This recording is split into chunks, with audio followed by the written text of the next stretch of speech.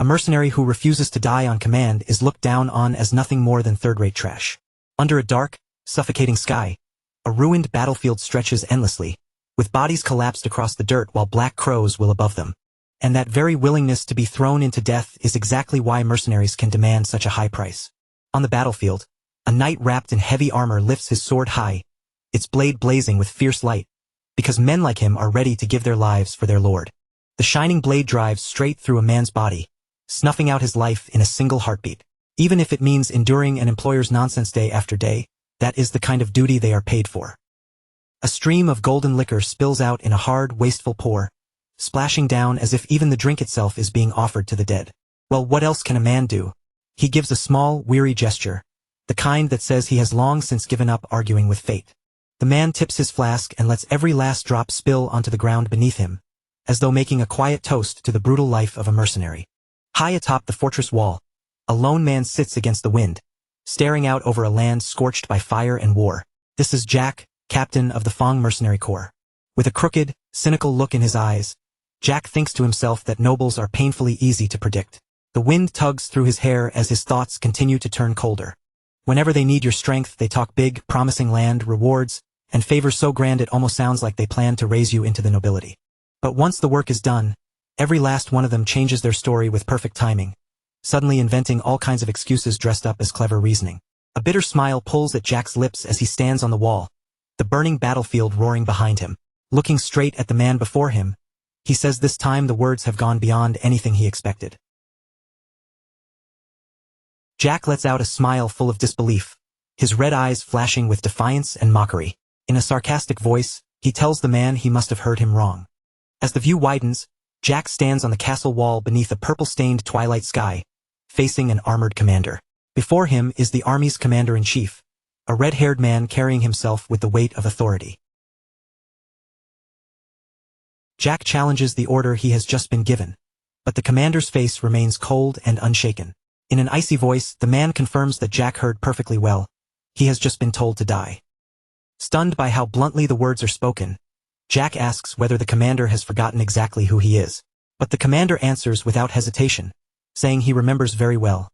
Jack, captain of the Fong Mercenary Corps. Jack bursts into harsh laughter, unable to believe the man can say something like that while fully knowing his identity. With disbelief in his voice, he remarks that he never knew the commander had such a talent for jokes. Jack grips the hilt of his sword, and the smile fades as his expression turns sharp. He knows this cannot be a proper order, because no noble would ask a so-called worthless mercenary like him to die an honorable battlefield death like one of their precious knights. His red eyes gleam with open contempt, and a cold smile spreads across his face as he exposes the ugly hypocrisy hidden behind the commander's request. The wind sweeps across the wall while the two men lock eyes in silence.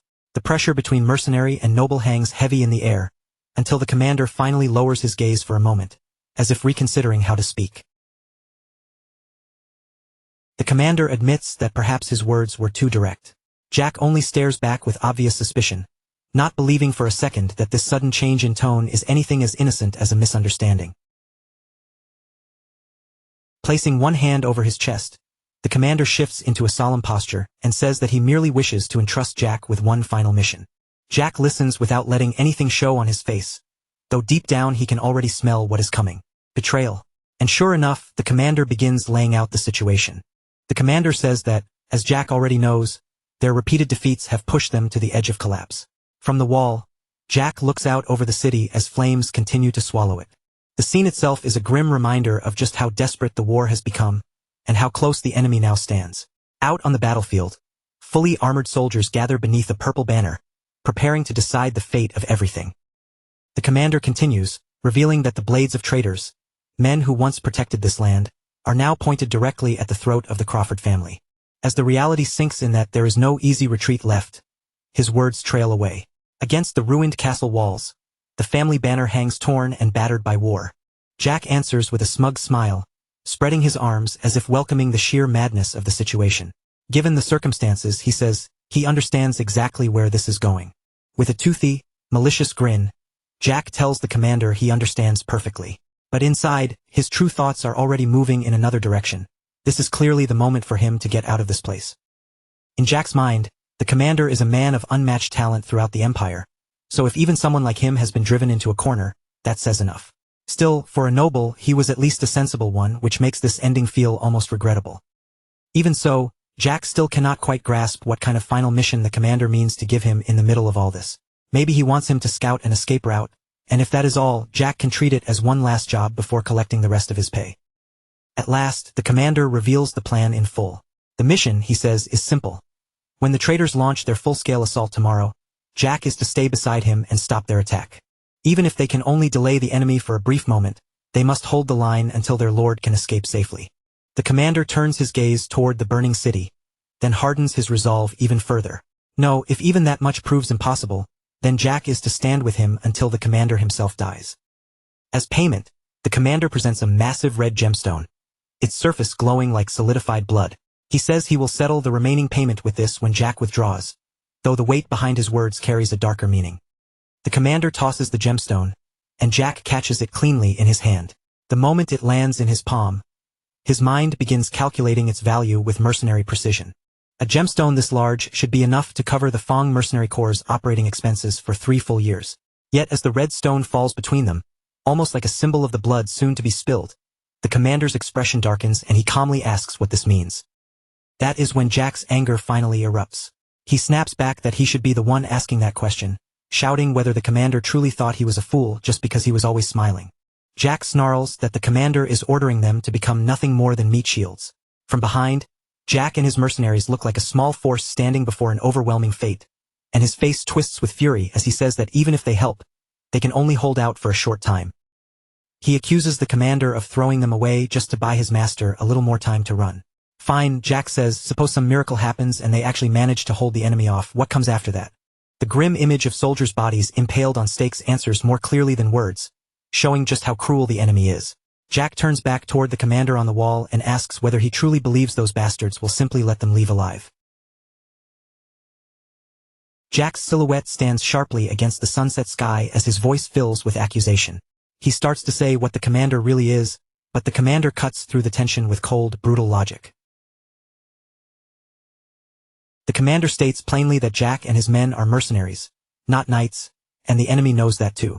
Once the commander dies, the army will collapse, at which point Jack breaks into almost manic laughter and agrees that, yes, that is exactly how it works.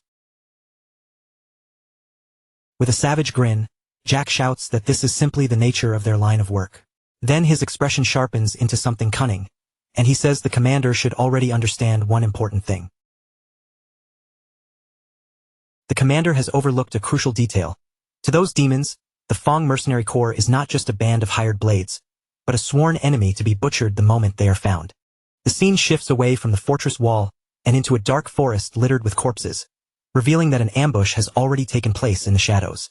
Deep in the forest, one soldier coughs weakly while another man in the same armor watches from a short distance away.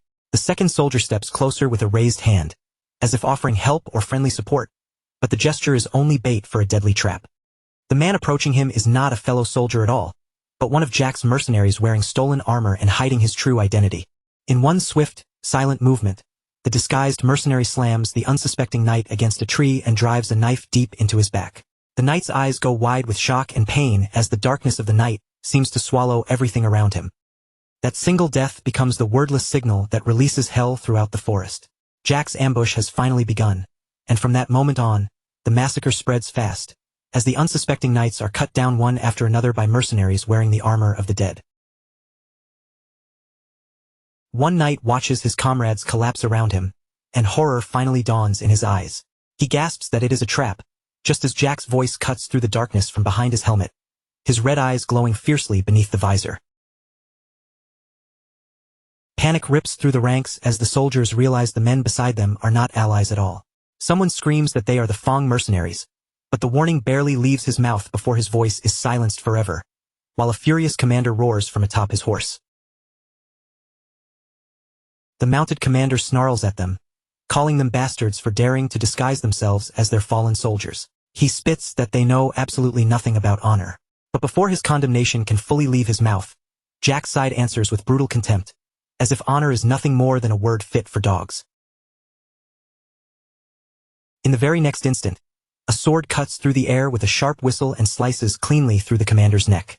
His severed head drops to the ground with a heavy, sickening thud, and with that one merciless blow, the battle is brought to a savage close. Jack stands amid the aftermath, his helmet stained with blood as he surveys the carnage with terrifying calm. Through the narrow slit of his visor, one red eye shines coldly in the darkness. Back on the fortress wall, the red gemstone now lies abandoned on the stone floor between them. Jack explains to the commander that he has already taken the heads of several enemy commanders, so the man should understand exactly how the Fang Mercenary Corps has survived this long. As he speaks, he steps closer with a mocking smile tugging at his lips. Right now, those traitorous bastards are far more eager to tear Jack and his men apart than to waste their strength chasing after the commander's lord. The commander's jaw tightens, his composure visibly shaken by the scale of Jack's move and the sheer audacity behind it. Jack mocks the man's plan, asking if he truly expected the Fang Mercenary Corps to draw all the enemy's attention so neatly. The commander forces himself back into control and warns Jack in a cold voice to focus on completing the mission. Otherwise, he says, killing Jack and taking command of the Mercenary Corps will be the only choice left, and as those words fall, his hand moves to strike.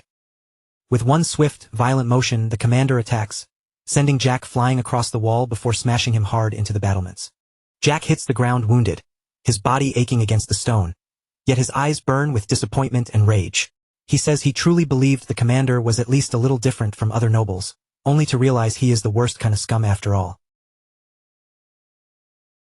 From the other side of the wall, the commander offers an apology, telling Jack that he means it sincerely. But with his hand already resting on the hilt of his sword, Jack answers that there is no need for any apology. In fact, Jack says, his voice turning colder, this outcome may actually be better for everyone involved. After all, if he were to take the head of a bastard like the commander and offer it to the demons lurking outside, Jack doubts he would feel even the slightest regret. The commander immediately reads Jack's intention and asks if he plans to hand over his head to the traitors and beg for mercy. Then, almost as if answering for him, he admits that Jack would gladly surrender him and flee if he could, but he is certain Jack has already prepared some way to keep his men from being stopped. His eyes sharpen with a reluctant respect for Jack's cunning. And if that is the situation, then as the commander of this army, he must carry out his own duty until the very end. The rebels will be satisfied if they receive the heads of 2 commanders, and in exchange for that blood price, they will spare the lives of the commander's men. Jack freezes, staring at him in disbelief as he repeats the word 2. Then the terrible meaning sinks in. This man intends to save his subordinates by offering his own head as well, just as an open box reveals the severed head of the enemy commander. It is the commander whose men Jack's mercenaries killed in the forest, the proof of that bloody ambush laid bare before them. The commander's gaze grows distant, heavy with melancholy, as he speaks of all those people. His soldiers, the men he dragged along with him to this doomed place. He says he promised them he would show them that dreams could still be reached, even by someone who began at the very bottom. With a faint glimmer of respect in his eyes, he continues, saying they believed in him and followed him all the way here. Because of that, he must carry the full weight of their trust. Jack, standing with his sword in hand before the silhouettes of his own mercenaries, Jack understands that burden perfectly, because he, too, is their leader. Hearing his own sense of duty echoed in Jack's words, the commander is left momentarily breathless, surprised by how closely the 2 of them resemble each other. A bitter laugh slips from Jack's lips, low and rough, as he admits that the commander is right after all. In the end, both of them are chained by the same loyalty, the responsibility they carry toward the men who placed their lives in their hands. That, the commander realizes as he looks across the wall where their clash has reached its peak, is what marks a true leader. Covering his mouth with his gauntlet, he murmurs with genuine regret that it is such a pity. If only it had not been for Crawford, the commander says, his expression filled with deep, sincere remorse. And then he gives voice to his final wish. If only Jack had been his lord instead. Driven by duty and with no more room for hesitation, the commander lunges forward, his sword raised and ready to deliver the final blow. Jack is already wounded and unable to fully defend himself, so all he can do is cry out in rage and pain as the commander's attack crashes into him. The commander straightens in solemn silence, his duty now complete, while Jack's body lies motionless on the cold stone floor. His green eyes narrow with a painful mix of determination and sorrow, because he has done what he believed had to be done. In the heavy air that follows, his final plea lingers quietly. Do not forgive me, Jack. A sudden flash cuts through the moment, marking the fatal strike that seals Jack's fate. As the light in his eyes begins to fade, Jack thinks that he had expected this kind of ending, but he never imagined the difference between them would be so overwhelming. The force of the commander's last blow throws Jack's body backward. As he falls, his thoughts drift bitterly toward the unfairness of fate and the cruel thing people call talent. Still, Jack accepts that this is probably the end. With one final, strangely satisfied smile, he lets a quiet peace settle over him. He had already told his men to flee immediately if he failed to return by the appointed time, so even now, at the edge of death, he can let go without worrying about them. Blood drips onto the stone floor, each drop marking the final moments of Jack's life. After all, Jack had always been prepared for an ending like this. Even so, as his consciousness fades, there is still one question left in his heart. His awareness dissolves slowly into darkness, surrounded by drifting shapes that look like drops of blood, or perhaps fragments of old memories. If only he had been given the same opportunity as that man.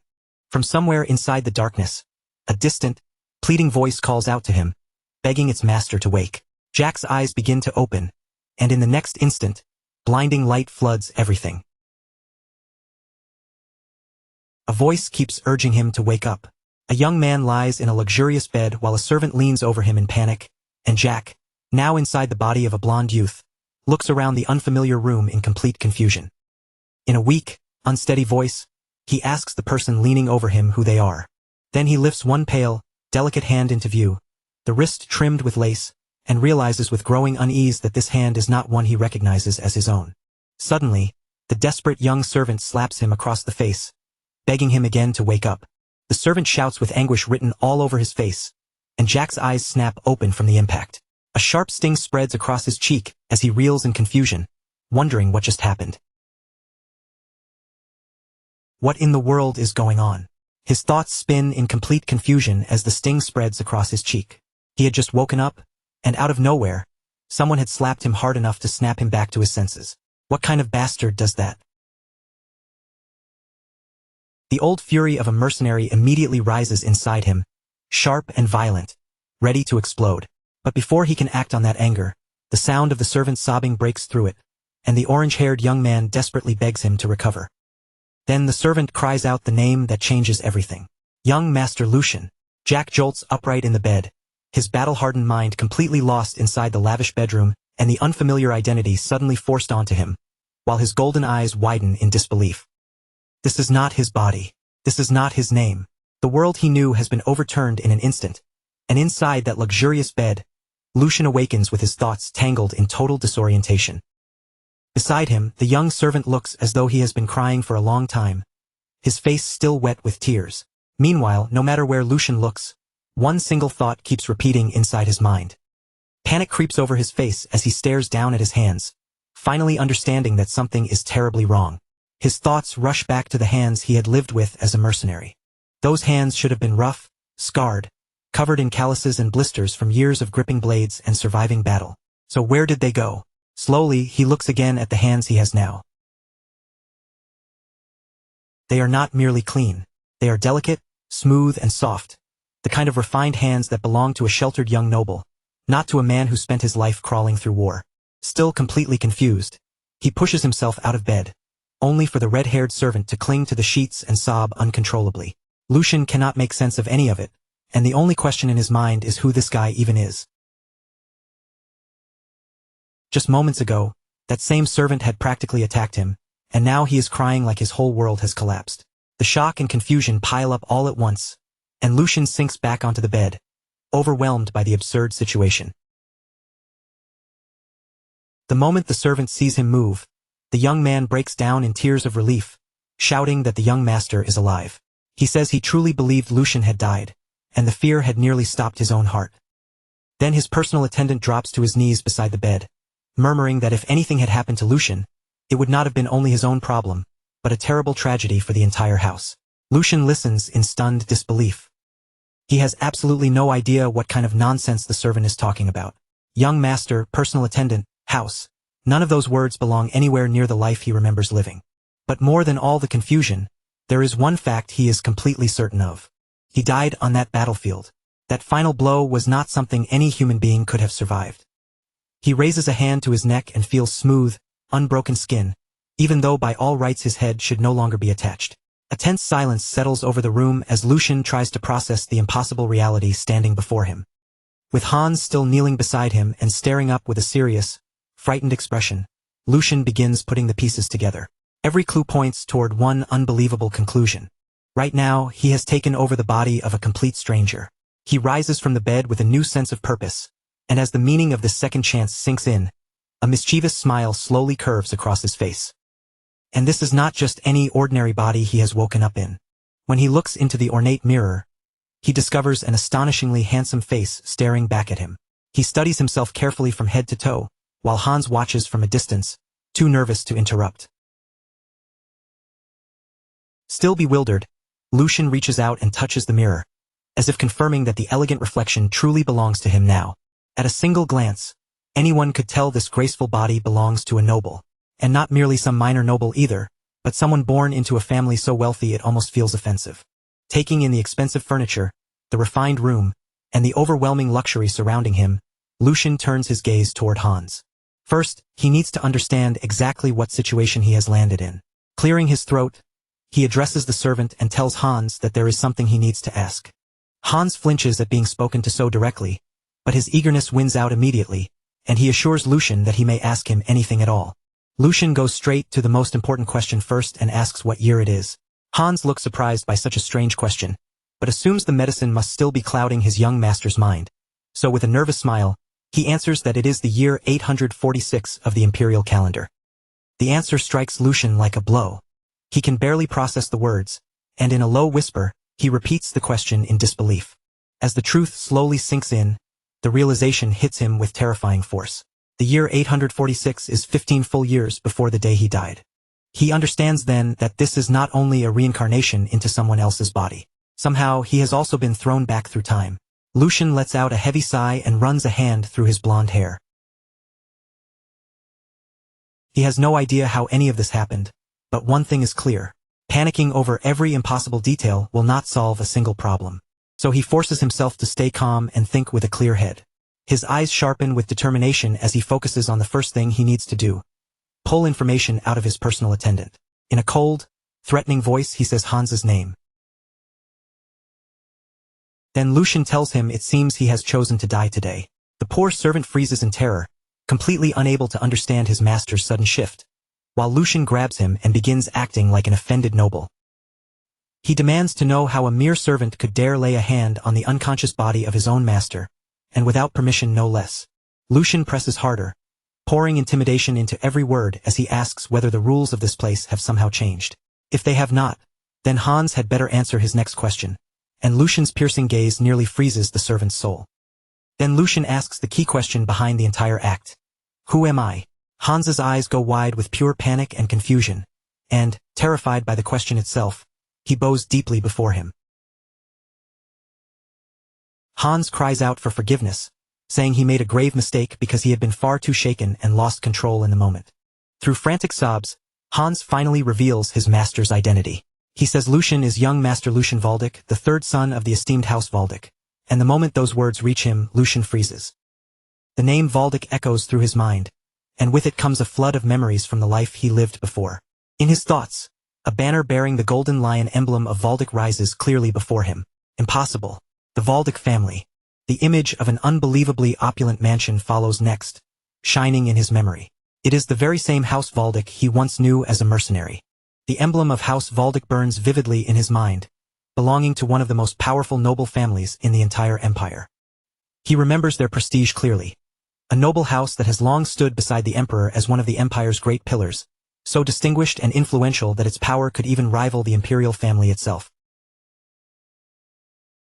Lucian, who had once lived as Jack, knows the affairs of that family far too well, because 15 years ago, he spent several years working as a guard at House Waldeck. The irony is almost cruel. After dying, he has awakened in the very place where he once worked as a hired guard. Then reality hits him all over again. He has not only reincarnated into the family he once served, he has become the third son of House Waldeck itself. A small, ironic smile pulls at his lips. This is ridiculous, he thinks, because the situation is too absurd to accept calmly. Memories of his past life return, especially the miserable position he once held in the world, despised and humiliated by nobles who tossed coins at him as if he were no better than a dog. He remembers enduring every kind of hardship imaginable, walking alone and bloodied through cemeteries filled with the bodies of fallen comrades. And now, after all that suffering, he has been handed an opportunity. The timing itself feels almost bitterly ironic, and the question he once carried comes back to him with a sharper edge than ever. All his life, he had wondered how far he might have climbed if he had ever been given the same opportunities as those born above him. And now, it feels as though fate itself has finally placed that answer right in front of him, daring him to see how far he can go. The image of his old self cracks apart in his mind, and with it, the heavy chains that had bound him to his former life fall away. Accepting this impossible new reality with cold resolve, he makes a silent vow to fate. If this is the chance you have decided to give me, then watch closely and do not look away. With fresh determination burning in his eyes, Lucian opens the door of his room, ready to step into this second life. He walks out onto a balcony drenched in warm sunlight, the bright air wrapping around him like the first breath of a new beginning. With a confident smile, he makes a promise to himself and to the world waiting beyond those walls. Just watch and see how high I can climb, and what kind of life I will carve out with these new hands. As the view pulls farther back, the full grandeur of the Valdic estate comes into sight. A vast palace so magnificent that it makes everything Jack once knew seem small and crude by comparison. Now dressed in refined, noble clothing, Lucian walks beside Hans through the dazzling corridors of the estate. As expected of House Valdic, he thinks the wealth on display here is almost overwhelming. He has been to countless places in his years as a mercenary, from noble residences to battlefield camps. But this mansion is easily the most extravagant and shamelessly luxurious place he has ever laid eyes on. As he quietly watches the servants moving through the halls, Lucian realizes that this is the world he will have to blend into from now on, and he will need to adjust quickly. However, his sharp mercenary instincts soon catch something strange hanging in the air. Ever since he stepped out of his room, every servant they passed has been looking at him with an odd mixture of surprise and unease. Soft whispers ripple behind hands and lowered eyes, with some servants murmuring in disbelief, asking if that is truly young Master Lucian. Others stare from the corners of the hallway, muttering that he has finally come outside and wondering just how long it has been since anyone last saw him. The shock on their faces is impossible to miss. Lucian feels the weight of the household staff watching from the shadows, their gazes filled with curiosity, caution, and quiet confusion. He turns to Hans and asks whether it is only his imagination, or if the atmosphere around them feels strange. Hans explains that it is only natural, because the young master locked himself away for an entire year and 2 months, seeing no one except him. That revelation lands heavily, and a grim image flashes through his mind. The original Lucian lying collapsed on the floor of a dark room stained with red. Lucian cannot understand it at all. To shut himself away for more than a year, what could the son of a duke possibly lack so badly that he would destroy himself in such a pitiful way? Even if Lucian does not fully understand how nobles think, it should still have been impossible for a young master to behave so freely in a household this strict, especially with the head of the family being who he is. Archduke Sigmund is a giant among men, someone known for protecting the empire with unshakable principles and convictions that no one could easily bend. Lucian knows there is no way a man like the Archduke would casually allow his own son to rot away in some corner of the mansion. In his mind, the image of the Archduke watching over a bedridden Lucian surfaces, and from that, Lucian reaches a cold, logical conclusion. Either the original Lucian was such a troublesome son that he stood on the verge of being disinherited, or there was some powerful reason that forced the Archduke to look the other way. Until he uncovers the truth, Lucian decides he must avoid the Archduke at all costs. But at that exact moment, someone steps into their path and blocks the way.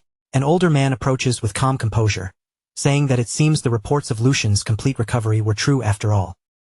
Both Hans and Lucian stop at once, caught off guard by the sudden appearance. The man before them is the chief butler, a gray-haired gentleman wearing a gentle smile. He says he is overjoyed to see the young master's face again after a full year, addressing Lucian with flawless formality. Chief butler Edwin politely asks whether young Master Lucian is having any difficulty moving. Lucian recognizes him as someone important within the household, while Hans visibly trembles at his side. This man is Chief Butler Edwin. Although he originally came to the mansion as a hostage from an enemy family, his outstanding talent was acknowledged, and he eventually rose to manage every domestic affair in the Valdic estate. The most dangerous thing about Edwin, however, is that beneath his kind smile and calm green eyes, he is the trusted right-hand man of Archduke Sigmund. The moment Lucian realizes this, he silently curses his rotten luck. This is bad. Of all the people he could have run into, Edwin is one of the very last he wanted to face. A man that Sharp would immediately notice the rough manners of someone who had lived on the streets and battlefields. Lucian's thoughts race quickly.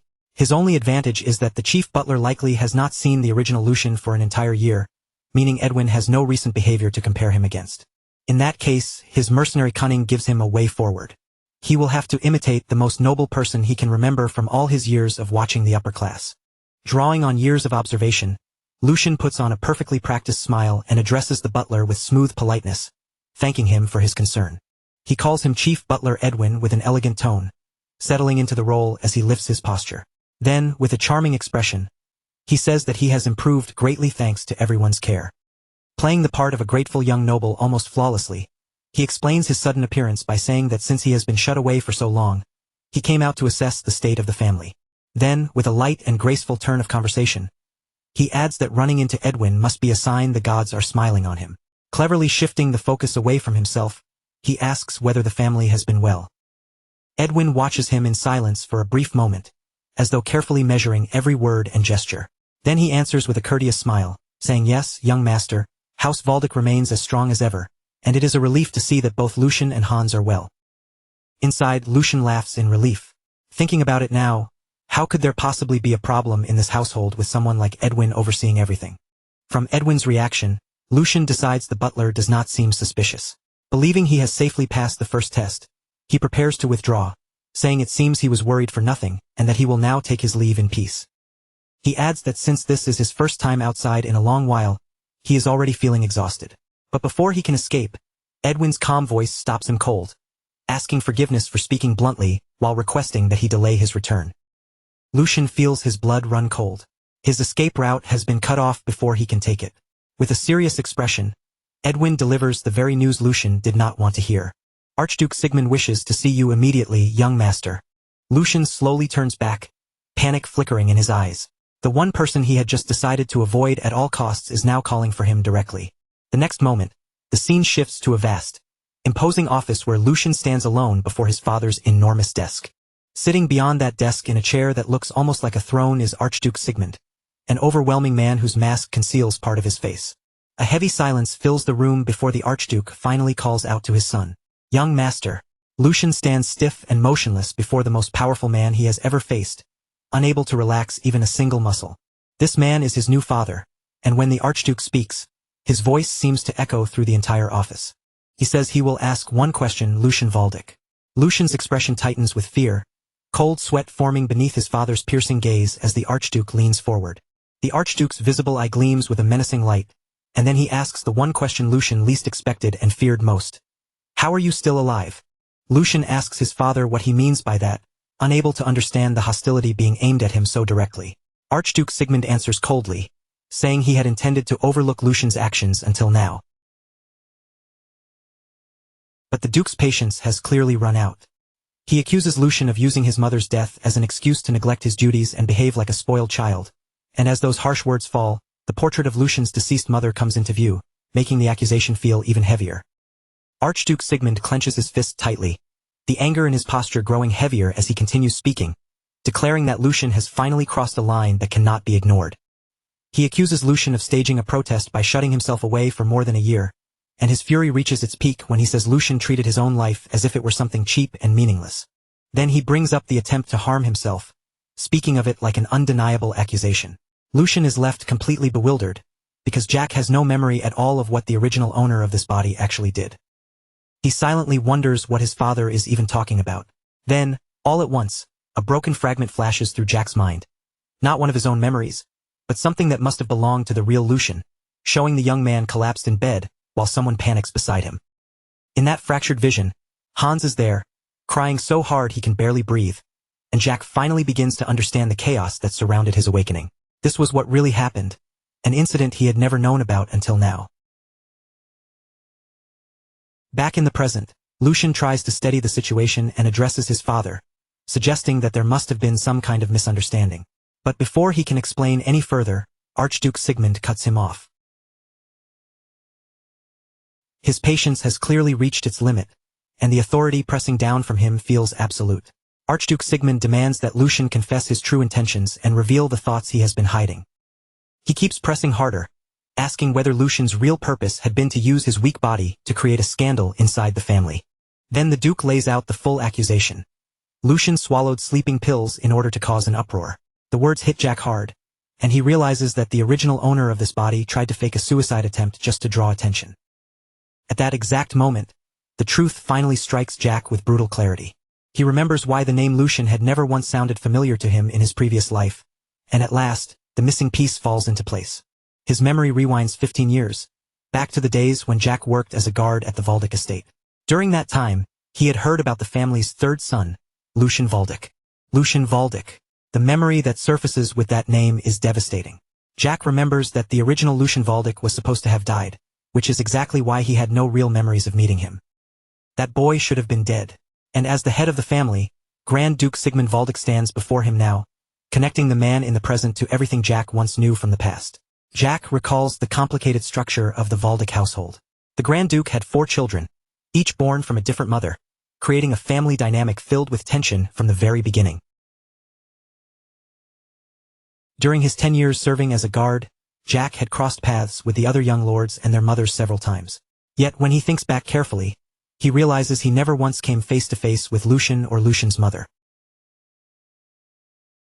In his memories of the estate, those two had always been strangely absent figures, almost like shadows hidden at the edge of the family's history. What Jack knew was simple. Lucian's mother died from illness shortly after he began working there, and not long after that, for reasons he never understood at the time. The young Lucian followed his mother into death as well. Back in the present, Jack's thoughts race. The story he had always assumed to be true, that mother and son had simply died one after the other, was nothing but a surface-level facade. There had been a hidden reason buried behind their deaths, and Jack now understands just how much pressure the original young Lucian must have been carrying. His mother's death, combined with his unstable and dangerous position within the family, must have become a burden far too heavy for someone so young to bear. And so the truth becomes clear. In a desperate attempt to receive even the smallest bit of attention from his father, the fragile Lucian took a dose of sleeping pills that came far too close to killing him. It was not a real attempt to end his life, but a desperate cry for help that spiraled into a fatal consequence. As Jack pieces everything together, the grim reality becomes harder and harder to ignore. After a full year of seclusion, the original Lucian's weakened body could not endure the effects of the drug he had taken simply to make his pain visible. In the end, it became a fatal accident. The young Lucian died there quietly, his desperate plea for help ending in a death he never truly meant to choose, and Jack finally grasps how complicated the situation really is. With that understanding, Jack realizes that the Grand Duke's harsh reprimand, though cruel toward a son he had not seen in a year, now makes a certain kind of sense. From the Grand Duke's point of view, this level of rage is only natural. His son had played with his own life and pushed his father to the edge of despair. No matter how great his title may be, Sigmund is still, before anything else, a father whose child nearly died before him. The fury burning inside him must be enormous.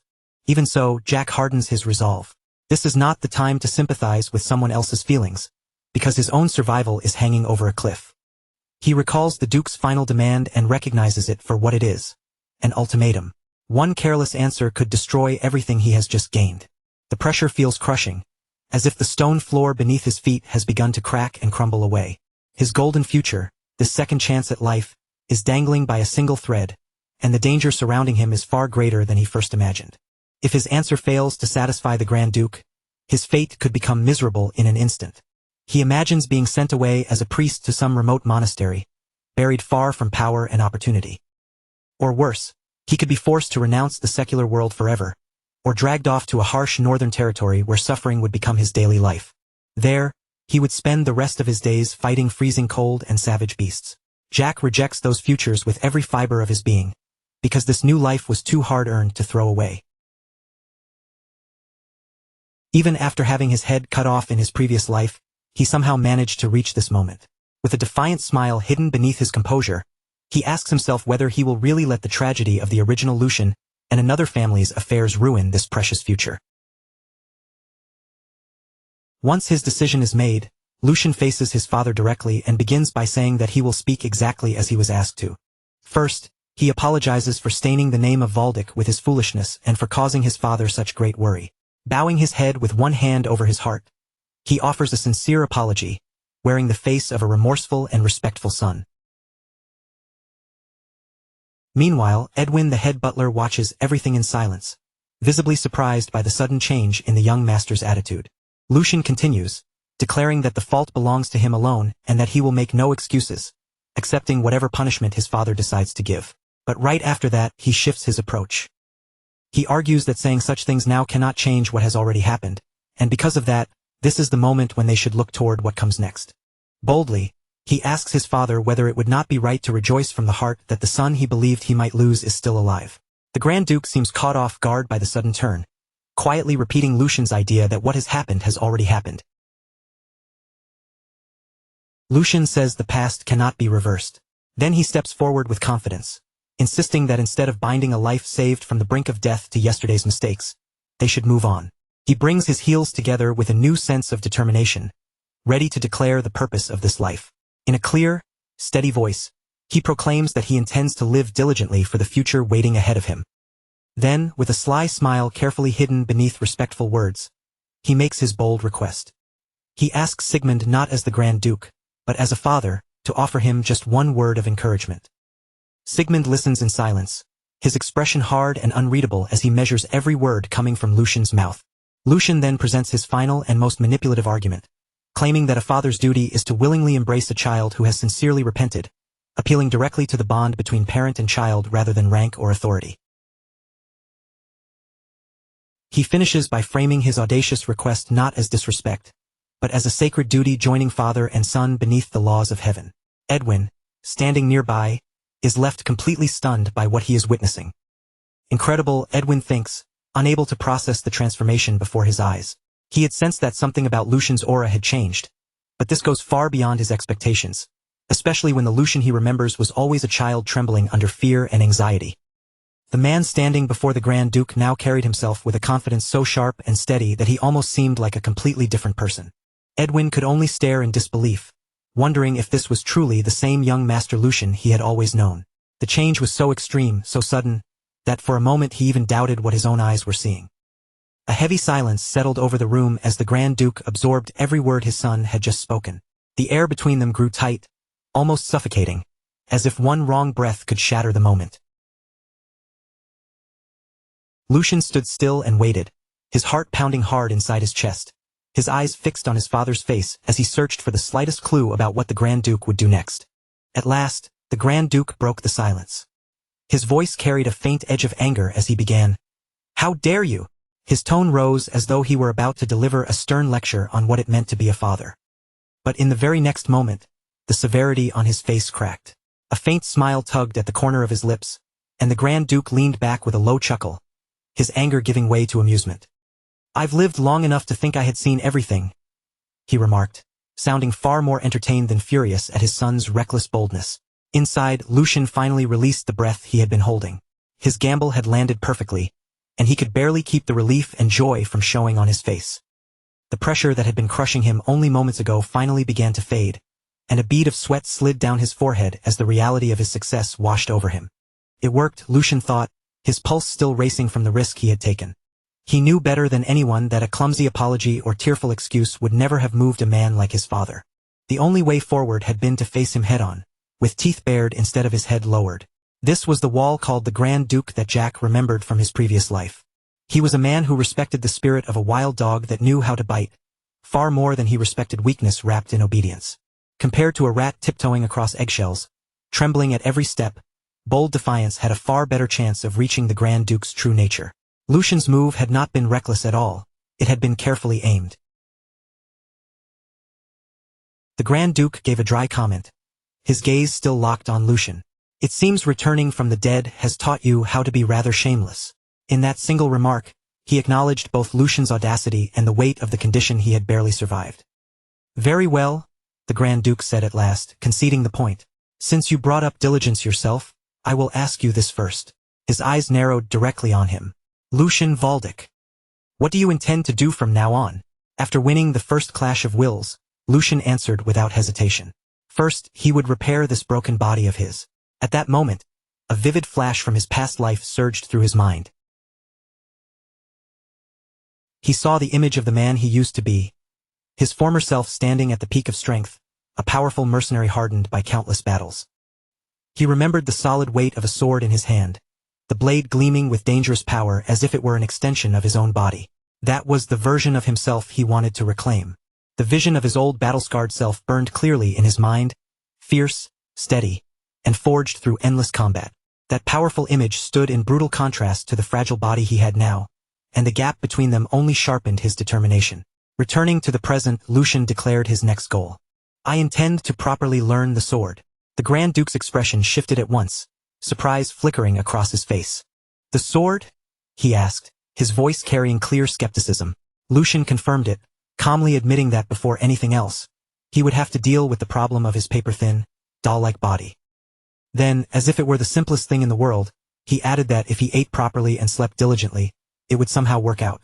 The Grand Duke watched him without speaking, silently weighing those bold words. Then, at last, a smile spread across his face. You certainly have a way with words, he admitted, allowing his son that small victory. Now intrigued, the Grand Duke decided he would test Lucian for himself and see whether this new confidence was nothing more than empty bluff, or whether real resolve had taken root inside him. As the first sign of that decision, he turned his attention toward his butler. Edwin, he ordered. Butler, give him that again. Edwin's face remained composed, but inwardly, he smiled as he understood exactly what his lord meant. Rather than offering the young master a few hollow words of encouragement, this would be something far more practical, especially considering the fragile condition Lucian was currently in. Lucian, however, had no idea what they were talking about. A bead of sweat ran down his forehead as he stood there in confusion, silently wondering what that could possibly mean. Edwin bowed with practiced elegance and confirmed the command. Understood, my lord. I will arrange for it to be made available immediately. Later, back in his own room, Lucian was still completely puzzled. What exactly was that supposed to be? He had no clue what was waiting for him, but before long, the answer arrived right at his door. An enormous wooden chest, heavy enough to strain the arms of the servants carrying it, was hauled across the mansion grounds toward Lucian's chambers.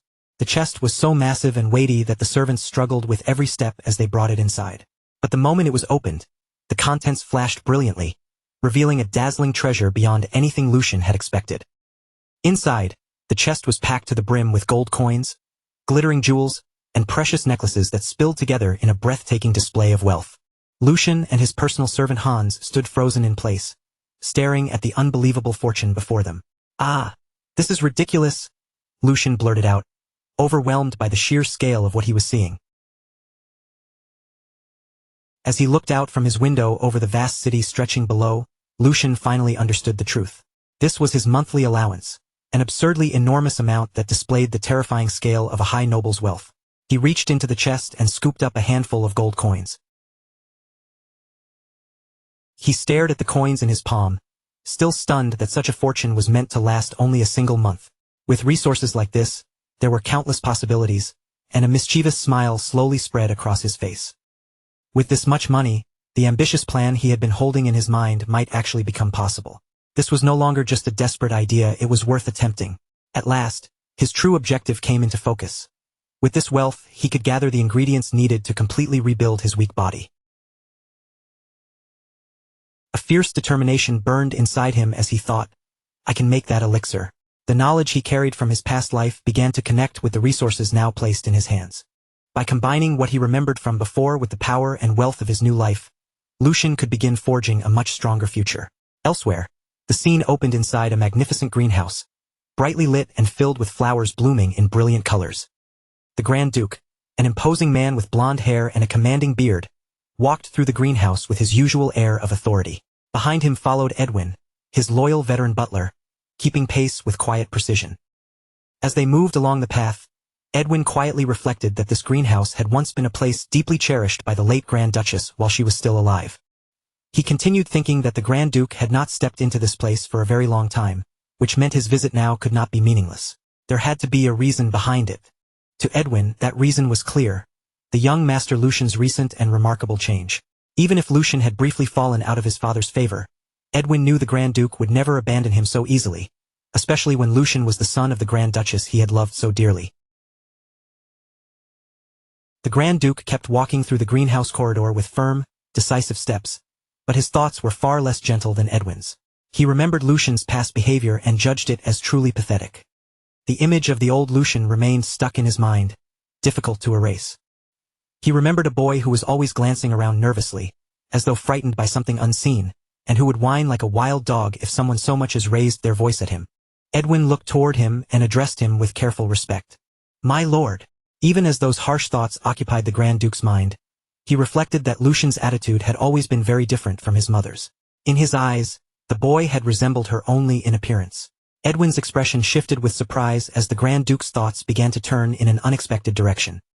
For the first time that day, a faint smile touched the Grand Duke's face as he admitted to himself that perhaps he had been wrong about his son all along. Then he spoke to Edwin. "You must have seen it as well. That child looked me straight in the eyes and spoke his mind." Edwin confirmed it at once. Yes, there was not even the slightest hesitation. His bearing was truly resolute and confident. With a softer view of the young master, Edwin thought that Lucian had always possessed a tender heart and deep thoughts. Perhaps he had merely hesitated a little more than the other young masters. In the end, Edwin concluded, Lucian had indeed inherited his lord's blood. Even after hearing Edwin's words, the Grand Duke remained guarded and skeptical. "That remains to be seen," he replied simply. He added that the trials awaiting that child from now on were not things that could be solved with a few confident words, making it clear that he intended to test Lucian further. But then, wearing a worried expression, Edwin interrupted his lord's thoughts. "My lord, however, there is a problem." The Grand Duke turned his gaze toward him, intrigued. "A problem?" Edwin explained that although the support funds for young Master Lucian had been reinstated, it had been confirmed that certain details surrounding them had leaked outside. The scene then shifted to reveal the culprit behind the matter. After an investigation, it appeared that the second young master, Geordie, was involved, and he stood there burning a letter with a malicious smile on his face. Edwin explains that Geordie has already removed the head maid who had been serving Lucian and quietly replaced her with someone from his own trusted circle. The move makes his true intention painfully obvious. He wants Lucian watched at every moment. Hearing this, the Duke clicks his tongue in mild irritation, admitting that while Geordie is undeniably capable, his thinking is far too narrow and petty. A shadow settles over the Duke's face as he falls into thought. He understands Geordie's feelings well enough, especially the deep resentment Geordie carries toward Lucian because of the tangled matters involving their maternal families. Even so, the Duke had not expected that grudge to drive him this far, or to make him cling to Lucian so persistently. Edwin carefully asks whether they should prepare a separate countermeasure, but the Duke cuts him off before he can go any further. No, he tells the butler, they are not to interfere in this matter. Edwin cannot completely hide his concern, and he questions whether that decision might be too severe for someone who has only just begun taking his first real steps forward. The Duke's gaze lowers toward the pawn before him, as if Geordie's little scheme is nothing more than a minor move on a board. To him, this kind of pressure is merely a small trick.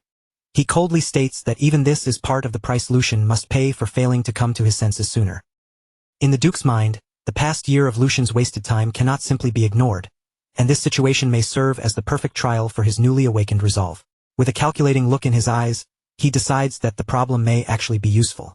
Let's see how that child deals with this, he thinks. If Lucian cannot overcome even something this small, then there is no reason to expect anything from him. After all, real strength has to be shaped and seized with one's own hands. The Duke's thoughts end with the image of a proud and majestic lion, the very symbol of the Valdic family. Even if the blood flowing through the Valdic line can become the key to power, the door itself must always be pushed open by the person standing before it. Time moves forward, and the scene shifts with a sign making it clear that several days have quietly passed. Beneath a clear blue sky, the grand and luxurious mansion of the Valdic family stands with all its usual imposing dignity. Inside the corridors, two maids whisper among themselves while glancing toward Hans, who remains stationed like a guard outside Lucian's room. One of them quietly wonders just how many days that man has been standing there. The maids continue murmuring, saying that the young master has locked himself inside his room yet again. A closer look at Hans reveals his tense face, burning with anger and stubborn resolve, making it clear that no matter who comes near, he has no intention of letting anyone disturb his master. Hans' thoughts drift back into recent memories, and in that memory, he appears almost overwhelmed with panic and disbelief. It has now been 3 days since the support funds, which had once been cut off, finally started arriving again. In the memory, Lucian calmly assures Hans that the support had been restored because his conversation with the Grand Duke had gone well. Beside a large chest, both Hans and Lucian are shown visibly relieved, their faces softened with happiness as the weight on their shoulders finally begins to lift. When the chest is opened, it is not filled with gold coins alone. Glittering jewels and valuable treasures gleam inside as well, enough to show that this is a truly considerable fortune. Even so, Hans looks toward Lucian with worry still lingering in his eyes. Hans understands better than anyone that, with the strained relationship between father and son, that conversation could never have been simple or comfortable for his young master. Facing the Grand Duke must have taken far more than a casual request. At that moment, Hans realizes that Lucian must have gathered an incredible amount of courage to stand before his father like that. The warmth in Hans' expression makes his loyalty and deep affection for Lucian impossible to miss. Moved by the thought that his master is finally trying to walk forward, Hans wipes tears from his eyes. Even if Lucian has to leave old sorrow behind to do it, Hans can see that something has changed.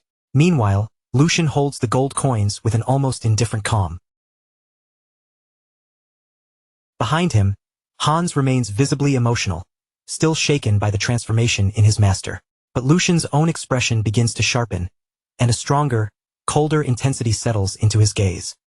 His eyes gleam with fierce determination, hiding the outline of a plan already forming in his mind. As he grips the coins in his hand, a sly and confident smile slowly rises across Lucian's face. With this much money, Lucian thinks it is finally worth attempting. His goal is not small at all. He intends to completely rebuild this weak, ruined body from the inside out. He believes he can make that elixir. In his mind, the image of a radiant potion and a rare magical herb appears, giving shape to the bold plan he is preparing to carry out. The scene moves into Lucian's room, which now looks less like a noble's chamber and more like a cramped alchemy workshop. Books, tools, and ingredients surround him as he works steadily at his desk, until he pauses for a moment to wipe the sweat from his brow. His face is filled with pure concentration, the kind that only appears when someone is pouring everything they have into the task before them. Even while working, however, his thoughts briefly turn toward his loyal servant outside. Lucian figures that Hans must be practically bursting with curiosity by now. Still, the fact that Hans continues guarding the door exactly as ordered proves just how loyal and dependable he truly is. Lucian's desk is buried beneath alchemy books, strange preparation tools, and items that the son of a Grand Duke would normally never even think of touching. Among everything scattered across the surface, his attention eventually centers on one crucial ingredient. It is an extremely expensive herb, made rare by the fact that it only grows under moonlight. Its unusual nature alone is enough to make it valuable, but there is still more mystery surrounding the plant. Its common use has not even been properly established yet, which makes Lucian's investment feel even more reckless from the outside. At last, the name of this strange and mysterious plant is revealed: Moonlight Herb. Lucian remembers spending his entire allowance to buy it, staking everything on the future knowledge only he possesses. In a flashback, he is seen giving Hans a decisive order that would shape everything to come. Hans, it's not too late. Buy all the Moonlight Herb. Lucian knows exactly how insane that order must have sounded to anyone else watching him at the time. After all, pouring a fortune into sacks of an unknown herb would make him look like a madman to ordinary people. But Lucian's confidence does not come from blind impulse. It comes from a secret advantage no one around him could imagine: his knowledge of the future. His eyes shine with absolute certainty as he thinks about what will happen next. In just 1 year, the price of Moonlight Herb will increase tenfold. No, not merely tenfold, it will rise by more than 20 times its current value. The thought of the staggering profit waiting just ahead almost overwhelms him. A wild, nearly maniacal euphoria spreads across his face, his expression twisting with pure greed and anticipation as he imagines the fortune that is about to fall into his hands. Lucian rejoices inwardly, convinced that the price will skyrocket without limit. But after reining himself in, he reflects that, now that he thinks about it, he has to admit the Alchemist Guild had an almost frightening level of boldness. He remembers that, back then, even the success of their Moonlight Herb research must have been far from certain. There was no guarantee their efforts would pay off at all. Yet despite that uncertainty, the Alchemist Guild gathered every last Moonlight Herb they could find across the empire and burned through them all for their research. It was a reckless gamble on a scale few people would ever dare to attempt. In truth, it was nothing less than a once-in-a-lifetime wager, one that placed the very fate of the entire guild on the line. Lucian reaches toward the potion he has created, fully aware that the guild's past audacity was what eventually led to success. From that gamble came an unprecedented elixir that shook the whole empire, a miraculous drink people came to call the drink of the gods nectar. He also remembers the backlash that followed.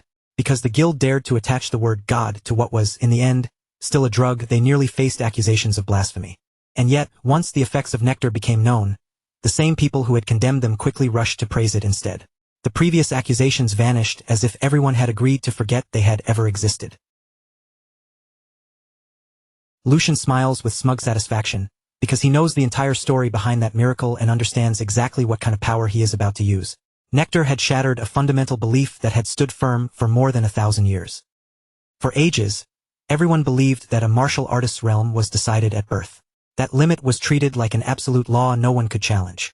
A person's innate nature was their destiny, and their constitution was something that could never truly be changed. That belief was as unyielding as iron chains wrapped around the entire world. And the thing that broke those chains, the thing that overturned that supposedly unbreakable common sense, was none other than nectar. With nothing more than a single drink, nectar had the power to transform a person from the very foundation of their being, changing their potential at its deepest level. Even someone born with absolutely no talent could be reshaped into a swordsman useful enough to stand on the battlefield. It was an unprecedented miracle, the kind of achievement that defied everything people thought they knew.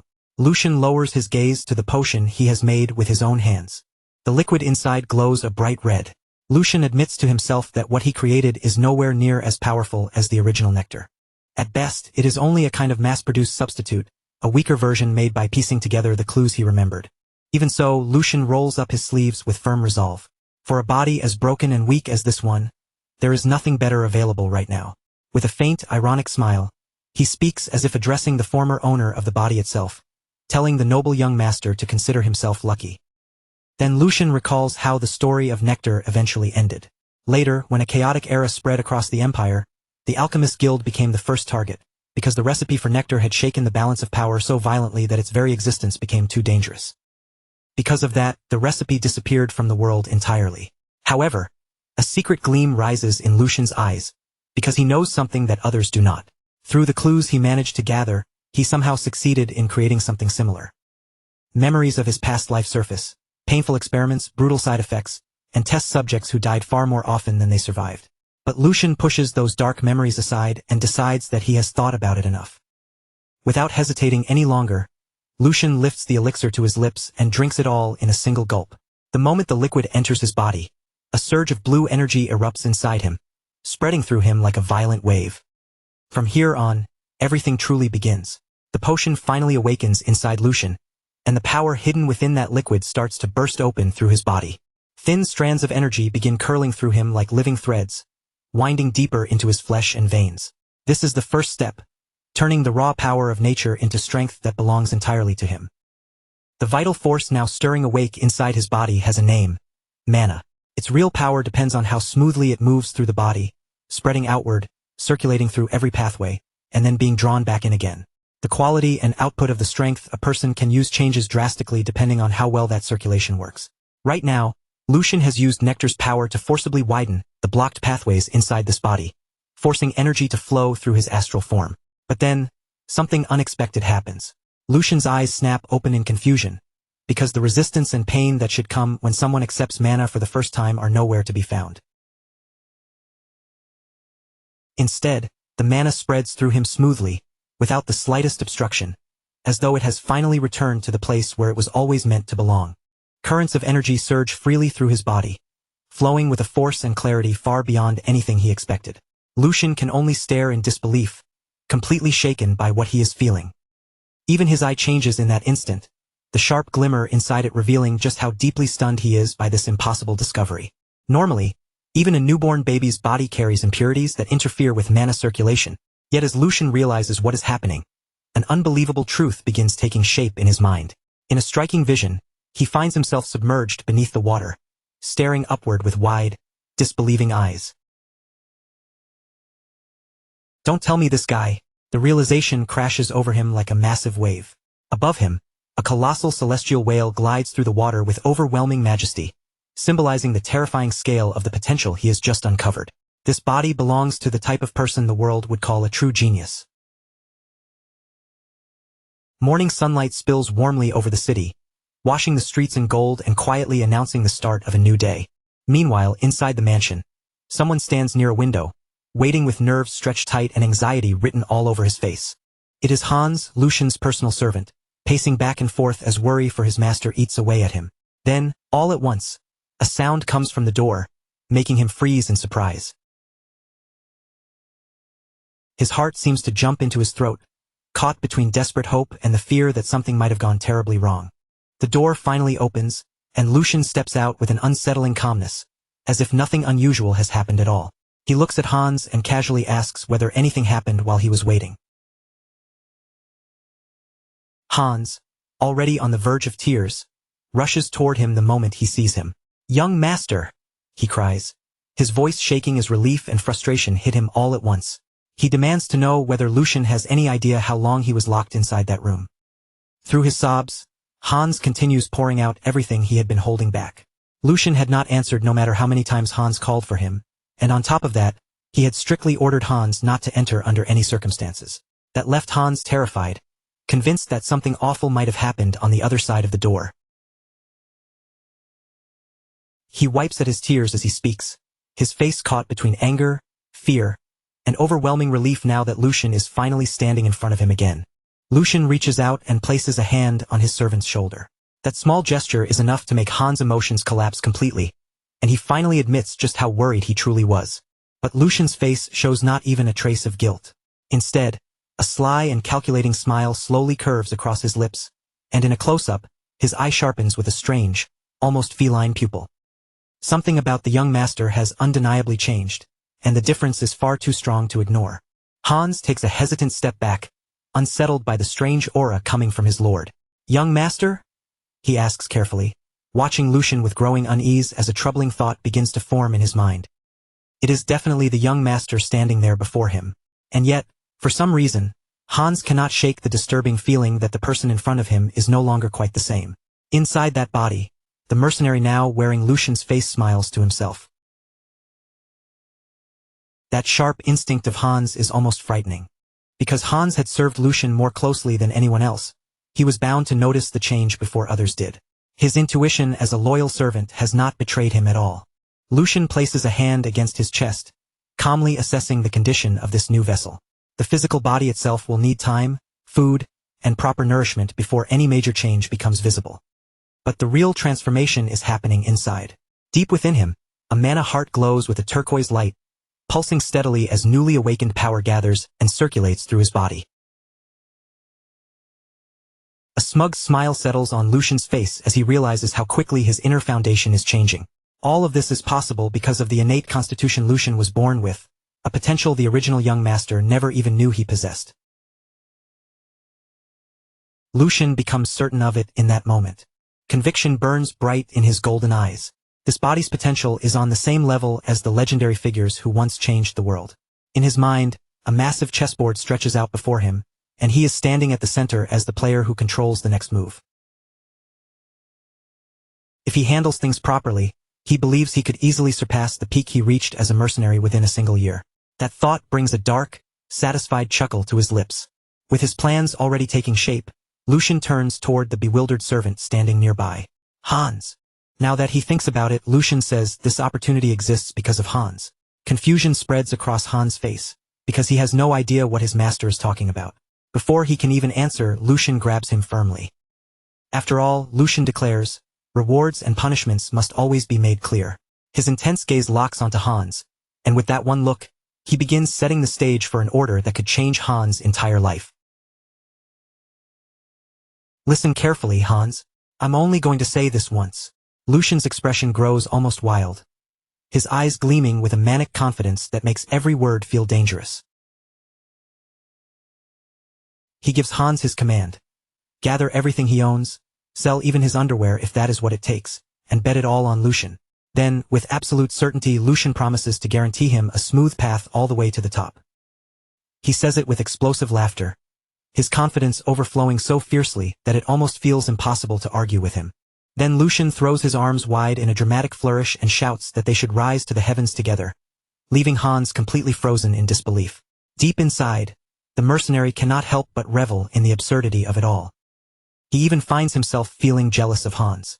Back in his own time, he thinks there were no nobles like this around to bet everything on. Hans, on the other hand, can only stare at him with total confusion, barely managing to call out, "Young master," as he struggles to understand what just happened. 1 week later, the scene shifts to a quiet forest overflowing with greenery, sunlight, and the gentle feeling of life all around them. Lucian and Hans walk along the forest path together. For the first time in what feels like ages, Lucian looks relaxed and genuinely at peace, strolling with his hands behind his head and whistling lightly, while Hans follows behind him with worry still written across his face. This is refreshing, Lucian thinks, a satisfied smile spreading over his face. For once, life feels almost unbelievably easy. He thinks back on the previous week, remembering banquets served with flawless timing and table after table of delicious food brought to him without pause. His room had been cleaned without him needing to lift a single finger, with a group of maids constantly attending to every little detail around him. They had even prepared a soft, comfortable bed for him, the kind of cozy luxury he had never once experienced in his former life. The contrast is almost painful when he remembers how hunger used to be part of his everyday routine. Thinking about it now, a bitter laugh slips out of him. Thanks to that comfortable life, he was able to focus completely on recovering his body. More than that, he finally had time to investigate the one thing that had been weighing heavily on his mind. His expression grows serious as he prepares to face the question tied to his own past. His thoughts turn to Jack, the man who should have been a guard of the Valdic family. That was the version of himself from a previous life, a life that now feels increasingly distant, blurry, and hard to grasp. Still, Lucian had looked into it carefully. He had confirmed it with the captain of the guards. No one matching Jack's description had ever applied for a position there, and even the shift Jack used to work in his memories was now being filled by a complete stranger. In other words, the past Lucian remembered simply did not exist in this reality. He clasps his hands together, quietly accepting the strange truth before him. Honestly, this is probably for the best. Lucian decides there is nothing to gain from searching for that version of himself, because finding him would only become another useless distraction.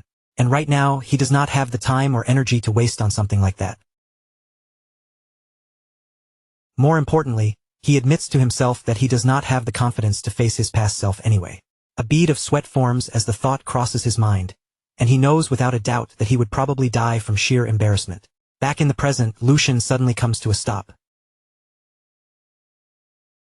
A cold thrill of determination runs through his body, sharpening the air around him in an instant. Hans notices the change immediately and looks toward him, sensing that the atmosphere has turned heavy. Lucian turns around with a firm, unwavering gaze, as if he has already made up his mind. Hans stiffens at once, panic spreading across his face as he nervously stammers, "Young Master Lucian." With his voice trembling, Hans asks whether Lucian is truly thinking of going inside. Ahead of them, the training grounds come into view, brightly lit and wide open, waiting like a place tied to painful memories. Hans' voice echoes almost like a plea as he reminds Lucian that he once swore he would never step anywhere near this place again. Back then, Lucian had said he hated the training hall with every part of his soul. Lucian blinks with almost innocent confusion and asks if he really said something like that. Hans, unable to hold back his frustration, immediately shouts that yes, he absolutely did. His voice still shaking, Hans reminds him that ever since the second young master beat him during training, Lucian had declared that he would never return. Hearing this, Lucian silently takes in the information and begins piecing the situation together. Judging from Hans' reaction alone, Lucian can more or less understand what must have happened here. Swordsmanship is a required discipline for the sons of the Grand Duke, which means the training hall would have given the second young master the perfect excuse to torment Lucian under the harmless-looking name of practice. In a flashback, the younger Lucian lies injured on the ground, helpless and unable to stand. From that image, the truth becomes clear. His brother had planted a deep fear of violence inside him. It was the perfect method to make sure Lucian would never willingly set foot in the training hall again. A cruel plan, carried out cleanly and without a single wasted move. Lucian turns to his servant with a calm smile. He says he understands why Hans is reacting this way, but there is no need to worry anymore. All of that, he says with complete indifference, is already in the past. His casual attitude only leaves Hans even more confused and afraid. But Lucian simply moves forward with a malicious smile, telling Hans that all he needs to do is trust him and follow his lead. His resolve leaves no room for hesitation. At last, Lucian and Hans step into the imposing training hall, crossing the threshold into a place filled with old fear and sharpened steel. Inside the hall, two guards are quietly gossiping among themselves. One of them sounds almost unable to believe what he has heard, asking if the rumor is actually true. The other guard confirms it without hesitation, saying he is certain. The third young master is apparently looking around the training hall with his personal servant. Nearby, Hendrik, a man with a twisted mustache, overhears every word. Hendrik strokes his mustache with a look of open disdain, his expression twisting as he wonders what that brat could possibly be thinking by setting foot in this place again. He finds it impossible to believe that Lucian has simply forgotten what happened here. But then, a cruel thought crosses his mind, and his mood shifts.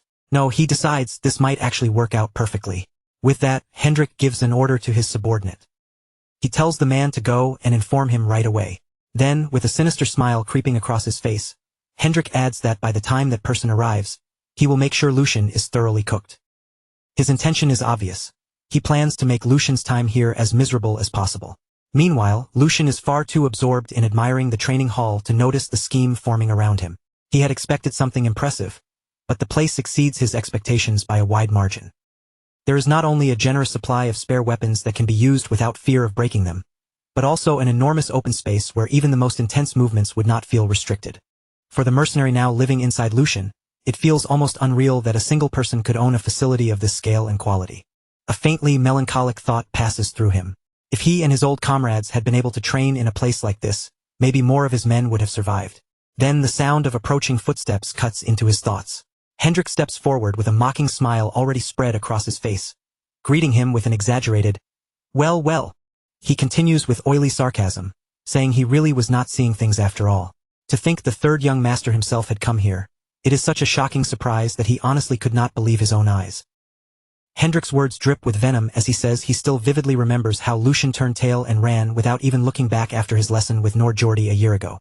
Hans shudders at those words, while Hendrik's cruel smile deepens. He mocks how Lucian fled like a frightened lamb, and then his attention shifts toward the servant. Seeing Hans trembling, he sneers at him as well. With open mockery in his voice, Hendrik asks if that is the reason Hans looks so terrified of this place too. He continues ridiculing them, criticizing Lucian for dragging a servant into the sacred hall of warriors. Embarrassed and uneasy, Hans lowers his head in a shallow bow. Hans quietly greets him, saying it has been a long time and introducing him as Hendrik with humble respect. Lucian, however, only stares at the man without flinching, his eyes beginning to glint with a dangerous edge. Hendrik asks if Lucian remembers how, 1 year ago, he personally instructed him on his stance alongside the second young master. The way he says it makes it clear he is savoring the memory. A flashback appears, showing the original Lucian trembling in fear while clutching a wooden sword, completely unable to defend himself against what was happening. The trauma from that moment is almost visible. Hendrik lifts a hand to cover his mouth, trying and failing to hide the cruel laughter building inside him. He says it was truly a pleasant moment, openly taking pleasure in another person's suffering. But instead of the fear Hendrik expects to see, Lucian's face slowly brightens with a smile. It is a dark, hungry smile that carries an ominous feeling. Lucian's eyes shine with the light of a predator, and as his grin reveals sharp teeth, he thinks about the insolent little runt standing before him. The mercenary inside him reaches only one conclusion: this is going to be fun. A knight is supposed to be the very embodiment of honor and loyalty, a warrior whose name carries dignity and duty. Most of them are born from noble blood, and from a young age, they are expected to master both martial skill and proper etiquette as part of their upbringing. Only after earning merit on the battlefield or through important missions, and only after those achievements are formally recognized, can they receive the title of knight from their lord and finally fulfill the purpose expected of them. But in Lucian's eyes, when all the decoration is stripped away, knights are ultimately no different from house dogs wearing expensive collars. That is why they are obligated to show proper courtesy to the lord who gives them wealth and honor, and to that lord's bloodline as well. Sir Hendrik, however, with his arrogant attitude, seems to understand none of that. Lucian suspects that Hendrik's low family standing may be one reason behind his crude and insolent behavior. But the real issue is not just his background. Hendrik acts this way because he has someone backing him. If Lucian could handle things however he wanted, he would tie the man to a target and throw knives at him until his rotten mindset was reforged through extreme training. He even imagines how Hendrik would tremble if an axe came flying straight toward his face, forcing him to understand fear properly. But his father, the Grand Duke, would not simply stand by if Lucian did that. No matter how unpleasant Hendrik may be, a knight is still part of the family's core military strength and a valuable asset. Punishing him without going through the proper procedure would only create pointless conflict. Lucian clenches his fist and decides that now is not the right time to act. Instead, Lucian shifts the topic and calmly addresses Sir Hendrik. He says it would be foolish to keep avoiding the training hall just because of something that happened in the past. From now on, he plans to come here often, even if it is only to learn the sword forms. Lucian continues, pointing out that, just as Hendrik said, an entire year has already passed. That means he should not waste any more time and must hurry to catch up. Sir Hendrik stares back at him in disbelief. Sword forms, you say? Third young master? Hendrik bursts into laughter, as if Lucian has just told the funniest joke in the world. He mocks him for trying to learn sword forms now when it is already far too late. Lucian calmly asks what he means by too late, and Hendrik leans forward with a smug expression, eager to educate him. He explains that if someone has already passed the age of 15, they can consider it over. Sword forms are secret techniques and legacies created by their ancestors, and simply imitating those movements can grant enlightenment while evolving the body itself. They are the essence of ancestral wisdom. However, Hendrik continues with the same condescending smile. Hendrik continues with complete confidence, explaining that sword forms only have meaning when the path of mana inside the body is still open and able to respond to those movements. According to him, that path closes once a person turns 16. So for Lucian, learning sword forms now would be completely pointless, nothing more than a useless waste of effort. Sir Hendrik finishes his explanation with a smug air of superiority, acting as though he has just delivered an undeniable truth. Without enlightenment, he says, sword forms are only an empty shell, no different from a meaningless dance. Then, wearing a mocking smile, Hendrik steps closer and lowers his voice as if sharing a cruel little suggestion. Now that he thinks about it, he says, perhaps that kind of thing would actually suit Lucian quite well. He sneers that Lucian should try becoming the #1 dancer in the Empire instead. That way, he could save himself time, avoid chasing an impossible dream, and finally discover the talent that truly matches him. And if that does not suit him either, Hendrik adds, Lucian could simply spend his days gardening. After all, every person has a role that fits them best, and in Hendrik's eyes, the sword clearly is not Lucian's place. Sir Hendrik silently enjoys his own words, looking at Lucian with a smug satisfaction, certain that he has crushed the young master's pride completely. When Lucian says nothing right away, Hendrik assumes he has been struck speechless and left unable to respond. But inside Lucian's mind, the situation is moving in a completely different direction. First of all, Lucian knows that Hendrik's claim about the mana path closing at 16 is a complete lie. Worse than that, it is such a foolish lie that anyone could expose it with even the smallest amount of proper research. But Lucian decides that it does not matter for now. If needed, he can pretend ignorance later and smooth the situation over. More importantly, his real objective has already been achieved. What he wanted was to create the image of a foolish young master crushed by his own ignorance. Someone unable to offer even a single rebuttal. A pathetic worm mocked by a servant and too terrified to move. In other words, he wants everyone to see the same weak and pitiful Lucian they remember from 1 year ago. With that act prepared in his mind, Lucian finally begins to speak. Ah, Sir Hendrik. With a calm expression, Lucian says that, for some reason, Hendrik's explanation seems a little different from what he knows. Both Hendrik and Hans are caught off guard, clearly surprised that Lucian is actually pushing back. Lucian continues, saying that the mana path closes around the age of 25, not 16. So from what he understands, there should be no real problem with learning sword forms even now. Then he looks straight at Hendrik and asks if that is not correct.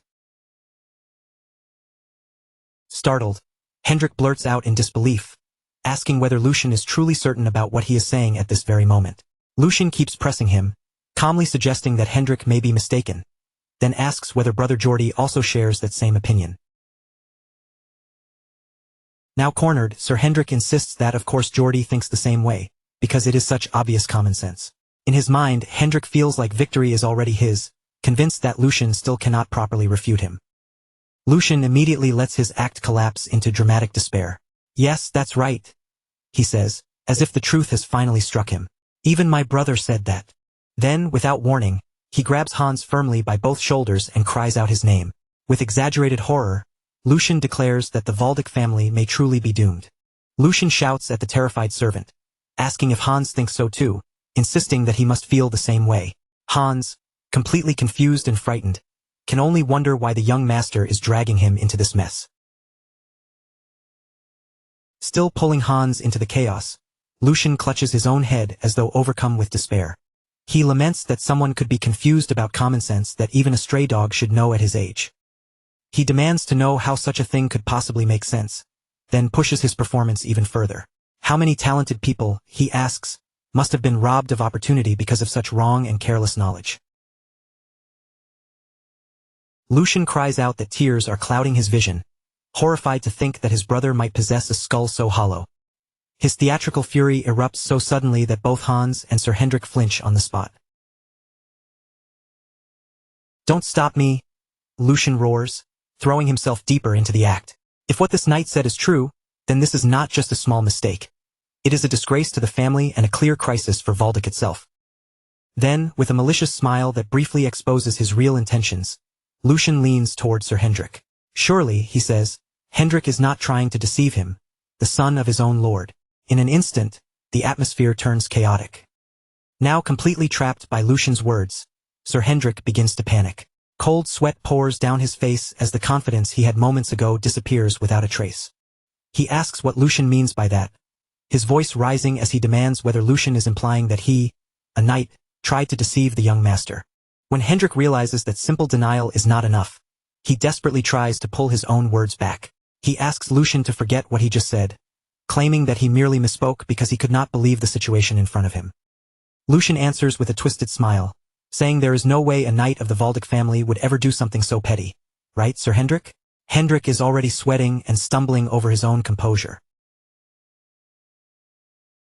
Hendrik can only nod and agree, forcing out that of course he would never do such a thing. Lucian responds calmly, as if he expected that answer all along, and says he knew it. Then Lucian's tone sharpens. In that case, he says, this is not a matter they can simply overlook.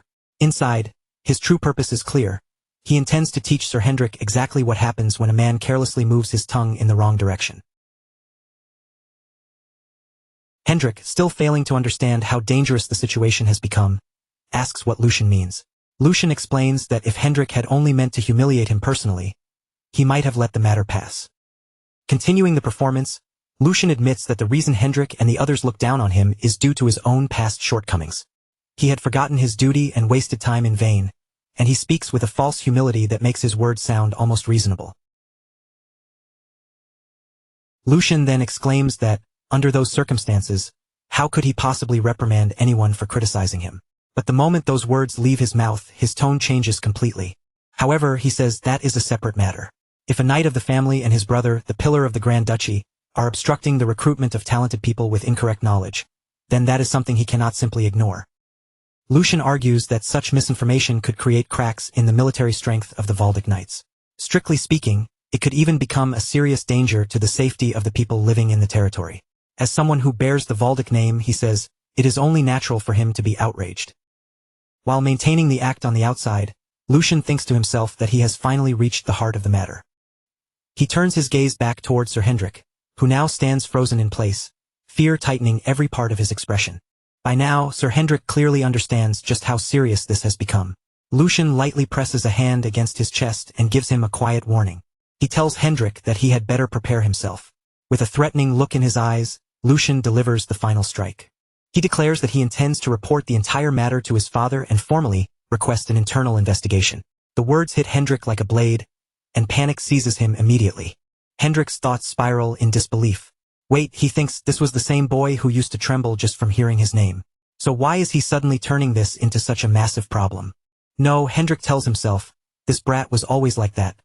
Fragile in his fear, as helpless and delicate as a newborn lamb.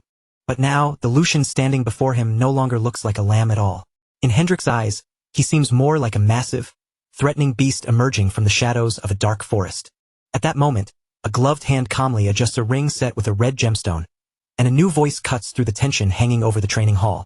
The voice asks what exactly is going on to cause such a loud commotion in this place. Sir Hendrik looks up in shock, his face twisting with both fear and sudden relief. Lucian, however, smiles inwardly the moment he realizes who has arrived. Right on time, Lucian thinks. Jordi Waldeck, the second son of the family, steps forward with an expression filled with cold disdain. Jordy's gaze settles on Lucian, and his voice turns sharp with irritation. "Is it you again, Lucian Valdic?" Sir Hendrik immediately rushes toward Jordy, desperate to explain himself. "Second young master, I'll explain." He stammers, but panic has tangled his words so badly that he can barely form a proper sentence. Hendrik fumbles through his explanation, trying to describe the situation as it stands. But before he can make any sense, Jordy cuts him off with a brusque wave of his hand and a single sharp word. "Stop!" Jordy cuts him off at once, not even allowing Hendrik to finish his excuse. With a cold, condescending smile on his face, he makes it clear that he has no need to hear any explanation. He steps closer, closing the distance until he is practically invading Sir Hendrik's personal space. Then, with his eyes fixed sharply on the knight, Jordy lowers his voice and speaks in a dangerous whisper. He says he saw Hendrik's disgraceful behavior with his own eyes. Sir Hendrik's face twists in fear as those words sink in, and Jordy continues rebuking him without a trace of mercy. To be swayed and cornered by a child who has not even lived half as long as he has, Jordy says, is utterly disappointing for someone wearing the title of knight. Jordy grips Sir Hendrik's shoulder with quiet force, his fingers pressing down like a warning. Then he speaks coldly, telling him to control his expression. Only after that does Jordy release him. He takes out a handkerchief and wipes his hand as though touching Hendrik has dirted it, then warns him not to place him in an even more troublesome position. Jordy turns away from Hendrik and strides toward the two people who have been watching everything unfold. His younger brother Lucian and Lucian's servant, Hans. Hans, terrified by the atmosphere, trembles as he hides behind Lucian's back. Hans whispers nervously that Lord Jordy seems extremely angry, but unlike his frightened servant, Lucian watches the scene with an amused smile, as if this tense confrontation is actually entertaining. To Lucian, his brother's expression is almost a spectacle in itself. The anger, the pride, the irritation. It is all quite interesting to watch. Jordy Valdic, the second son of the Valdic family, stands before them as the proper heir of an old and traditional noble house. He carries himself like a true noble among nobles, and the weight of his background becomes clear at a glance. Rumors say that Jordy began recruiting people from outside the family because his influence had been weakened by the first son's presence. Jordy himself had openly announced that he was the one who brought those people in. His goal is obvious. If he judges the recruits useful, he intends to use them as pieces to shift the balance in the family's power struggle. Lucian keeps up a flawless mask of respect and submission as he faces his older brother. With a bright, polished smile, he greets him courteously as elder brother Jordy Valdic. Jordy's expression immediately sours at that greeting. Even though Lucian's words sound polite on the surface, there is a sharp chill hidden beneath them. Lucian continues smoothly, saying it has been a long time and asking whether the second young master has been well. Jordy wastes no effort on pleasantries and immediately calls Lucian foolish, while Lucian responds with an innocent look, as though he has no idea what his brother means. Lucian asks why Jordy would suddenly say something like that. Jordy then reveals his hand, saying that he watched every word Lucian exchanged with Sir Hendrik, and he had seen it all while wearing a smile. Then he directly accuses his younger brother. Jordy asks whether Lucian truly dared to do something that would damage the dignity of the family. Lucian's eyes widen in exaggerated surprise, as though the accusation has completely caught him off guard. Damage the dignity? Lucian repeats, his face full of practiced confusion. He asks Jordy to explain it more clearly so he can understand exactly what he means. Jordy begins explaining in a condescending tone. Since Sir Hendrik has been away from the front lines for quite some time, he says, it appears the knight made a mistake in what he said. He points out that Hendrik's true mistake was using Jordy's name and causing unnecessary chaos because of it. For that, Jordy says, Hendrik cannot completely avoid responsibility. However, Jordy immediately presents himself as generous and magnanimous, declaring that he has no intention of reprimanding Hendrik too harshly. He claims he understands the knight's loyalty very well, along with how much blood Hendrik has shed for the Valdic family. That praise gives weight to Hendrik's standing, but it also becomes a weapon in Jordy's hands. He casts a contempt-filled glance toward Lucian and then delivers the real strike. Unlike you, Jordy says, continuing his verbal attack as he points toward Lucian. He reminds everyone that Lucian was someone who could not even endure sword training and chose to run away. Then Jordy asks whether someone like that truly has the right to accuse a knight from a position of superiority. With an arrogant tone, he lectures his younger brother, saying Lucian Valdic must first learn how to respect the knights. Jordy smiles proudly as he looks across the gathered knights, clearly enjoying the atmosphere he has created. Because of these men, he says, the family can continue to exist. With a broad sweep of his hand, Geordie emphasizes that the Valdic family stands because of the loyalty and sacrifice of its knights. Their existence, he claims, is what supports the family itself. One of the higher-ranking knights steps forward and apologizes in Lucian's place. He addresses everyone, asking them to forgive the disturbance today and to show generosity, since it was only the mistake of an immature child. A twisted, self-satisfied smile spreads across Geordie's face as he watches the situation turn in his favor. Inwardly, he feels completely pleased, thinking that he will take special care of his foolish younger brother. But Lucian's expression tells a very different story. A cunning smile begins to form on his face, and the mercenary mind inside him quietly breaks down everything happening in front of him. So this is how you want to play, Lucian thinks. He understands Geordie's tactic at once. Although Lucian's earlier insults were aimed only at Sir Hendrik, Geordie is twisting the situation to make it look like an attack against everyone present.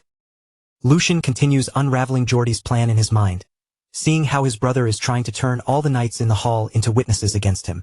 Geordie is not only subtly provoking Lucian into insulting the knights as a whole, he is also protecting his own dignity at the same time. With a smile so faint it is almost invisible, Lucian decides to play along. Fine, Lucian thinks. If that is what you want, I will gladly give it to you. He begins his performance, looking at Geordie with an expression of false admiration, as if deeply moved by his elder brother's wisdom. Geordie is briefly thrown off by the sudden shift, and for a moment he can only remain silent with one hand placed over his chest. Lucian, however, continues his dramatic speech without hesitation. Lucian says that although there was a misunderstanding between Sir Hendrik and himself, the proper thing would have been for Geordie to scold him for daring to insult his elder brother. But instead, he cries out with exaggerated emotion, clutching at his collar as if overwhelmed. Geordie chose to grant him such valuable teachings instead. As Lucian confesses to his supposed verbal crimes with great theatrical passion, Hans falls into complete panic beside him. He desperately whispers for the young master to please close his mouth, but Lucian ignores him and pushes forward with his false apology. Lucian declares that, in any case, he is deeply ashamed of himself for saying such disgraceful things. Geordie watches it all with a bright, satisfied smile, believing he has completely won this exchange. Then Lucian raises his fist and loudly announces his supposed awakening in front of everyone. Thanks to his elder brother's benevolence, he says, this foolish younger brother has learned another important lesson today. Lucian turns toward the knights and then shouts an order to Hans. He says he must record his elder brother's teachings as soon as possible, and ordinary paper will not be enough. No, teachings this precious should be written on the finest silk. Meanwhile, his true objective sharpens clearly in his mind. Lucian plans to use this moment to wipe away the weak image people still have of him. As Geordie continues smiling smugly, Lucian's thoughts move to the second part of his plan, to leave a clear and unforgettable impression in everyone's mind. His face twists with an almost manic intensity as he inwardly declares the truth he wants carved into the room. The third young master everyone remembers from the past no longer exists. The moment his act ends, Lucian's mask slips away, replaced by a chilling calm that makes the air around him feel colder. He turns as if to leave and asks the stunned Geordie for permission to take his leave. Then, as he begins walking away, Lucian adds one final provocation that makes the divide between them unmistakably clear. After all, he says, there is no benefit for either of them in staying together any longer. Geordie's composure finally cracks. Unable to calmly process Lucian's challenge, he explodes in fury, cursing under his breath before snapping that Lucian truly does not seem afraid. He demands to know whether Lucian thinks he can simply walk away as if nothing happened. A close-up of Lucian's golden eye shows no fear at all, only cold composure. In a steady voice, he reminds his brother of one crucial fact Geordie has forgotten. Lucian lays out his checkmate with calm precision. Their father is watching him closely right now, he says. As for Lucian himself, he has nothing left to lose. The warning is veiled, but its meaning is clear. Any scandal that breaks out here will hurt Geordie far more than it will hurt Lucian. Faced with Geordie's stunned silence, Lucian reads the room perfectly and turns the situation fully to his advantage. Lucian calmly turns around and begins walking away, saying he will take Geordie's silence as permission. Then, with one final dramatic farewell, he drags Hans along with him while the servant remains completely stunned. Lucian politely announces that he will take his leave now, elder brother Jordy. But in the next comedic beat, he hurriedly urges Hans to escape with him, while Hans cries out in panic for the young master to come back. Back in the training yard, the silence left behind is suffocating. Sir Hendrik cautiously approaches the furious Jordy, every step careful as though he is walking toward a blade. With his back turned to the room, Sir Jordy stood completely still. Behind him, Sir Hendrik's voice shook as he carefully asked whether it had really been wise to let Lucian walk away that easily. But Jordy did not respond at all.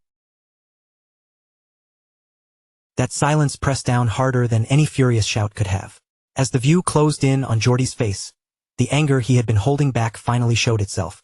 His eyes burned with a cold golden light, and his twisted expression made one thing clear: this humiliation would not be forgotten. The scene then moved to a quiet path stretching away from the mansion. With every step, Lucian and Hans put more distance between themselves and the conflict they had just escaped, leaving the tense atmosphere behind them. Lucian walked on with his usual calm expression, his posture steady and controlled. Hans, however, looked nothing like him. His shoulders were hunched, his body stiff, and his eyes kept darting from side to side as if danger might leap out at any moment. At last, Hans could no longer keep walking as if nothing had happened. He suddenly stopped, whipped his head back toward the mansion, and stood there trembling, sweat pouring down his forehead as fear swallowed him whole. Unable to hold back any longer, Hans turned toward his master with a pale face and a shaking voice. "Young master, will everything really be all right?" he asked, sounding as though he already feared the answer. Lucian stopped in place and quietly listened as Hans continued, his voice still unsteady. Hans reminded him that no one understood Lord Jordy's cruel personality better than Lucian himself. Hans's panic finally burst out of him like a dam breaking. His fear became a desperate, tearful cry, and in his own terrified imagination, he shrank into something small and helpless, almost like a frightened animal cornered with nowhere to run. "I'm definitely going to be captured by that terrifying mustache knight," Hans cried, imagining himself disappearing without anyone ever finding out. Lucian, still perfectly composed, looked at him and told him to calm down first. But as Lucian watched Hans tremble, his own expression slowly turned serious. That fear stirred up a memory from his previous life as a mercenary. He knew exactly what it meant to suffer under someone with that kind of vicious temperament. A bleak image from the past rose in his mind. The memory continued, dragging Lucian back to a miserable situation where he seemed trapped and powerless. What he remembered most was the frustration of dealing with an incompetent superior who made everything worse, only to act later as if none of it had been his responsibility. A bitter half-smile touched Lucian's face as he remembered just how awful that helplessness had felt. Then his mind returned to the present, and he looked down at Hans with steadier eyes. "That won't happen," he assured him. "So get up already." Hans stared up at him with tears still clinging to his eyes. Lucian's voice remained firm as he told him that a mere knight would never dare go that far, and even if he tried, Lucian would not allow it. Lucian bent down closer to the kneeling Hans, and for once, his voice carried a warmth that had not been there before. "You've suffered a lot because of me all this time," he said, while Hans stood there surrounded by a soft, gentle light. Lucian quietly reflected on all the foolish mistakes made by the original Lucian. When a master behaves like an idiot, it is always the people beneath him who are forced to bear the consequences. Then Lucian reached out and gently patted Hans on the head. "Especially since you're my personal attendant," he said softly. "It must have been even harder for you." Overwhelmed by those words, Hans could barely whisper, "Young master." But Lucian's expression had already sharpened with firm resolve. His gaze grew intense, and the air around him seemed to settle as he prepared to make a promise. "I'll promise you one thing," Lucian said, looking straight into the eyes of the servant who had stayed loyally by his side. "From now on, I will never again let my foolish actions cause my people to be looked down on, or leave them trembling in fear because of me." His vow seemed to carry beneath the wide-open sky, quiet but powerful, as if that single promise marked the start of a completely different era for Lucian and those who followed him. Lucian then firmly took Hans's hand in his own. With that simple gesture, he sealed the promise between them and began forging a new bond built on trust, loyalty, and protection. On a bright day filled with sunlight, Lucian and Hans moved through the palace corridors side by side, walking in silence beneath the long stretches of polished walls. Their footsteps rang faintly through the hallway, each quiet echo matching the heaviness on their faces, and the tension neither of them could fully shake off. Ever since the incident at the training wall, a strange uneasiness had settled deep inside Lucian's chest, refusing to fade no matter how calm the palace appeared. The palace had grown far too silent. It was not a peaceful silence, but the kind that felt dangerous, as though something was being hidden just beneath the surface. Lucian knew the second young master, Jordy, better than most people did. Jordy was not the kind of man who would simply swallow humiliation and walk away. He always struck back. And as Lucian tightened his grip around the folded sheet of paper in his hand, his suspicions were finally confirmed. His eyes moved across the document once more, and disgust openly darkened his face. "So this is the trick you've been preparing all this time," he muttered in a cold voice. "Do you have any idea how long I've been waiting for this?" Beside him, even Hans, who was usually timid, soft-spoken, and quick to shrink back, could no longer hold in his anger. His fists clenched so tightly that his knuckles stiffened, and he raised his voice, insisting that this could not be allowed to pass. Lucian turned toward him with a calm expression and asked whether he was ready. Hans did not pause or hesitate for even a second. He answered at once that he was. "How dare he?" Lucian said, his voice cutting through the air with an icy edge. "How dare he touch my allowance?" Hans, caught up in the same fury, shouted right along with him. And as if that insult were not enough, Hans added that even his own salary had been reduced as well. Lucian then thought back to how the entire problem had begun with the budget plan that had been delivered to him earlier that very morning. It should have been an ordinary day. He had planned to replenish his funds, purchase more moonlight grass, and gather the supplies he needed without any unnecessary trouble. That was how the day was supposed to unfold. But the instant he opened the letter, his face went still. The sheet slipped from his fingers and drifted down to the floor, and at the top of the page, the words "budget summary" were printed in plain sight. Lucian's allowance had been cut by a staggering 75%, and Hans's salary had also been reduced by 30%. "That bastard," Lucian said under his breath. Jordy, the second young master, had finally reached his hands into Lucian's allowance. He had used authority as bait, planted a hex, and turned the paperwork itself into a spy that could strike from within. Even among nobles, embezzlement was no small offense. It was a crime severe enough to be punished by execution. Before long, they arrived at a private room. Lucian pushed the door open, his thoughts already settling into order. The only reason this absurd power play had worked at all was because there had been a clear opening in his defenses. After his mother passed away, Lucian had handed the management of his budget over to someone else, leaving that important responsibility outside his own direct control. That duty had originally belonged to Dana, the former headmaid who had served him faithfully for many years. But now, that authority had slipped away from Dana and ended up in the hands of someone completely different. A woman stepped forward from inside the room and lowered her head in a polite bow. She greeted Lucian formally, saying that this was the first time she had ever met him face to face. Her name was Jenny, the newly appointed headmaid who had been assigned to take Dana's place. Jenny added that she had wanted to greet him sooner, but at the time, Lucian had shown no intention of leaving his room. As she spoke, a faint mocking smile tugged at her lips. Then she remarked that his long period of shutting himself away finally seemed to have come to an end. Hans immediately bristled at her tone, his face tightening as he stepped forward and began to protest on Lucian's behalf. But before Hans could go any further, Lucian calmly raised one hand, silently signaling for him to stop. With an even voice and a composed expression, Lucian told Jenny that she was mistaken. Then Lucian allowed a faint smile of his own to appear. He said they would keep this conversation brief, because there was a far more important matter that needed to be dealt with first. His fingers tightened around the sheet of paper, the edges crumpling slightly under his grip. Then Lucian lifted it in front of her face and asked her straight out if she was the one who had drawn up this budget plan.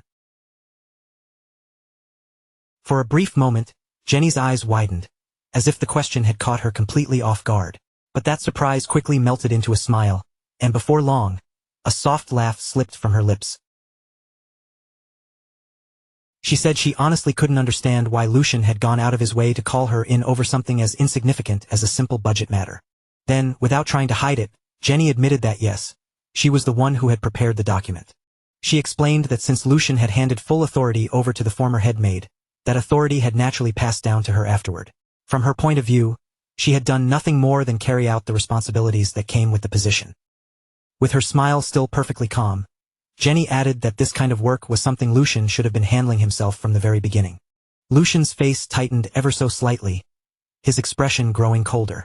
He had already guessed she would answer like this, and worse than that, she was not entirely wrong.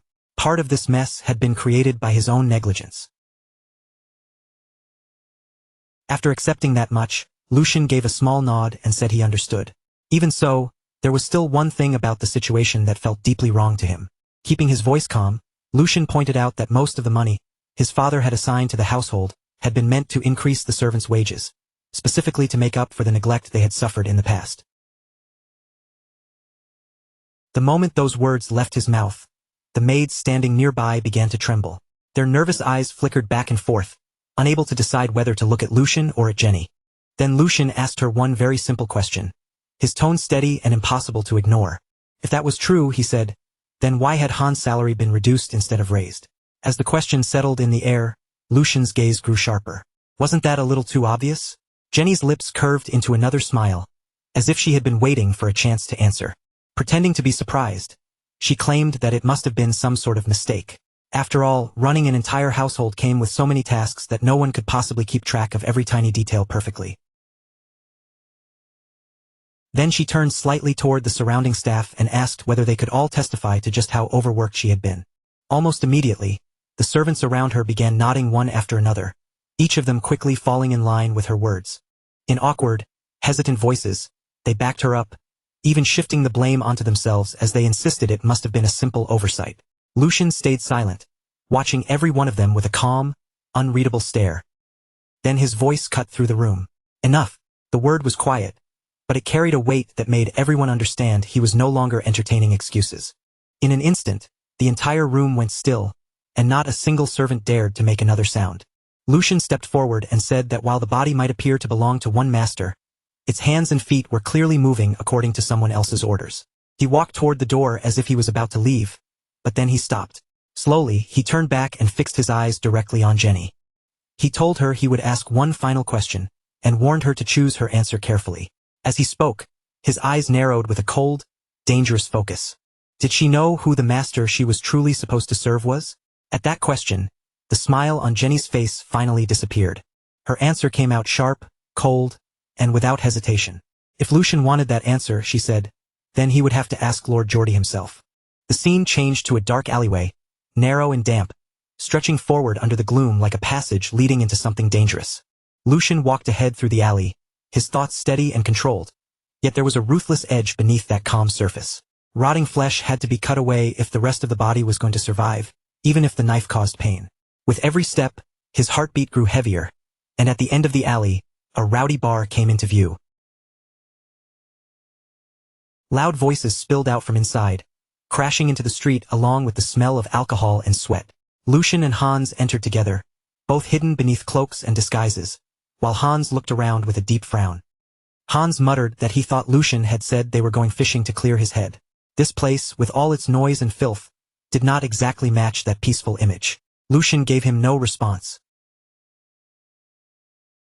Instead, Lucian's eyes locked onto the center of the bar, where fighters were beating each other brutally as the crowd roared around them. Spectators shouted their bets, screaming for blood, victory, and more violence. Hans gave a faint smile and leaned in closer, quietly saying that this place looked perfect for catching a truly big fish. Together, Lucian and Hans made their way through the noise and headed toward the counter. Behind the counter, the bartender was wiping down a glass while eyeing them with obvious suspicion. He warned them that this was not the kind of place where shady-looking figures should hang around. Lucian did not answer him with words. Instead, he simply placed a heavy sack onto the counter, and the moment it landed, the bartender froze. Then Lucian removed his disguise and calmly asked why a gambling bar was acting so selective about the kind of customers it accepted. He questioned whether the man even wanted to make money. There were several reasons Lucian had chosen not to deal with the head made recklessly right away. The first reason was that Jenny was not just some ordinary maid in the household. She was the daughter of the nanny who had raised Geordie from the time he was an infant.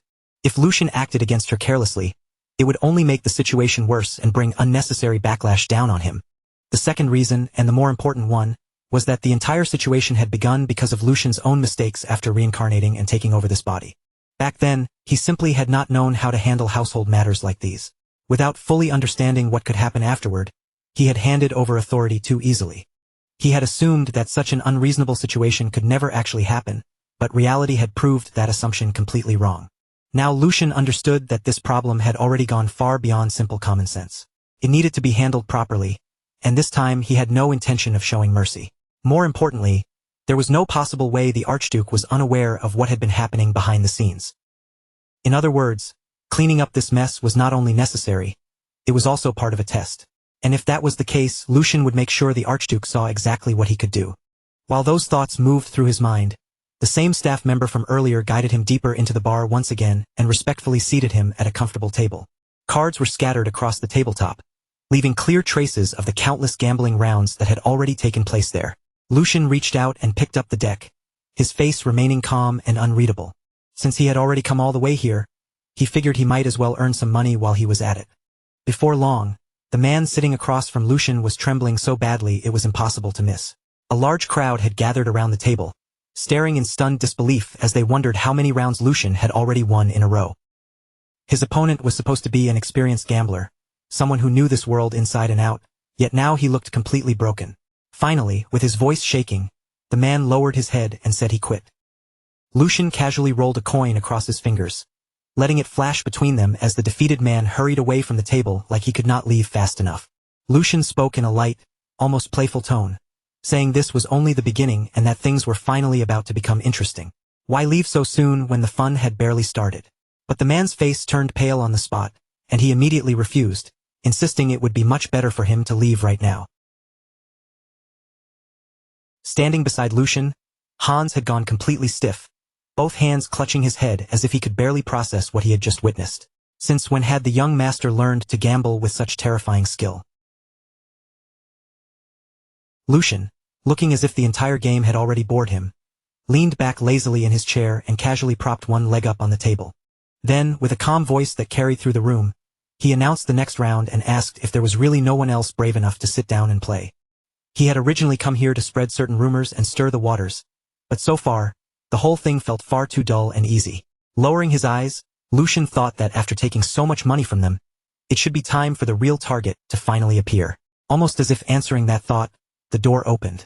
Lucian glanced sideways and saw a man stepping inside while calmly adjusting the buttons of his clothing.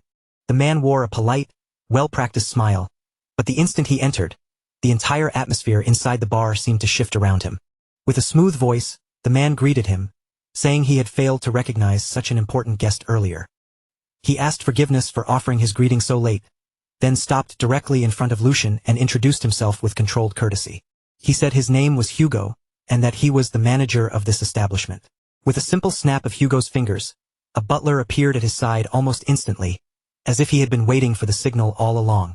The butler bowed deeply before announcing that, due to unavoidable circumstances, the bar would be closing for the rest of the day. Right away, servants moved quickly through the noisy room, repeating the announcement to every guest and politely, but firmly guiding them toward the exit. As they escorted the customers out, they promised that everyone would receive generous compensation the next time they visited. Hugo then turned back toward Lucian and spoke with respectful smoothness, saying it might inconvenience the other customers, but that was a small price to pay if Lord Lucian could enjoy his time here comfortably. Lucian gave a faint smile and said it had been a long time since he had gone out like this. He praised Hugo for having a sharp eye, then added casually that a person needed that kind of instinct to survive in this line of work. Hugo bowed once more and apologized again for greeting him late. Lucian simply waved it away, saying he had only come here for a change of pace. Hugo's eyes drifted toward the large pile of coins stacked on the table. He admitted that it was truly astonishing, saying it had been quite some time since he had seen a guest build up a pot that high. Then Hugo looked back at Lucian and spoke again in a polished, courteous tone. If Lucian would permit it, he asked to become his opponent for the next game. Lucian met Hugo's gaze without looking away, while Hugo returned his stare with that same calm smile still resting on his face. Hugo said that he would never dare claim he could stand a chance against the young master. Still, as the manager of the place, he had picked up a few tricks over the years, and at the very least he could help Lucian pass the time. At that moment, Hans stepped closer to Lucian's side and whispered in a tense, urgent voice that they should return home. They had already won more than enough. Hans added that he had a very bad feeling about this man. He had seen plenty of frightening figures during his time in the palace, but Hugo gave off a different kind of presence entirely. It was the kind of presence that felt truly unique. Lucian gave a faint nod, silently acknowledging that Hans' instincts were not wrong. Hans had not become a personal attendant for no reason, and with just one glance at Hugo's hands, Lucian already knew exactly what kind of man stood before him. A black shark. Hugo was a name Lucian remembered from his previous life, though back then, the man had been far rougher and far more dangerous. He had been a ruthless figure, a name that was destined to one day shake the entire underground world. Hugo's path had begun in the dark alleys of the city, far from noble halls and polished manners. With nothing but raw strength, sharp instincts, and ruthless cunning, he had smashed through every obstacle that blocked his way.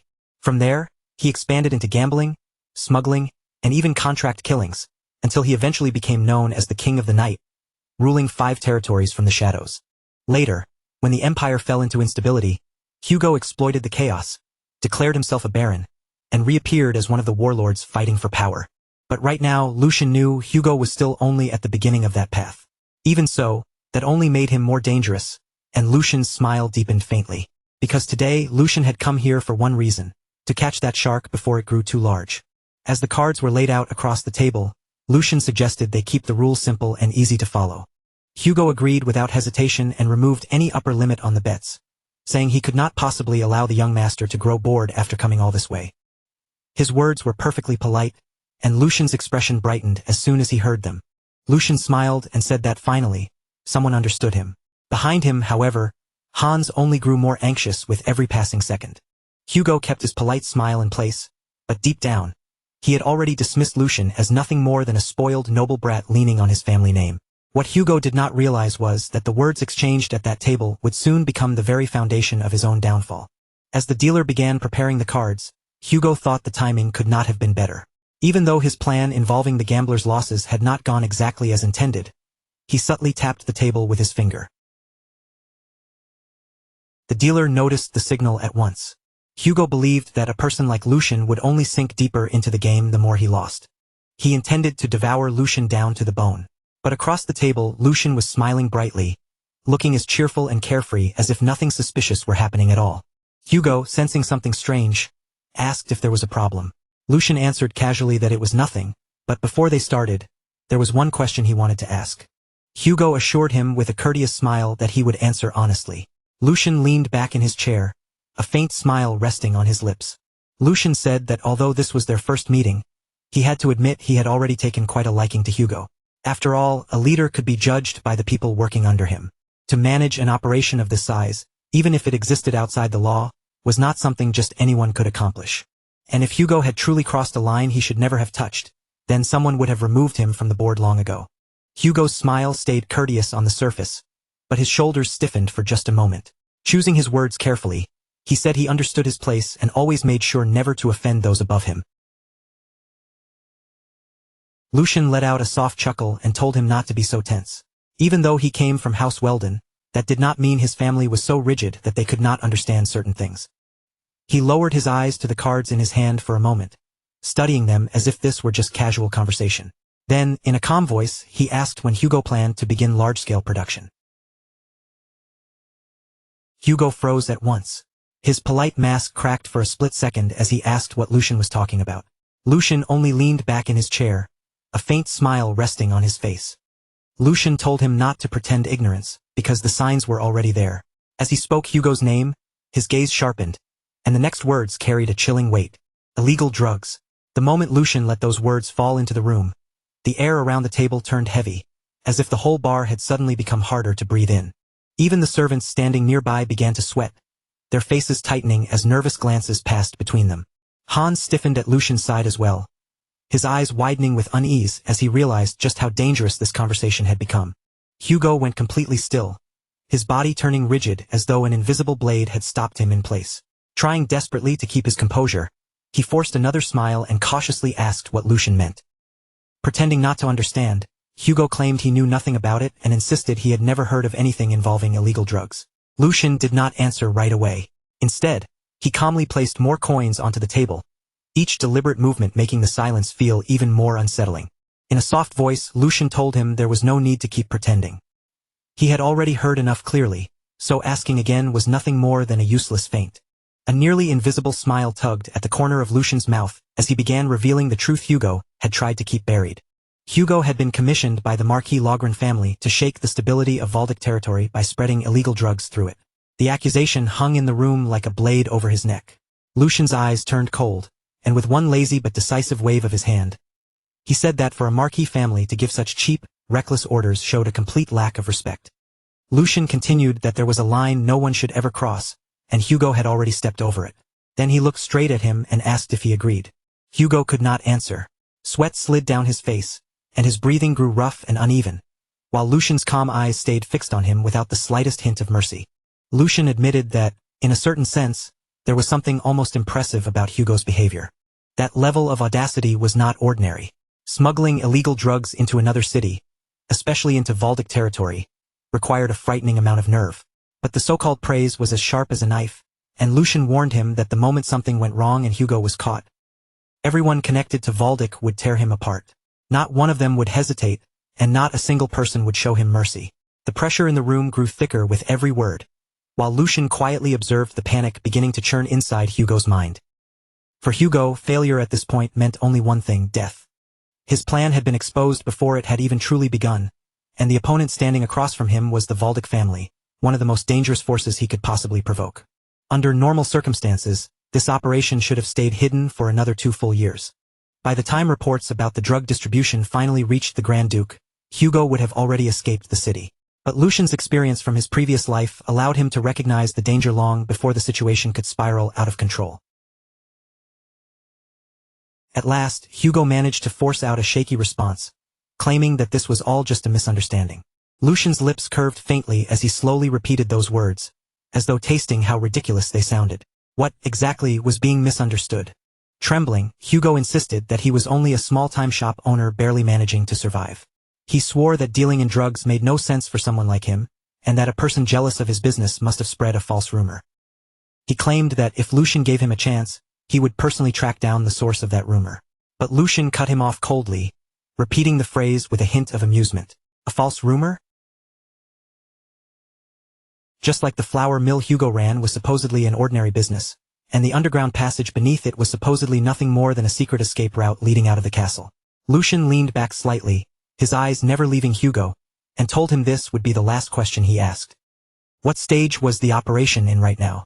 Hugo was struck completely speechless. Sweat poured down his face, and his body trembled under the crushing weight of how much Lucian already knew.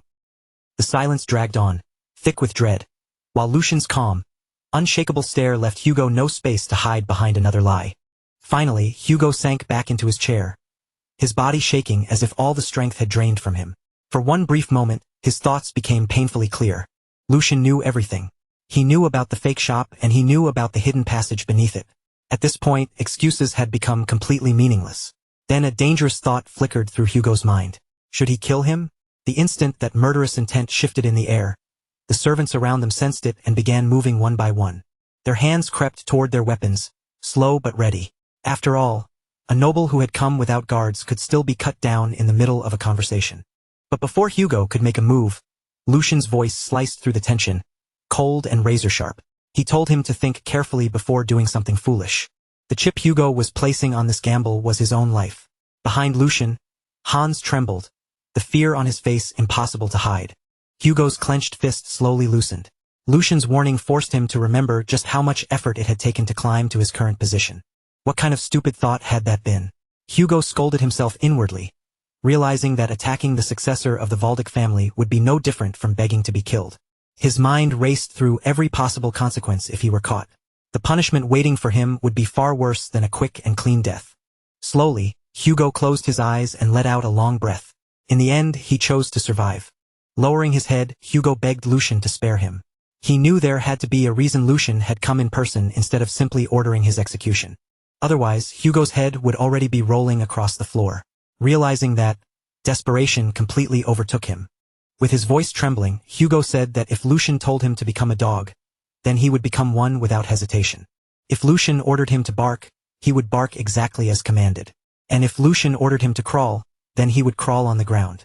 The moment Hugo finished speaking, every servant in the room dropped to their knees as well, begging for mercy. Lucian remained silent for a single heartbeat, letting their pleas hang in the air. Then he slowly rose from his seat.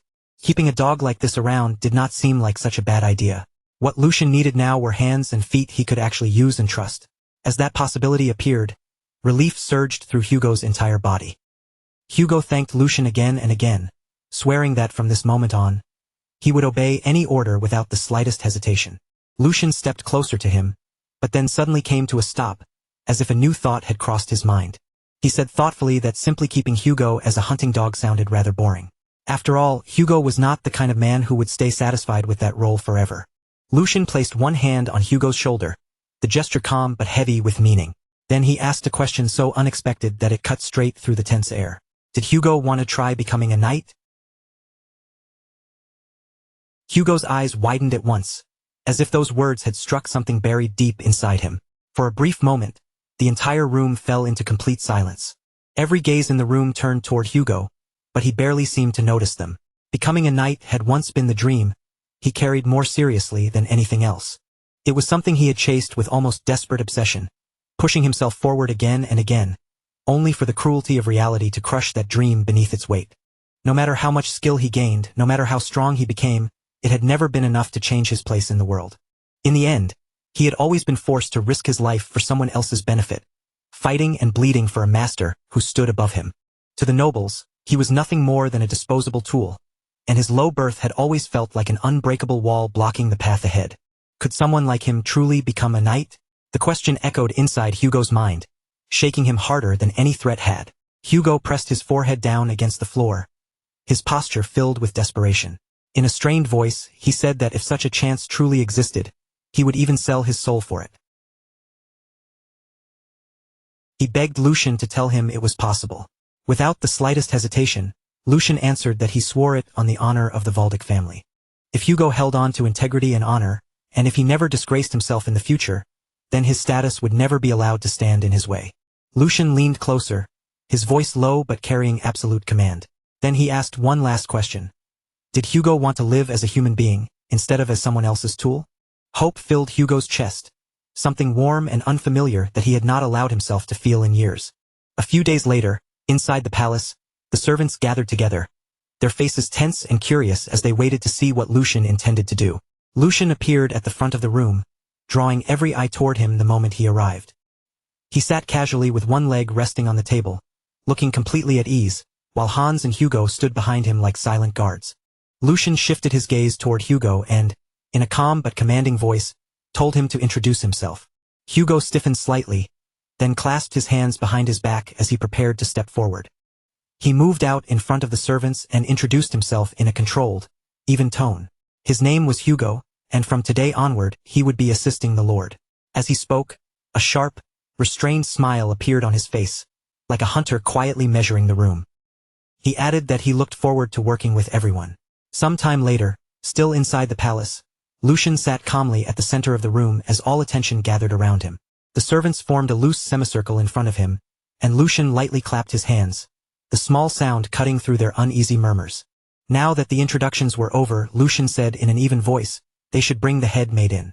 One of the servants hesitated, visibly unsure whether he should speak up or keep his mouth shut. Finally, he asked why the head maid needed to be summoned so suddenly. Lucian answered by casually swinging one finger, as if the matter were obvious. The head maid needed to come and greet him properly, Lucian said. For a moment, his mind drifted back to the previous day, when she had scolded him with no restraint at all. That kind of behavior could not be allowed to happen again. No matter how busy she was, the servants needed to report properly to him first. Lucian quietly watched the servants' faces, observing each small reaction with calm interest. As expected, the servants looked deeply uneasy. The one who had questioned him glanced around nervously and muttered for everyone not to do anything rash. Another servant quickly agreed, saying they did not want to get dragged into trouble. At that moment, Lucian understood that their fear had already gone too deep for simple words to change their minds. In their eyes, he must have looked like a weak and disposable figure, like a rotten rope no one wanted to hold on to. If that was how they saw him, then he would make them understand how wrong they were. A servant stepped forward from the middle of the room and spoke carefully, asking Lord Lucian to consider their position. Lord Geordie, he said, paid special attention to the head maid. What authority could mere servants like them possibly have in a matter like this? As soon as he finished speaking, the others immediately joined in. They nodded and murmured in agreement, pleading with Lucian to understand them and asking why he would deliberately stir up trouble. They said they only wanted to remain quiet and live as they had before. As their overlapping voices grew louder, Hans could no longer hold back his frustration. He clenched his teeth, anger flashing in his eyes, and shouted at them to get a grip on themselves. The master of this palace was Lord Lucian, Hans declared, not the second young master. Not Lord Geordie. Hugo had been watching the entire exchange quietly from the side, a faint smile resting on his lips. Then he stepped forward and calmly told Hans to leave this matter to him. Turning toward the servants, Hugo's voice became sharp and controlled. He said that harsh words were wasted on people like them, because they were not the type to listen through reason alone. Then Hugo looked back at Lucian and said he had already figured out what needed to be done. Lucian raised an eyebrow, a flicker of curiosity crossing his face as he asked if Hugo already had a plan.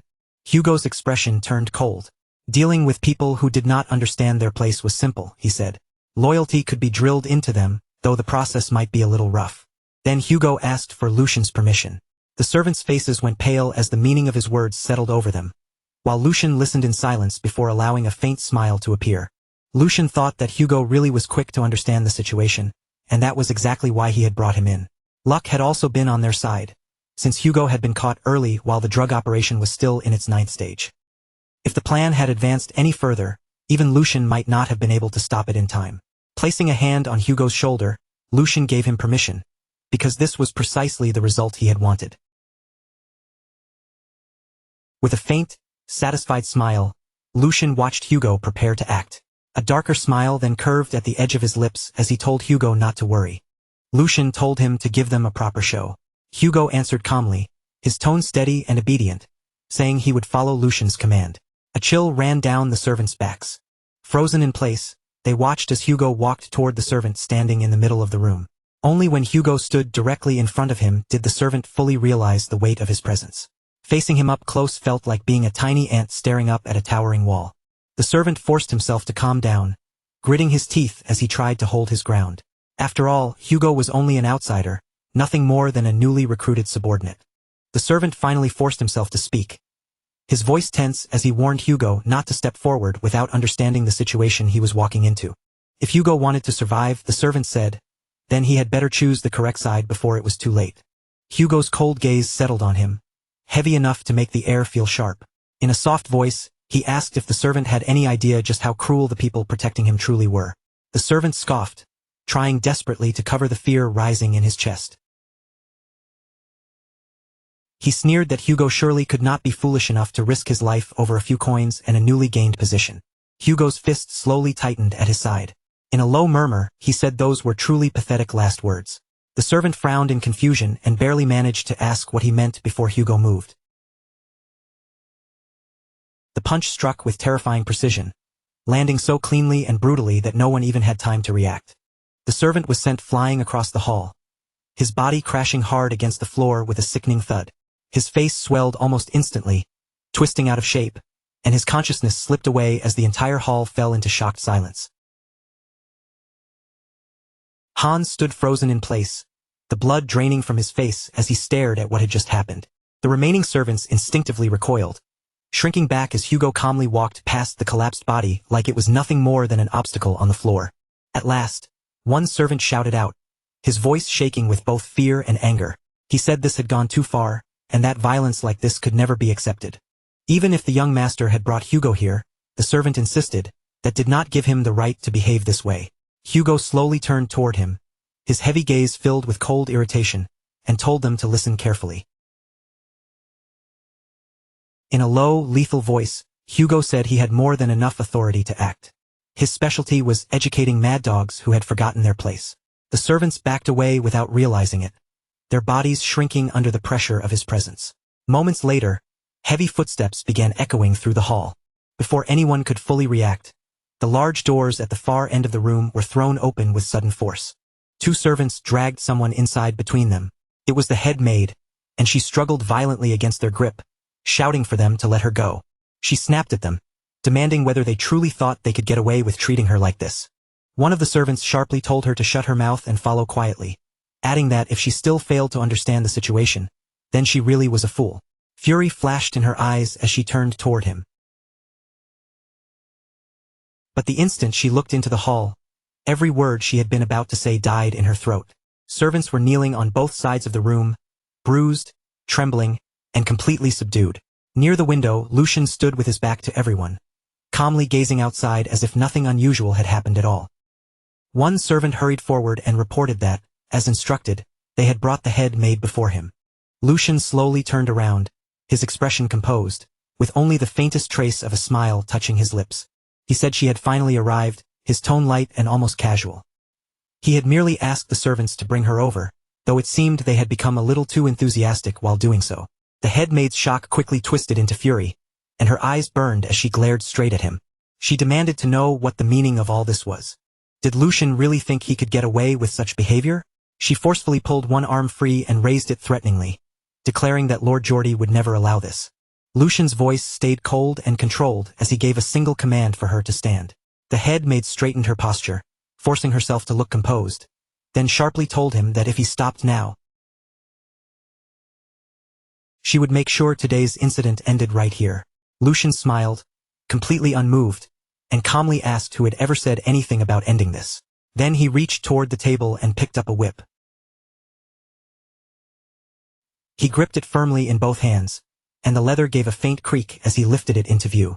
Lucian said evenly that this was only the beginning. The moment the head maid saw the whip, the confidence on her face shattered. Color drained from her cheeks, her lips began to tremble, and she hurriedly spoke in a cracking voice, saying he could say whatever he wanted. She took back everything she had said earlier, but Lucian's smile vanished completely, replaced by a cold, emotionless stare with no hesitation and no mercy. In a quiet voice he said that today she would die right here. The word hanging over that moment was execution, and it carried a weight no ordinary punishment could match. Since ancient times, execution had never been used lightly. It was a public punishment, meant to carve a warning into the hearts of everyone who witnessed it. It was efficient, brutal, and impossible to forget. More importantly, it always came with a clear reason. It had a defined target, a clear purpose, and above all, it left behind a lasting impression. For Lucian, that alone was enough. At that same moment, Lucian began walking straight toward Jenny. Instinctively, she took a step back, her body reacting before her pride could stop it. The two of them locked eyes face to face in complete silence. An unnatural calm settled between them, so heavy and cold it felt as if even breathing too loudly would disturb the room. But beneath that outward stillness, the tension on Jenny's face was impossible to hide. Her lips parted, and she forced herself to speak again. She said that with this, she could inform the Grand Duke that the weak, useless third prince no longer existed. Lucian gave her no reply. Instead, he simply lifted one hand and gestured calmly. A servant was summoned to his side, and the meaning behind the order became clear immediately. Lucian wanted Jenny to be properly taught how someone should stand before their master. Without hesitation, the guards moved in, seized her, and forced her down. Her knees struck the floor with a dull thud, and the pressure on her shoulders remained firm as they held her in place. Even then, Jenny did not panic right away. She lifted her head and spoke again. She told the young master that he should think this through carefully. He had said he would kill her, but if he harmed her even a little, did he truly believe Lord Geordie would remain quiet? Her voice was low and calm, almost indifferent, with no obvious fear in it. Then she continued slowly, choosing each word with deliberate weight. More importantly, her mother was Lord Geordie's wet nurse. And since she was that wet nurse's child, Jenny said, she was technically like his sibling. Those words settled over the room, heavy and dangerous. It was a single sentence meant to challenge everyone there and stop them from taking another step. After hearing her out, Lucian finally answered by asking if that was all she had to say. Even at the very end, he said, she still repeated the same excuse. As he spoke, the temperature in his voice dropped sharply. The coldness was unmistakable as he asked whether it was not pathetic to keep bringing up her so-called brother while she was dying. If she had anything else to say, he told her, she should say it now. Hearing that, Jenny froze completely. Her confidence shattered in an instant, her eyes widening as her expression changed. Panic flashed clearly across her face, breaking through the pride she had tried so hard to hold on to. So, as I was saying, Lord Geordie, before Jenny can force the rest of her words out, Lucian steps in closer. The space between them disappears little by little, until his silent pressure alone feels heavy enough to choke her. Then, in a low voice, he cuts her off. Do you? No. You seem to have made a very serious mistake about your situation. He continues, his tone calm, even, and merciless. I already have more than enough reasons to put you to death right here. Insulting a noble, abandoning your duties, stirring up disorder, embezzling money, and plenty more besides. As he lists each crime, his gaze grows sharper, like it is piercing straight through her defenses. But somehow, you forgot where you stand, all because you happen to be raised by the same wet nurse. Lucian leans forward just slightly, his shadow seeming to press down over her. Do you honestly believe the Geordie you keep throwing around can protect you from me? His voice drops even colder. At most, he might strike me a few times. And after that, everything would simply end there. Then, with a cruel calm that makes the entire room feel colder, Lucian adds, or perhaps, for your sake, it would be even worse. His words stop halfway, but the silence after them is more frightening than any direct threat. If father becomes involved, Geordie will not even be allowed to do that much. Lucian lets the words hang in the air for a brief instant. Then, almost as if correcting himself, he continues. Rather, father might even reward me. As he speaks, the expression on his face begins to change, only a little at first. Whatever faint trace of warmth had remained in his eyes slowly disappears. In its place comes something colder, something brutally detached. After all, I would simply be taking proper action against a troublesome person. His eyes settled directly on Jenny, pinning her in place. Geordie is only one of the heirs, nothing more. The person standing in front of me is the same. Each word from Lucian feels heavier than the last. I already gave you your chance. But you were the one who chose to walk toward this ending. By then, Jenny can no longer keep herself composed. Her hands shake violently, trembling as if all strength has left them. Fear rises from deep within her chest and swallows every last bit of pride she had left. Her breathing breaks apart, turning quick and uneven, until panic finally bursts out of her. I was wrong, young master, she cries, her voice desperate and shaking. Please forgive me. Lucian gives her no answer. There is no hesitation in him, no flicker of pity, not even a pause. He remains perfectly composed. Then, all at once, his energy surges, and in the very next instant he moves to strike. Blame your own bad luck. The blow lands hard. Blood spills out in a horrifying rush, far too much of it splattering across the floor. As Jenny's body loses its strength and goes limp, an absolute silence falls over the room. Then the scene shifts. Outside the residence, everything erupts into chaos as Prince Geordie rushes forward, sprinting toward Lucian's estate with his knights following close behind him. His breathing is rough and ragged as he shouts. This cannot be happening. His thoughts race wildly. Only a few days ago, Lucian was the one who lowered his head and backed down. He was the one who swallowed humiliation after Jenny looked down on him and pushed him around. But now, all of a sudden, he is acting like a madman, even declaring that he will kill me. Geordie clenches his teeth so hard his jaw tightens, while dread coils deeper around his heart. Something about Lucian has changed, and by the time he realizes it, he may already be too late to stop anything. As Geordie keeps running, his mind continues racing. And that is not the only strange thing. I prepared for something like this just in case. I stationed servants at the separate estate where Lucian lives. His breath grows heavier with every step. Those servants should have held Lucian back before anything could happen. But if the situation has already reached this point, then there is only one explanation. By now, Geordie has arrived at the door of the room. His body is nearly spent, sweat pouring down his face as his legs tremble from the desperate sprint. At the same moment, the truth cuts through his mind like a blade. Lucian has taken control of the servants. Before Geordie can react any further, one of the knights steps closer and speaks in a careful voice. Young master, that report must be mistaken. Perhaps you should calm yourself for a moment. Another knight quickly follows, trying to steady him. That is right. Someone like him would never actually raise a hand against anyone. A third knight joins in as well, doing his best to reassure Geordie. Besides, he is afraid of Lord Geordie. Geordie lets out a sharp breath. Right, just as I thought. It has to be a mistake. But even while he says it, anger churns violently inside him. And then, from beyond the door, a scream rips through the air, sharp and piercing.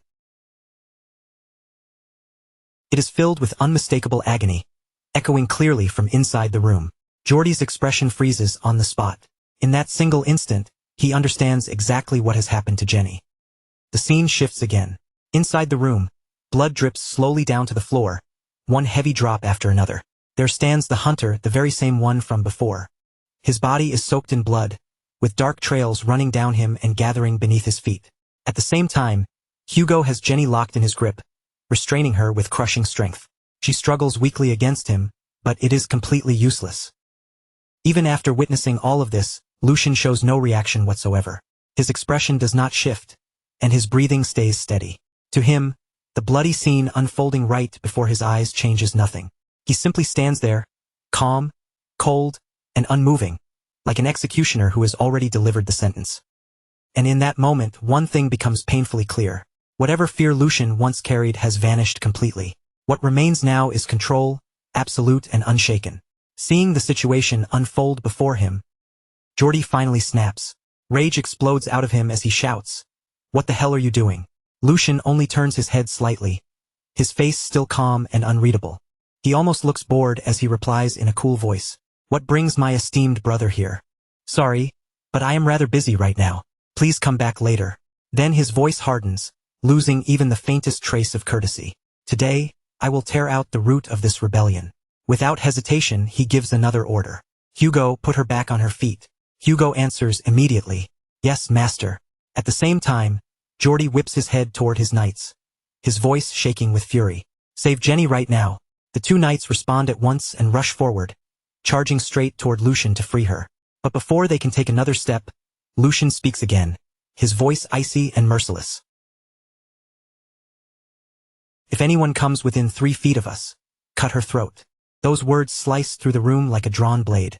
Jenny freezes instantly. Terror swallows her whole, her body going stiff as fear seems to close around her throat. Lucian continues without the slightest tremor in his voice, "I will take full responsibility." The instant those words leave his mouth, both knights stop in their tracks. They halt at the exact same place, as if an invisible wall has appeared before them. Confusion spreads across their faces.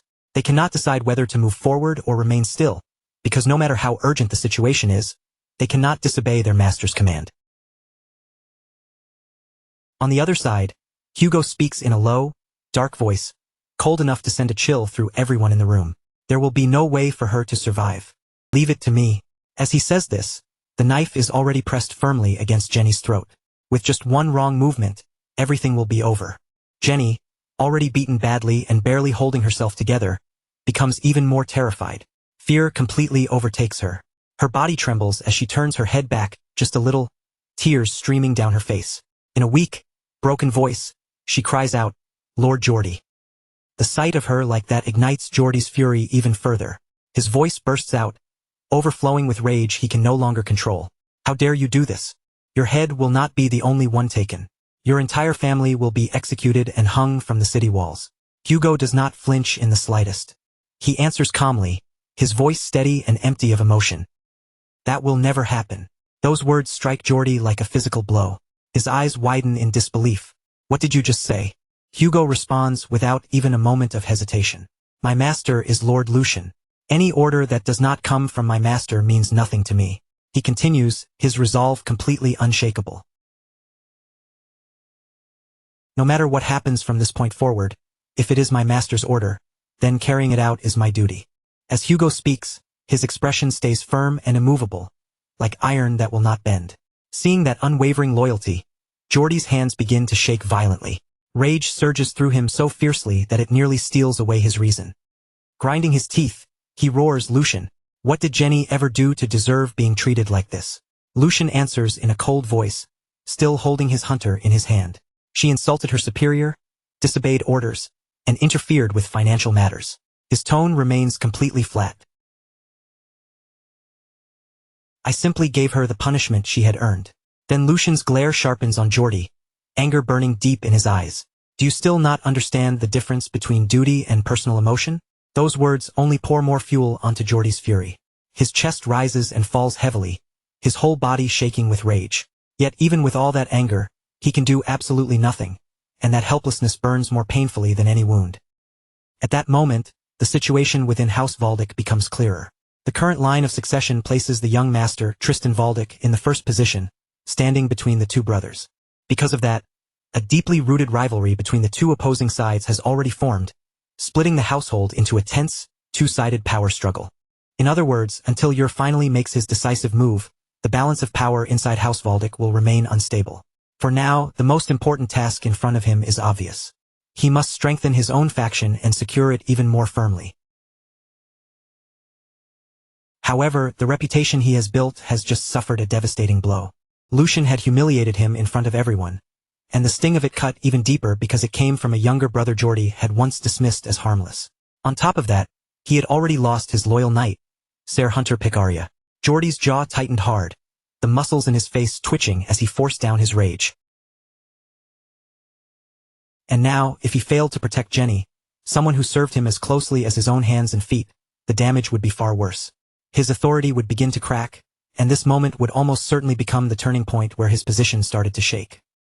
Once that happened, distrust would slowly spread among the people who had chosen to stand behind him. The thought alone made Jordy's fist curl tighter in frustration. In the end, there was no clever escape left for him. This was checkmate. He had been driven completely into a corner. With every path cut off, Jordy had no choice but to lower his pride. From a distance, he finally gave in, his voice carrying across the hall as he shouted, "You win. Let her go." The moment those words left his mouth, everyone knew he had surrendered. One of Lucian's men immediately broke into a smug smile, savoring the sight as if he had been waiting for this exact moment. Meanwhile, Jordy's followers stood frozen in place, stunned that their master had actually been forced to admit defeat. The young servant standing beside Jordy could not hide the shock on his face. His expression twisted with disbelief and despair as he watched the master he trusted bow under pressure. The reason Jordy had yielded was Jenny, his loyal maid, while Hugo stood at the center of the hostage situation. Lucian's hired kidnapper held Jenny firmly in place, keeping a dagger pressed close against her throat. Tears streamed down her frightened face as she trembled, too terrified to move even an inch. And Lucian, the one who had orchestrated this entire humiliation, simply walked away with the calm arrogance of someone who had already won. A cruel smile curved across his face as he looked back and mocked Jordy's surrender without the slightest trace of mercy. "That is not even funny?" Lucian sneered, his tone dripping with scorn. "Do you seriously think this can all be swept under the rug with one single word?" He kept pressing the accusation, dragging Jenny's supposed crime into the open. According to Lucian, she had plundered someone else's precious means of survival, and that was not something he intended to let disappear quietly. Lucian's eyes glittered with contempt as he scoffed at his brother's attempt to talk his way out of this. "What? Do you think your tongue is coated in gold just because you are a noble?" Then, with biting sarcasm, Lucian turned fully toward Jordy and put on an expression of exaggerated innocence. "What are you even talking about, brother? Winning?" Jordy ground his teeth so hard it looked as if his anger might burst through his restraint at any second, while Lucian continued his performance without shame. "I merely carried out my duty as the third young master. Besides," Lucian added coldly, "embezzlement is a crime that no one can escape, no matter what status they hold." He stamped his foot against the floor, using the sharp sound to reinforce his authority throughout the hall. "If we simply covered this up and moved on, what would everyone here think?" Lucian looked down at his defeated brother as if he were speaking out of sincere conviction, pretending every word came from righteous passion. "Since my respected brother is begging so desperately, I would personally like to end the matter here." But as those words left Lucian's mouth, a dark smile slowly spread across his face, exposing the malice he had been hiding beneath that polished tone. With a look of false regret, Lucian delivered the final blow. "Unfortunately, I simply do not have the proper justification to do that." Jordy clenched his fist until his knuckles turned pale white. His fury was barely being held back now, swelling beneath the surface like it was about to explode. Unable to endure another second of this humiliation, he finally forced himself to ask what Lucian's price was. "Stop beating around the bush," Jordy snapped, his voice rough with anger. "Speak plainly." Before revealing the outrageous amount he wanted, Lucian first made Jenny understand exactly what kind of punishment was waiting for her. He raised a whip where everyone could see it, his expression ice-cold as he said that, since ancient times, people who dared to lay their hands on another person's property were usually disciplined in ways like this. Jenny shook violently the moment she heard it, her fear clear in every trembling breath. Then Lucian demanded that Jordy return several times the amount supposedly stolen as compensation. The price was so absurd that Jordy could only grind his teeth in powerless fury, completely humiliated in front of everyone. Surrounded by the glittering scatter of gold coins, Lucian smiled triumphantly and continued to mock his brother. "So tell me, brother," Lucian asked with a faint, taunting smile, "what price did you have in mind?" The scene then shifted away from that humiliating confrontation and moved to the magnificent palace of the Grand Duke, the true center of power within the Valda family. Inside a lavish study filled with the weight of authority, the man who ruled the household waited in silence. Grand Duke Balk sat there with a stern, calculating gaze, as though he had already measured every move being made beneath his roof. As the father of both Lucian and Geordie, the Grand Duke watched the situation unfold from the shadows of power, observing everything that happened within his domain without needing to step forward himself. Later, Chief Butler Edwin appeared before the Grand Duke to give his report. After explaining how the incident had ended, he stood respectfully while the Grand Duke examined the written account with an unreadable expression. The Grand Duke lifted his gaze from the report and fixed his loyal servant with a sharp, piercing look. "Is everything written here accurate?"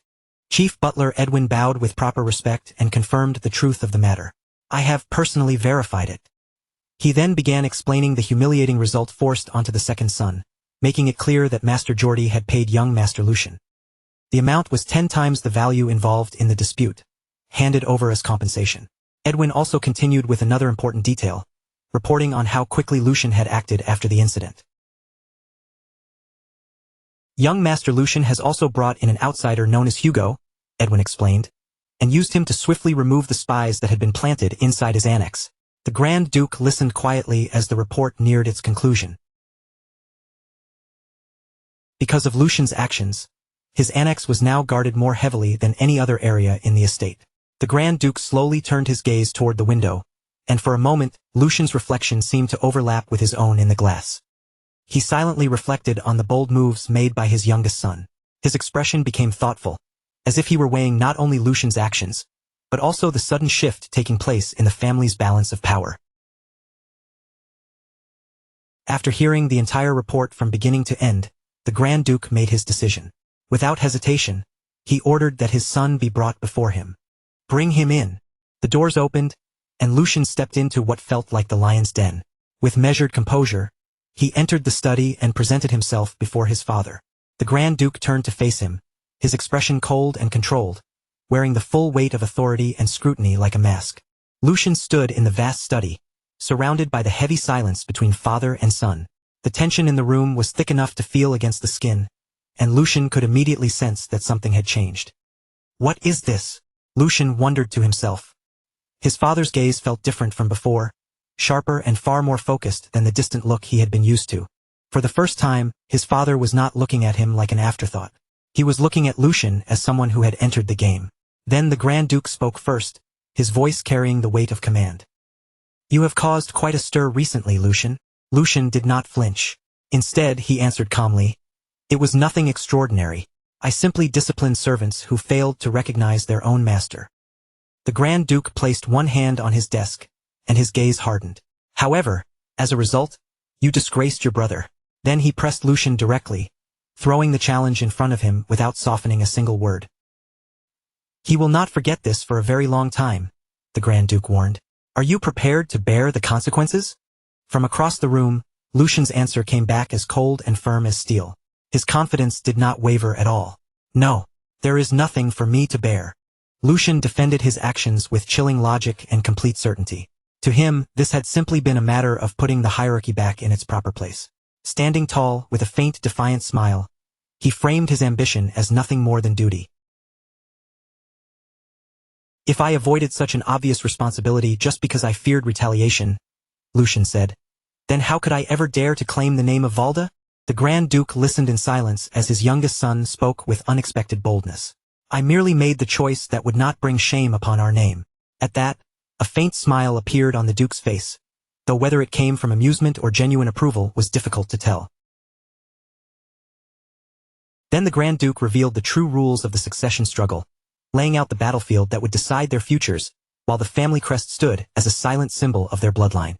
"If Geordie continues to provoke you," the Grand Duke said, "then you are free to strike back." With those words, the Grand Duke officially granted Lucian permission to fight for his own place in the family. But that freedom was not given without limits. Lucian listened closely as his father continued, sensing the condition hidden behind the approval. "However, I warn you now, if the conflict grows too large and causes damage to the family, I will side with Geordie, no matter who is right or wrong." Lucian was visibly taken aback by the unfairness of the condition, his composure cracking for a brief moment. In disbelief, Lucian blurted out before he could fully stop himself, reaching one hand forward as if trying to challenge the logic behind it. "Father, what the hell? But the Grand Duke cut him off immediately, his expression carrying something almost mocking. "Why does that surprise you so much?" Sigmund asked, his voice calm but cutting. He laid out his reasoning without emotion, turning Lucian's attention toward Geordie's long-standing role in the family. Geordie might have a reckless streak, but over the years, the results he had produced for the house were not small by any measure. Then Sigmund's words shifted sharply toward Lucian himself, dragging up the image of his past weakness and wasted days. Compared to Geordie, Lucian had spent an entire year doing nothing but idling away, and Sigmund delivered that fact with cold, merciless logic. As the head of this family, choosing the one who has actually contributed is only natural, is it not? Lucian said nothing for a moment, standing in silence as he absorbed the weight of his father's ultimatum. But after that brief silence, the corners of Lucian's lips slowly lifted. A sly, knowing smile formed on his face, as he finally caught the true meaning hidden beneath his father's words.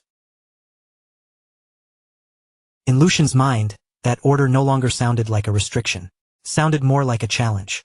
"If I am not mistaken," he thought, "you are basically telling me to crush my brother underfoot and rise above him."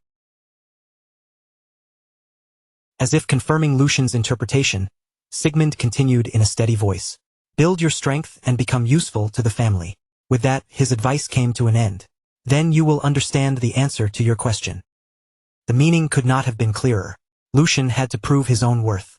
His sharp mind immediately began sorting through the situation, connecting every word his father had just said.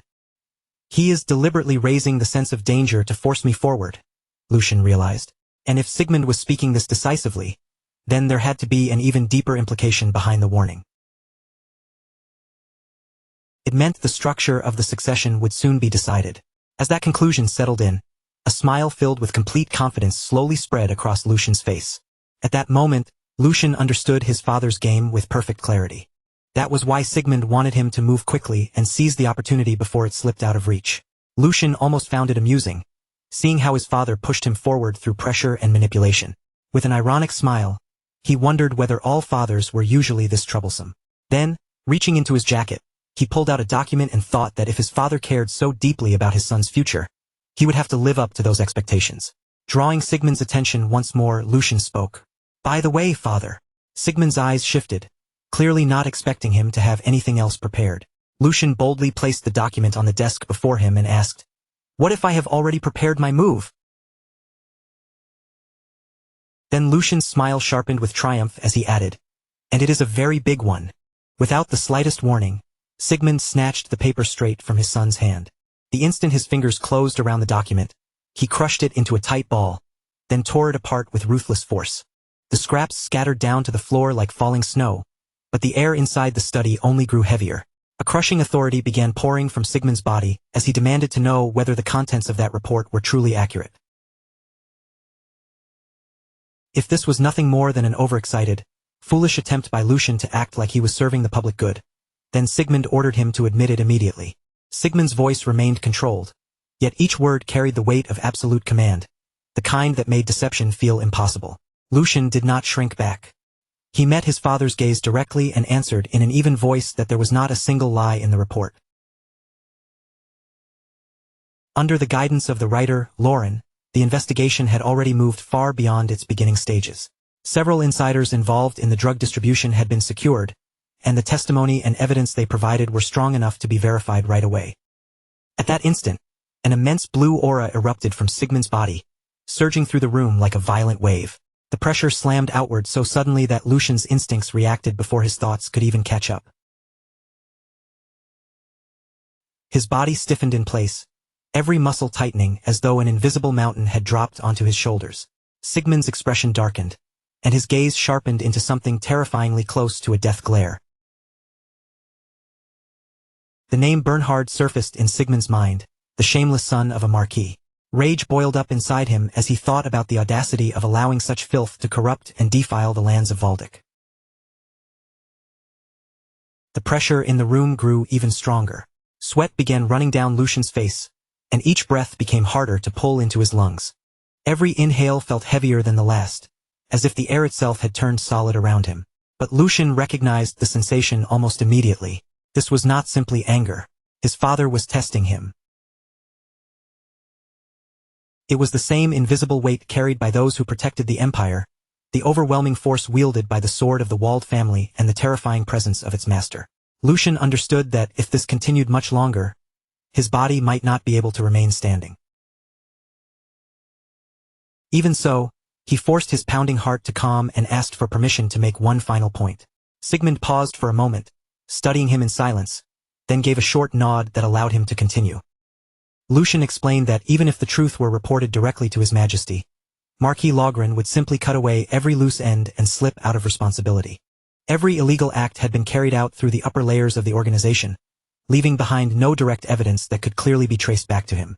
And even if the imperial authority tried to force the matter open, the emperor's concern over factional conflict would likely lead to arbitration rather than a decisive punishment. In the end, the heinous crimes committed against the Valdic family would be reduced to nothing more than a financial loss for the enemy.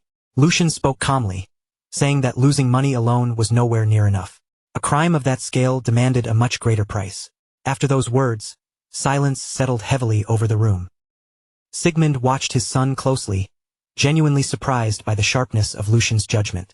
He found himself wondering when Lucian had become capable of reading power, consequences, and political movement with such clarity. After a brief pause, Sigmund told Lucian to explain exactly what he had in mind. Lucian then revealed that he had already secured a method to stop the enemy from escaping. Earlier, an insider had surrendered to him, and this was not an ordinary man either. He possessed a noble title, had earned Logren's deep trust, and had climbed all the way to an executive position within their organization. At that, Sigmund recalled the head butler's earlier report about Lucian bringing in an outsider named Hugo. The pieces began to connect in his mind, and understanding slowly dawned on him. This Hugo had to be the insider Lucian was talking about. As each piece fell into place, Sigmund realized the current situation matched the third scenario he had once considered. It was a path he had hoped would never need to be used, but now it seemed almost impossible to avoid. Lucian's strategy had already been anticipated. He intended to use the traitor as bait, turning what looked like the enemy's advantage into a reverse trap. From Logren's point of view, it would be unthinkable that the executive responsible for handling the drug operations would ever betray them. Lucian had arranged the details carefully, making sure the negotiation plan appeared to be moving forward smoothly, without even the smallest sign of danger. Sooner or later, Logren's core figures would have no choice but to step out into the open themselves. Sigmund admitted that a strategy like this could not be brushed aside. Even so, he immediately pointed out the greatest weakness in the plan. Everything depended on one single variable. The entire plan rested on a man who had crawled out from the back alleys. Human nature, Sigmund said, could never be trusted completely. A man like that would always carry uncertainty with him, and even walking one step beside such a person was already dangerous. Lucian went quiet for a moment, letting his father's warning hang in the heavy air between them. Then he answered calmly. He was not trusting the man himself. What he trusted was the man's desire, and that desire was not weak or vague. It was a burning ambition. That ambition was to become a knight, to spread his name across the empire, and to carve proof of his existence into history. Sigmund was struck by how familiar those words sounded. They were old words, almost forgotten, yet they belonged to something Sigmund himself had once believed in.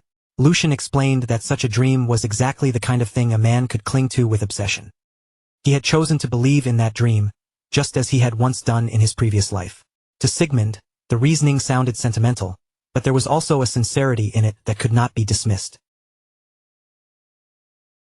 That sincerity explained why Lucian was willing to place so much on this gamble.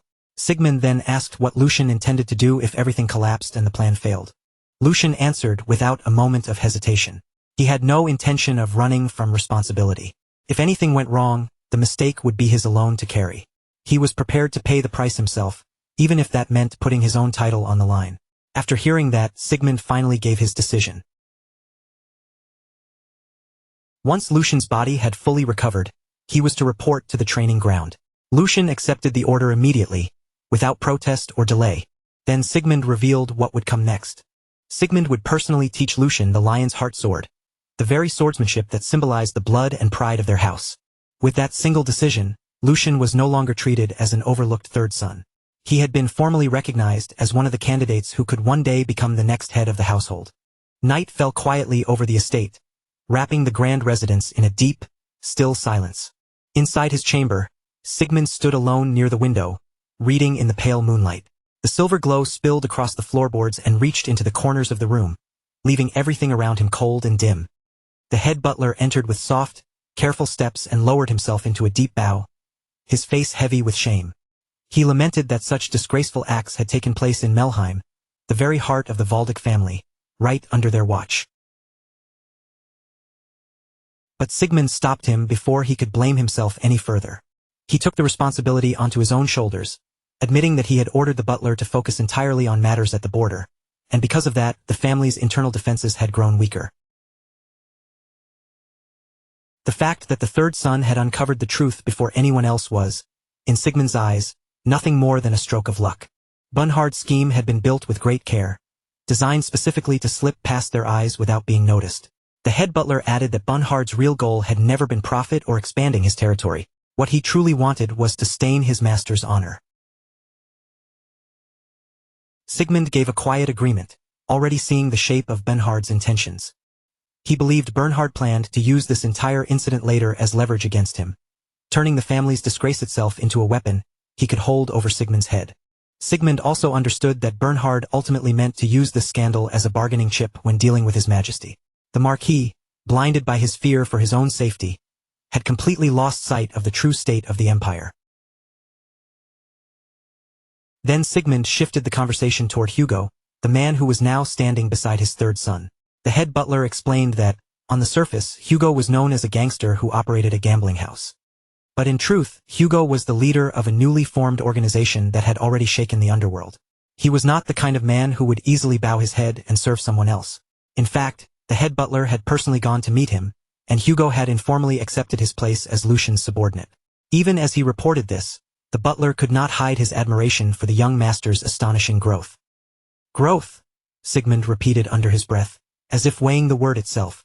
His thoughts drifted to Hugo, a man who had survived in a world ruled by cunning, violence, and cruelty. A man like Hugo would never have lived this long by trusting empty promises or pretty words. Someone so sharp and ruthless would have been crushed long ago if he lacked the ability to judge people correctly. And Hugo had seen something in Lucian. He had recognized the potential of a lord worth risking his life for. That fact alone said more about Lucian's value than any simple praise could. Sigmund then told the head butler that although the timing was earlier than he had originally planned, he intended to open the path for his third child. Lucian had already shown abilities that could no longer be ignored. The head butler immediately understood the weight behind those words. This was not casual approval.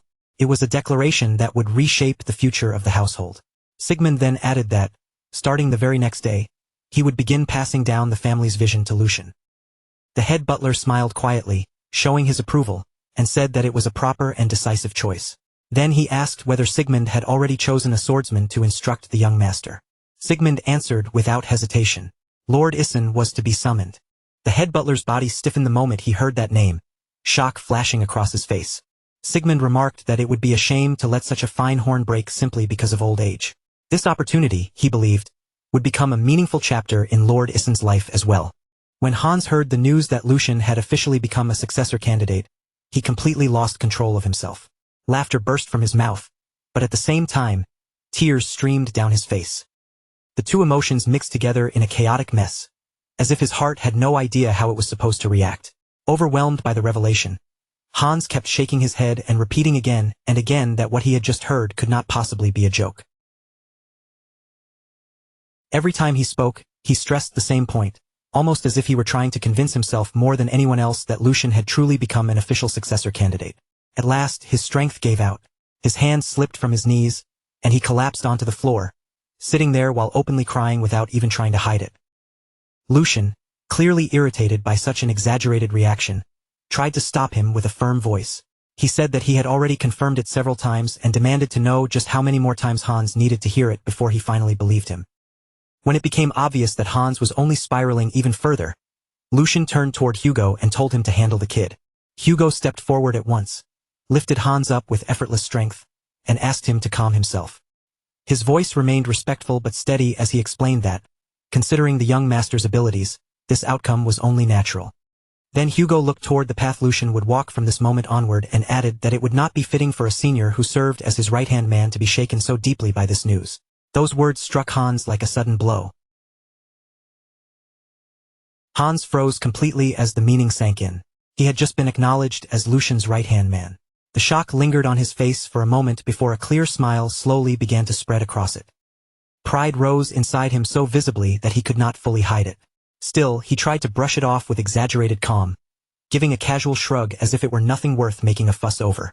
After a brief pause and a small gesture, Hans tried to downplay himself. He admitted that although he had served the young master the longest, he still lacked ability in many areas. And with someone as outstanding as Hugo beside them, he claimed there was no way he could boldly assume such a position for himself. Hearing that, Hugo smiled calmly and said Hans was as humble as ever, exactly as expected of Senior Hans. Hans returned the smile, clearly pleased despite his attempt to act modest.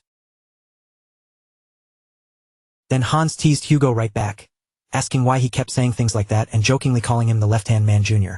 As Lucian watched their exchange, a quiet smile appeared on his face. Experienced retainers really were different, he thought.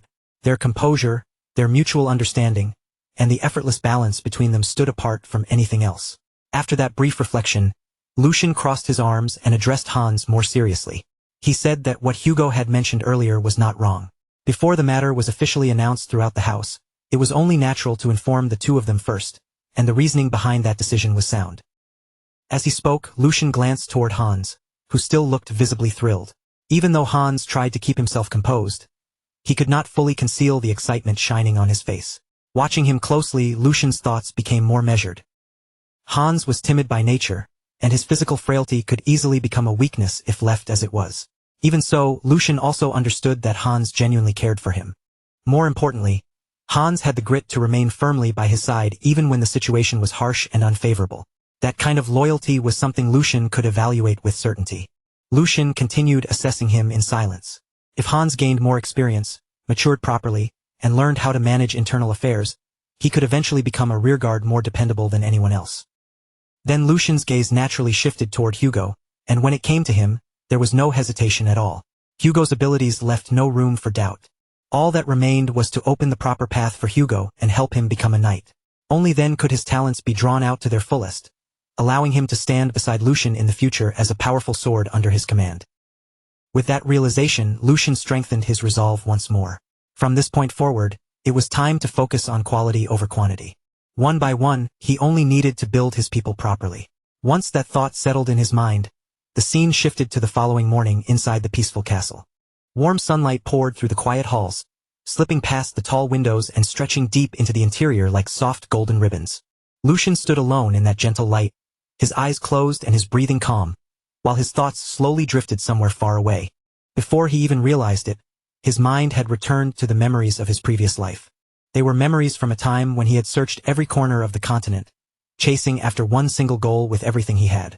That goal had been the very essence of the ancestors' martial arts, a power said to elevate the realm of the sword itself beyond ordinary limits. Those teachings were centered around sword forms, structured paths of mastery that shaped and defined the growth of a swordsman. Among those forms, there existed a realm standing one step above the rest, a higher level known as advanced sword forms. And yet, no matter how desperately Lucian struggled, no matter how many hardships he endured, and no matter how deeply he humbled himself, even living like a dog just to survive, what he finally obtained was still nowhere near what he had been seeking. He had never obtained the advanced sword forms he had dreamed of for so long. In fact, he had not even managed to reach the intermediate sword forms that were normally reserved for knight captains. What he finally managed to get his hands on was nothing more than a degraded version, a lower form meant for apprentice knights who were still standing at the very beginning of the path.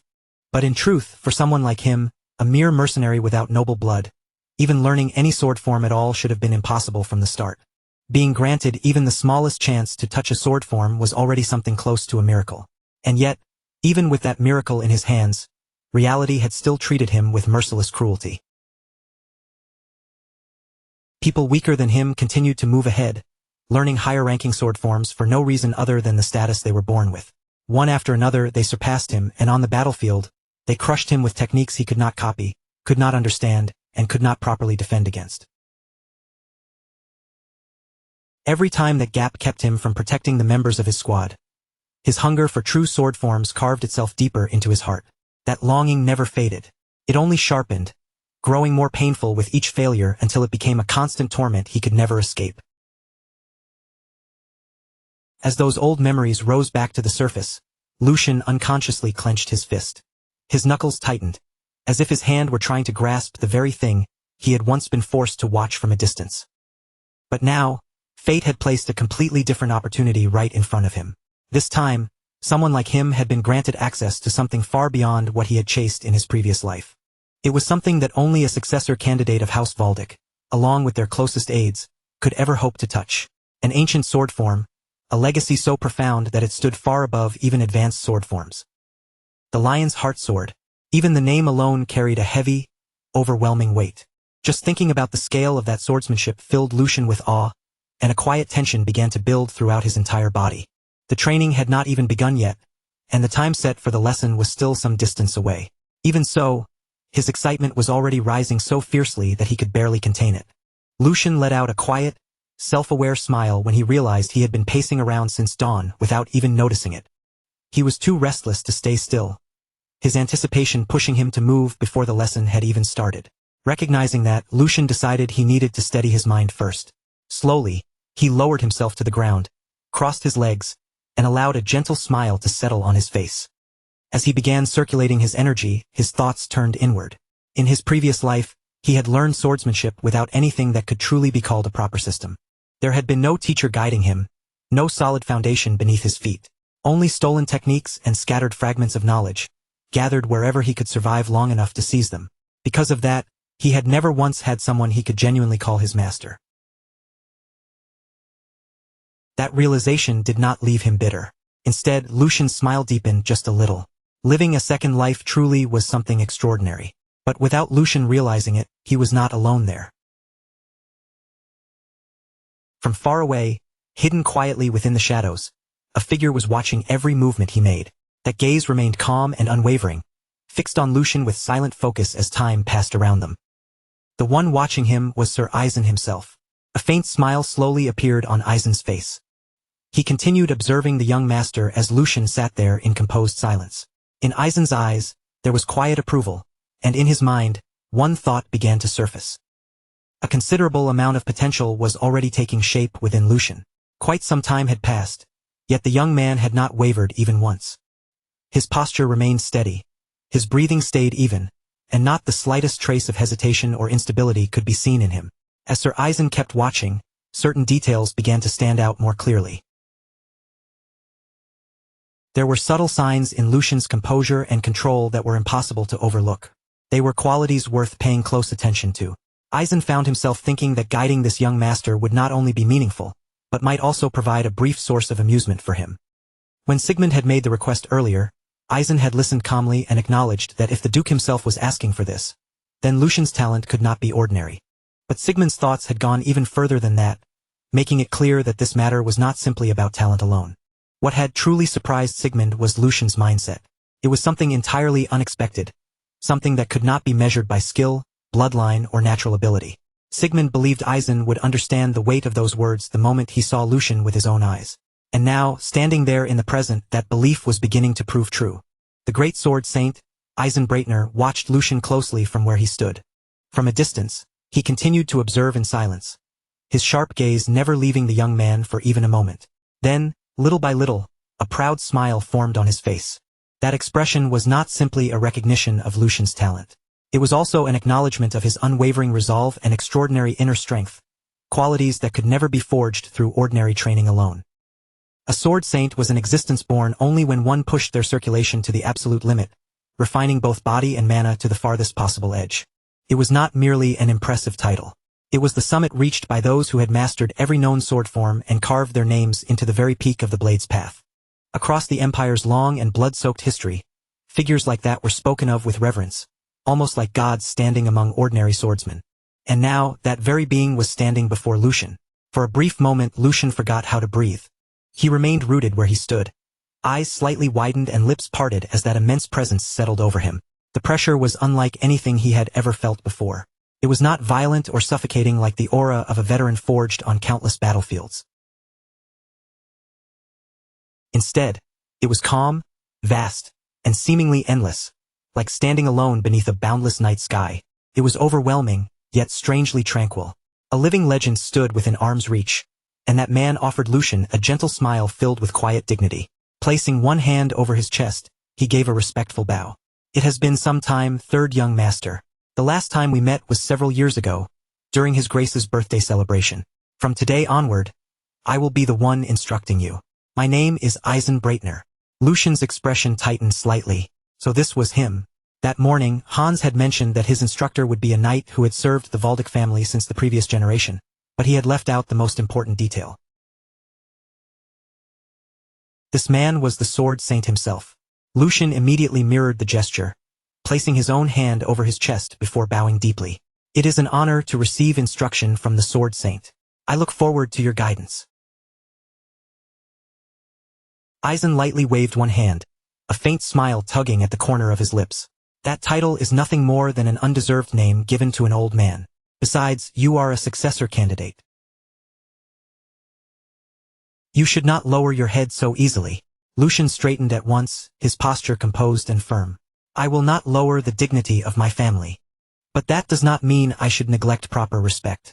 Setting aside status and position, you are someone worthy of it. For one quiet heartbeat, Eisen studied him without saying anything. Then he let out a soft laugh, the sharpness in his expression easing slightly. If you insist, then do as you feel comfortable, young master. Lucian inclined his head a little. Thank you for your understanding. The warmth in Eisen's expression soon faded, replaced by a focused sharpness that signaled the lesson was about to begin. Then let us begin the training immediately. Without hesitation, Lucian stepped forward and answered, Yes, that sounds good. Eisen then gestured toward the outdoor training grounds. Sunlight spilled across the wide perimeter of the training field as Eisen calmly asked, Young master, would you like to run around the perimeter? The moment those words left Eisen's mouth, Lucian dropped straight into a runner's stance, his body lowering with practiced readiness, every muscle coiled to move. Should I start right now? Lucian asked, already prepared to launch forward. Eisen blinked, visibly caught off guard by the immediate reaction. Third young master, please wait a moment. Lucian straightened again, a flicker of confusion crossing his face. Is something wrong? Eisen regarded him carefully, as if trying to understand the way his mind worked. Do you not have any questions about why you are running? Or what purpose this exercise is supposed to serve? Lucian offered him a small, easy smile. Of course I am curious, Lucian replied calmly. But if you ordered it, then it must be necessary. And if you did not explain it, there must be a reason you felt no explanation was needed. Lucian placed one hand over his chest, his posture straight and his voice steady with firm conviction. A student who receives instruction simply follows.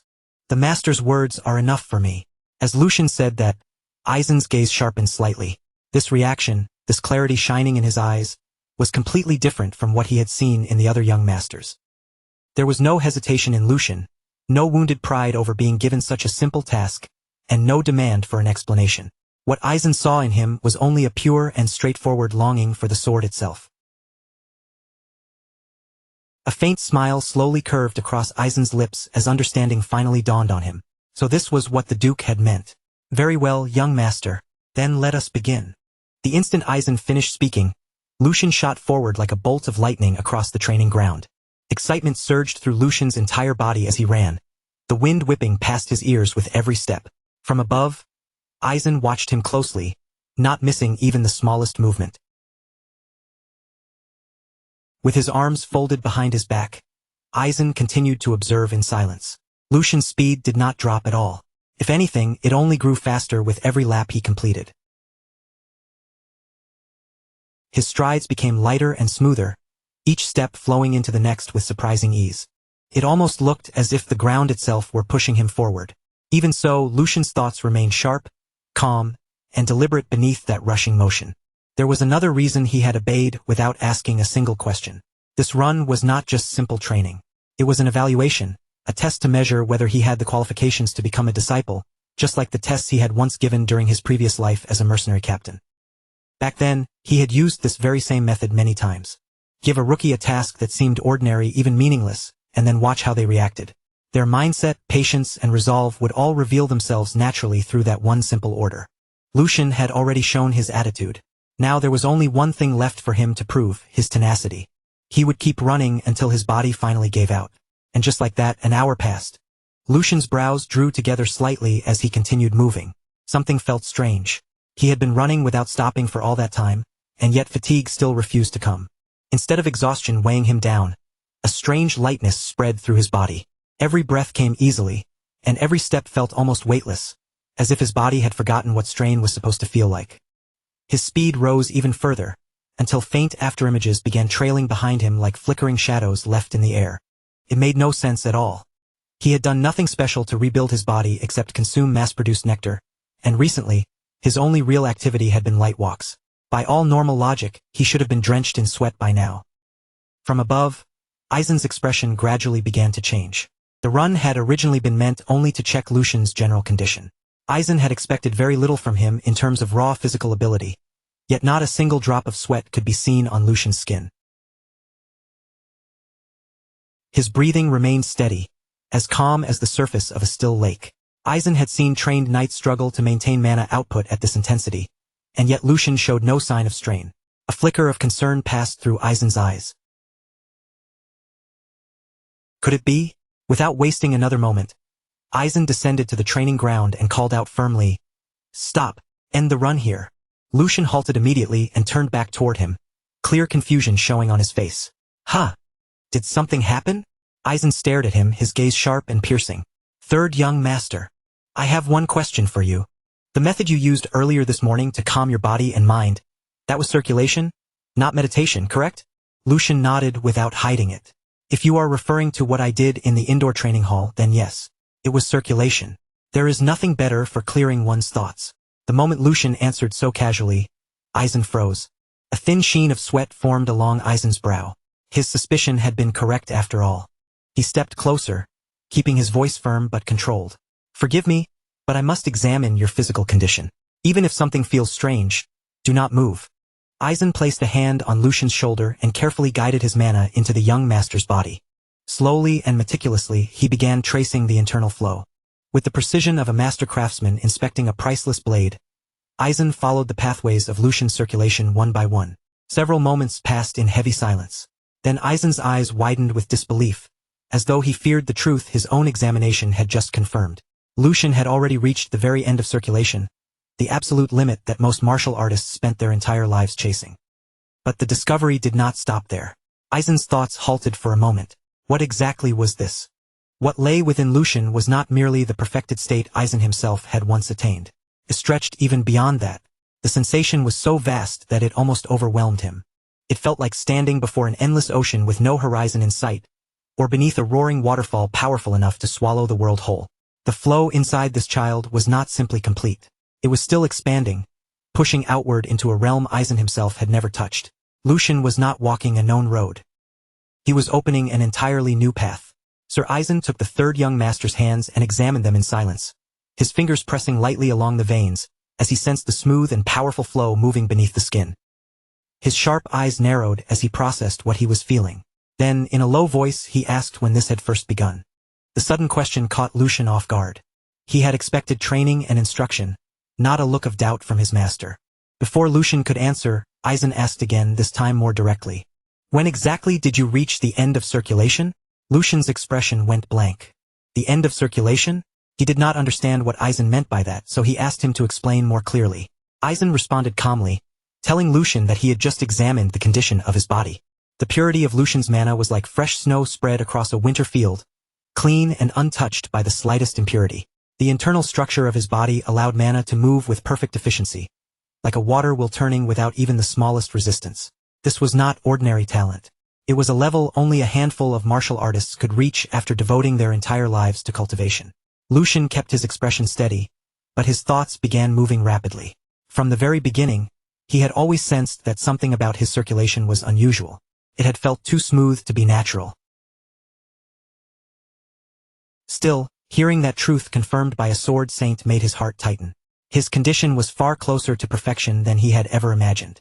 And if that was truly the case, then there was no longer any point in hiding it. Lucian had questions of his own about what was happening inside his body. Unless someone stood at the level of a sword saint, no one could properly explain his condition. Lowering his head slightly, Lucian decided to answer honestly. It had been about a month since he first began practicing circulation. From the very start, all of his mana paths had already been open. There had been no struggle, no resistance, and no barriers he needed to break through. Everything had flowed freely from the beginning. Aizen's eyes opened wider, and for a brief instant, clear shock passed across his usually composed face. Lucian went on, saying that everything he had heard about mana circulation made it sound painful and difficult. People spoke of veins burning from the inside, energy channels clogged with resistance, and pathways so damaged they felt almost broken. But for Lucian, none of those symptoms had ever appeared. From the very beginning, his mana had flowed through him smoothly, almost as if his body already knew the route and had simply been waiting for him to awaken it. A heavy silence settled between them. Aizen's thoughts moved rapidly beneath his calm expression. Even he had needed decades of discipline, pain, and relentless training before reaching such a level. And yet this young man had touched that same kind of state in only a single month. For the first time in a long while, Aizen found himself wondering if the ancient swordsman from old tales, the one said to split mountains and cut the sea itself apart, had not been exaggerations after all. Maybe talent that overwhelming truly did exist in the world. Maybe there really were people born with bodies made for the sword. After hesitating just long enough for Lucian to notice the change in his expression, Aizen finally spoke again. His voice came out low and heavy, carrying the seriousness of a man who understood exactly how bold his next words would sound. He said there was something he wished to ask, even though the question might come across as rude or disrespectful. Then Aizen asked it directly. Would Lucian be willing to abandon his position as a successor candidate of House Valdic? For a moment, the entire world seemed to stop around them. Lucian's eyes widened in stunned disbelief. He had never imagined those words would come from Aizen's mouth. Above their heads, the sky spread wide and bright, without a single shadow darkening it. A soft breeze drifted through the courtyard, carrying dry leaves as they scraped and tumbled across the stone ground. For a few seconds, everything around Lucian felt strangely far away, as though sound itself had been pushed into the distance. Aizen's request kept ringing in his ears. Give up the successor position. His confusion quickly twisted into unease, and that unease sharpened into fear. His voice grew tense as he demanded to know what Aizen meant. Aizen met Lucian's anxious stare and immediately understood the storm tearing through the young man's mind. Lucian was already imagining the worst. Was something wrong with his body? Was he unable to learn proper sword forms? Would the mana inside him one day turn against him? Lucian's thoughts began spiraling from one dreadful possibility to the next, each one darker than the last. But Aizen answered him with steady calm, saying it was the exact opposite. Lucian went still. The opposite. Aizen looked straight at him, his gaze firm and completely unwavering. Then, with absolute clarity, he told Lucian the truth. Lucian's body was an ideal vessel for the sword. It was not only capable of drawing out the full efficiency of both mana and physical strength. It held the potential to go even further, to step beyond the limits that most warriors could never even approach. If Lucian chose to devote his entire life to the sword and nothing else, then becoming the next sword saint would not be some impossible dream. For him, Aizen said that path would be within reach. Those words struck Lucian like a bolt of lightning. A sword saint. He slowly lowered his gaze to his own hands, staring at his fingers as he flexed them one by one, as if seeing his own body in a completely new light. Could he truly reach that realm? From the moment he awakened in this body, Lucian had known it was extraordinary. He had felt its balance, its natural power, and the flawless way mana moved through it. But hearing that it surpassed even his own expectations left him momentarily breathless. Until now, he had already considered himself incredibly fortunate simply to have inherited this body and the opportunity that came with it. After all, he had gained access to the ancient sword form known as the Lionheart Sword. Just that alone had been enough to change everything for him. Through the Lionheart Sword, Lucian believed he had finally found a road leading toward the height he had once longed for in his previous life. That alone had felt like a miracle beyond measure. Yet now Aizen was telling him there was an even greater peak waiting ahead. Not just mastery, not just excellence. The very pinnacle of the sword itself. But a road like that would demand everything from him. Talent, no matter how monstrous, would never be enough on its own. It required absolute focus, a life without distractions, and a heart that carried no divided loyalty. Lucian slowly raised his head and met the old swordsman's eyes. His voice was quiet, but it did not tremble as he asked if that was the real reason behind Aizen's request. Was it because he could not walk both roads at the same time? The path of House Valdic's successor and the path that led toward becoming a sword saint? Aizen nodded without the slightest hesitation. That was exactly right. To be more precise, the problem was time. Even though mana circulation still allowed him to stand straight and move with strength despite nearing 100 years of age, there was a limit he could not deny.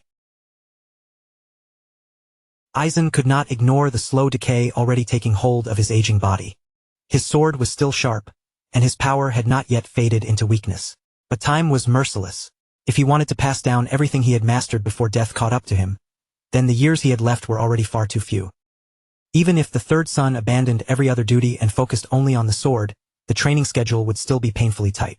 Lucian's eyes widened slightly as that truth sank in. 8 years.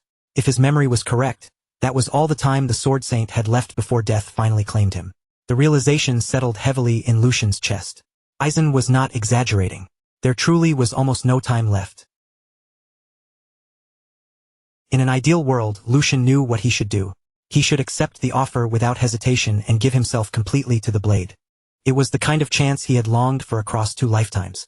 The chance to chase the summit without restraint, to stand at the highest peak of swordsmanship, and to carve his name so deeply into history that no one could erase it. But the future Lucian remembered was not something that could be survived by strength alone.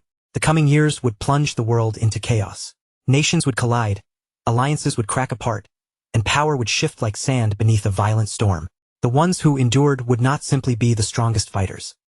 They would be the ones with legitimacy, names that could command loyalty, positions that could gather armies, and authority that gave others a reason to rally behind them. Martial strength could win a battlefield. But strength by itself could never control the entire storm. This was the dream Lucian had once held closest to his heart, to pursue the ultimate realm of the sword and live for nothing but the blade. Yet dreams were not the only things that mattered anymore. Lucian lowered his head respectfully and apologized to Aizen.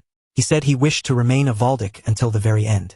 The offer was far greater than someone of his position deserved, and he was sincerely grateful for it. But even so, he could not accept. His voice stayed calm as he spoke, though something inside him tightened painfully with every word. Aizen watched him in silence for a long moment. Then the old swordsman released a quiet sigh and said that he was the one who ought to feel ashamed. Aizen murmured to himself, wondering what he had done in his youth to become so greedy in old age. Through the third son, it seemed he had been trying to leave something behind before his own time ran out. He wanted proof that his sword would not simply vanish with the passing years. Perhaps he had wanted to see the legacy he carried placed into hands worthy enough to bear it forward. Lucian did not answer right away. Aizen's quiet regret hung in the air between them, heavier than any argument could have been. Then Lucian carefully raised a question of his own. If, by some chance, there was another person with talent besides him, what would Aizen do then? Far away from that quiet courtyard, the scene shifted beneath the blazing sun to a wide field prepared for riding practice. Across the open land, a young nobleman drove his horse forward at full speed, cutting through the field with fearless momentum. The horse thundered over the ground, leaping cleanly across low wooden fences and weaving between scattered obstacles with practiced precision. Dust billowed up behind them in rolling clouds. The rider's posture remained sharp and confident, his hands steady on the reins as he controlled every movement with practiced ease. Behind him, a heavy-set butler was desperately trying to follow on foot, struggling with every step as the distance between them kept stretching. His face had turned red from the effort, and he shouted into the wind as he ran. The news about the third son had been confirmed. The rider yanked sharply on the reins, forcing the horse to come to an abrupt stop. He turned back with disbelief written clearly across his face. So those ridiculous rumors had actually been true. That fool had really been recognized as a new candidate in the succession. This young noble was Joshua Valdic, the fourth son of House Valdic. Joshua climbed down from his horse and took a towel, wiping the sweat from his face as his expression remained tight with irritation. The butler, still catching his breath, confirmed that everything matched the rumors. The Archduke had officially added the third son to the line of succession. And that was not all. Lucian was now receiving direct guidance from Sirius and had already begun formal training in swordsmanship. Joshua's expression darkened more and more as he listened. Lucian had become a serious obstacle. Even before this, gathering support had never been easy for him. With 2 older brothers already casting long shadows over him, Joshua had been forced to earn every ally carefully and persuade every neutral faction one by one. But now, those same people had another option to consider. His anger finally flared beyond control. Joshua snapped his arm out and threw the towel aside, letting his frustration show plainly across his face. Could Lucian not have just stayed tucked away in the corner of his room like he always had, quiet and harmless where no one had to think about him? Would it really have been so impossible for him to remain useless, silent, and out of Joshua's way? The butler quickly lowered his voice and urged Joshua to be careful with what he said. But that warning only poured more oil onto Joshua's anger. How was he supposed to stay calm when the fragile loyalty he had barely managed to gather could start shaking at any moment? Political support was no different from delicate glass held in trembling hands. The moment even one crack appeared, it could never be restored to its flawless original form. And the mere act of calling Lucian his brother was enough to make Joshua's blood burn with disgust. They had only been born a few months apart, a difference so small it should have meant nothing. Yet now, that tiny gap suddenly carried real weight. Joshua forced air into his lungs, trying to steady himself, because blind rage alone would not solve this problem. He lightly bit down on his nail, his mind racing as he realized he could not simply sit back and do nothing. There had to be a way to deal with this. Then, in the middle of that restless silence, an idea took shape, and his eyes grew sharp. Since Lucian had started learning swordsmanship, it would only be natural for him to need someone to spar with soon. After all, training with a blade could not continue forever without a proper opponent. Joshua turned his gaze toward the butler and gave a cold order, telling him to prepare 2 sharp swords at once. He did not mean wooden practice blades or harmless training weapons, but real live steel meant for actual combat. The butler froze on the spot, stunned by what he had just heard, while Joshua's lips slowly curved into a thin, controlled smile. All he needed was to teach his dear brother one simple lesson. The scene then shifts to Lucian standing with the sword saint. Lucian looks at him with a calm, steady expression and asks what he would do if someone with genuine talent were to appear before him. He adds that he does not mean himself. It might take some time to find that person, but this individual would be gifted enough to make up for the delay. He was speaking of someone with the kind of talent that could leave a scar on the sword saint's name, even 100 years into the future. When the sword saint hears those words, a faint smile slowly appears on his face. Then he answers in a gentle voice, carrying a tired softness beneath it, saying that his heart feels heavy, almost as if he is leaving behind a burden for someone else to carry. He tells the young master that he is already more than happy just knowing Lucian thinks so warmly of an old man like him.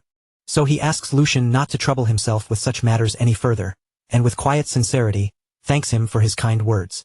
After hearing him speak, Lucian only answers softly, calling him sir, but deep inside, his thoughts continue moving far beyond that simple reply. Just as Lucian expected, the sword saint clearly believed the whole thing was nonsense.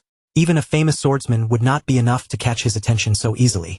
So it made sense that he would doubt Lucian's words, especially when those words came from someone who had only recently begun training, yet was already claiming that he could present him with a disciple.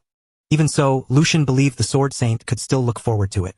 If Lucian himself was a heaven-sent vessel acknowledged by the sword saint, then surely there had to be another person chosen by the heavens as well, someone born with a true gift for the sword. In truth, even though that person would have a frail body and his swordsmanship would still be far below others for now, his talent alone would one day allow him to become the very embodiment of the blade. He would become a figure who swept across the battlefield like a storm made of steel. Sword Demon Felix. In time, he would become Lucian's most powerful follower, and the disciple who would inherit everything the sword saint passed down. After some time passes, the scene changes once again. Lucian and Eisen have arrived at the training grounds. The air around them is calm, but there is a quiet tension hanging over the open space as Eisen begins speaking in a steady, instructive tone. He says that before they begin the lesson on swordsmanship styles, they should first check how much Lucian has improved. He instructs the young master to face the wooden training dummy in front of him. Eisen tells him to perform vertical, horizontal, and diagonal strikes. And if Lucian has truly practiced mana circulation, then he should also be able to control and manipulate mana through the sword. He carefully lays out every point Lucian needs to show, making sure no important detail is left unsaid. Then, after a short pause, he adds one final instruction. He tells Lucian to show him a strike infused with mana. Hearing that, Lucian quietly turns his thoughts inward. This would be the first time he had ever held a sword using Lucian's body, so he knew he had to control his strength carefully. But since Lucian had apparently studied swordsmanship before, that thought helped steady his mind a little. With that decision made, Lucian prepares himself, his fingers tightening firmly around the sword's hilt. His stance lowers and settles into place. Then, without a trace of hesitation, he brings the blade down in a clean vertical strike, making the wooden dummy tremble slightly from the impact. Right after that, he follows through with a precise horizontal slash, then a sharp diagonal cut, each movement connecting more smoothly and naturally than the one before it. At last, Lucian draws in a quiet breath and concentrates, letting mana flow into the blade in his hands. A powerful surge of energy begins gathering around him, but it is not only the sword that reacts to the force. A fierce light seems to flare inside his eyes as well, as though the energy itself is burning behind his gaze. In the very next instant, he steps forward and releases the final attack. The mana-filled blade cuts through the air with a force far beyond an ordinary swing. The training statue standing before him cannot endure the impact. It shakes violently from the blow before finally collapsing to the ground. Brought down by the sheer power behind Lucian's strike, the fallen training dummy lies at his feet as a faint smile slowly spreads across his face. At that moment, Lucian feels as if he has performed quite well, especially considering this was his very first attempt using this body. Inside, a quiet sense of satisfaction rises in him. Since this was his first try in Lucian's body, he admits to himself that his movements were still somewhat lacking. Even so, he wonders if his form was decent enough for a beginner, and whether Sir Eisen had expected anything more than that.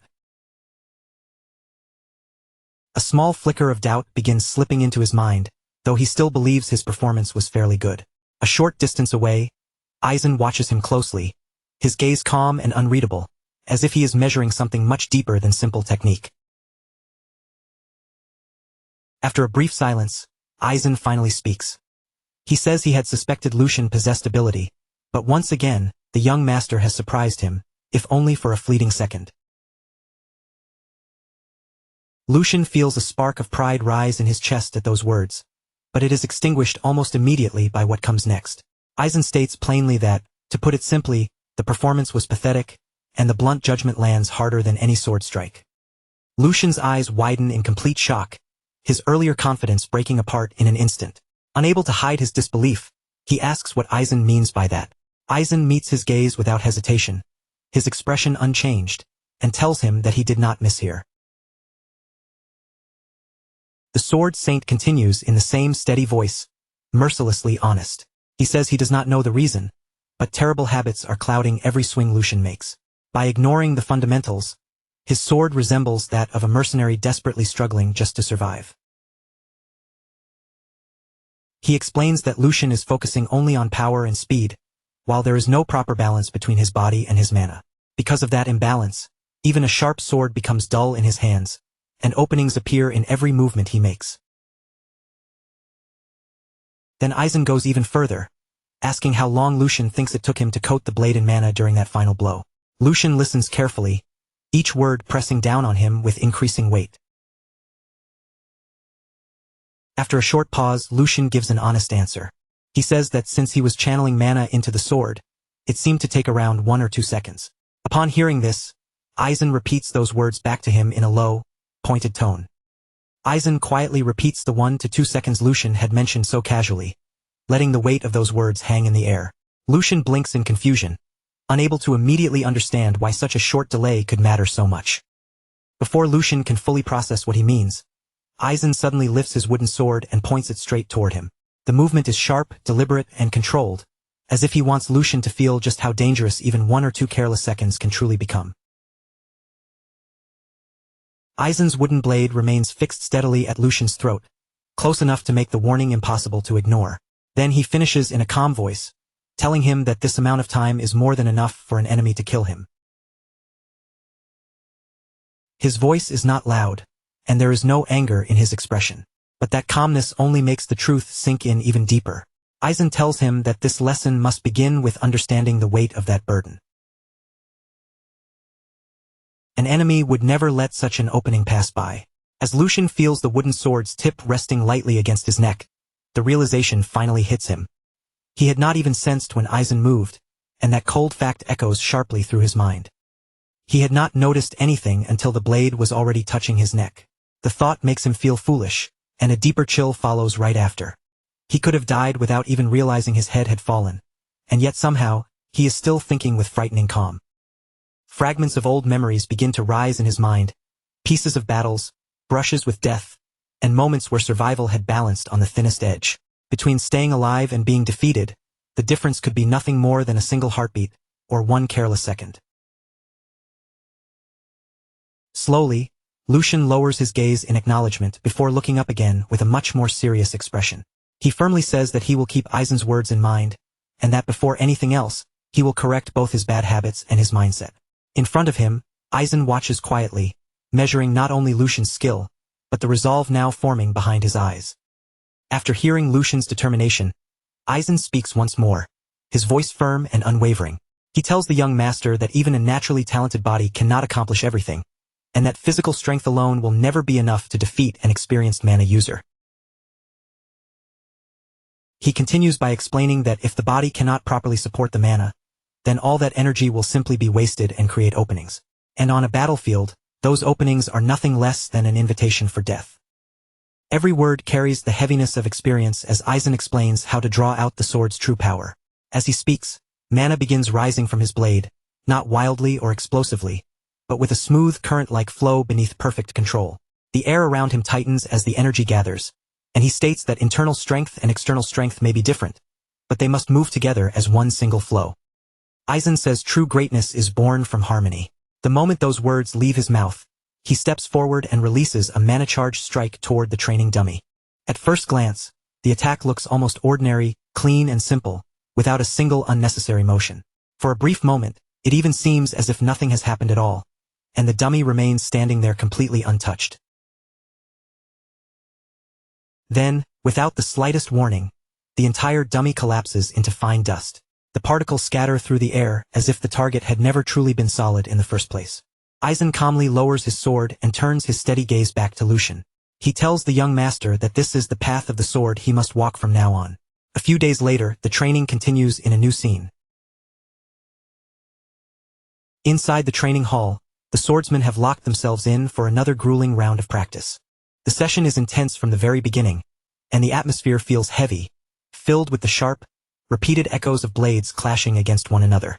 At the center of the hall, Lucian and the Sword Saint continue their practice. Aizen speaks firmly, his voice calm yet commanding, instructing the third young master that the flow of mana must never be interrupted. He explains that just as training the body allows each movement to become precise, mana control must also be refined until it can reach that same level of accuracy. Aizen's words remain steady, each one carrying the weight of long experience. In front of him, Lucian is clearly struggling, forcing his body to keep up while exchanging blows with a master far beyond him. Their swords collide again as Lucian launches another attack, only for Aizen to block it effortlessly. Without missing a beat, Aizen continues his lesson as if the exchange itself is part of the explanation. He tells Lucian that when reinforcing the entire body with mana, he must still leave enough power to circulate separately, so it can be released in the right place at the right moment. Aizen's blade moves with flawless precision, every motion controlled and every strike calculated. Lucian grits his teeth, gathers his strength, and then unleashes an incredibly powerful attack, driving all of his force forward. The force behind Lucian's blow is overwhelming, yet the Sword Saint calmly blocks it and redirects its energy straight back toward him. With that single exchange, Aizen displays complete dominance over both swordsmanship and mana control, and as the clash settles, his unwavering voice continues. He tells Lucian that only when all of these factors mesh together into proper balance will he truly understand the power of the sword. Lucian lands skillfully a short distance away, managing to keep himself from being completely thrown off. Even under that immense pressure, Lucian steadies his stance.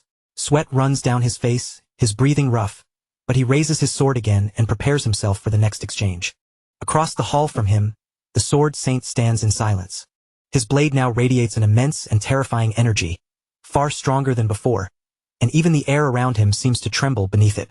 With sharp focus in his eyes, Aizen declares that Lucian must now apply what he has just learned and try to defend himself.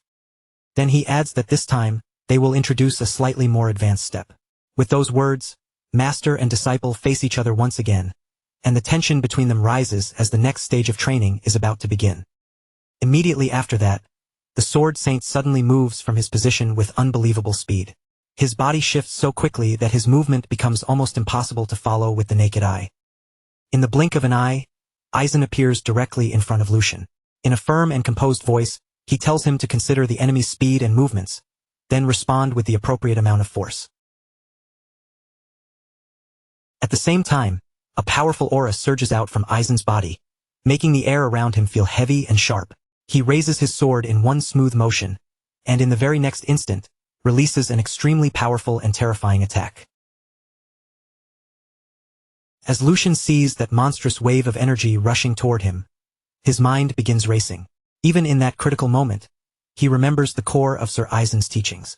He thinks to himself that the essence of Sir Aizen's instruction lies in naturalness, moving like the flow of water. And while that thought passes through his mind, the attack is already closing in dangerously fast. Even so, Lucian's thoughts continue moving at high speed. Through that flow, he can overcome the gap, reduce the loss of power, and draw out the greatest possible force.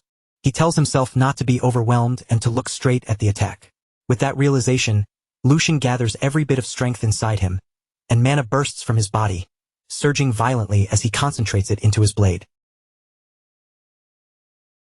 Lucian steps forward and launches his own attack straight ahead. Their swords collide head-on, and the instant the blades meet, an explosive shockwave erupts from the impact.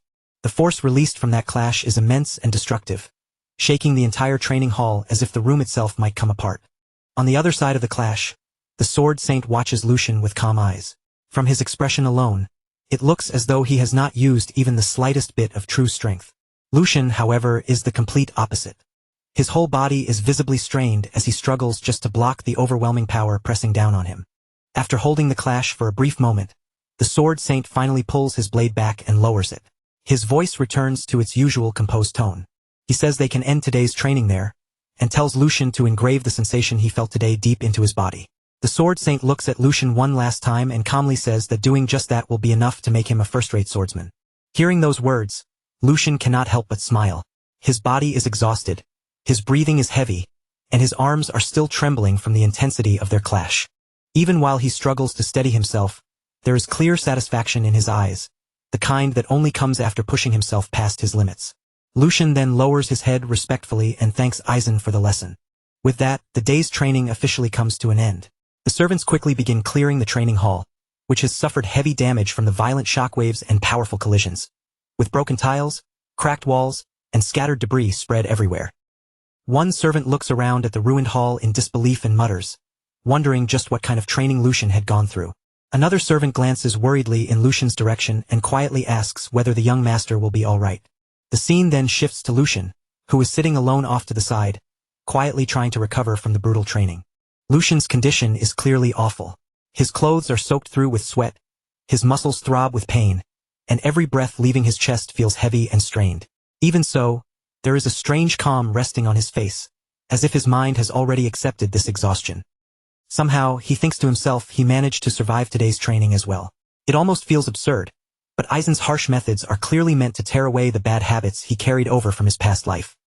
And if this is what it takes to correct those flaws, then there is nothing he can do except endure it and keep moving forward. Lucian closes his eyes for a brief moment, quietly going back over everything he just experienced. Because of that brutal training, he can feel himself grasping the sensation much faster than before. The more he watches Aizen, the more deeply impressed he becomes. Aizen keeps creating dangerous situations perfectly matched to Lucian's current level, then gives him precise instructions that pull the correct reaction out of him at the exact moment it is needed. That is something far easier to say than to actually do. Unless Aizen could see through Lucian's body, its condition, its limits, and even its weaknesses, such training would be impossible. Lucian slightly clenches his fist, still feeling the lingering trace of mana circulating through his body. He may only be entrusting himself to Aizen's guidance for now, but he can clearly feel his own growth through every aching muscle and every breath. Until now, Lucian had believed that the secret forms and refined techniques of excellent swordsmanship were the only true path toward reaching a higher realm. But today's training has made him realize something much deeper. Real strength is not only about mastering techniques, but about rebuilding the foundation itself, breaking apart old flaws and reshaping everything from the core. He had never thought this deeply about balance, reserve power, and flow before. As Lucian lowers his gaze, a quiet thought begins to echo through his mind. What truly mattered had been inside him all along, and if only he had understood these teachings back in his past life, things might have been different. For a brief instant, faint images from his previous life flash before his eyes, blurred battlefields rising out of memory like shadows. Unfinished duels, chances he failed to seize, and the crushing regret of never reaching the height he once desperately chased all passed through his mind. Those memories feel distant, yet painfully clear at the same time. Then, little by little, Lucian's awareness returns to the present. He exhales slowly and continues thinking. If he had learned this sooner, perhaps he could have at least exchanged a few proper blows back then. Ending things like this today feels a little shameful to him. As that thought lingers, he wonders whether there might be a perfect opponent for him somewhere. Then a certain person comes to mind. But before Lucian can fully settle on that thought, the sound of footsteps echoes through the training hall. The fourth young master has arrived. Joshua walks forward with confident steps, then offers a slight bow as if every movement has been carefully polished. He greets Aizen respectfully, asking whether he has been well, and introduces himself as his disciple, Joshua. Aizen answers in his usual composed tone, welcoming the fourth young master before asking what has brought him here so unexpectedly. He adds that he is currently training the third young master, so if Joshua has something to say to this old man, he should come back later. Joshua simply gives a faint smile and shakes his head. He says there is no need for that. Aizen's eyes narrow slightly as he asks if the reason Joshua came here is exactly what he suspects. Joshua calmly replies that Aizen is correct. Since his brother has finally opened his closed doors and committed himself to training, he believes this is an important moment. As the younger brother who began learning first, Joshua says he wants to help with Lucian's training. Then his gaze shifts toward Lucian, a subtle spark of competition gleaming in his eyes as he asks what he thinks.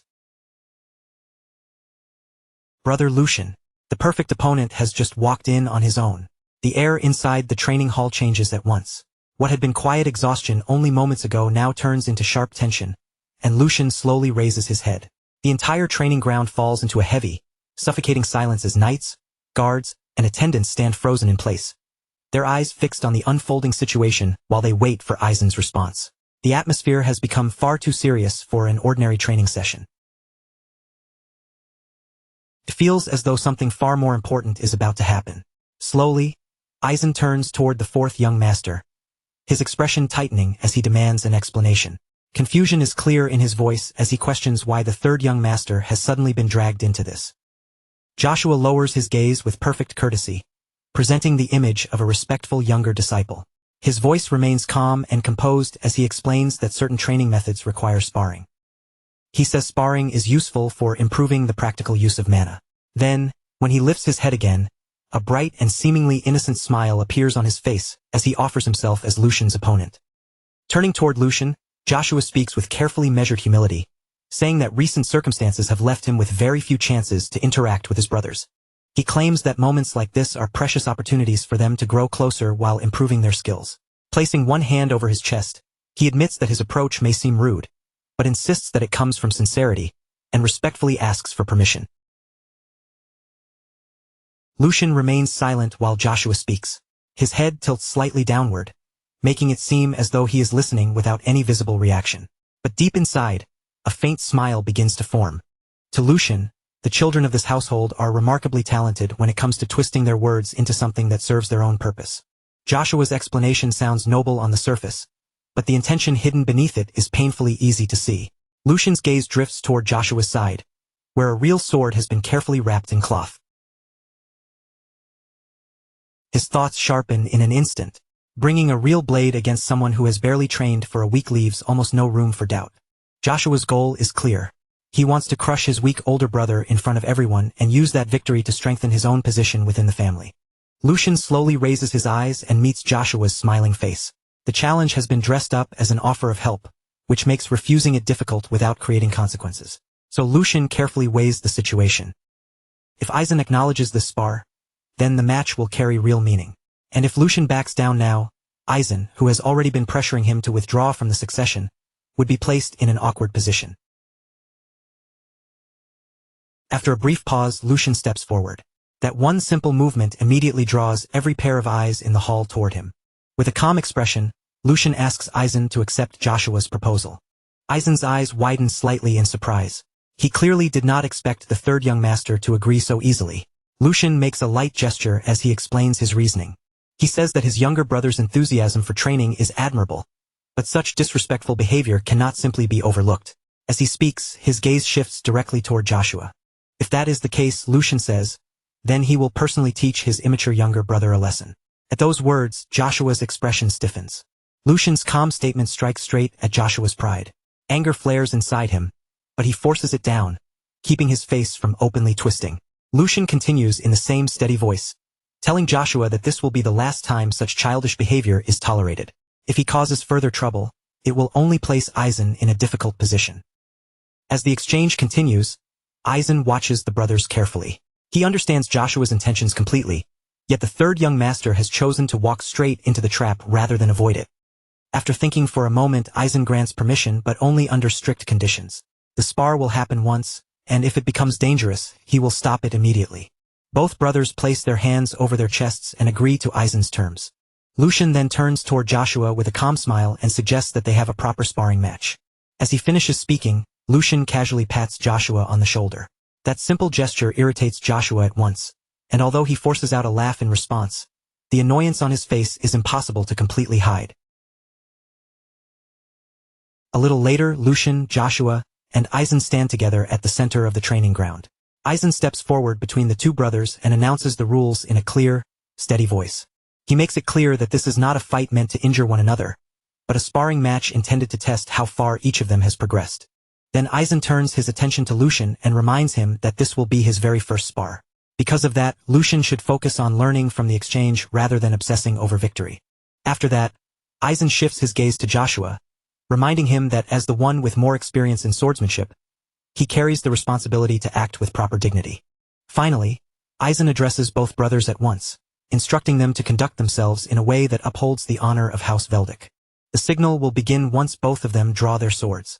That moment finally arrives, and the sound of steel sliding free from its sheath cuts through the air as the two brothers raise their blades into position. The tension thickens in an instant.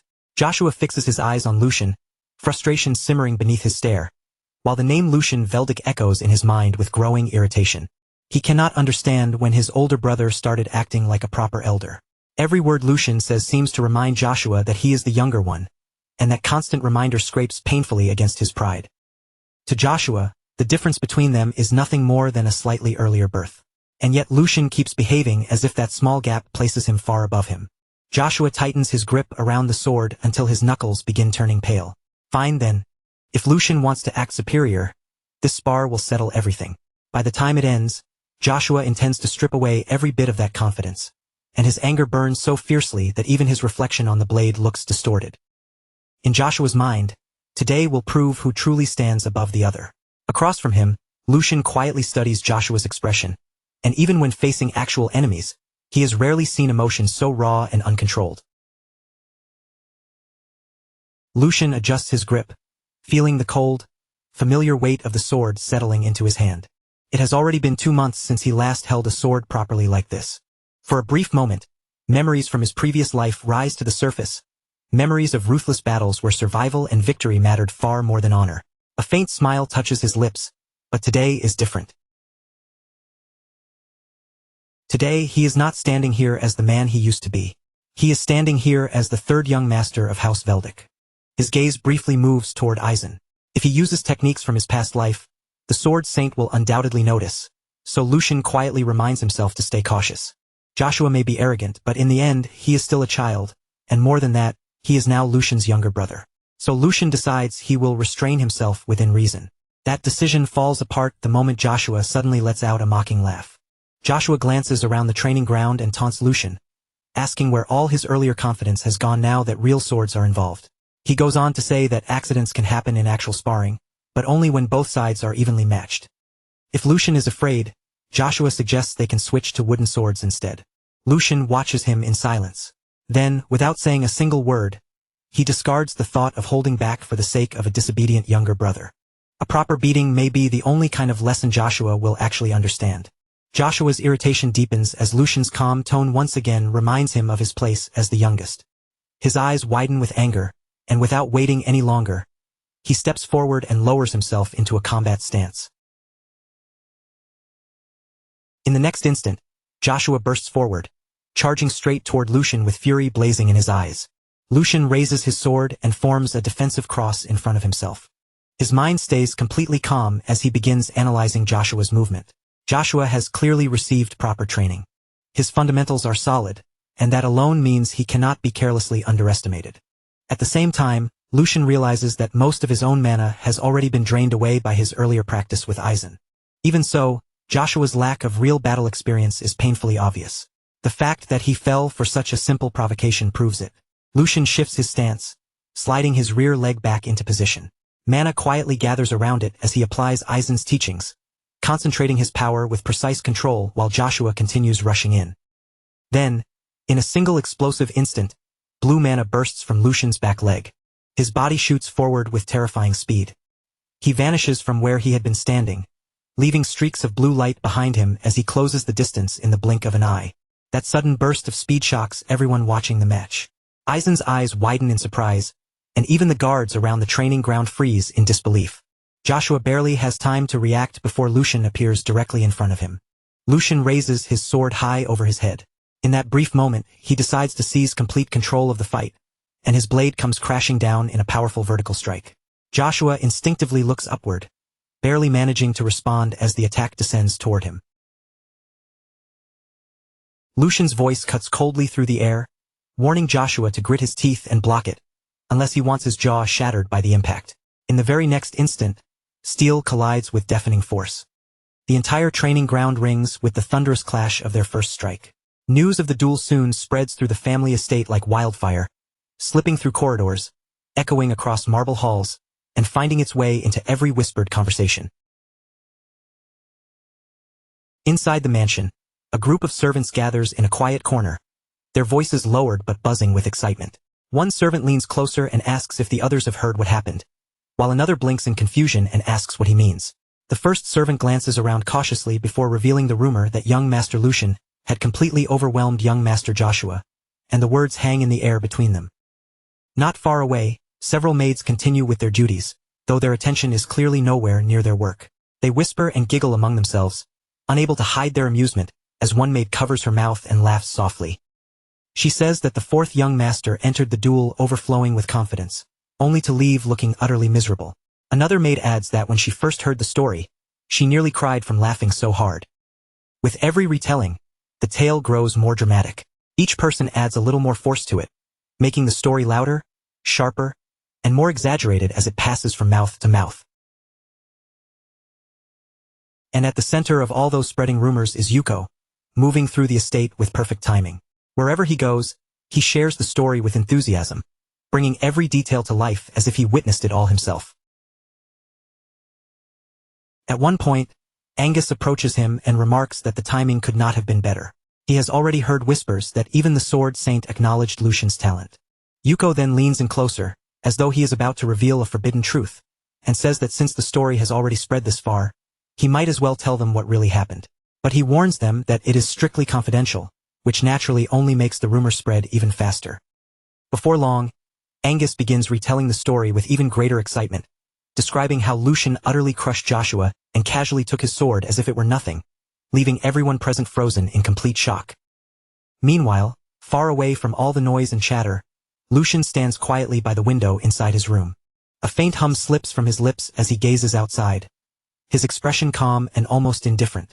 He knows very well that rumors are storming through the mansion, and a subtle smile slowly forms on his face. It is the perfect day for rumors like these to spread. As Lucian stands by the window, his thoughts drift back to the duel. He could still clearly picture Joshua looking up at him from below. Fear spread across his face as he desperately called him brother only after he had been driven into a corner. At that moment, Lucian had lifted his sword high above him, his gaze cold and his expression completely unyielding. So now Lucian had said in a sharp voice, "I am your brother. Only when you have nowhere left to run." And with those words, his blade came crashing down in a powerful vertical strike. Joshua panicked at once, shouting apologies and calling out Brother Lucian again and again. But by then, it was already far too late to stop what was coming. Lucian's strike landed cleanly, cutting straight through the weapon Joshua had raised to defend himself. The blade split apart and shattered into two pieces. Lucian slowly lowered his own sword, looking down at Joshua with quiet authority as he warned him never to try something like that again. Next time, Lucian told him the result would be far uglier. That warning alone was enough to break Joshua's strength, and his legs gave out beneath him as he collapsed to his knees, trembling. Lucian looked down at him with a faint, grim smile and told him to learn his place. If he understood, then he should nod. Joshua immediately nodded in response. He nodded again and again, completely swallowed by fear and unable to do anything else. Back in the present, Lucian's gaze moved away from the window and settled on the document resting on the table. That should be enough to keep the troublesome young masters quiet for a while. With the internal tension temporarily suppressed, Lucian turned his attention toward a far more urgent matter, the issue surrounding Marcus Rogrand's house. Not long after, that same document was placed beneath the Duke's hand as Lucian and his father sat together in the garden. The Duke studied the paper in silence for a moment, his eyes moving across its contents before he finally lifted his gaze toward Lucian. "So this is the letter you received from Yuko," he said. Lucian nodded calmly and explained that within a week, Yuko was expected to meet someone from the Logran faction in the Vestra territory. At the mention of that place, the Duke's brows tightened slightly. The Vestra territory. He tapped one finger lightly against the table as he thought it over. Although the territory had lost much of its former importance, it was still dangerously close to Kalovitz. "Preposterous," he muttered under his breath. Lucian agreed, explaining that the location had most likely been chosen for that very reason, because it sat in a blind spot that could slip past the Duke's notice. The Duke fell silent for a short moment, then looked directly at Lucian. He asked him to state his real reason for bringing this matter to him, reminding Lucian that he had entrusted the entire affair to him. Lucian answered without hesitation. He needed power. The Duke raised an eyebrow at once, repeating the word back to him. "What kind of power?" he asked. Lucian met his father's gaze without looking away. "Catching a beast in a trap," Lucian replied, "does not mean I have the proper tools to finish it." His meaning was unmistakably clear. The Duke leaned back slightly, understanding immediately. "So," he said, "you came to the person who possesses those tools." He studied Lucian carefully before adding that it was a rational choice. However, for someone who claimed he wanted to prove himself, it sounded as though Lucian was relying on his father's authority. Would people truly view the result as Lucian's own achievement? Lucian remained quiet as the Duke continued, his voice growing firmer. "The Duke said that a man earns his reputation by bringing down his prey with his own strength. If he cannot do that, then the result is nothing more than a half-finished achievement." He had given Lucian both the authority and the opportunity to handle this matter on his own, and yet Lucian had chosen the safer path. Suddenly, the Duke struck the table with his hand and demanded to know whether this was truly the best Lucian could do. Lucian lowered his gaze briefly, carefully considering his answer. Then he looked up again, calm and unwavering.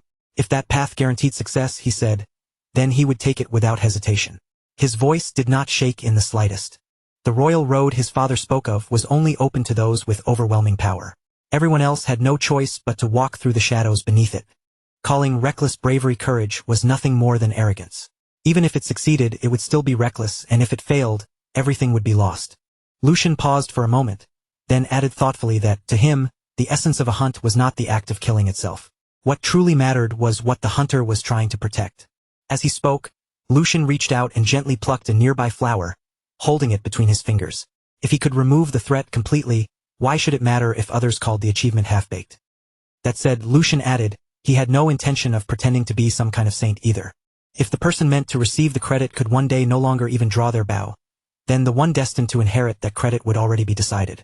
The Duke listened in silence. Then, after a moment, he let out a quiet chuckle and turned his attention back to his cup. "That answer was sufficient," he said. He remarked that he could not remember the last time someone had spoken to him that way, and he certainly had not expected it to come from Lucian. A faint smile touched his lips. "That was a good answer, Lucian." A small sense of relief settled inside Lucian, but the Duke was not finished speaking yet. The Duke said that a man must have conviction in the path he chooses.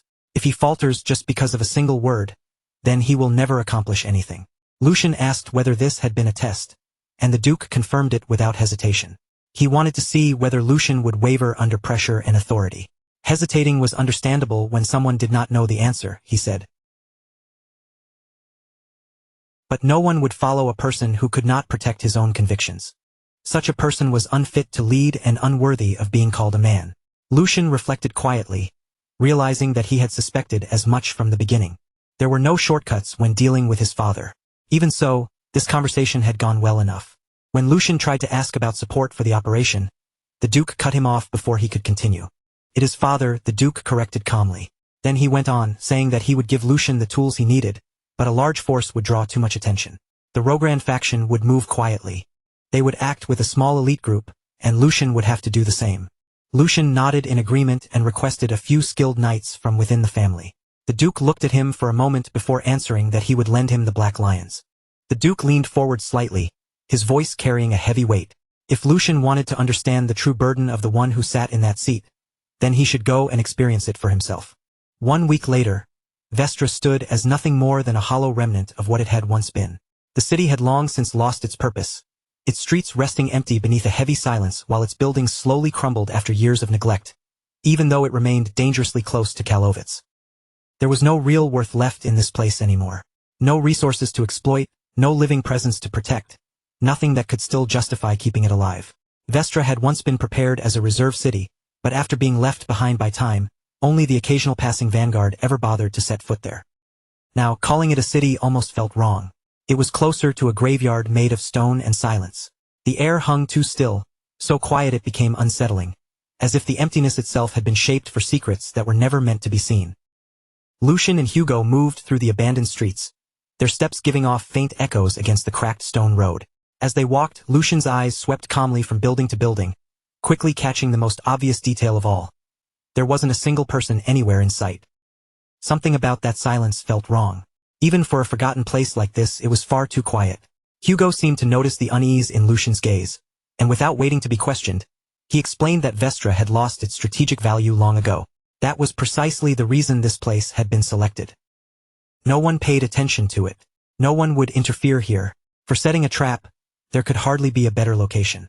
As they continued deeper into the deserted city, Hugo finally could not suppress the question that had been pressing on him.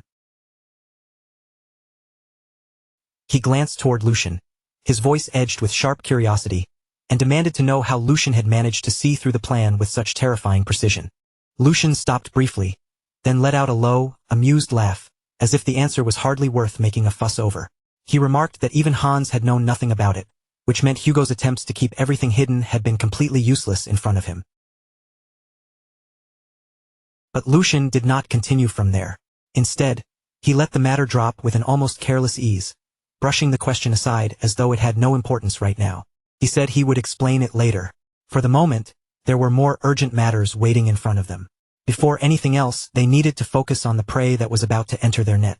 Lucian's gaze shifted forward, calm on the surface but sharpened like a drawn blade, and he asked whether the trap had been prepared properly. Hugo answered without hesitation. Everything inside the plant had been arranged exactly according to plan. The layout, the goods, even the smallest details that had been included in the false reports had all been carefully reproduced. From the outside, nothing would seem strange, and there would be no easy opening for suspicion. Their target would step inside without holding back or doubting a thing. Everything was already in place. The only remaining factor was the reinforcements. Then Lucian's next question came from an unexpected angle. He asked Hugo whether relying on his father's support bothered him. For a brief moment, the question clearly caught Hugo off guard, but he soon shook his head and denied it. He knew exactly how much was riding on this operation, and he understood that this mission was not something they could afford to fail. Even so, when his eyes dropped toward his own hand, a faint trace of frustration appeared on his face. In a quieter voice, he admitted the truth he had been holding inside. He simply was not strong enough yet. If only he had been stronger. Then this entire accomplishment could have belonged to Lucian alone, without needing to borrow anyone else's strength. Lucian listened in silence, never interrupting him. Then, without making the moment heavy, he reached out and placed one hand on Hugo's shoulder. He accepted that feeling, but warned Hugo not to let impatience swallow him. They had only just begun walking this path, and losing their direction now would only delay them further. Strength did not appear overnight, and Hugo still had a long road ahead of him. Then, with a completely casual tone, Lucian added that he assumed Hugo was already around 30. The air seemed to freeze at once. Hugo's expression barely moved, but the mood between them changed instantly. In a flat voice, he corrected him. He was 23. A short, awkward silence followed. Lucian stood there with embarrassment written plainly across his face, while Hugo stared forward with a blank expression. Then Hugo pointed out, without any softness in his tone, that 30 was still a long way off, and their age difference was not even that large to begin with. Lucian awkwardly tried to smooth over what he had just said, but Hugo cut him off immediately, making it clear that any further explanation would only dig the hole deeper. The uncomfortable tension hung there for a moment before Lucian quietly let it pass and turned his attention back to the area around them. His senses tightened as he scanned the silent streets. The scheduled meeting time was drawing close, yet there was still no visible sign of the reinforcements they were supposed to receive. Then, without the slightest warning, A voice sliced through the silence and called out to the third young master. Lucian and Hugo both reacted at the exact same instant. Hugo drew his sword in one smooth, practiced motion, turning sharply toward the source of the voice with every intention of striking first. But the attack never had the chance to land. Before Hugo could even complete his movement, a man appeared within arm's reach and caught the blade with his bare hand. His motion was so clean and precise it almost felt unreal, and the pressure rolling from him was heavy enough to overwhelm the air around them. In a cold voice stripped of emotion, the man commented that Hugo was far too slow. Hugo's body stiffened, shock flashing through him at once. He tried to yank his sword back, but the weapon would not move at all. The hand gripping it was absolute, completely unshakable. For the first time, Hugo felt it with painful clarity. He was being fully suppressed. No matter how much strength Hugo put into his arms, he could not make the blade shift even slightly. The realization struck him hard. This man was overpowering him without effort. Before the situation could grow any more dangerous, Lucian calmly stepped between them. His voice remained even as he told Hugo that the man standing before them was not an enemy. Hugo hesitated for a moment, but little by little, he lowered his guard. Confusion still remained in his eyes, but Lucian had already stepped forward. His gaze sharpened, steady and unyielding, as he questioned the man's intention. The killing aura surrounding him was impossible to ignore, and appearing in such a manner demanded a proper explanation. Then, in a tone that sounded almost casual, Lucian identified him with two words: a black lion. The instant those words left Lucian's mouth, the atmosphere around them changed completely. Hugo took a step back as understanding finally hit him. These were the reinforcements Lucian had spoken of, the Black Lions, the hidden force belonging to the Weldick family. They moved from the shadows and only mobilized under direct authority, as if they had been waiting all along for the silent command to reveal themselves. From the surrounding ruins, more figures began to appear, one after another, emerging without even the faintest sound. Within only a few seconds, they had already formed a perimeter around Lucian and Hugo. Each of them carried a presence that was tightly controlled, yet terrifying enough to make the air feel heavier. An older man stepped forward from among them, his posture calm and disciplined, clearly marking him as the captain of the group. He placed one hand over his chest and greeted Lucian with deep respect as the third young master. Then he explained that the sudden clash from earlier had only been a test, a way to measure their reactions and confirm their readiness. There had been no genuine hostility behind the move. Lucian studied them carefully, his thoughts moving quickly beneath his calm expression. Even in his previous life, their existence had never been more than a rumor, something whispered about like a ghost story. But now that they were standing right in front of him, there was no longer any room for doubt. He had not sensed them at all before they chose to show themselves. And even now, with their bodies clearly visible before him, their presence still felt almost perfectly hidden. Their auras were suppressed so completely that they were impossible to read. Every single one of them was a monster in human form. Inwardly, Lucian acknowledged just how overwhelming this level of support truly was. His father had not simply sent ordinary reinforcements to assist him. He had sent something far more dangerous than that. Some time later, they gathered inside a ruined house that had been turned into a temporary base of operations. Lucian sat with his usual calm, while the Black Lions stood positioned around him, every one of them focused on his words. Hugo remained close by, still silently processing the overwhelming scene he had just witnessed. Lucian began laying out the mission with quiet, precise clarity. House Logren had already taken the bait and was now on its way. Their trap had worked exactly as intended. From this point on, the objective was simple: capture the leader alive. As for everyone else, they could be eliminated. Lucian's tone stayed calm, but the meaning behind his words was absolute. There was no space left for mercy. The enemy had been the first to cross the line, and whatever happened next would be the consequence of their own choices. After explaining the plan, Lucian entrusted the rest of the operation to the captain, giving him full authority to act however the situation required. The captain watched Lucian closely as he listened. At first, he had assumed this mission was simply a way to hand the young master an easy achievement. But now, after hearing him speak, the captain understood that assumption had been completely wrong. Lucian was not depending on luck, nor was he hiding behind protection. He was calculating every step, measuring the strength of the people around him, and preparing himself for every possible outcome before the enemy even arrived. There was not a single trace of hesitation in him, not even the slightest flicker of doubt. This was no amateur mistake, and it was definitely not the result of inexperience. Every action was calm, deliberate, and completely under control. A thin smile slowly appeared on the captain's face as the meaning behind it all became clear to him. Something different was starting to form right before his eyes. A new force was quietly rising from the shadows. And without wasting even a breath, he accepted the command. As the sun sank beneath the far edge of the horizon and the last light faded from the sky, the final phase quietly began. A carriage slowly rolled into the lifeless city of Vestra, its wheels grinding against the road and cutting through the heavy silence that had settled over those abandoned streets long ago. The carriage door opened, and a young noble stepped down from inside. The moment his feet touched the ground, he raised a hand to his face, covering his nose in open disgust. It was as if even the air around him offended his senses. His brows tightened, his lips curled, and his entire expression twisted with clear irritation. A maid hurried forward at once, lowering herself slightly as she offered him a handkerchief. He snatched it up and pressed it firmly against his nose and mouth. The journey here had clearly been unpleasant enough, but the sight of the city only made his mood worse. In his eyes, Vestra was nothing more than a filthy, forgotten place, rotten to its core and completely unworthy of someone like him. If it had not been for his father's direct orders, he would never have bothered setting foot in a place like this. Even so, his purpose was simple. He planned to finish the matter quickly and leave immediately, never realizing what was already waiting for him. From the darkness around the city, unseen eyes had already fixed themselves on his every move. Every step he took was being observed, and every small movement was being silently measured. The trap had been laid long before he ever arrived, and now he had walked straight into the center of it. The fourth son of House Logren, Pap Logren, had entered the stage, and with that, the hunt had finally begun. Lucian quickly stepped forward with controlled, hurried strides, bending his body into a deep and respectful bow. His voice came out drenched in exaggerated humility as he said, "Oh, my lord, please forgive me.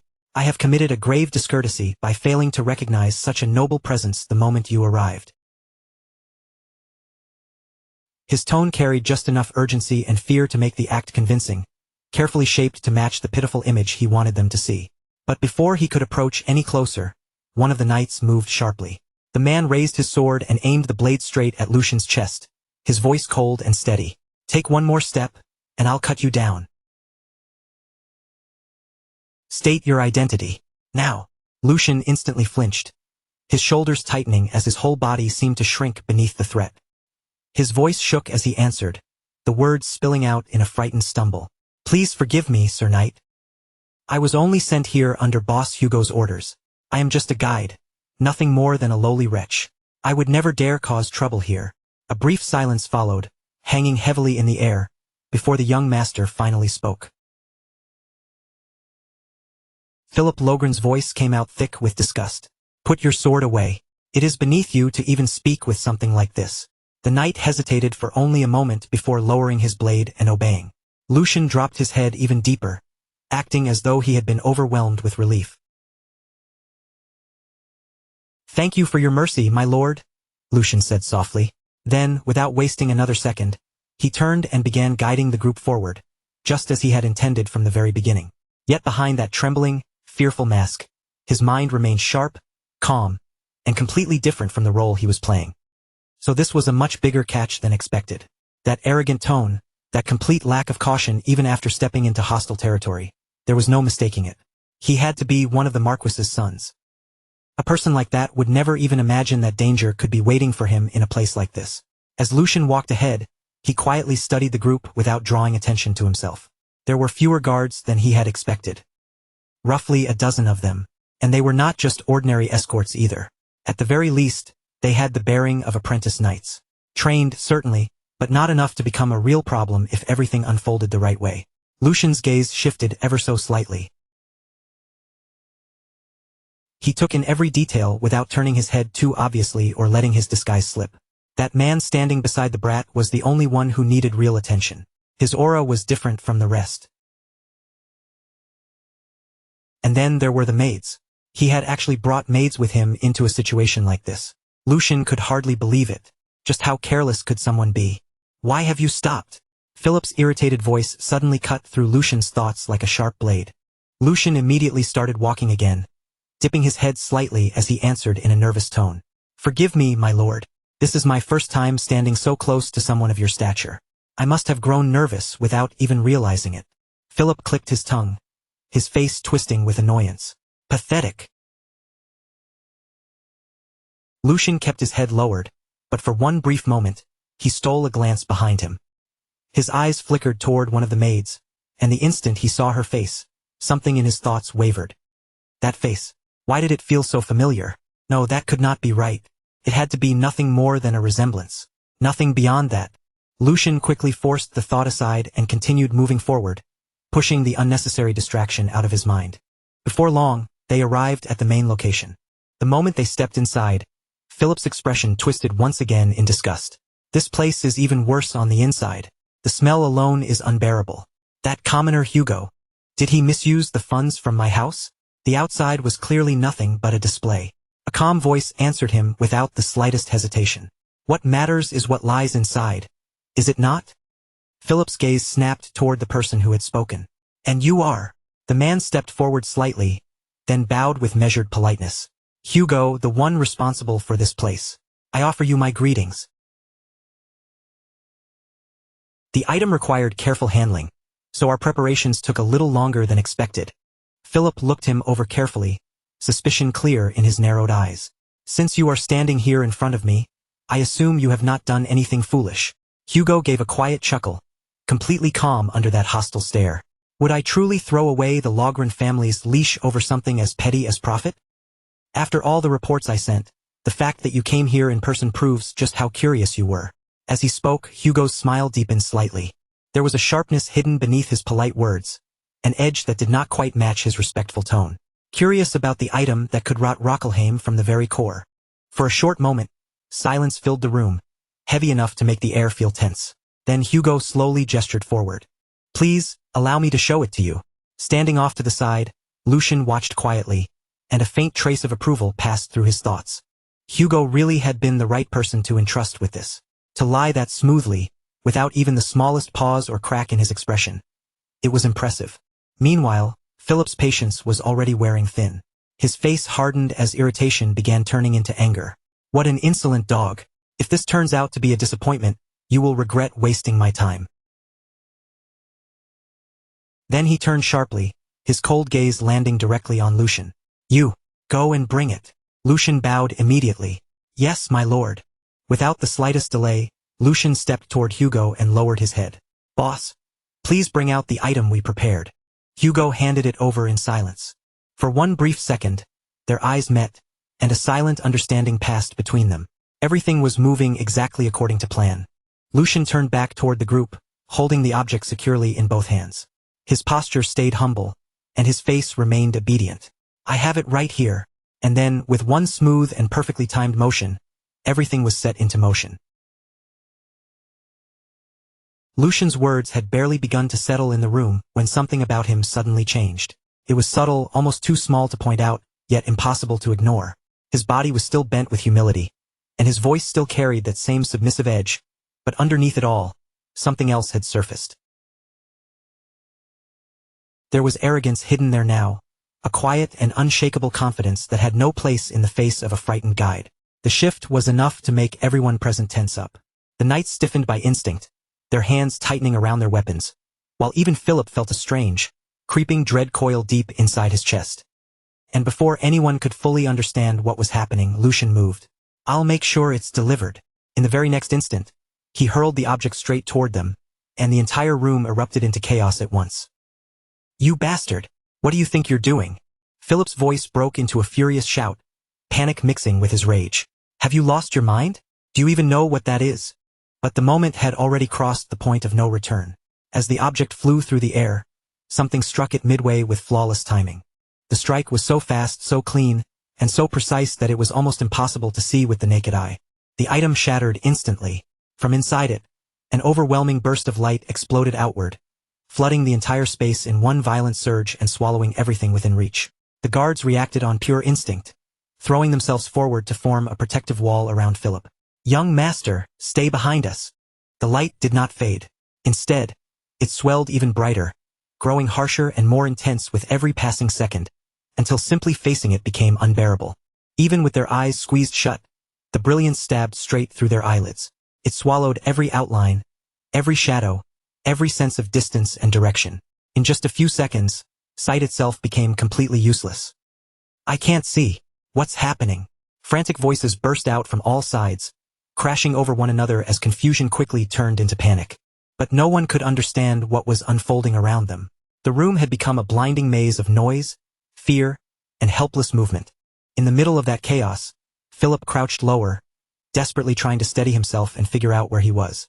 His voice shook with anger and disbelief as he shouted, "You useless fools! I'll have every one of you punished when we return." Why is no one answering me? But no answer came back.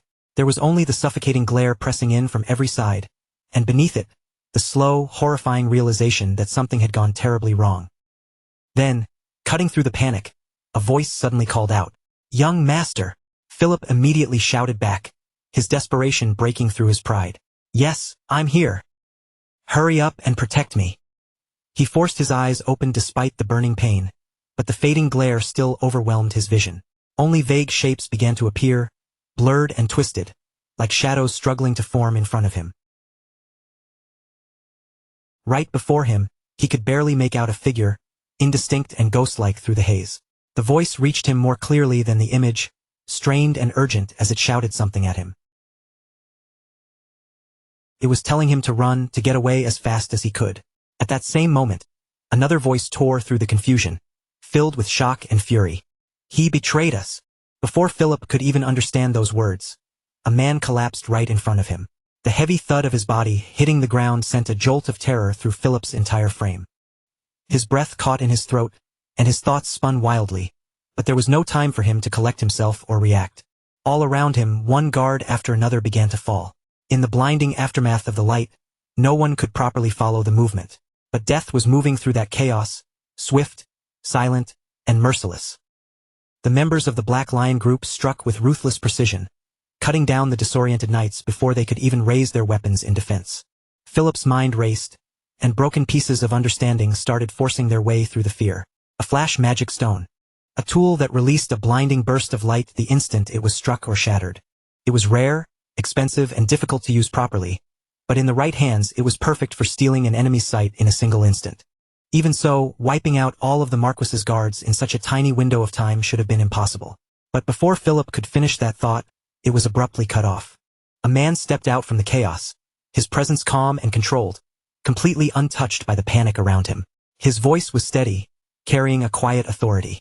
"All threats have been neutralized. I will escort the women and the one in charge to Kelheim." Not far away, Lucian stood silently. His expression revealed nothing, but his gaze had grown distant as his thoughts turned inward. His father's words echoed in his mind, heavy and unmistakable. "The weight of the seat you occupy, bear it yourself." Lucian slowly exhaled, as if finally letting go of something he had been holding inside for a long time. "I think I finally understand." On the other side, Philip had lost every trace of composure he had left. He stumbled backward, his legs weakening beneath him until he dropped onto his knees. His voice trembled uncontrollably as fear swallowed him whole. Don't come any closer. I said stay back." Even then, his pride clung desperately to the last scraps of his authority. "Do you even know who I am? I am the fourth son of Logren, a noble." A knight stepped toward him, his expression cold and completely unmoved. "Your fate will be decided by His Highness, Grand Duke Valdic. Submit quietly." Philip went completely still. That name struck him like a blow to the chest. What? His voice faltered as realization slowly began to sink in. "House Valdic." His eyes darted around wildly before finally locking onto Lucian. His voice dropped into a trembling whisper. "Then, don't tell me. The one disguised as a commoner is a son of House Valdic." Panic surged through him all at once. If that was true, then being captured was not an option. He spun around in desperation and screamed at the top of his lungs. "What are you all doing? Guards outside. Get in here and protect me. Are they all dead too?" Lucian stepped forward calmly, his voice steady and almost indifferent. "It's over. There are no more threats." But then he suddenly stopped. In the middle of his sentence, his eyes widened, and his gaze snapped sharply toward one of the maids. At that same moment, Philip, clinging desperately to the last fragments of control, shouted, I grant you permission to take up the sword. You should be able to handle this. And then the maid moved. At first, it was only a single step. But something about that movement felt wrong. Too composed, too deliberate, and far too steady for an ordinary maid trapped in chaos. Lucian watched her closely, unable to look away as she moved toward the fallen weapon. His thoughts spiraled as realization came crashing down on him. That face. The resemblance he had noticed earlier. That faint sense of familiarity he had tried to dismiss. Even the atmosphere around her seemed to change the moment her hand reached the blade. Lucian's voice sank into a whisper. It was barely audible, filled with disbelief. This can't be. His eyes remained fixed on her as the truth settled over him, undeniable and overwhelming. Sword demon, Felix, is it really you? Then Philip Logren broke away from the Black Lion and rushed straight toward Felix, stumbling toward him like a man reaching for his last chance to survive. The moment he reached Felix, he pleaded desperately, his voice cracking under the weight of his terror. Get me out of here. If you do, I'll give you whatever you want. I'll make sure no one ever insults you again for the lowly blood of your mother. As those words spilled out, his dignity crumbled even further. He practically collapsed in front of Felix, trembling and begging like a frightened child. Then he continued in a panicked voice, "Say something! Isn't protecting me the reason you exist?" Felix, the sword demon, answered coldly, "Shut your mouth if you want to live." His stance settled, his grip firming around the weapon as he prepared himself for battle. Then, with clear irritation in his voice, Felix added one more thing. "I'm sick and tired of your stupidity, young master." And as that cold reply landed, the others watched in silence. The white-haired knight looked on and spoke with a strange mix of disdain and respect. "Unbelievable. To think you would hide behind a woman without even a shred of dignity. Still, I will commend your will to fight.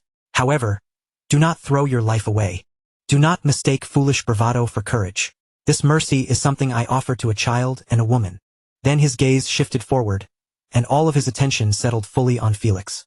At that moment, a terrifying and overwhelming energy began surging from Felix's body.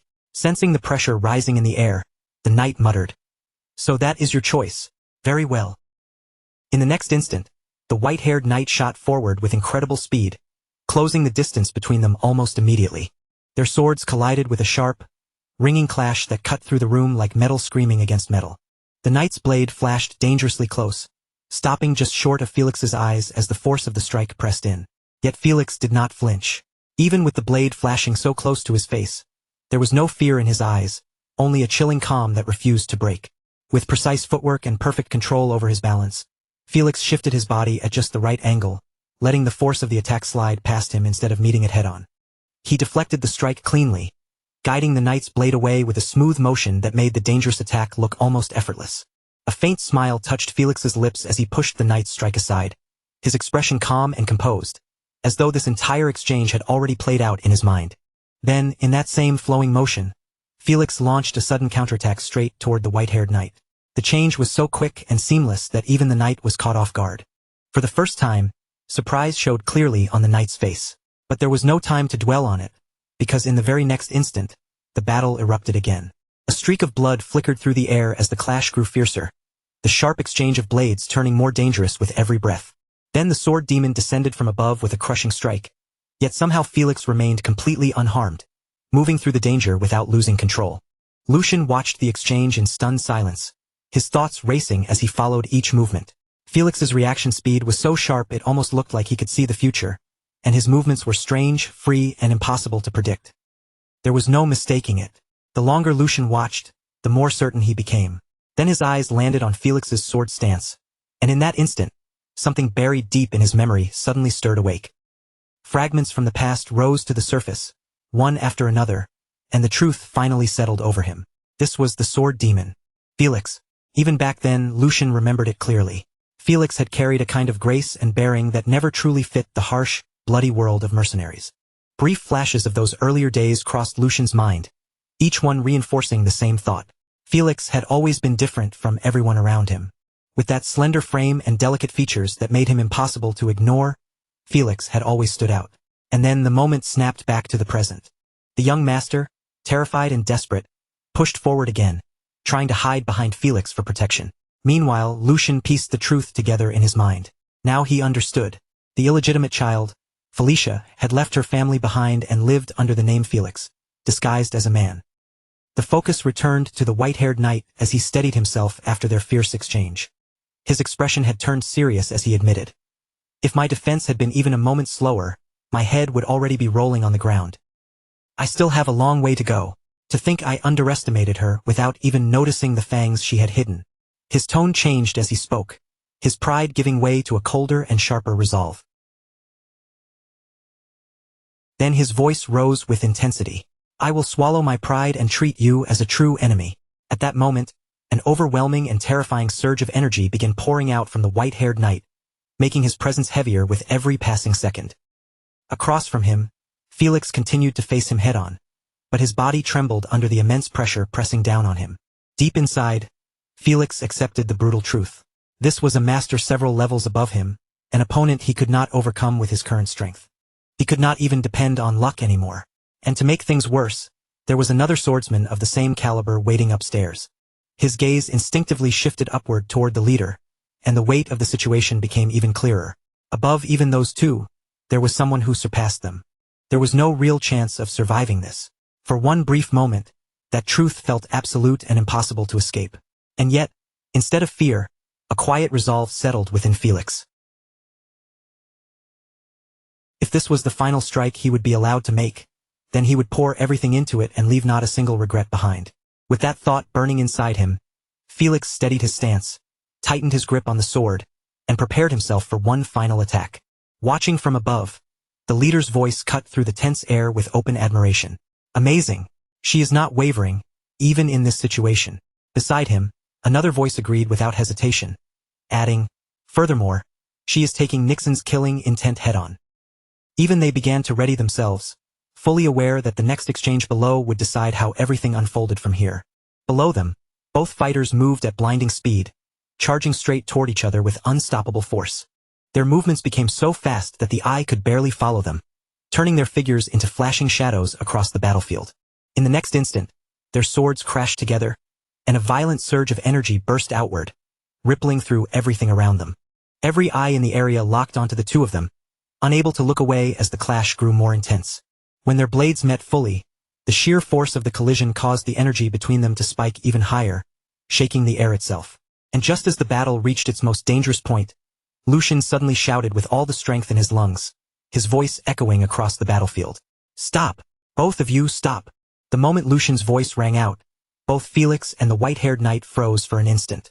The deadly intensity between them broke, and they instinctively pulled back, creating distance before the clash could continue. Lucian stepped forward, now clearly revealing himself as the young master. Both fighters retreated slightly in acknowledgement of his presence, while his firm expression carried the weight of command. Restrained anger sharpened his voice as he declared, "That is enough. I will not tolerate any more bloodshed." But the white-haired knight was still brimming with frustration. He immediately protested, his voice sharp as he addressed Lucian. "Third young master, you gave us full discretion. If she is left alive, she may grow into a serious threat to Valdic." His concern was obvious, but so was his refusal to accept the sudden order to stop. Lucian's gaze hardened, and he answered without hesitation, his tone carrying unmistakable authority. "Black Lion, have you forgotten who granted you that discretion?" His words carried undeniable weight as he continued, "I fully understand your concerns. However, if this continues, it will surely end with someone's death." Lucian stepped forward and formally declared his identity, his presence dominating the tense scene. "I am the third young master of House Valdic, Lucian Valdic. As the one in charge of this mission, I have a proposal for you, Felicia." His eyes locked onto Felix, now fully acknowledging her true identity. "Let us settle this matter with a duel between us. If I lose, I will allow you to leave this place safely. However, if you lose, then you must lay down your sword and surrender peacefully." Lucian stood perfectly still, his presence calm and unwavering, as if the suffocating tension hanging in the air had no power over him at all. Across from him, Felicia hesitated, clearly caught off guard by his sudden proposal. Her brows drew together, and confusion flickered in her eyes as she tried to understand what he was truly aiming for. "A duel with you, young master? What exactly are you saying?" she asked carefully, her voice cautious but steady as she searched for his real intention. But before Lucian could answer, a harsh voice cut through the moment like a whip. From behind her, Philip shouted in obvious irritation, his arrogance spilling into every word. He barked at Felicia to stop hesitating and accept the duel at once, insisting that her only duty was to keep him safe. He mocked the guards who had failed to protect him, calling them useless, then pushed even further. He told her to prove that she was different, that she was better than the rest, better even than her own mother. The instant those words left his mouth, the atmosphere changed sharply. The quiet tension in the room snapped like a drawn wire. Lucian's calm expression disappeared, replaced by something far colder, heavier, and much more dangerous. His eyes darkened as he turned slightly toward Philip, and when he spoke, his voice was low, yet terrifyingly heavy. "Shut your mouth." The words landed like a blade. Lucian did not raise his voice, but the fury behind it was impossible to miss. He warned Philip not to speak so lightly of those who had died protecting him, and not to insult Felicia any further. Then, with a chilling sense of finality, Lucian added that if Philip let even one more word leave his mouth, he would cut out his tongue himself. As he spoke, a crushing wave of killing intent poured out from him, invisible to the eye but impossible for anyone there to deny. That pressure sank over everyone present, making the air feel thick and suffocating, as though every breath had suddenly become difficult to take. This was no ordinary burst of anger anymore. It was a clear, absolute warning, and not a single person there could afford to ignore it. Then, as suddenly as the killing intent had appeared, Lucian stepped forward and raised his voice. Not with rage this time, but with firm resolve that carried across the entire space. He declared that whatever consequences came from this decision would be his responsibility alone, even if he was defeated, and that his promise was not something to be taken lightly. His words rang through the silence, reaching the knight captains and Hugo, who were now watching him with sharpened attention. With quiet pride in his voice, Lucian formally introduced himself as Lucian Valdic, the third son of House Valdic, and then issued an official challenge to Felicia for a duel. After that, he took one more step forward, his steady gaze settling directly on her. His voice softened slightly, but the authority behind it did not waver. He told her to draw her sword, not for anyone else's sake, but for herself. The weight of Lucian's words settled over the battlefield, and a deep silence followed. No one spoke, no one moved. For a brief moment, it felt as if the entire world had stopped to watch what would happen next. As that stillness stretched on, a white-haired man stepped closer to his master. His expression was tight with concern, and when he spoke, he lowered his voice as if trying not to disturb the tense air around them. He questioned Raymond, asking whether they truly intended to simply stand there and watch. He admitted that when he had crossed swords with Felicia earlier, he had not been fighting with full seriousness. His intention had only been to subdue her. And yet, even under those conditions, she had not only blocked his strike but managed to wound him as well. He continued, explaining that although her swordsmanship clearly lacked proper formal training, that weakness was not enough to dismiss her. Her raw talent, sharp instincts, an incredible sense for battle more than made up for the gaps in her technique. In his eyes, her natural ability was so overwhelming that those shortcomings barely mattered at all. He paused for a moment, glancing between Lucian and Felicia, and the concern in his eyes only deepened. Judging from the third young master's current level, he believed there was no real chance of victory. Lucian's courage and decisiveness were certainly worthy of praise, but courage alone could not decide a duel. Combat was another matter entirely, and if they were going to intervene, that decision had to be made now. Raymond stayed silent for a moment, his gaze fixed on the scene unfolding ahead. When he finally answered, his voice was calm, controlled, and surprisingly firm.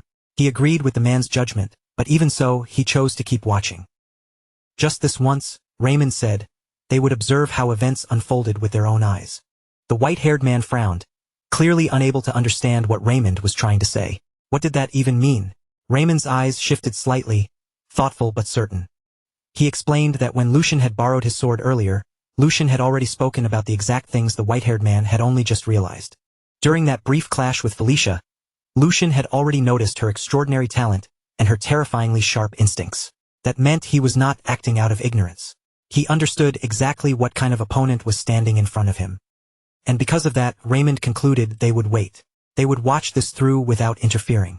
They would see what kind of outcome the third young master was trying to create, and what role Felicia would play in that result. As those words lingered in the air, Felicia quietly repeated his name in her mind.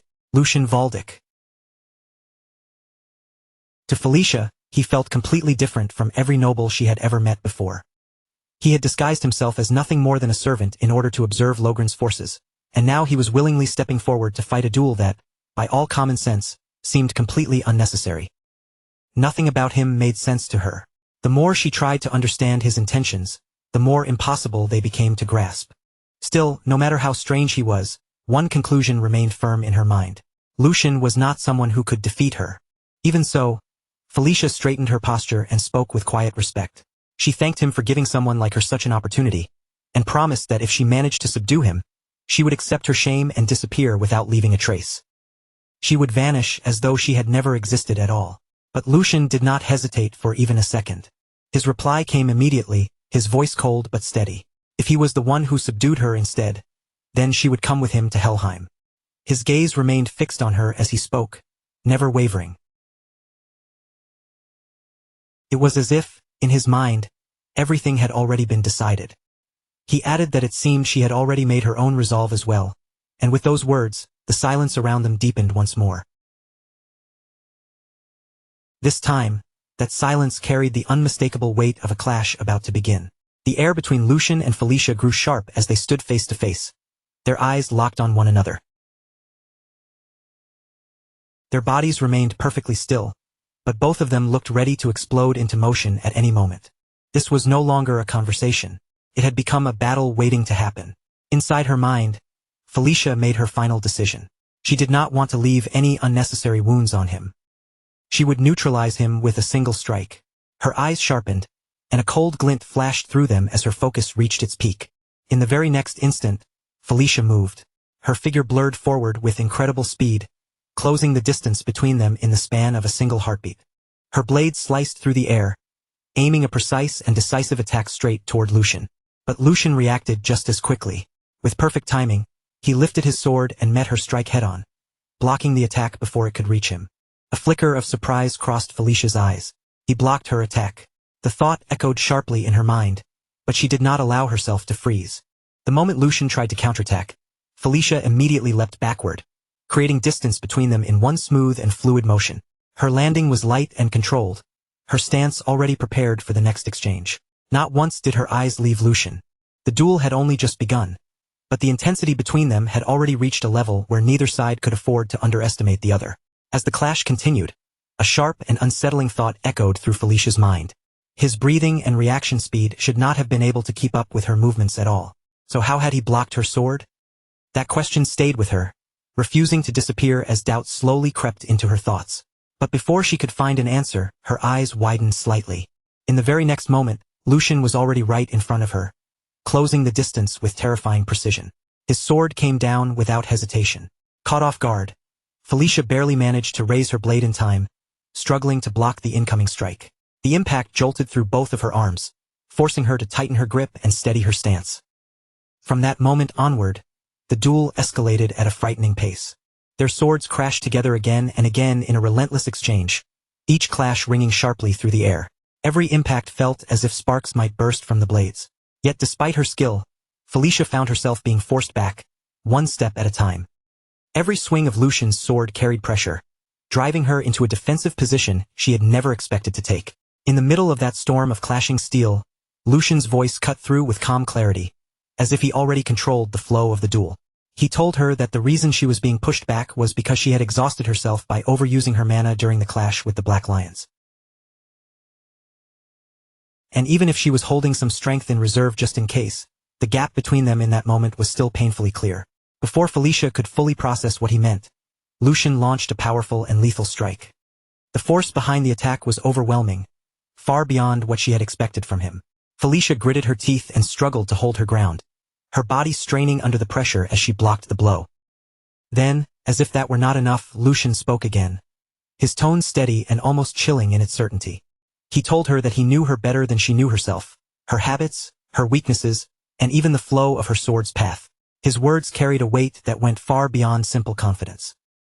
It felt as though he was not merely fighting her. He was reading her, predicting her, and controlling the very rhythm of the battle. In the past, even though his encounter with her had been brief, it had left something behind. As his words echoed between them, the present seemed to overlap with fragments of the past. Back then, the two of them had stood face to face just like this, their blades meeting without hesitation. They had clashed fiercely and taken what the other possessed into themselves. It had not been just a fight, but a silent exchange of skill, instinct, understanding. In that fleeting encounter, they had learned from one another, absorbing movements, reading intentions, and sharpening themselves through the clash of their blades. Felicia, his body remembered her. Out of everyone he had crossed swords with, it remembered her and her alone. The memory slipped away like a fading echo, and reality came rushing back all at once. In the present, the result of the duel had already been decided. Felicia's sword had shattered in her hand. The broken blade caught the light in jagged fragments, reflecting the stunned faces of everyone who had been watching.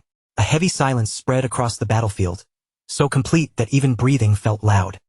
The knight captains, Hugo, and even the young master stood frozen in place, their eyes fixed on the scene as if none of them could believe what had just happened before them. Lucian stood firm in front of her, his posture steady and unshaken, the tip of his sword aimed directly toward Felicia as the final proof of his victory. As that image settled over the battlefield, fragments of the past rose again in Felicia's mind. Back then, she had looked at him with quiet sincerity and told him that the short time she spent with him could only be called a fleeting moment of sparring. Even so, he had generously taught her the way of the sword, despite knowing very well that one day, the two of them might stand on opposite sides as enemies. Because of what he had taught her back then, she had been able to survive. Those words now echoed through her mind, colliding painfully with the reality standing right in front of her.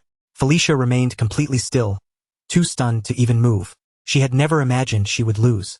More than that, she had never imagined she would lose in such a way, and certainly not to him. The very person she had once crossed swords with, the one she had learned from, had now surpassed her in a way she could not fully understand. Meanwhile, inside Lucian's mind, a quiet thought surfaced, calm and resolute. With this, he would repay at least a small part of the debt he owed her from back then.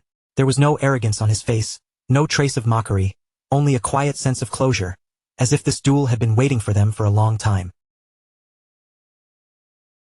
Later that night, the scene shifted to the Duke's castle, where the atmosphere inside the grand halls was calm, yet strangely heavy. It felt as though something important was being decided in silence. The Duke stood alone in a spacious chamber, his posture straight, his gaze distant, as if his thoughts were already far beyond the walls around him. After a brief silence, he finally spoke. His voice was measured and authoritative, carrying the weight of someone used to being obeyed. "So, how was it? That boy, Lucian. Does he have what it takes to uphold House Valdic in the distant future?" At that moment, a man stepped out from the shadows. It was none other than the captain of the Black Lion, who approached with proper respect. He lowered his head slightly before answering in a calm but firm tone. He possessed an unwavering core. Hearing that answer, the Duke turned his gaze toward him, and for a brief moment, a faint trace of surprise appeared in his expression.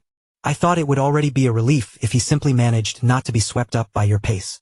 To think I would hear such an unexpected answer instead." The Black Lion captain hesitated for only a moment before speaking again, his tone careful. "Your Highness, could my assumption be correct?" In response, the Duke slowly stepped forward, his presence growing heavier with every measured step. "The reason I deployed all of you for this mission was because the matter was that grave. It is still too early to make judgments regarding the succession." Realizing he had overstepped, the captain immediately bowed his head even deeper. "I misspoke." The Duke dismissed it with a calm expression. "It is fine. If there was no exaggeration in your report, then it must have been quite an impressive sight." As the conversation drew to a close, the scene lingered on the Duke, who now held a sheet of paper in his hand. His eyes moved carefully across its contents, his expression unreadable, as if the weight of the future itself rested within those written words. After that, the Duke walked straight up to the Black Lion captain and placed a firm, almost familiar hand on his shoulder. His voice softened slightly as he said, "If only for your sake." Hearing those words, the captain let out a faint breath before replying, "I suppose I can humor the boy for a little while." The Duke's expression eased slightly as another thought crossed his mind. "Come to think of it, it has been quite some time since you and I last shared a drink. I recently acquired some fine liquor. Would you care to join me? It is the vintage you have always enjoyed, so it should suit your taste well." At those words, the Black Lion captain gave a small, knowing smile and answered, Your Highness, you may soon regret saying that. A single night will not be nearly long enough to hear the full story of this mission. The scene then shifted to the following morning. Lucian's entire team had already departed, beginning the journey back after successfully completing their mission. The mood grew quieter and more reflective as Lucian looked back on everything that had happened. Right after her duel with him came to an end, Felicia collapsed from exhaustion, her body finally giving out from the strain of excessive mana circulation. To help her recover, Lucian sent Felicia and her maids ahead to a nearby city. Meanwhile, in another part of the group, Philip Logren was drowning in his own dark thoughts. Philip's face was pale as dread filled his mind. No, at this rate, he was definitely going to be cast out of the family. The thought clung to him like a weight he could not shake. As for that man who had displayed the deep-rooted arrogance of a noble until the very end, Lucian forced him to dig the graves of his own vassals with his own 2 hands. What followed was a grim and silent sight. Rows of graves stretched across the land, each one standing as a marker for the soldiers and knights who had lost their lives. The air was heavy with silence and loss, the weight of death lingering over the scene. It had all been done for one reason, so Philip might finally understand the true weight of a life that had been extinguished. Lucian calmly rode ahead on his horse, leading the group forward as they continued their journey. The morning air was quiet around them, but that peace did not last for long. Suddenly, from behind, a loud and furious voice shattered the calm. It was Philip Logren, shouting at the top of his lungs, his anger completely unrestrained. "Hugo, you bastard! I will never let you get away with this. Did you truly think you could betray us and survive? Young Master Lucian, I demand to be treated as a formal prisoner of war. How can you treat a son of House Logren with such disrespect?" His voice was sharp and grating, overflowing with arrogance and outrage until it began to irritate everyone around him. Yet even then, he refused to stop. "Are you truly determined to make an enemy of us?" Hearing all of this, Lucian slowly turned his head back, his expression calm but cold. A single thought passed clearly through Lucian's mind. Philip still had not understood the weight of what happened the night before. After a brief pause, Lucian finally spoke, his voice low, controlled, and carrying an unmistakable warning. "I will give you one piece of advice. If you wish to keep breathing even a second longer, you would be wise to watch what comes out of your mouth." There was no need for anger in his tone. The quiet authority and danger behind it were enough. Then, with unwavering composure, Lucian continued, making the situation painfully clear. "This is a place where even your high and mighty father would not dare set foot so carelessly. This is Kelheim, the heart of House Valdic." After that, the scene shifted forward, and the view that unfolded before them was nothing short of breathtaking. Ahead stood a vast and magnificent city, overflowing with life, grandeur, and strength. Elegant buildings lined the wide streets, and the lively atmosphere reflected the power and pride of House Valdic. At the entrance rose a massive gate, towering over everyone with an imposing presence. Slowly, it began to open, releasing a deep echo that rolled through the air. Lucian was the first to move forward, riding his horse with calm confidence as he passed through the opening gates. Behind him, Hugo and the knights followed, escorting the captured prisoners along with them. The moment they entered, the city's calm broke apart under the rising cheers of the people. Crowds gathered along both sides of the street, their voices rising higher and higher with excitement and admiration. "It's Lord Lucian, the third young master has returned. He wiped out the crimes committed by House Logren and, instead of letting the mastermind escape into the chaos, captured the ringleader alive for all to answer for." The crowd's excitement swelled like a wave as people shoved closer from every side, craning their necks just to catch even a single glimpse of him. Voices rang out over the street, calling, "Lord Lucian, please look this way." Their eager cries quickly spread through the gathered citizens, and others began shouting even louder, their faces flushed with pride, admiration, and overflowing excitement. The lion had returned at last. The lion of House Valdic. Hugo had come back before the people, standing beneath their roaring welcome. Hugo, seeing the entire city react like this, could only look around in stunned disbelief. Unable to hide the confusion on his face, he turned toward Lucian and asked, "Young master, what in the world is happening here?" Even with the cheers crashing around them from every direction, Lucian kept his expression calm and steady. He answered in a composed voice, "I did send Father a letter asking for a chance to expose House Logren's atrocities, but it seems he chose to support us far more openly than I expected. So lift your head and accept this welcome with pride. After all, this is the first major achievement you have earned for yourself." The moment Hugo heard those words, warmth rose in his chest. His eyes trembled with emotion, and pride slowly filled him as he finally allowed himself to take in the cheers surrounding him. While the procession continued moving through the city streets, surrounded by celebration and countless watching eyes, the view slowly shifted away from the parade. Far above the crowded avenue, from the top of a tall tower, the Duke quietly watched everything unfold beneath him. He stood beside his butler, gazing down at the victorious procession with a thoughtful look in his eyes. In a low voice, he remarked, "I suppose I really must be getting old, throwing a victory parade simply because my son asked for one." The butler remained respectfully at his side, but his reply came without the slightest hesitation. Did young Master Lucian not accomplish something grand enough to deserve it? In my view, this procession is more than justified. And beyond that, young Master Lucian's letter was not written merely to strengthen his own standing. The butler continued in a calm, perceptive tone, explaining that it was also a calculated move to show the people of their territory House Valdic's firm resolve, while sending a clear warning to both the imperial family and House Lochran. And your highness understood that as well, which is why you allowed it. As those words reached him, the Duke kept his eyes fixed ahead, but the look on his face grew heavier, as though his thoughts were sinking into something far more serious. The unsettling movements aimed at the Empire were growing harder to ignore. Even the sun that had once seemed eternal, and even the lion's claws that had once looked impossible to break, were now beginning to show cracks that could no longer be denied. If I want to avoid being swallowed by that tide, then I will have no choice but to sharpen my blade more keenly than ever before. He spoke those words while staring far into the distance, as if his eyes were trying to pierce beyond the present moment and reach the uncertain future waiting ahead. With that quiet thought lingering in the air, the view gradually faded away. The scene then moved to Lucian's room, where the noise of the celebration finally gave way to silence. The moment Lucian returned, he dropped straight onto the bed without even trying to keep up his noble composure. His body sank into the mattress, finally releasing the tension it had carried all day, and he let out a soft breath before murmuring, "I finally feel alive again. I never thought I'd miss this so much just because I got used to living like a noble." Still stretched out on the bed, Lucian briefly closed his eyes and let his thoughts settle.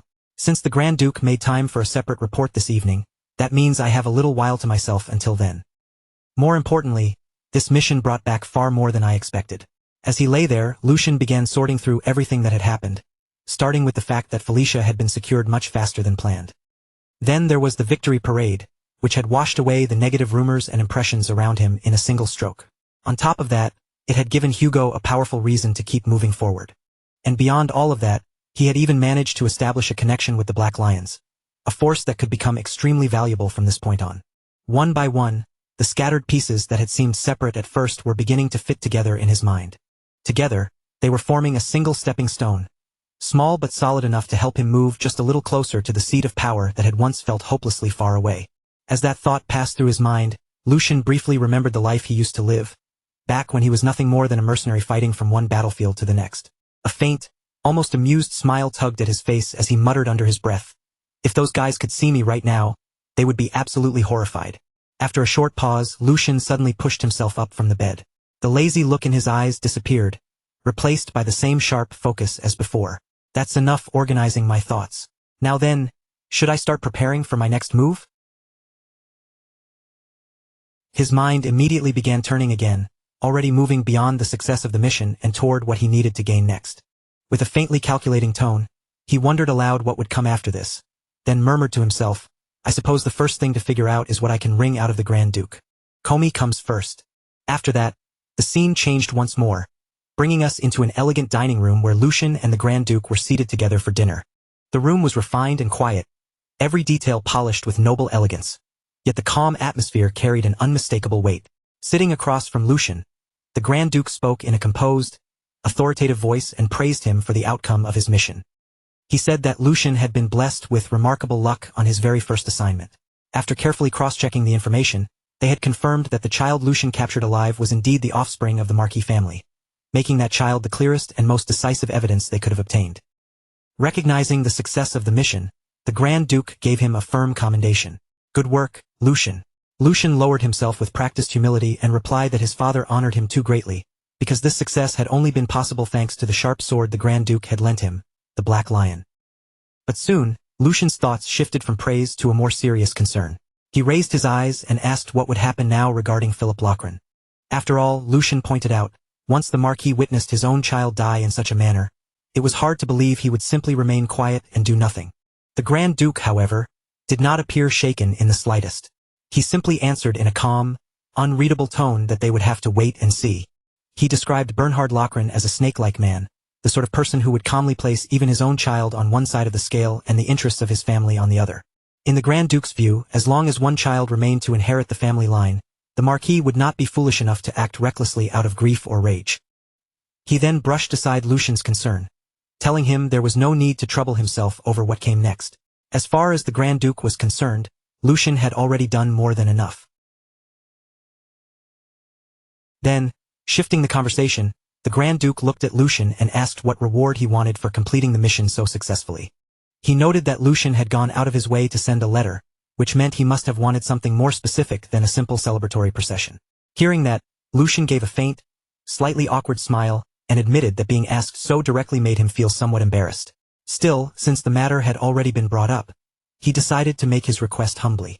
Before speaking, however, he hesitated for a brief moment, questioning whether he should truly say it aloud. Then, gathering his resolve, he began about Hugo, who made a great contribution this time. But before he could even finish the sentence, the Grand Duke cut him off with a cold, decisive word. Impossible. The sudden rejection struck so quickly that Lucian froze where he sat, completely caught off guard. Confused and visibly shaken, Lucian stared at his father and stammered, "Father, I have not even finished speaking yet." But the Grand Duke had already seen through him. Without any hesitation, he replied that Lucian had been about to request a knighthood for Hugo, had he not? The Grand Duke's expression did not change in the slightest as he answered in a firm, immovable tone. He acknowledged that Hugo had contributed this time, but made it clear that the fact changed nothing. Hugo's past connection to the Marquis family was not something that could simply be overlooked. If Lucian had not stepped in and captured him, Hugo would have followed them to the end without hesitation. Lucian immediately pushed back, his voice controlled but carrying a clear edge of urgency. He argued that such a conclusion was only a possibility, and what truly mattered was the reality before them now. Hugo had chosen to cooperate, and his actions had played a major role in their success. But before Lucian could press the matter any further, the Grand Duke sharply cut him off again. Calling his name, he told him that was enough. His voice left no space for argument as he explained that a knight must build his own honor and stack up achievements so clear and undeniable that no one could dare question them. Then, looking straight at Lucian, he asked the question that struck at the heart of the matter. Did Lucian truly believe Hugo already possessed such qualifications? Lucian fell silent at once. A faint shadow of disappointment crossed his face, though he forced himself to remain composed. Deep down, he had already expected this answer, but hearing the refusal stated so plainly still stung. Inwardly, he admitted the result for what it was. It really was a no. The Grand Duke continued in the same measured, practical tone, offering other possibilities instead. If Hugo wanted wealth, he could reward him with chests filled with gold coins. If needed, he could even arrange an entirely new identity for him. But becoming a knight was impossible, at least for the time being. The timing simply was not right, and the Grand Duke made that point clear. Lucian could only accept it. His expression settled into resignation as he quietly lowered his hopes, and deep down, he offered Hugo a silent apology. It seemed they would have no choice but to wait for another chance in the future. On the surface, Lucian gave a calm nod and agreed with his father's judgment. He admitted that perhaps he had rushed into making such a request too soon. Seeing him back down so readily, the Grand Duke eased slightly and told him to ask for something else instead. Something more realistic this time.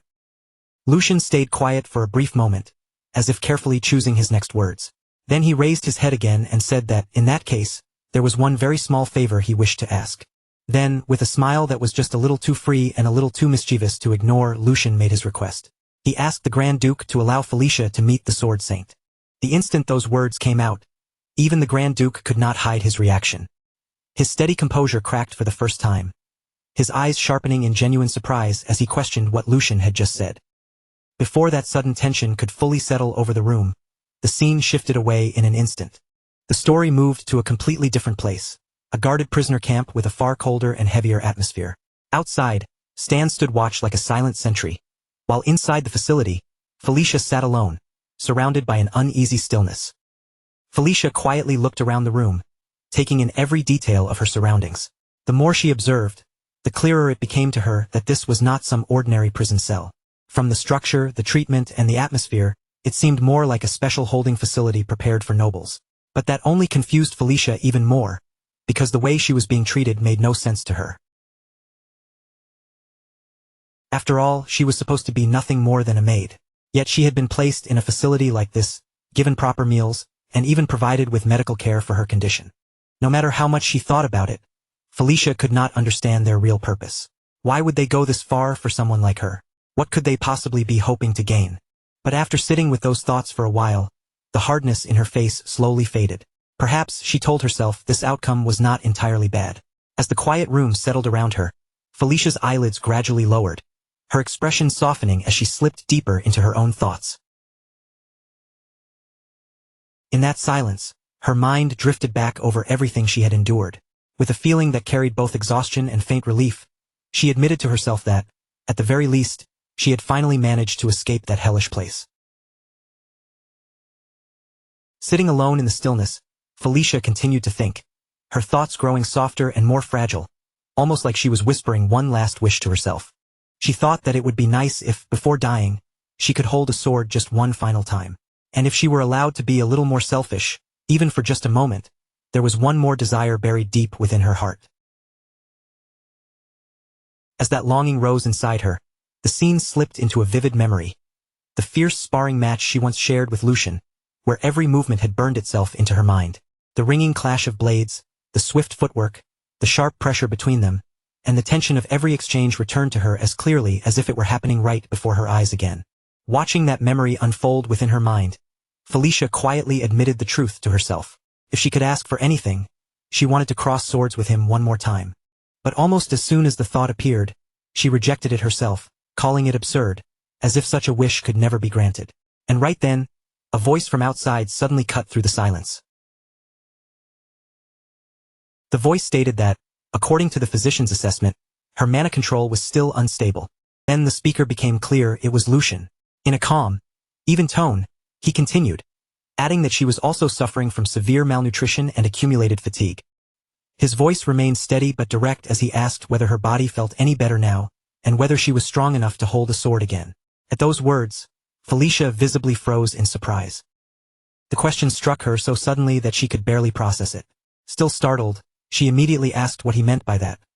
More importantly, what exactly did he mean by holding a sword again? Lucian looked at her with a composed expression and answered her confusion with a question of his own. Did she truly intend to stay in this place forever? Then, with a faint trace of dry irony, he remarked that, surprisingly enough, prison life seemed to suit her.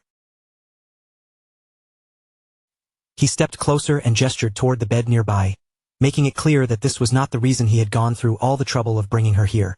Dropping any roundabout words, Lucian faced her directly and asked whether she truly did not want her talent with the sword to bloom in this place.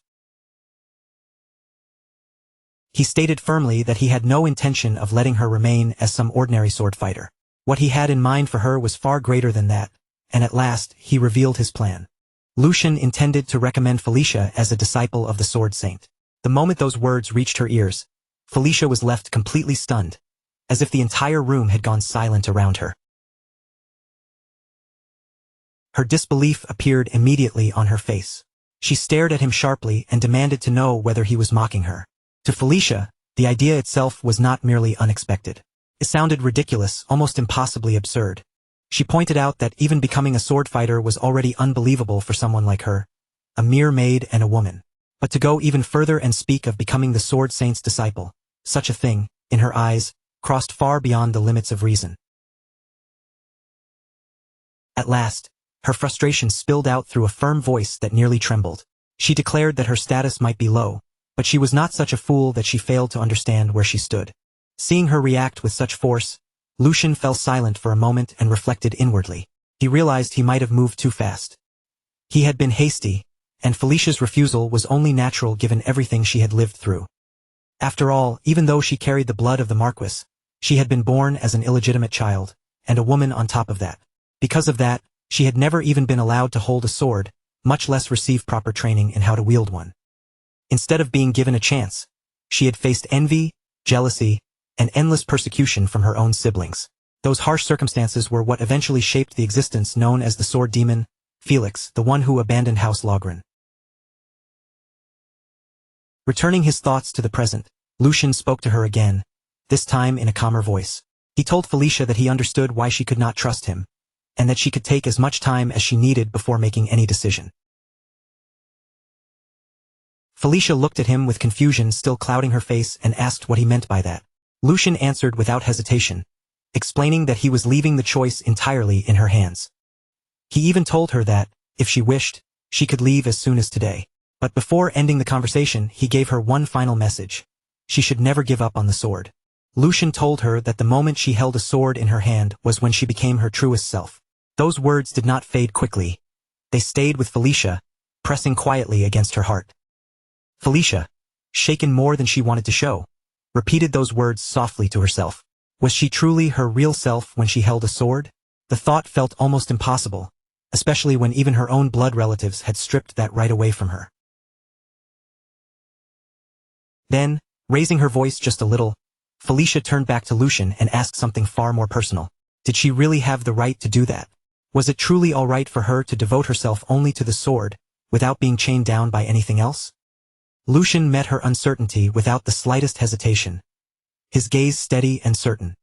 He told her that if this was what her own will desired, then he swore it would become so, and he placed that promise on the name of Lucian Baldic. At that moment, the story briefly slipped into the past. Lucian was seen speaking casually with Felix, asking him what his dream was.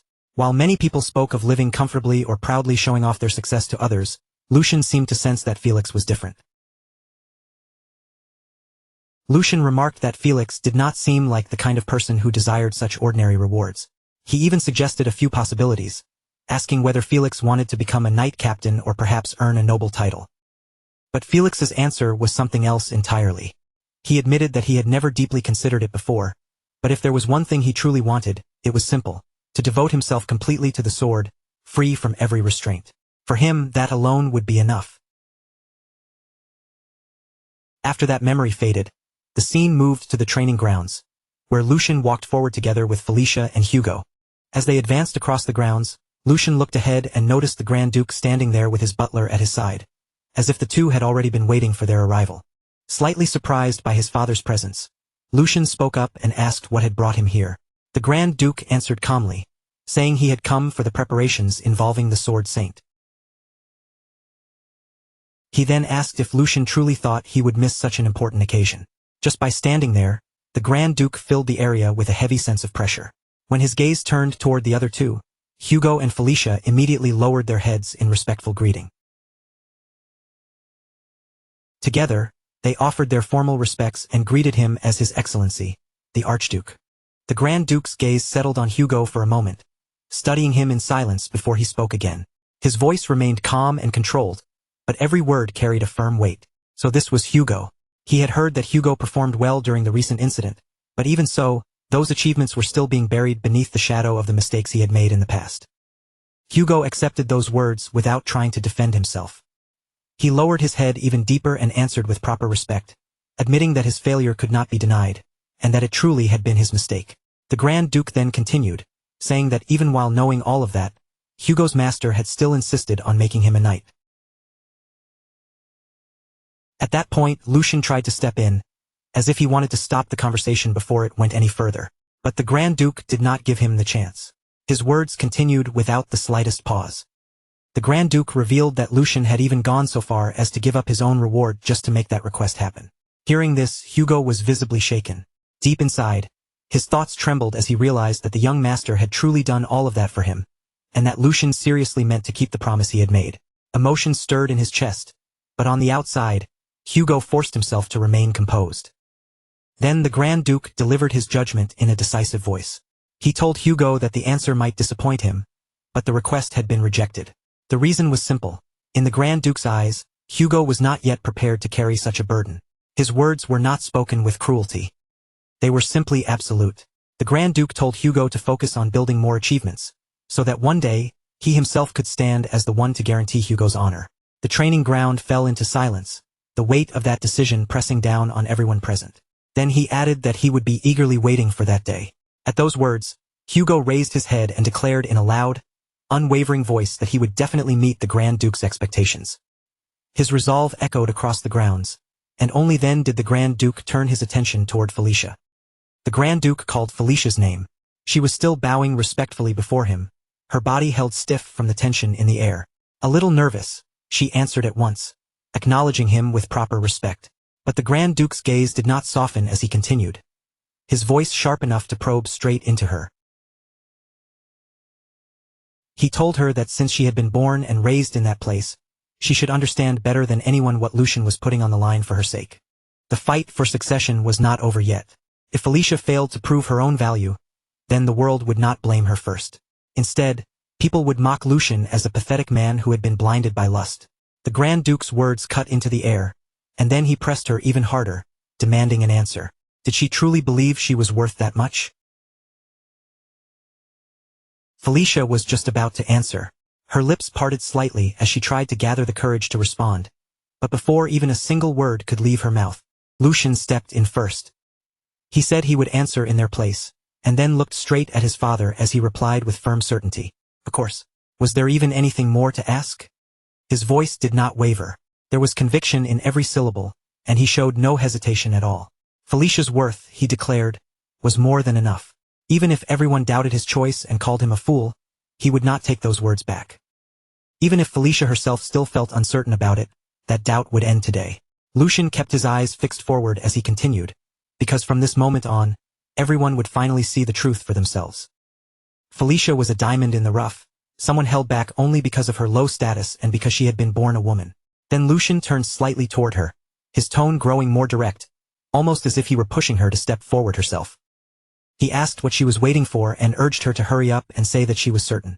In that moment, a realization suddenly struck him. This was not some simple coincidence. The Archduke had truly been waiting here for them, watching everything unfold with his own eyes. The Grand Duke remained silent for a short while, his expression giving away almost nothing, though his thoughts ran far deeper than his face revealed.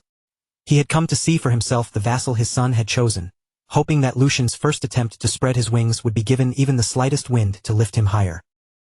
That was the real reason the Grand Duke had appeared at the training ground. Then he finally broke the silence and spoke firmly to Lucian. If Lucian was that certain, then they would witness the result with their own eyes. He ordered them to prepare to face the Sword Saint. Lucian's eyes sharpened the moment he heard those words. Without even a second of hesitation, he thanked his father for granting permission, and his expression made his determination unmistakably clear. His posture, his gaze, and even the air around him carried the same silent meaning. He was truly grateful to his father, and with that feeling lingering between them, the scene shifted. On the training ground, the Sword Saint stood waiting. He stepped forward with a calm presence that still felt overwhelming, and a faint laugh slipped from him. Not only had the third young master come in person, but even the Duke himself had appeared. His words trailed off slightly as the Grand Duke approached him. The Grand Duke stepped up and greeted him with a firm handshake. In any case, he said, this was an important event for their family, and as a gentleman, he simply could not suppress his curiosity. Then he told the Sword Saint not to worry about his son's reputation and to evaluate him with full rigor. Lucian also moved forward, facing his master with the same unwavering determination in his eyes. Lucian said he wanted the same thing. Only if the evaluation was strict would the promise they had made carry true meaning. Hearing that, a memory briefly passed through the Sword Saint's mind.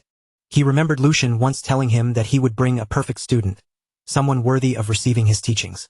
After a brief pause, the Sword Saint gave a slight nod. If both of them insisted on it, then he would take the matter very seriously. And before him, Felicia stood waiting. Her body was tense, and a faint hesitation showed in the way she held herself. The Sword Saint's gaze remained fixed on her, heavy, sharp, and impossible to ignore. A moment later, Felicia and the Sword Saint stood directly across from each other. Inside her mind, Felicia felt the full weight of the man before her. There was no doubt about it. This was truly the Sword Saint. Just standing in front of him made her feel as if the very air around them had changed. Gathering her courage, Felicia straightened herself and spoke with respect. She said it was an honor to meet the Sword Saint, and then introduced herself properly as Felicia. But before she could continue any further, the Sword Saint slowly raised his sword, holding it with calm authority as he cut her off. His voice was cold, sharp, and completely absolute. He told her that her name did not matter. Her sword would speak for her. A brief silence followed, and his piercing gaze seemed to pass straight through her. He told her that her name could wait until later. For now, she was to wield the wooden sword. At those words, the focus shifted slightly to the side, where Lucian and the Grand Duke stood watching in silence. The tension over the training ground tightened, as if everything had been building toward this one moment. Lucian quietly thought to himself that the test had now begun. Keeping calm, Lucian began to assess the situation in his mind. If Felicia gathered her mana into the tip of the wooden sword and pushed it in deeper, it should work. But if she tried to depend on raw strength alone, then this would become difficult. With proper mana circulation, there should not have been any major problem. Even so, a trace of uncertainty still lingered in Lucian's mind. What would happen next was something they could only watch and find out. Across from the Sword Saint, Felicia tightened her grip around the wooden sword. A bit of nervousness still remained inside her, but her determination burned even stronger. She knew this was a chance that might come only once in her entire life. She told herself that she had to be careful. Taking a steady breath, Felicia focused inward and began concentrating mana into her hands, just like Philip had done. Slowly, she guided that energy through herself, following the method she had learned. And then it worked. She had done it. The mana moved without any obvious problem, and for a brief moment, surprise flickered through her mind. Relief washed over her for just an instant, but that feeling quickly turned into uncertainty as she wondered what she was supposed to do next. Just as that question rose in her mind, the Sword Saint suddenly spoke. He said that was enough and that there was nothing more to see. Felicia was caught completely off guard, her eyes widening in confusion at the sudden declaration.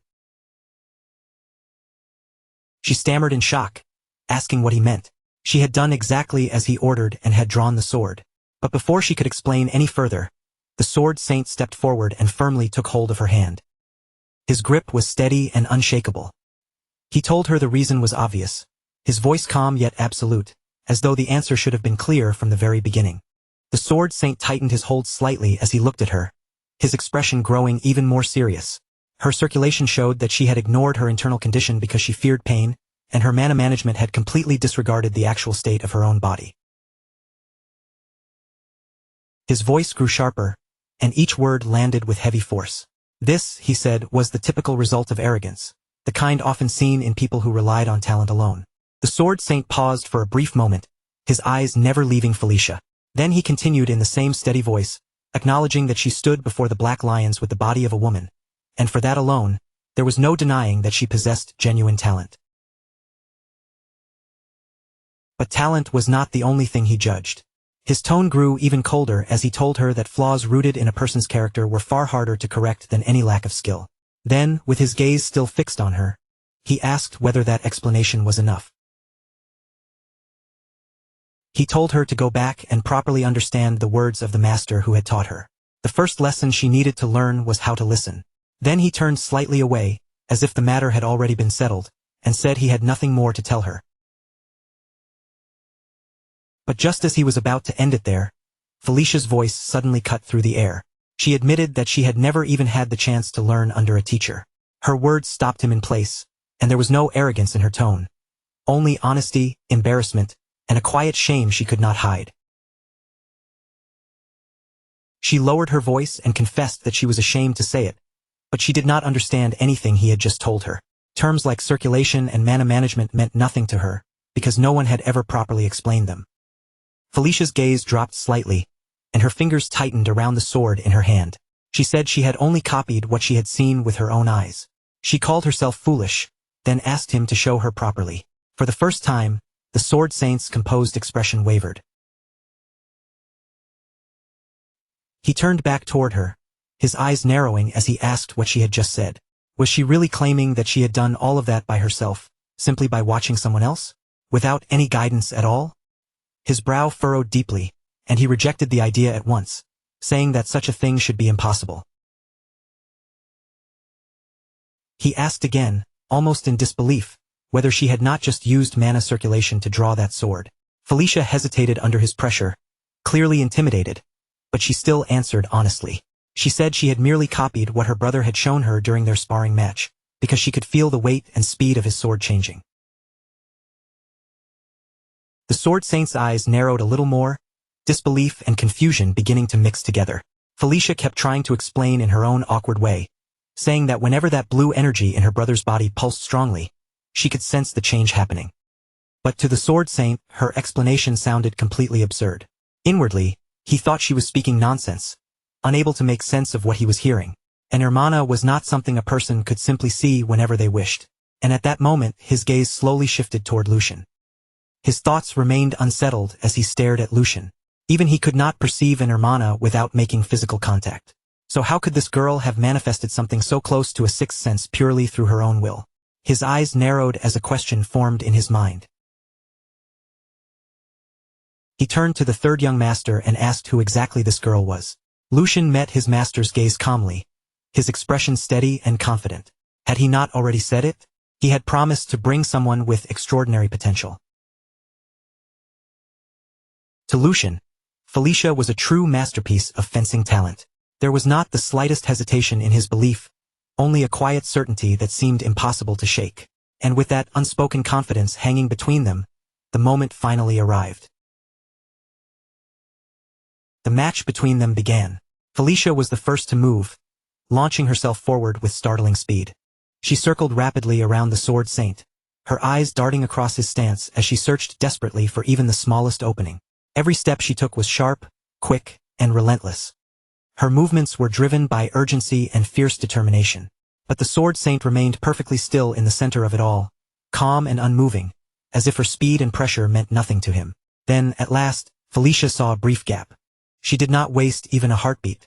Felicia lunged toward that opening, driving forward with everything she had in an attempt to pierce through his defense. But the very next instant, her attack came to a complete stop. The Sword Saint blocked her strike with effortless precision, and he did it without even turning his eyes toward her. His voice remained cold as he told her that her movements were full of openings. Her blade was dull, and worse than that, her determination was even weaker. Only then did he shift his gaze toward her, his eyes sharp and merciless. He asked if that was all her despair was worth. Felicia clenched her teeth, frustration rising inside her like a flame she could not swallow down. No matter how many times she attacked, and no matter how carefully she aimed each strike, every single blow was intercepted and erased as if it had never posed a threat in the first place. It felt as though the Sword Saint could read every movement before her body even made it. Inside Felicia's mind, helpless thoughts began to echo. She had pushed herself all the way to her limit. Her hands tightened around the sword as doubt slowly crept in. And yet, even after giving everything she had, her blade could not even graze him. In her mind, Felicia kept speaking to herself, her thoughts trembling but refusing to break. The Sword Saint had not taken even a single step. That realization struck her harder than any blow. So this was the pinnacle of the sword, an abyss so vast and unreachable that she could not even begin to measure its depth. The distance between them felt overwhelming, almost suffocating. But even while facing that impossible gap, Felicia had no intention of giving up there. Her eyes suddenly dropped downward. Her gaze locked onto a loose tile beneath her feet, and in that split second, a plan flashed through her mind. Without hesitation, Felicia kicked the tile upward, using it as a distraction. She sent it flying to create a momentary opening, and at the same time, she shifted her body into position. Felicia moved to strike from behind, her movements fast and unpredictable. It was not the polished technique of someone formally trained, but an instinctive, unconventional attack born from desperation and willpower. Watching her attempt unfold, the Sword Saint finally spoke again, and this time, there was the faintest trace of interest in his voice. He saw in her a fighting spirit that refused to die, even after crashing against an impossible wall. He also saw ideas that did not follow ordinary rules. Because she was not weighed down by experience, her actions were rough, but strangely free. After a brief pause, he spoke again, almost as if acknowledging the stubborn persistence she was showing. He told Felicia that she was not finished yet, and for just a brief moment, her plan seemed as if it might actually work. The Sword Saint told her to let it all out, every last bit of resentment she had carried inside until now. Then, using only a single finger as though it were a sharpened blade, the Sword Saint sliced straight through the flying tile, cutting it cleanly into two separate pieces. The movement was so effortless that it almost looked unreal, as if the tile had simply split apart on its own. Even after seeing that, Felicia did not stop. She forced herself forward, refusing to back away, her body continuing to move beneath the crushing pressure. But just as she advanced, her eyes suddenly widened in shock.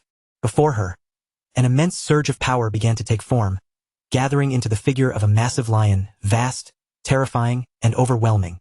The sheer presence of that power froze Felicia for a single instant, and the air around her seemed to tremble beneath its weight. Then, without warning, a hand reached toward her sword. That sudden movement startled her, and a flicker of fear rose sharply in her chest. But even with that fear gripping her, Felicia forced herself to respond. She held tightly to her weapon and swung forward with every last bit of strength she had left.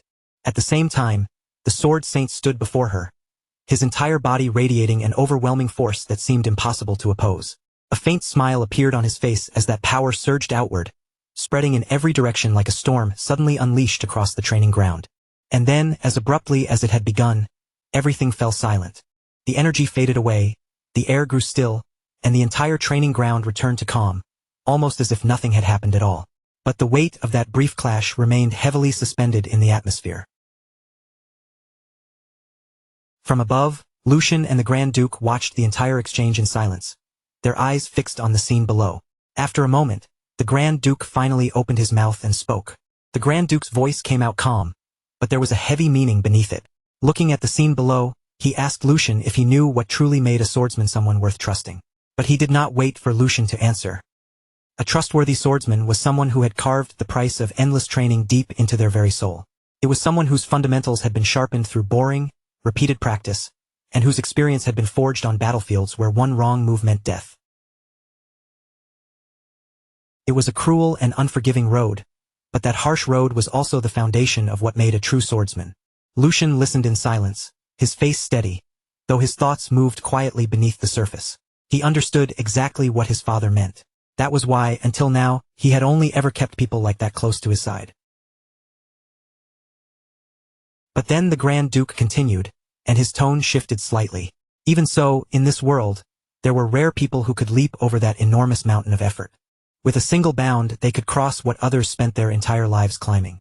The Grand Duke's gaze sharpened as he looked down at the training ground below, speaking of people who shone like the blazing sun.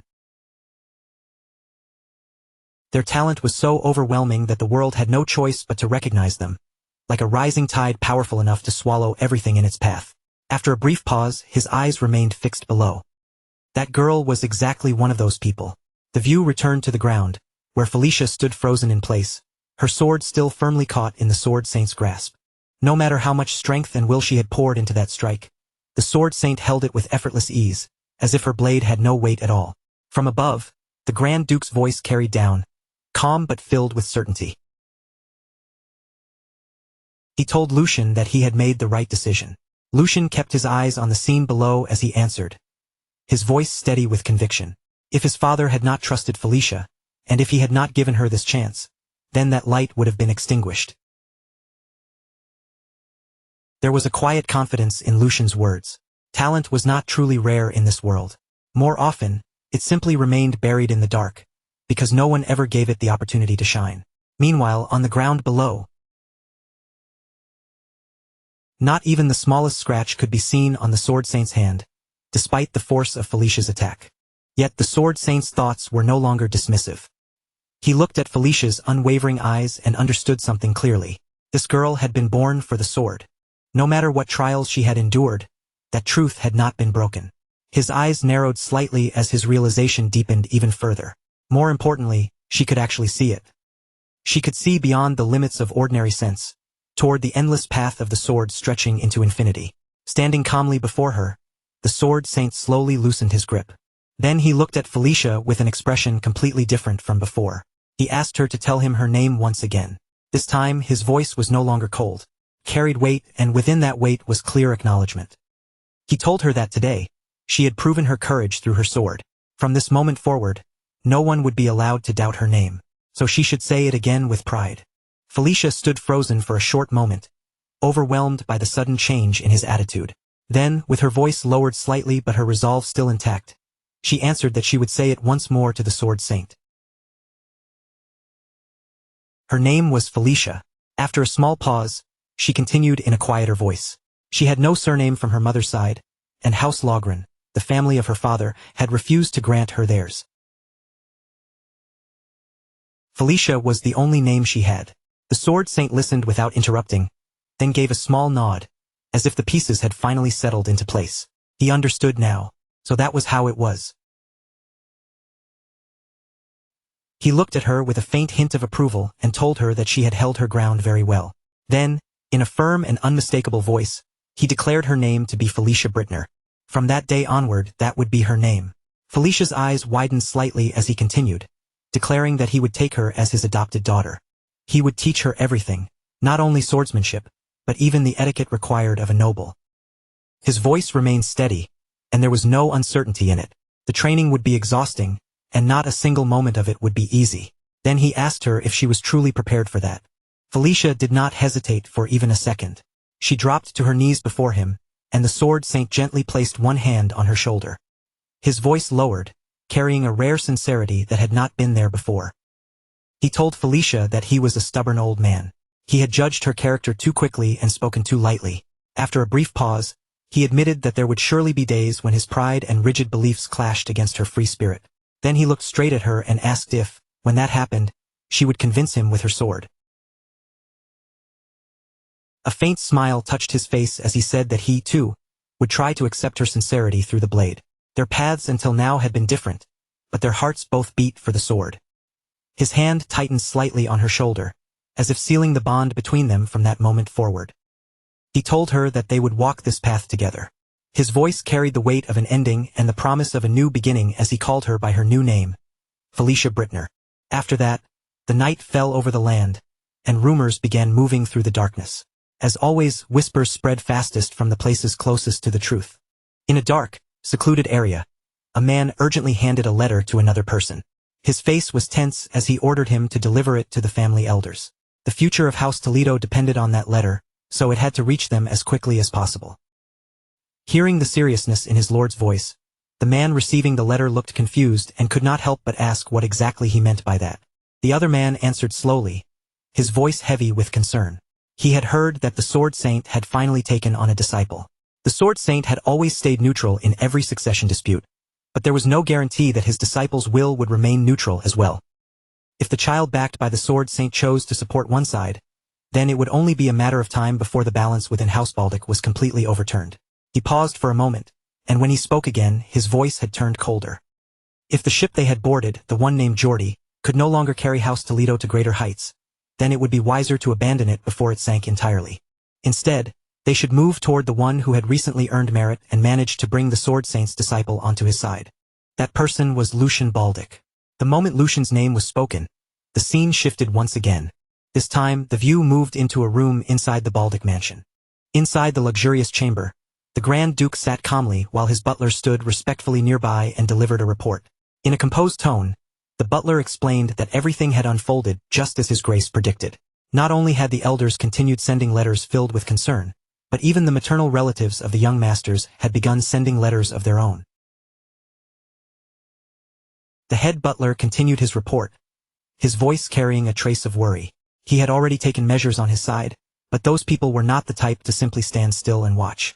Because of that, he wondered if it would be better to act before those sparks spread any further.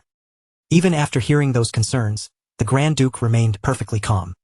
His expression showed neither fear nor hesitation, as if he had already expected every reaction now unfolding around him. After a short silence, he finally began to speak, his voice deep, steady, and impossible to ignore.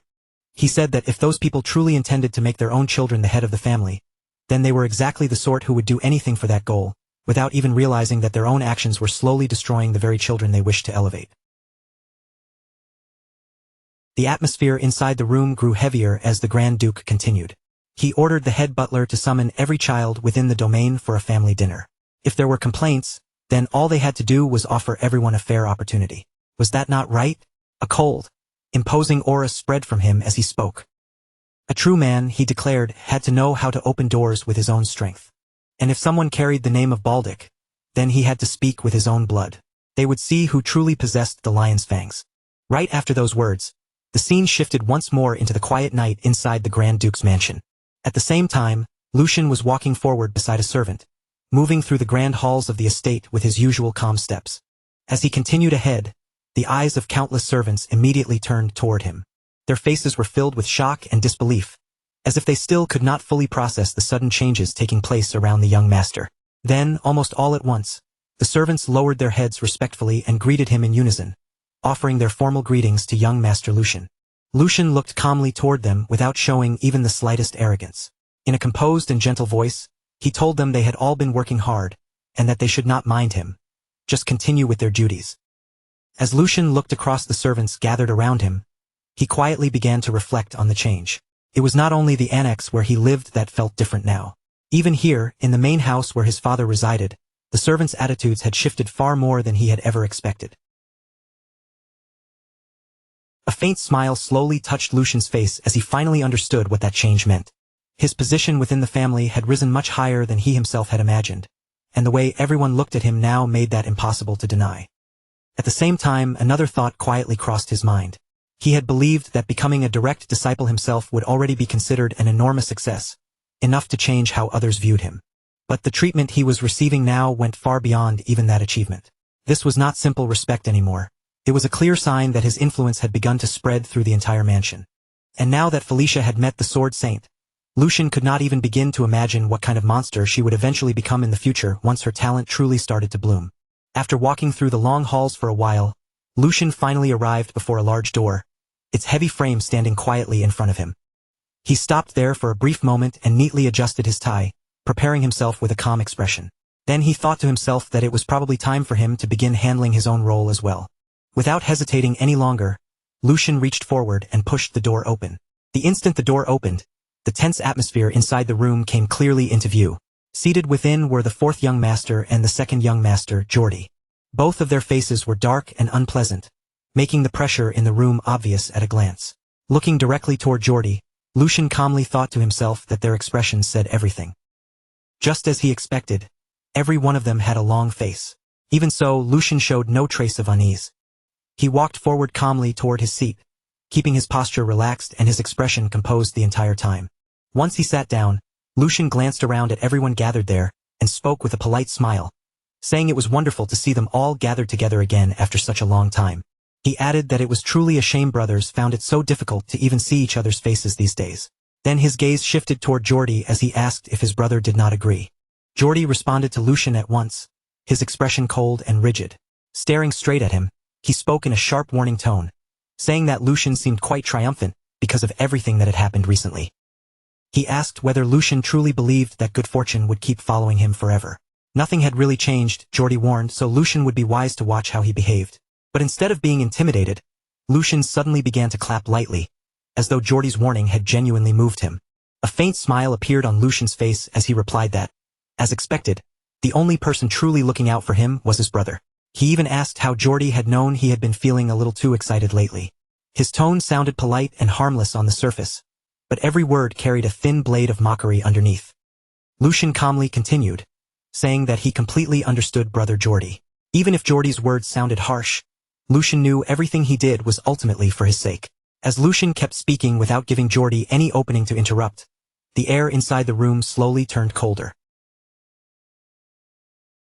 After the incident at the training grounds, Lucian said, Jordy had decisively cut ties with Sirhen and shown everyone the true image of what a noble lord should be. Not only that, but when it came to the money embezzled by the former head maid Jenny, Jordy had generously compensated her and even provided her with a rather generous allowance afterward. Lucian asked how he could possibly fail to understand such kindness from his brother. Then, as if something important had only just occurred to him, his expression turned innocent again. He suddenly asked whether Jenny was doing well these days. After all, he had stopped right before she died. The moment those words left Lucian's mouth, Jordy's face twisted with fury. The anger he had been suppressing finally burst through, and he slammed out in rage. He shouted Lucian's name, demanding to know how he dared speak that way. At the same time, the fourth young master silently watched the entire exchange play out before him. Seeing Jordy being completely dragged around by Lucian's words, he could only think in irritation that if his second brother was going to be overwhelmed this easily, then he should have simply stayed quiet. The fourth young master continued watching the situation unfold, and the frustration on his face became more and more obvious. In his mind, he angrily thought that Jordy was only helping Lucian build even more momentum. He could not just sit there and allow things to continue like this. Unable to stay silent any longer, he suddenly rose from his seat and shouted toward Lucian. He said that second brother had only been telling Lucian to restrain himself, worried that his excitement might cause him to make a mistake. Then he demanded to know whether Lucian really had to respond with such sarcastic mockery toward brother Jordy. The fourth young master ordered Lucian to admit his mistake to Geordie immediately. After saying this, he felt as if he had stepped forward at exactly the right moment and done something important. In his own mind, he even believed that he had successfully intervened to calm the situation. He told himself that he had only been trying to lighten the mood. But before that thought could even finish forming, Lucian's cold voice cut across the room like a drawn blade. He said this was exactly why being nice to people never paid off.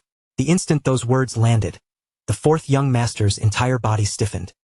Cold sweat began sliding down his face as Lucian slowly turned a furious gaze toward him.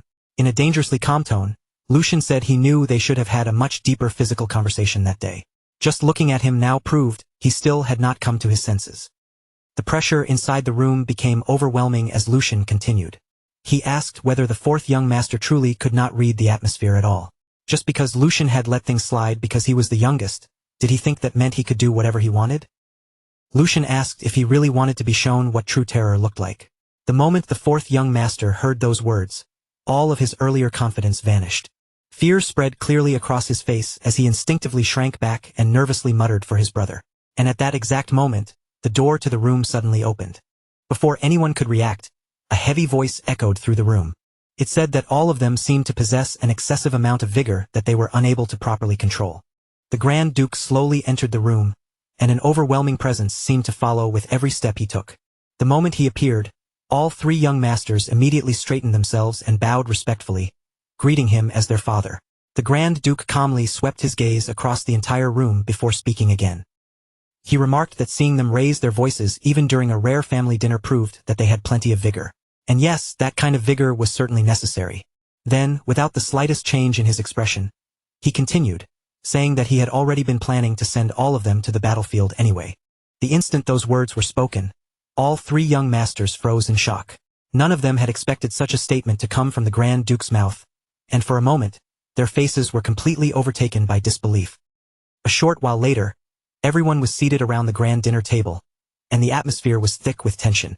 Candlelight flickered across polished silverware and noble faces, but despite the elegant setting, no one dared to be the first to speak.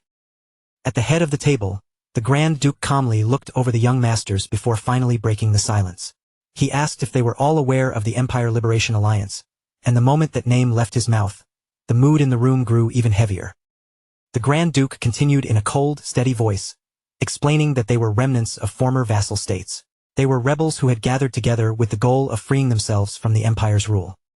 Across various regions, they had been stirring up local rebellions and spreading unrest. They had even gone as far as assassinating nobles without hesitation. The Grand Duke compared them to a thorn lodged beneath a fingernail, small at first glance, but far too painful and dangerous to ignore.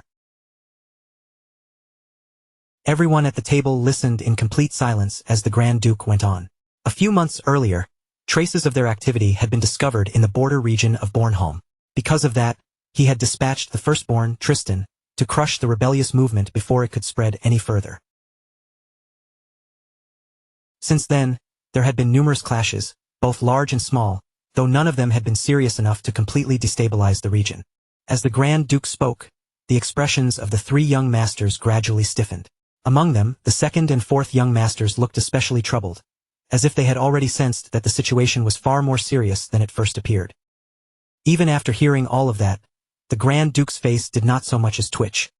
His expression stayed perfectly still, as if the heavy atmosphere around the table had no power to shake him at all. But then his voice dropped lower than before. Recently, he said, he had received a report serious enough that it could no longer be dismissed or pushed aside. In an instant, every sound around the table faded away. Only after the silence fully settled did the Grand Duke reveal the real reason behind his concern. A monster migration. The first warning signs had already begun to appear in Bornholm. The instant those words reached Lucian's ears, his eyes widened before he could stop himself. A cold, sharp sensation slid down his spine, making his entire body tense. A monster migration. Just repeating the phrase in his mind was enough to make his expression harden. This was not some ordinary disturbance. This was far more dangerous than anything he had expected. A monster migration was the kind of disaster that began when one species of monster increased far beyond its natural numbers. Once their population grew too large for their original territory to contain, the monsters would abandon their habitats and move together in enormous waves, driven by hunger as they searched for food, prey, and new ground to overrun. Wherever that flood of monsters passed, peace could collapse into chaos almost overnight. The true danger depended entirely on how large the outbreak became and what kind of monsters were involved. If the scale was small, a few remote villages might be wiped out before help could even arrive. But if the migration grew into something larger, entire cities, borderlands, and defensive territories could be crushed beneath an endless tide of monsters. Even veteran knights and seasoned soldiers dreaded monster migrations, because once the monsters began moving in full force, stopping them was never simple. And now, the first signs of that nightmare had appeared again. The worst migration ever recorded had been so devastating that an entire castle and 10 nearby villages were erased from the map as if they had never existed. Thousands of people had lost their lives in that catastrophe, and the ruined lands remained empty for years afterward, abandoned out of fear and still tainted by the lingering presence of monsters. The Grand Duke allowed those grim facts to sink into everyone at the table before speaking again. His tone calm but impossible to ignore. However, he added it was still too early to declare this a full-scale monster migration. At once, every gaze returned to him. A monster migration, he explained, normally followed a cycle of roughly 50 years. Bornholm's previous outbreak had been suppressed only 20 years ago. According to every known pattern and every piece of logic they had, another migration should not be happening this soon. Lucian listened quietly as his father laid out the situation. Then his eyes narrowed in thought.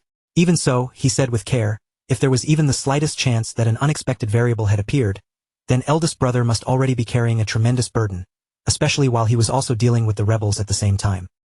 The moment those words left his mouth, Lucian seemed to grasp the real meaning hidden beneath his father's earlier statement. So that was it. That was why father had said he intended to send one of them to the battlefield. When the Grand Duke saw that his third son had reached the correct conclusion on his own, a slow smile appeared on his otherwise stern face. That is correct, he answered, his voice steady. One of you must go there and help clear away the dark clouds gathering over that land. The Grand Duke's eyes moved across his sons one by one. So tell me, is there anyone among you willing to step forward and help your eldest brother resolve this matter? That single question was enough to tighten the entire atmosphere around the table. The air, which had already been heavy, now felt even more difficult to breathe.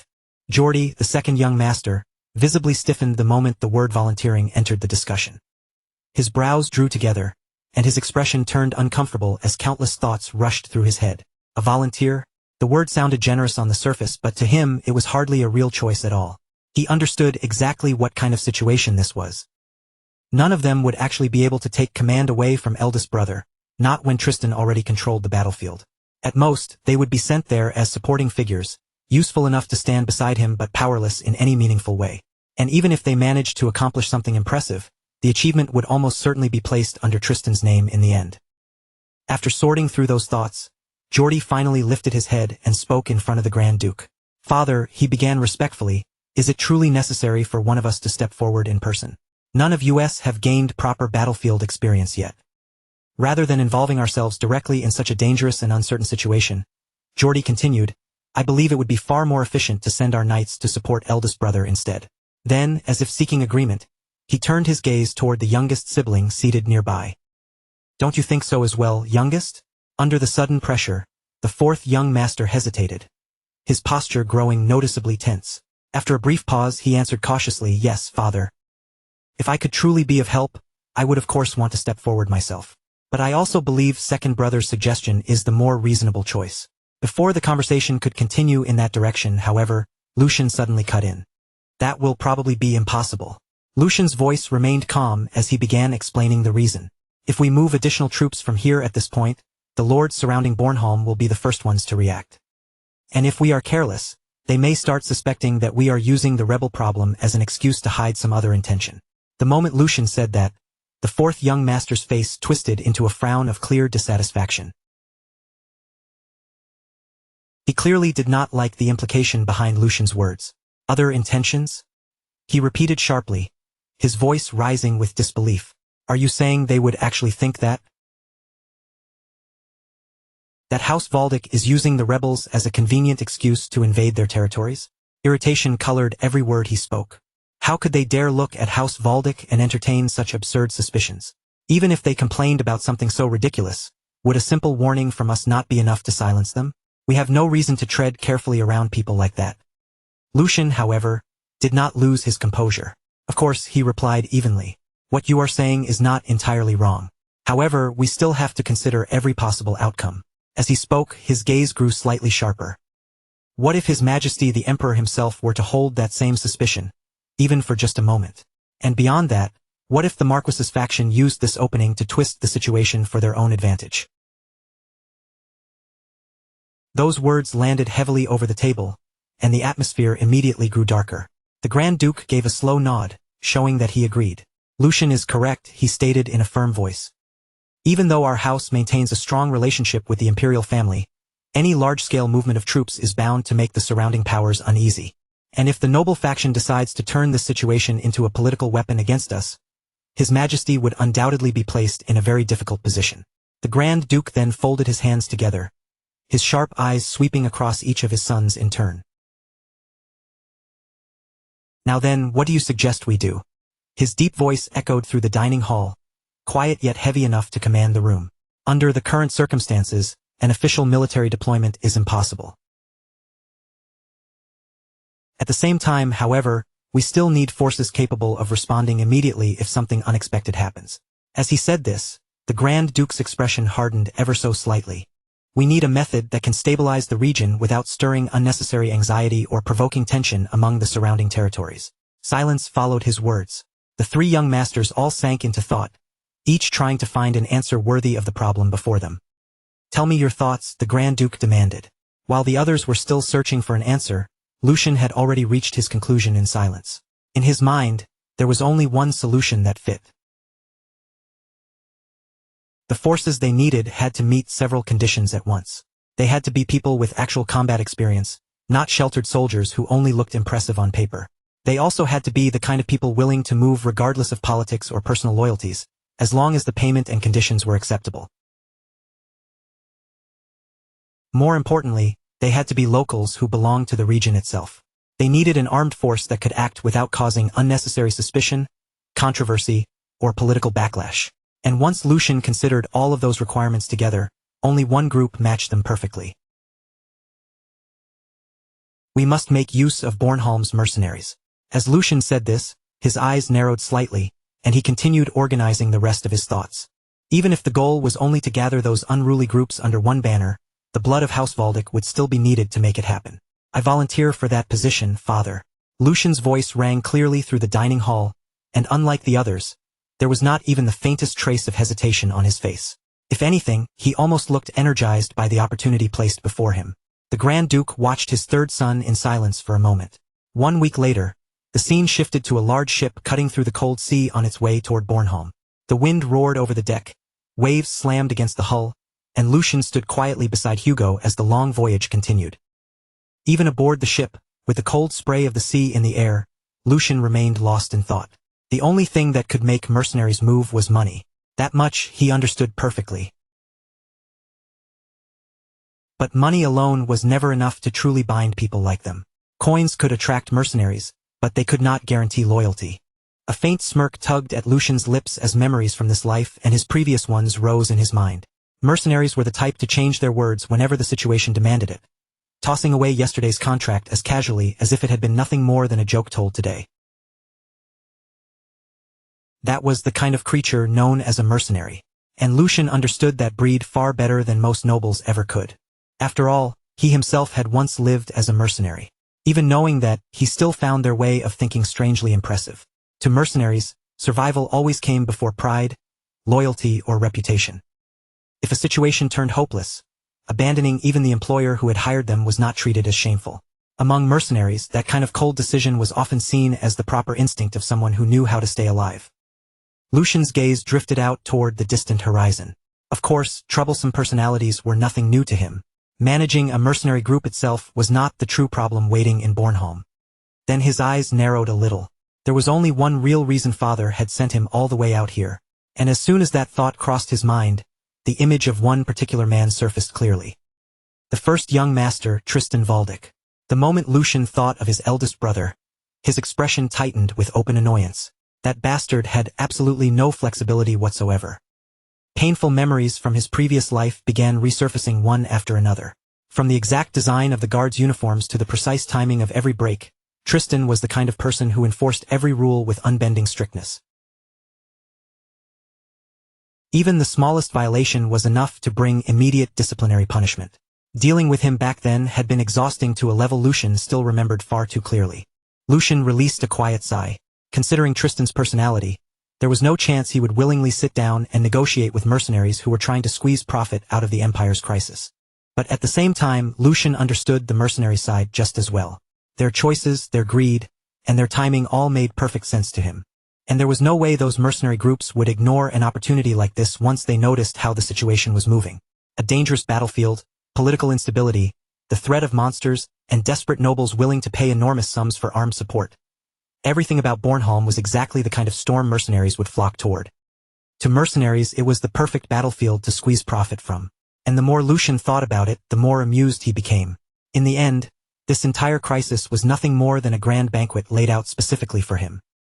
A strange grin slowly crept across Lucian's face. It really has been a long time since I had the chance to properly show what I can do. His eyes began to gleam with a sharp, eager light. Just wait for me, you mercenary bastards. Hugo, who had been standing nearby, quietly stared at his master with a deeply confused look on his face. He could not understand why Lucian had suddenly started smiling like that. What in the world happened to him all of a sudden? Not long after, the ship finally reached the port, slowing down as it came to a heavy stop against the dock.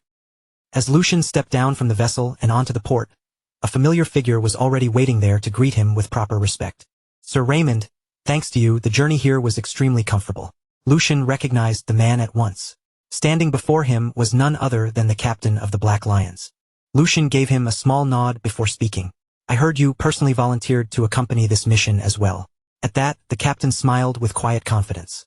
Since you accepted such an important assignment, I believed you would need an escort suited to the task, Sir Raymond replied. Then he smoothly continued with his report. The members who handled the Vestra mission with you have already arrived ahead of us. They are currently gathering information and checking the situation in the area, so they will join up with you later at the appointed rendezvous point. After finishing his brief report, Sir Raymond lowered his head slightly and asked with formal respect, "For now, would you like to head directly to the first young master?" Lucian answered with a light smile, as if that had been his plan from the beginning. Yes, please.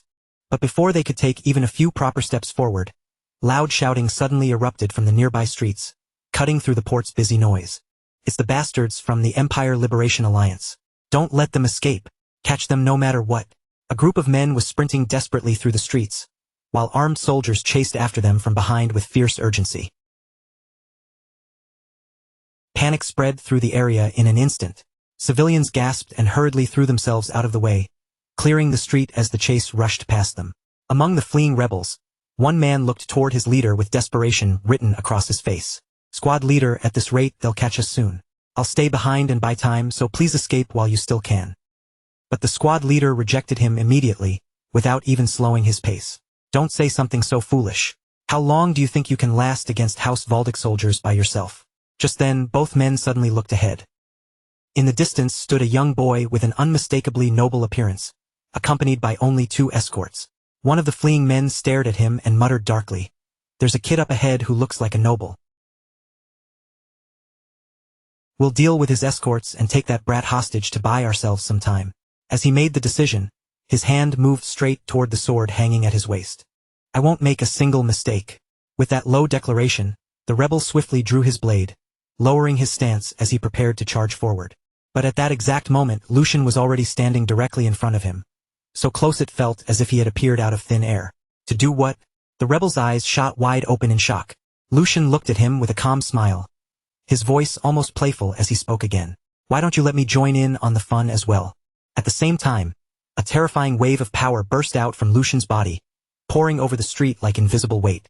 The rebels froze where they stood, their bodies locking up as the pressure bearing down on them became so suffocating they could barely breathe. After that single instant, the lingering mist of force continued to spread slowly across the battlefield, rolling through the air while Lucian remained standing calmly in front of everyone. His sword rested quietly in his hand, yet the stillness around him made him look even more dangerous than if he had been swinging it wildly. The very same man who had tried to attack him moments earlier could now do nothing but stare in complete shock at what had just happened. At that same moment, the situation around them froze. The team leader tightened his grip around his sword and shouted in confusion, "What is the meaning of this?" But before anyone could properly respond, Another man behind him called out nervously, "Team leader." The tremble in his voice alone revealed the fear already taking hold of him. Meanwhile, deep inside his mind, the team leader had already understood the horrifying truth. Lucian was not an ordinary child at all. That realization sent a chill racing down his spine, especially after seeing their squad leader subdued in one strike without even being given the chance to react. And worse, Lucian had done it with only a scabbard. He's a monster. The air around them became unbearably heavy as the reality of Lucian's overwhelming strength finally began sinking into everyone present. On the other side, Lucian quietly lowered his gaze toward his sword, calmly sensing the immense power surging through every part of his body. A faint smile slowly formed on his lips as he muttered to himself. So this is what it feels like. His eyes sharpened little by little as he continued following the sensation. My body moves exactly the way I want it to. My fully recovered heart is burning as fiercely as a volcano. And in response, mana spreads through my entire body, flowing into every limb and unleashing a level of power that cannot even be compared to what I had before. The pressure around Lucian continued rising higher and higher with each passing second. It felt as though the mana inside his body was overflowing without end, turning his very presence into something terrifying. Lucian briefly looked down at his own hands, as if testing the reality of the strength, before whispering coldly, "This body's performance is beyond imagination." Immediately afterward, the remaining two men began stepping backward in fear, slowly retreating as they hurriedly drew their swords. Even though they tried to prepare themselves for a fight, the terror in their eyes was impossible to conceal. Their hands shook so badly that their blades trembled in the air, and neither of them could understand how they were supposed to face someone like Lucian. Seeing their fear, Lucian slowly lifted his gaze toward them and asked in a calm, overpowering voice, "Are you still unable to grasp the situation?" The instant those words left his mouth, an incredibly powerful aura exploded from his body. The air itself turned crushingly heavy under the pressure of his presence, making it difficult for everyone nearby to even breathe. Fear swallowed the two men completely as Lucian stared straight into their eyes and declared coldly, "There will be no more warnings." His terrifying pressure continued to crush them, and his cold gaze alone shattered what little fighting spirit they still had left. Then, in a calm voice filled with absolute authority, he ordered, "On your knees. All of you." The moment Lucian's command echoed across the street, the two men dropped their swords to the ground at once, not daring to hesitate for even a heartbeat. The sharp metallic sound of their weapons striking the earth rang heavily through the suffocating silence. One of the men lowered his head, trembling violently as he thought in desperation, "He's an opponent we can't endure for even a moment. For the sake of our great cause, we have to survive first." The fear of death had already swallowed them completely, leaving nothing behind but raw desperation. After a few tense moments, the team leader finally spoke, his face covered in defeat. "We surrender. We will cooperate. So please spare us." Panic filled his voice as he continued pleading with everything he had. "Please have mercy, if only for the sake of our innocent children." After those words, the atmosphere around them became even quieter. Lucian silently watched the surrendered men. He carefully observed every movement they made and every emotion they tried to hide. Even after surrendering, killing intent still seeped from their bodies. The hatred and resentment buried deep inside them had not disappeared at all. Lucian's gaze slowly shifted toward the children nearby, and in his heart, he quietly noted the anger burning in their eyes. Their stares were filled with resentment, and that sight left a bitter taste behind. This was why war always felt so cruel. Victory carried no pride or joy when hatred simply passed from one generation to the next. Without saying anything more, Lucian calmly returned his sword to its proper position. Then he looked directly at the surrendered men and declared in a firm voice, "As long as you fully cooperate, I will make sure you are formally judged in a court of law. So do not try anything foolish unless you want to make the situation worse." His words carried both authority and warning at the same time. It was clear he had no intention of showing pointless cruelty, but betrayal would never be tolerated. Shortly afterward, Imperial soldiers began approaching from every direction, moving in to capture the rebels who had surrendered. The sound of armor, boots, and weapons filled the street as the soldiers surrounded the men one after another, closing off every path of escape. At that very moment, an armed man dismounted from his horse and began walking slowly toward the scene. His presence alone carried the dignity and authority of the Empire. Looking toward the captured rebels, He spoke in a stern, unwavering voice. As citizens of the Empire, it is only right that you be judged according to proper procedures. That is a right you may demand regardless of your status, and it is one of the very foundations that supports the Empire. For a brief moment, his words made it sound as though he truly intended to grant them fairness and justice. However, his expression soon turned colder as he continued. But these men are different. The atmosphere instantly grew heavy again. Then, with absolute conviction, he declared, the moment they point their blades at the Empire, they become nothing more than rebels.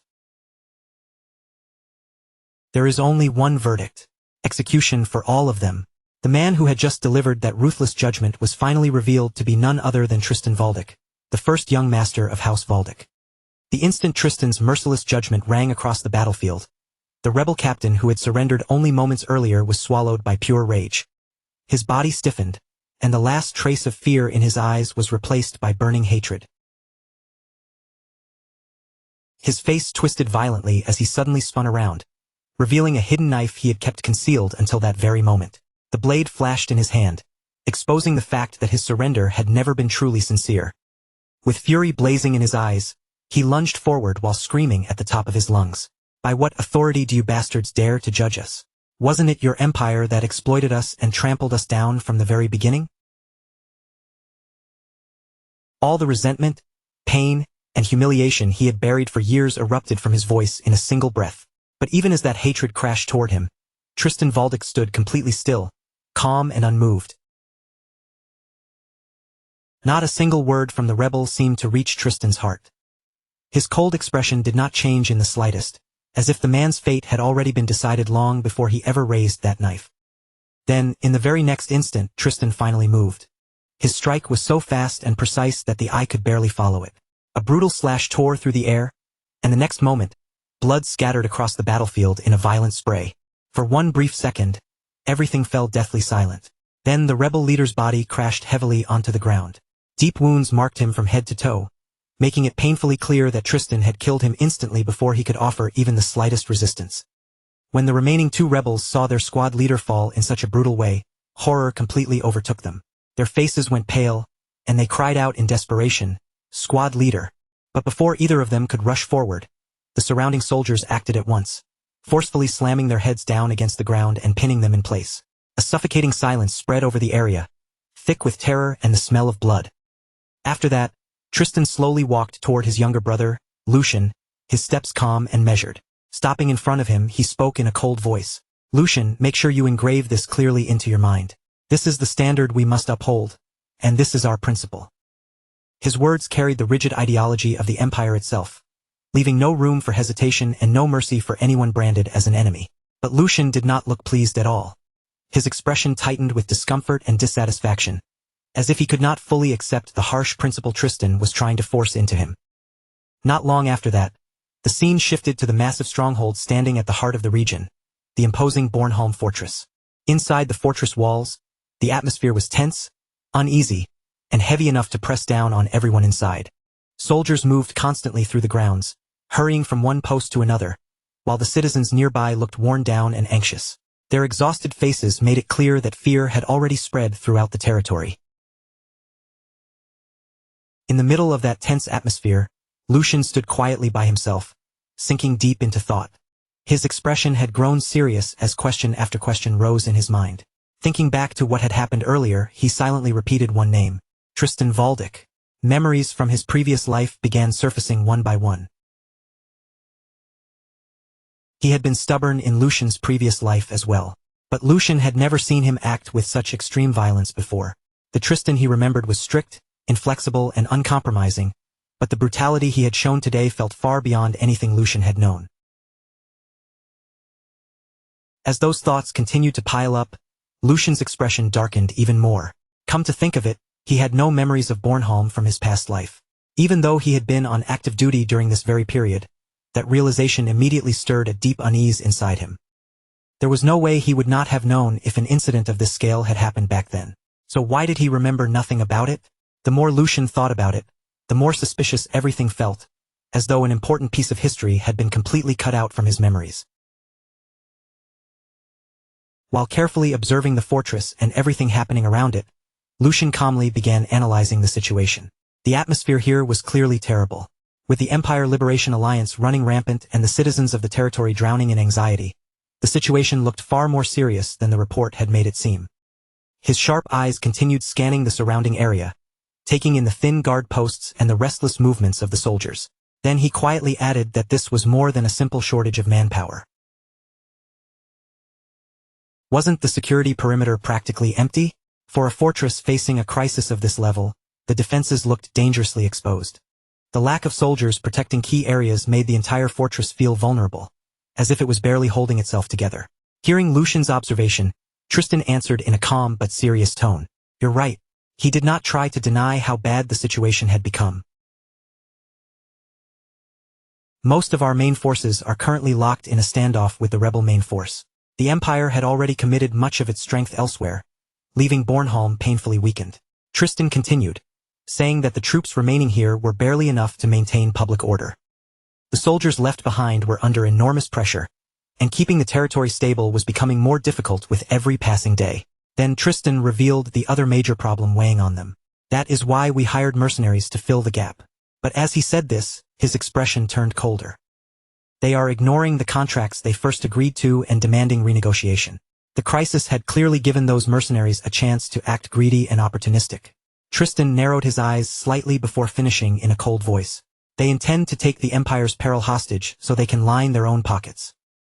After hearing Tristan's explanation, Lucian quietly fell into thought again. His face remained calm, but inside, he had already understood the real problem behind the situation. That was nothing more than noble logic, he thought to himself. That way of thinking would never work on mercenaries. Unlike nobles who cared about pride, authority, reputation, and loyalty, mercenaries cared first about profit and survival. To them, war was simply another business opportunity. Lucian slowly turned toward Tristan and calmly voiced his conclusion. To them, it probably just looks like a chance to make a fortune, especially because they do not know that you have no intention of negotiating with them again. Brother, Tristan replied immediately, without even the slightest pause. At least not here where I am in command. His tone remained cold, firm, and completely unshakable. Even in the middle of a crisis, Tristan had no intention of compromising the Empire's authority just to satisfy greedy mercenaries. After saying that, he looked directly at Lucian and added bluntly, even with things as they are, I do not expect much from you. His words were direct and dismissive, making it clear that he still did not fully trust Lucian's abilities. Tristan continued in a practical tone, saying that Lucian had probably been half-forced to come all the way down here anyway. To him, it seemed obvious that Lucian had only arrived because of their father's order or some political arrangement. Then Tristan explained the role he expected Lucian to play. Just keep an eye on the mercenaries and stop them from running away if things turn bad. The Empire's situation was already unstable enough, and if the mercenaries abandoned them in the middle of battle, the fortress could collapse into complete chaos. Tristan then added that as long as Lucian was placed in nominal command, the mercenaries would not be able to act recklessly so easily. That was all he expected from him. In other words, Lucian's value was mostly symbolic. Tristan only saw him as a figure of authority who could restrain the mercenaries by name. But after listening to all of that, Lucian calmly met his older brother's gaze and replied, You seem to be mistaken about something, eldest brother. Tristan's eyes narrowed slightly. Mistaken? Lucian answered without changing his expression. First, I was not forced to come here. I volunteered to go. The moment those words left his mouth, the air between the two brothers shifted, because there was not even the smallest trace of hesitation in his voice. Then Lucian continued, Second, I know how to resolve this situation. At the same time, he took out an official letter and held it forward. The document carried an authority that could not be denied. Looking straight at Tristan, Lucian declared that since their father had entrusted him with full authority over the mercenaries, from this moment on, all negotiations and control involving them would fall under his jurisdiction. His calm confidence made it clear that he had already prepared for this from the beginning. Then, with complete assurance, Lucian finished by saying, So please put your mind at ease. Immediately after that, the scene shifted again, and Lucian's thoughts grew quiet and focused. His eyes had turned sharp and determined, while one firm thought echoed powerfully in his mind, because I will definitely resolve this. After that, the scene moved to a completely different place, where a large group of mercenaries had gathered together and were spending the night in loud celebration. Food and drinks were spread out everywhere, and the atmosphere grew more cheerful and rowdy with every passing moment as laughter and drunken shouting filled the air. In the middle of the gathering, a red-haired mercenary raised his cup high and shouted for everyone to eat and drink as much as they wanted, because they would be able to squeeze plenty of money out of the noble lord. The moment he said that, the surrounding mercenaries burst into loud laughter and cheers. They lifted their cups over and over again, shouting, "Long live the captain! Long live the captain!" Their voices echoed through the night as they celebrated without the slightest worry. Amid all the excitement, a green-haired mercenary looked toward the captain with obvious admiration in his eyes. He could barely hide how impressed he was. Grinning widely, he said, "Captain, you really are amazing. Having the guts to act like this against House Valdic. There's probably no one else in the entire empire who could do it." To him, openly provoking such a powerful noble house was something almost no one would dare attempt. But their captain was treating the whole situation as if it were nothing at all. Hearing the compliment, he calmly lowered the cup in his hand and responded with an easy confidence that stood out from everyone else around him. "Because we are not the ones sweating bullets. The higher-ups are already on the verge of clashing with the Empire Liberation Alliance, and on top of that, the movements of the demonic beasts have been unusually strange lately. For mercenaries like us, an unprecedented boom has arrived." His voice carried absolute certainty. The empire was being pressed by problems from multiple directions, and that made mercenary groups more valuable than ever. The nobles needed manpower badly, and the mercenaries understood exactly how much leverage that gave them. The green-haired mercenary quickly understood what the captain was getting at. Leaning forward with interest, he asked, "So that means we just have to hold out until they can't stand waiting anymore?" The captain's expression immediately shifted into a satisfied smile, as if the man had finally understood the entire plan. With a confident nod, he replied, "Right on. When they finally come carrying bundles of money in their hands, that is when we slowly open the door for them. I have already coordinated things with the other mercenary groups in this area, so from here, it is only a matter of time." The confidence in his voice made it clear that, in his mind, everything was unfolding exactly according to plan. The mercenary groups had already reached an understanding with one another, and now all they had to do was wait until the nobles became desperate enough to accept their demands. But outside the entrance, two silent figures were already standing in the darkness. The campfire's glow barely reached them, leaving only faint outlines and long shadows visible from afar. Those two figures were none other than Lucian and the captain of the Black Lions. After that, the green-haired mercenary suddenly seemed to notice that something was off. His gaze shifted toward the entrance, and before he could even open his mouth, the slow, deliberate sound of clapping echoed through the noisy gathering. The cheerful mood inside the camp instantly began to fade, and several mercenaries turned their heads toward the source of the sound. One of them frowned, narrowing his eyes as he muttered, "What's with that crazy bastard? There are some guys at the door I've never seen before." The sudden arrival of strangers immediately put everyone on edge. But before the mercenaries could make any real move, the newcomer calmly stepped forward. Ignoring the suspicious stares locked onto him from every direction, Lucian walked into the gathering as naturally as if the place already belonged to him. His expression stayed perfectly composed as his gaze settled directly on the mercenary captain. Then, in a calm tone that sounded almost approving, Lucian spoke. "Despite how you look, you actually have quite a talent for this. If I were a mercenary captain, I probably would have done something similar.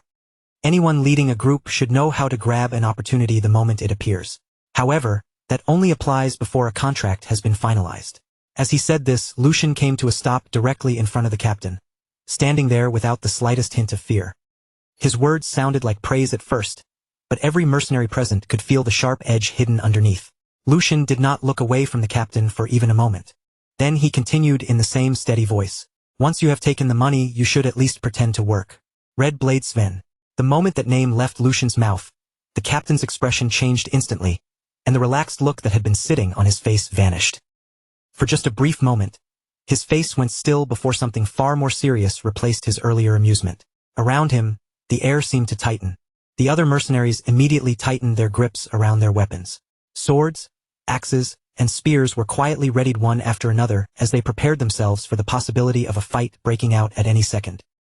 The festive mood that had filled the camp only moments earlier disappeared completely. In its place came a tense silence, so sharp and unstable that it felt ready to explode with the slightest spark. However, instead of showing anger, the captain suddenly began to smile.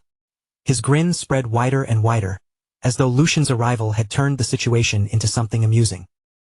Looking around at his men, he spread both arms and called out, "Everyone, pay your respects. It seems House Valdic has brought us bundles of money. Thank you, noble lord. His voice was soaked in mockery, and the surrounding mercenaries immediately caught his meaning, breaking into rough laughter among themselves. The captain continued with a sarcastic smile.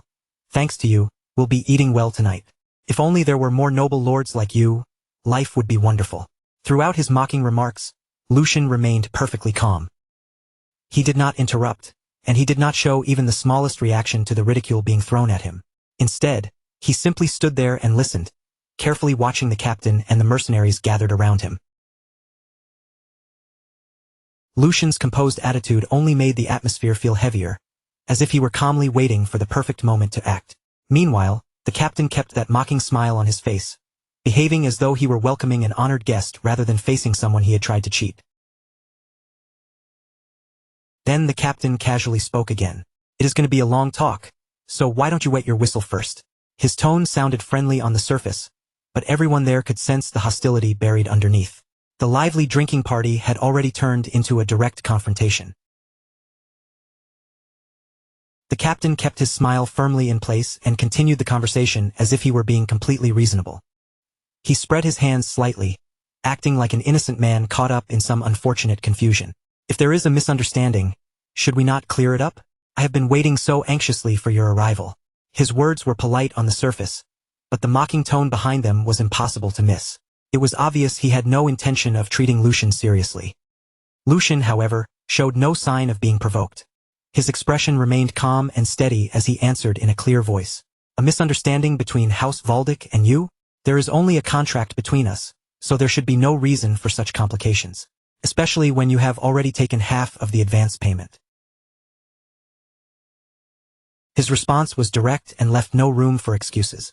To Lucian, this was not about hurt feelings or some unclear dispute. It was simply a business agreement the mercenaries had willingly accepted, then refused to honor. Hearing that, the captain let out a scoffing laugh and leaned back in his seat. With a dismissive look on his face, he replied, "You mean that pocket change? I thought it was just charity tossed to poor, lowly commoners, because it was far too pathetic for a dangerous mission like clashing with rebel forces." The moment he finished speaking, loud laughter erupted all around him.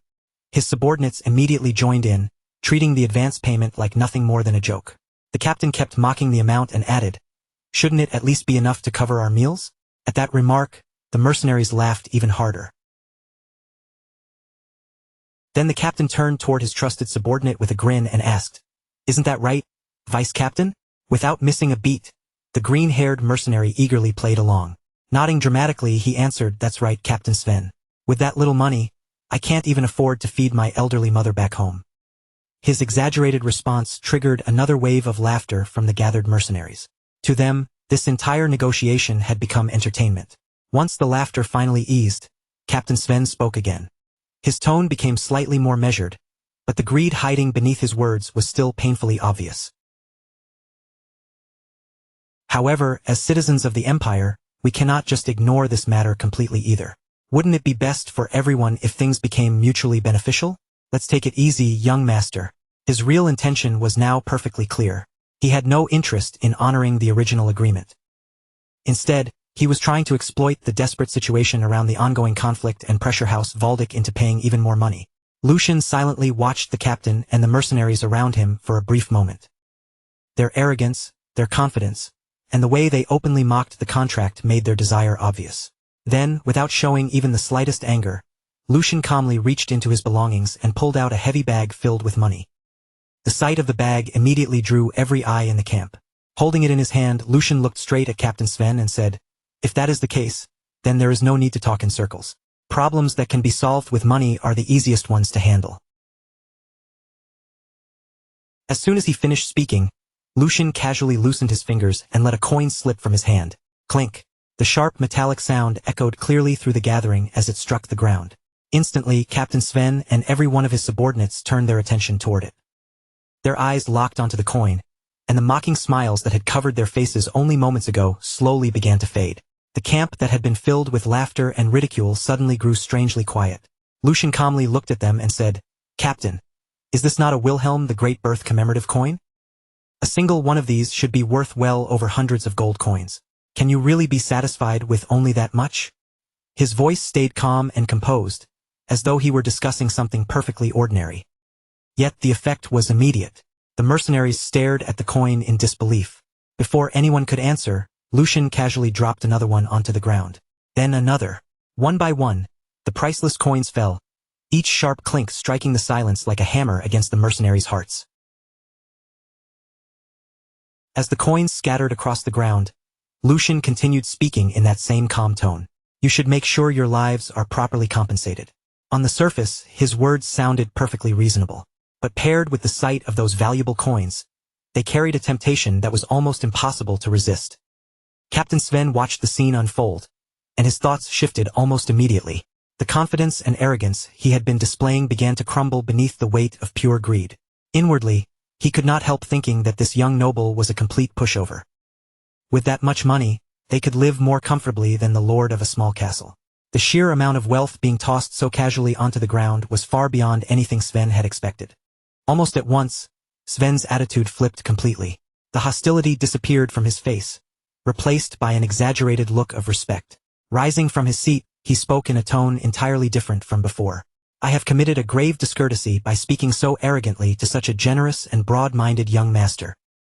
From now on, I will put my life on the line for whatever task you give me. With just one word from me, all the mercenary groups in the area will gather. His sudden change was so dramatic that anyone watching could have laughed. Only moments ago he had mocked Lucian and demanded more money. Now he was behaving as if he had been Lucian's most loyal supporter from the very beginning. As he spoke, Captain Sven even extended his hand forward, as though he intended to shake Lucian's hand and officially seal their partnership. But before he could actually do it, he suddenly bent down toward the ground. His eyes never left the scattered commemorative coins as he reached toward them with open greed. While lowering himself, he said, "But first, please allow me to tidy up these precious coins."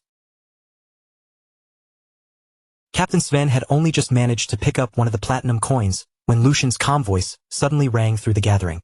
"In the name of Valdic, I issue a request to all of you. Kill Red Blade Sven. The reward will be all of these platinum coins." The entire camp fell silent in an instant. No one moved. Every mercenary stared at Lucian in disbelief, wondering if they had truly heard him correctly. Then Lucian glanced around at the crowd and continued in a composed tone. "You clearly heard me stake my family's name just now, did you not? And this is none other than House Valdic." The meaning behind those words was unmistakable. Lucian had just made an official public declaration under the name of House Valdic. This was no joke, and it was certainly not an empty promise. The mercenaries slowly looked at one another, and then their gazes drifted back down to the platinum coins scattered across the ground. A heavy silence spread through the camp. The temptation in front of them was overwhelming. The moment Captain Sven realized what was happening, the blood drained from his face. The greed that had filled his eyes only seconds earlier instantly turned into alarm. He stared at Lucian in disbelief and shouted, "What kind of trick are you trying to pull? What kind of trick are you trying to pull here?" Lucian met his gaze without the slightest hint of emotion. "A trick? I am simply solving this with money, just as you wanted. Use this opportunity to learn properly. A mercenary without credit is nothing more than—" Lucian paused for a brief moment before finishing in a cold voice. "And you have lost your credit." Those words struck harder than any blade, because for a mercenary, reputation was their greatest asset. Contracts, trust, and reliability were the foundation of their profession. By taking the advance payment and then refusing to honor the agreement, Sven had destroyed the very thing that gave him value in the eyes of other mercenaries. Without saying another word, Lucian casually picked up a mug of alcohol from nearby, as if he were simply joining the party. Then, with the cup resting in his hand, he said calmly, "You have until I finish this drink. The moment this mug is empty, the reward will be cut in half." The mercenaries' eyes immediately began moving back and forth between Sven and the pile of platinum coins scattered across the ground. Their expressions changed little by little. The hesitation in their faces faded away, and in its place rose the same ugly greed that had swallowed Sven only moments earlier. This time, however, that greed was aimed directly at him. Feeling those murderous gazes closing in around him, Sven's heart nearly stopped in his chest. "You idiots, you do not actually believe him, do you?" His voice shook as he desperately tried to regain control of the room. "I am Red Blade Sven. The first one who comes near me dies." But not a single mercenary stepped back, and not one of them looked afraid.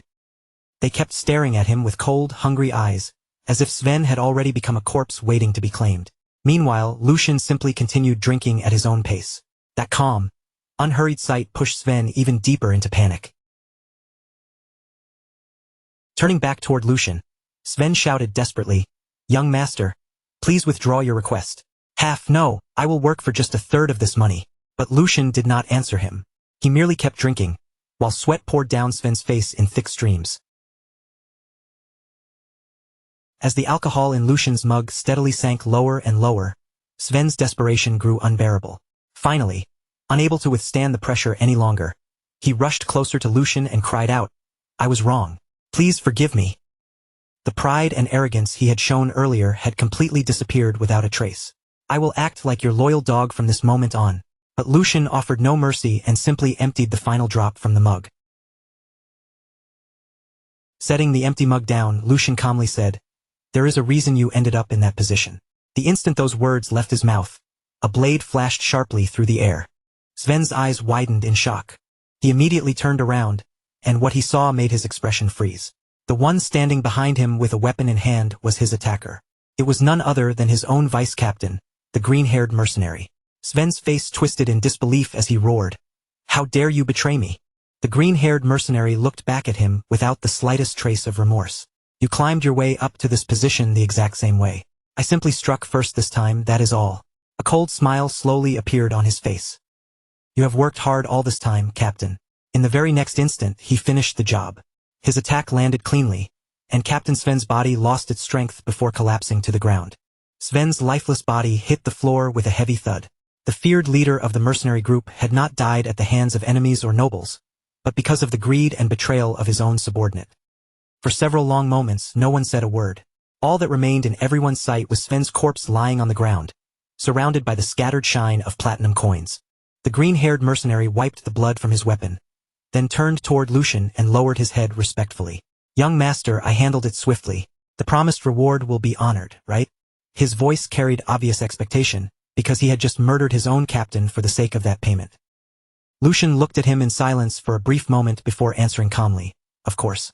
A faint smile then appeared on his face as he added, "Congratulations on your retirement."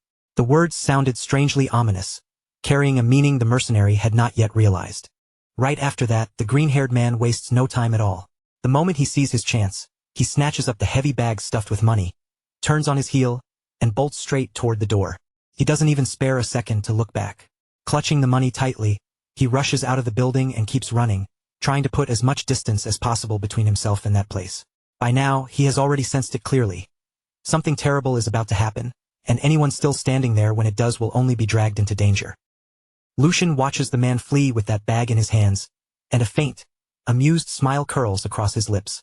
Then, as if the whole thing is nothing more than a joke, he says, "Oh my, I was planning to offer him a celebratory drink, but it seems he's a little busy. In that case, let's take a generous share for ourselves and raise a toast to our retired vice-captain." Around him, the mercenaries remain frozen in place. Every pair of eyes silently follows the chaos unfolding in front of them, but not a single one of them speaks. For a while, the room is swallowed by a heavy silence. The mercenaries stand there, stunned, trying to make sense of everything that just happened so quickly before their eyes. Lucian, however, acts as if none of it has shaken him at all. He leisurely lowers himself into a seat, calm and composed, carrying himself like a man who has all the time in the world. Then he speaks again, his voice relaxed, but filled with quiet confidence. "Don't look so disappointed, everyone. I have no intention of letting tonight end on such a dull note. As you've just seen, as long as the mission is carried out properly, I'm more than happy to pay the reward that's deserved, even if that reward becomes far more excessive than expected." Then Lucian tilts the conversation in a new direction, as if he has just remembered something important. "Now that I think about it, your former captain had a point. This is dangerous work, after all. Going after the Empire's most vicious criminals." Lucian lets the sentence hang there for a moment, deliberately pausing so every mercenary in the room can feel the weight behind his words. The mercenaries keep their eyes fixed on him, listening closely to every word that comes out of his mouth. And as their attention tightens around him, Lucian's smile grows a little wider. He slowly looks across the crowd, finally revealing what he has truly been setting up from the beginning. Then he says, "However, from this moment forward, all of you will become absolutely determined to find those bastards. I'll pay 1 platinum coin for every head. The second those words leave Lucian's mouth, the atmosphere in the room begins to shift.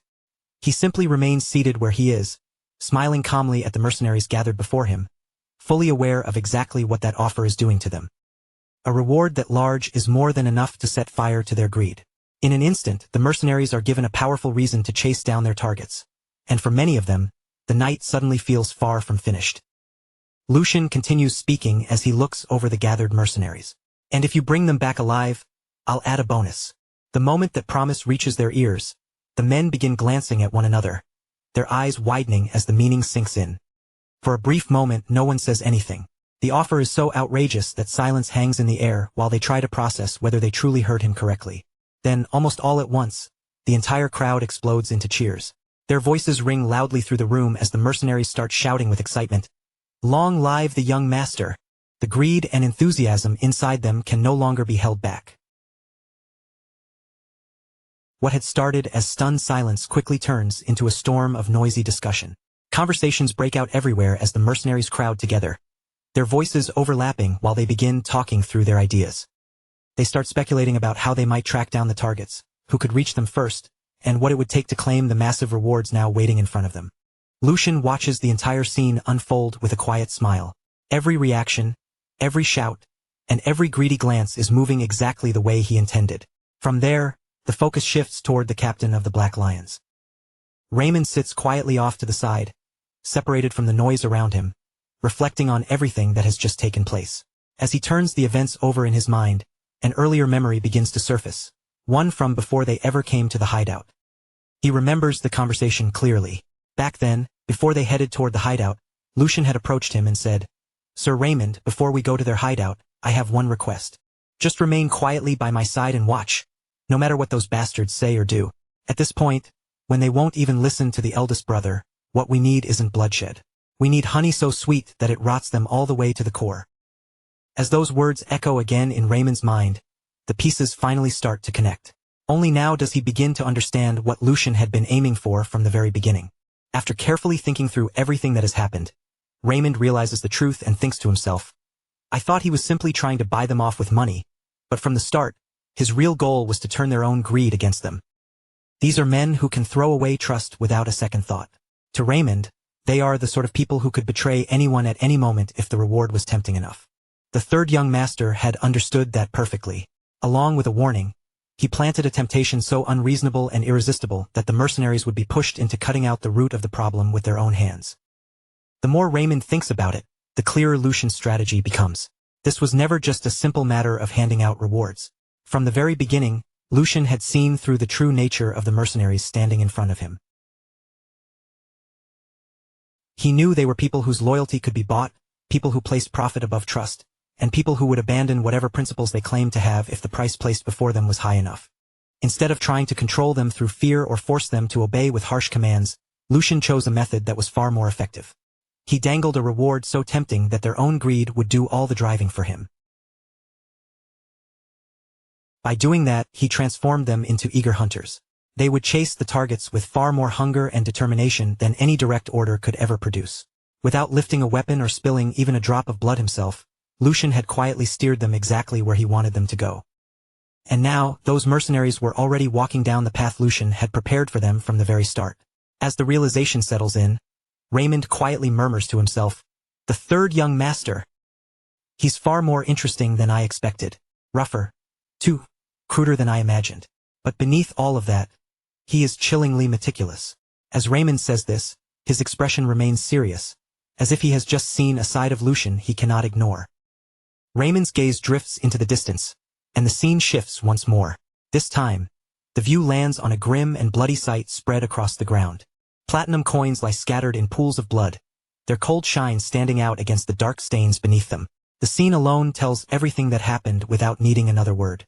In the middle of that aftermath stands the green-haired vice captain. To keep everything for himself, he has slaughtered every companion who followed him, leaving only bodies and blood around the treasure. The greed that Lucian had intentionally fed has reached its natural end. Yet even after taking the treasure for himself, the green-haired man does not look at ease. His hands are trembling visibly, betraying the fear and shock he is trying to bury. His breathing comes out uneven and strained, and the reality of what he has done begins pressing down on him. The weight of the blood around him is finally starting to settle on his shoulders. Trying to convince himself that everything is fine, he slowly lowers himself to sit down. Then, with a shaky sense of relief, he mutters, "Finally, I did it. It's finally over." A smile slowly spreads across his face, but it looks twisted and unstable as he begins speaking to the corpses around him, almost as if he needs them to hear his excuse. "Did you really think I'd just roll over and accept things like the captain did? Do I look like the same kind of brainless meathead as him? If you were all going to die such pointless deaths anyway, you should have just taken 1 platinum coin each and disappeared. You didn't know your place, and you let yourselves get blinded by useless greed." His words hang heavily over the blood-soaked ground. While he condemns the dead for being greedy, he completely fails to see the truth, that he himself has become the greatest victim of that very same greed. At that exact moment, a shadow falls behind him. The figure standing there is Hugo. The green-haired mercenary senses the presence almost instantly, and his entire body stiffens. Before he can turn around or make a move, Hugo calmly answers the words he had just spoken, his voice cutting through the tense silence behind him. "I tend to agree with that." The green-haired man's confidence disappears in an instant. The smug look on his face collapses, and raw fear takes its place as he realizes who is standing behind him. Knowing he is completely at Hugo's mercy, the green-haired mercenary starts pleading desperately for his life. "Spare me, I'll give you half." Even half is still a massive amount of money. "I don't know who you are, but you don't have some personal grudge against me, right? So please, just let me live." Hugo, however, does not react to the desperate bargain at all. His expression stays cold and unchanged as he gives his answer. "I've never entertained such soft thoughts." The moment the green-haired mercenary hears that, he understands there is no way out anymore. A bitter smile appears on his face as he accepts what is coming. "So I messed with the wrong guy, huh? Figures. There was no way my life would actually turn out this well." In the very next instant, Hugo makes his move. The attack comes so fast that the green-haired mercenary has no chance to resist, and the encounter ends almost as soon as it begins. With the last obstacle finally cleared from his path, Hugo calmly collects the scattered money along with the belongings that had been taken back. Without drawing any more attention to himself, he gathers everything together, turns away from the scene, and slips out of the area in silence. After some time has passed, Hugo reaches the place he was heading for. He steps inside and sets the recovered money bag down on the table with a quiet thud. Waiting there in front of him is Lucian, who had clearly been expecting his return.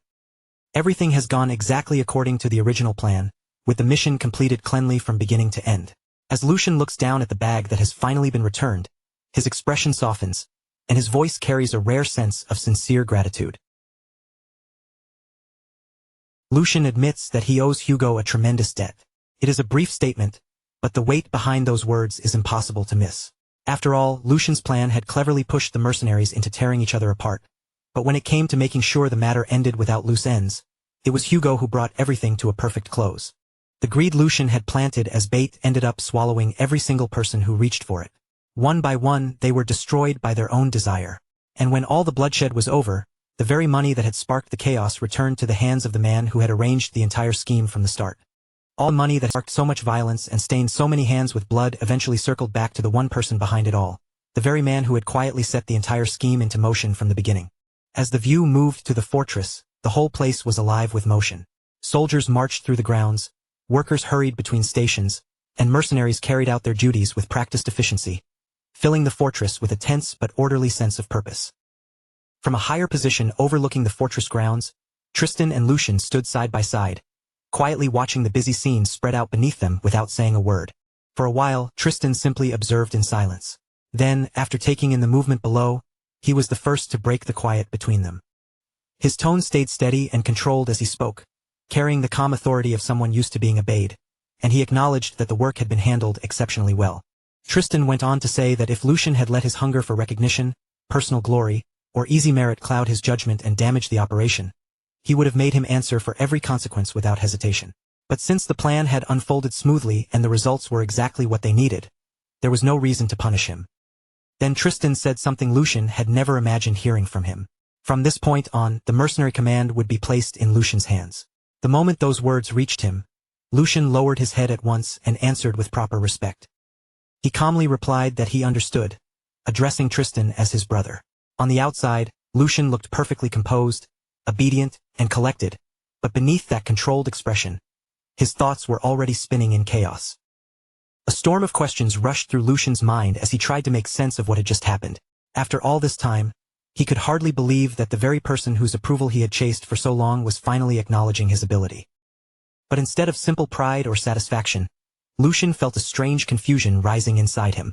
He wondered if Tristan truly believed that giving up part of his own accomplishments was still worth it, as long as it meant gaining something far greater in the end.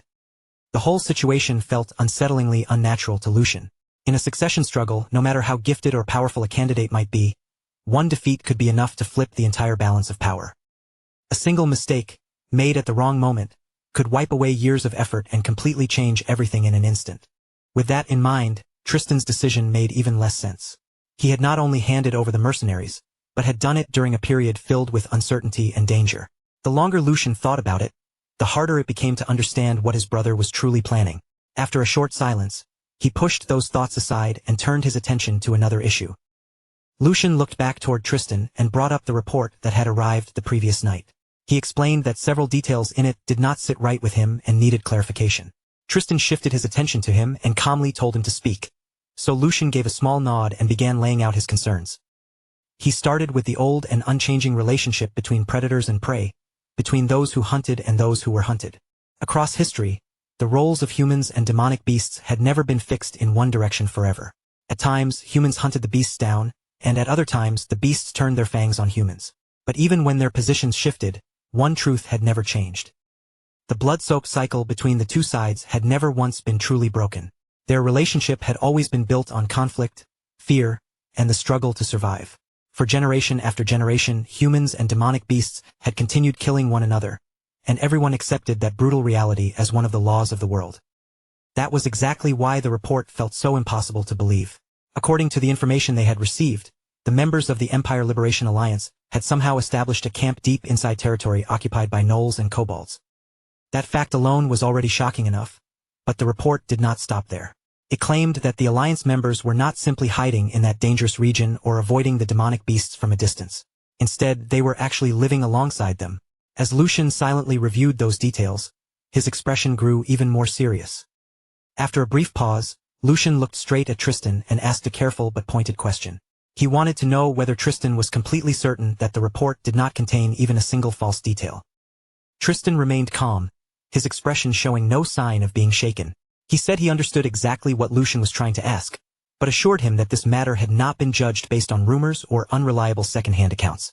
His own aides, people whose skill and loyalty he trusted without question, had verified the details personally. And besides, the situation was not as impossible as it seemed at first glance. Tristan explained that there were reasonable ways to interpret what had been observed. Gnolls and kobolds were demonic beasts with incredibly sharp senses of smell, and much of their ability to detect intruders depended on scent. Because of that, anyone carrying certain magical tools or ancient relics could conceal their presence and keep those creatures from noticing them. With the right methods, it would be possible to move through their territory, avoid their attacks, and prevent serious losses. In Tristan's view, the rebels had most likely used those kinds of magical methods to settle themselves in the area. But his explanation did not end there. He also pointed out that while different monster species did not commonly mix together, such things were not completely unheard of during a large-scale monster migration. Orcs and goblins, for example, were often seen moving together under certain conditions. Based on that precedent, Tristan argued that the reported coexistence was certainly unusual, but not entirely beyond possibility. Lucian listened without letting his face reveal much, but inside, his doubts only grew stronger. Tristan's explanation sounded reasonable on the surface, yet something about it felt deeply wrong. In Lucian's mind, this way of thinking did not match the Tristan he knew, because his brother was normally far more meticulous and never willing to ignore inconsistencies. And yet now, Tristan seemed strangely ready to accept an outcome that should have been highly improbable. Lucian carefully weighed the examples his brother had used. Orcs and goblins were different species, but their relationship had a very specific structure. Their groups often operated through a clear master and servant hierarchy, which allowed them to travel and act together. Even then, that kind of arrangement was still an exception, not the natural rule. What the report described was something completely different. Gnolls and kobolds did not have that sort of relationship at all. They belonged to different places in the natural order and existed on entirely separate food chains. Their instincts, behavior, and survival patterns were fundamentally incompatible. In reality, true coexistence between them should not have been possible. If those two groups crossed paths, they would not calmly tolerate each other's presence. They would immediately try to tear each other apart. The more Lucian turned it over in his mind, the more certain he became that something important was being missed. At last, he spoke his thoughts aloud. He said that putting those two species together was no different from placing a starving predator beside a helpless human child. The ending would be obvious to anyone. No matter what precautions were taken, creatures like that simply could not be locked in the same cage and expected to remain peaceful. Their very nature made coexistence impossible. And as Lucian said those words, his thoughts began moving toward a far more dangerous conclusion. If ordinary explanations could not account for this, then perhaps only an extraordinary one could. His eyes narrowed slightly as a new possibility formed in his mind, one with implications far beyond a simple rebel encampment.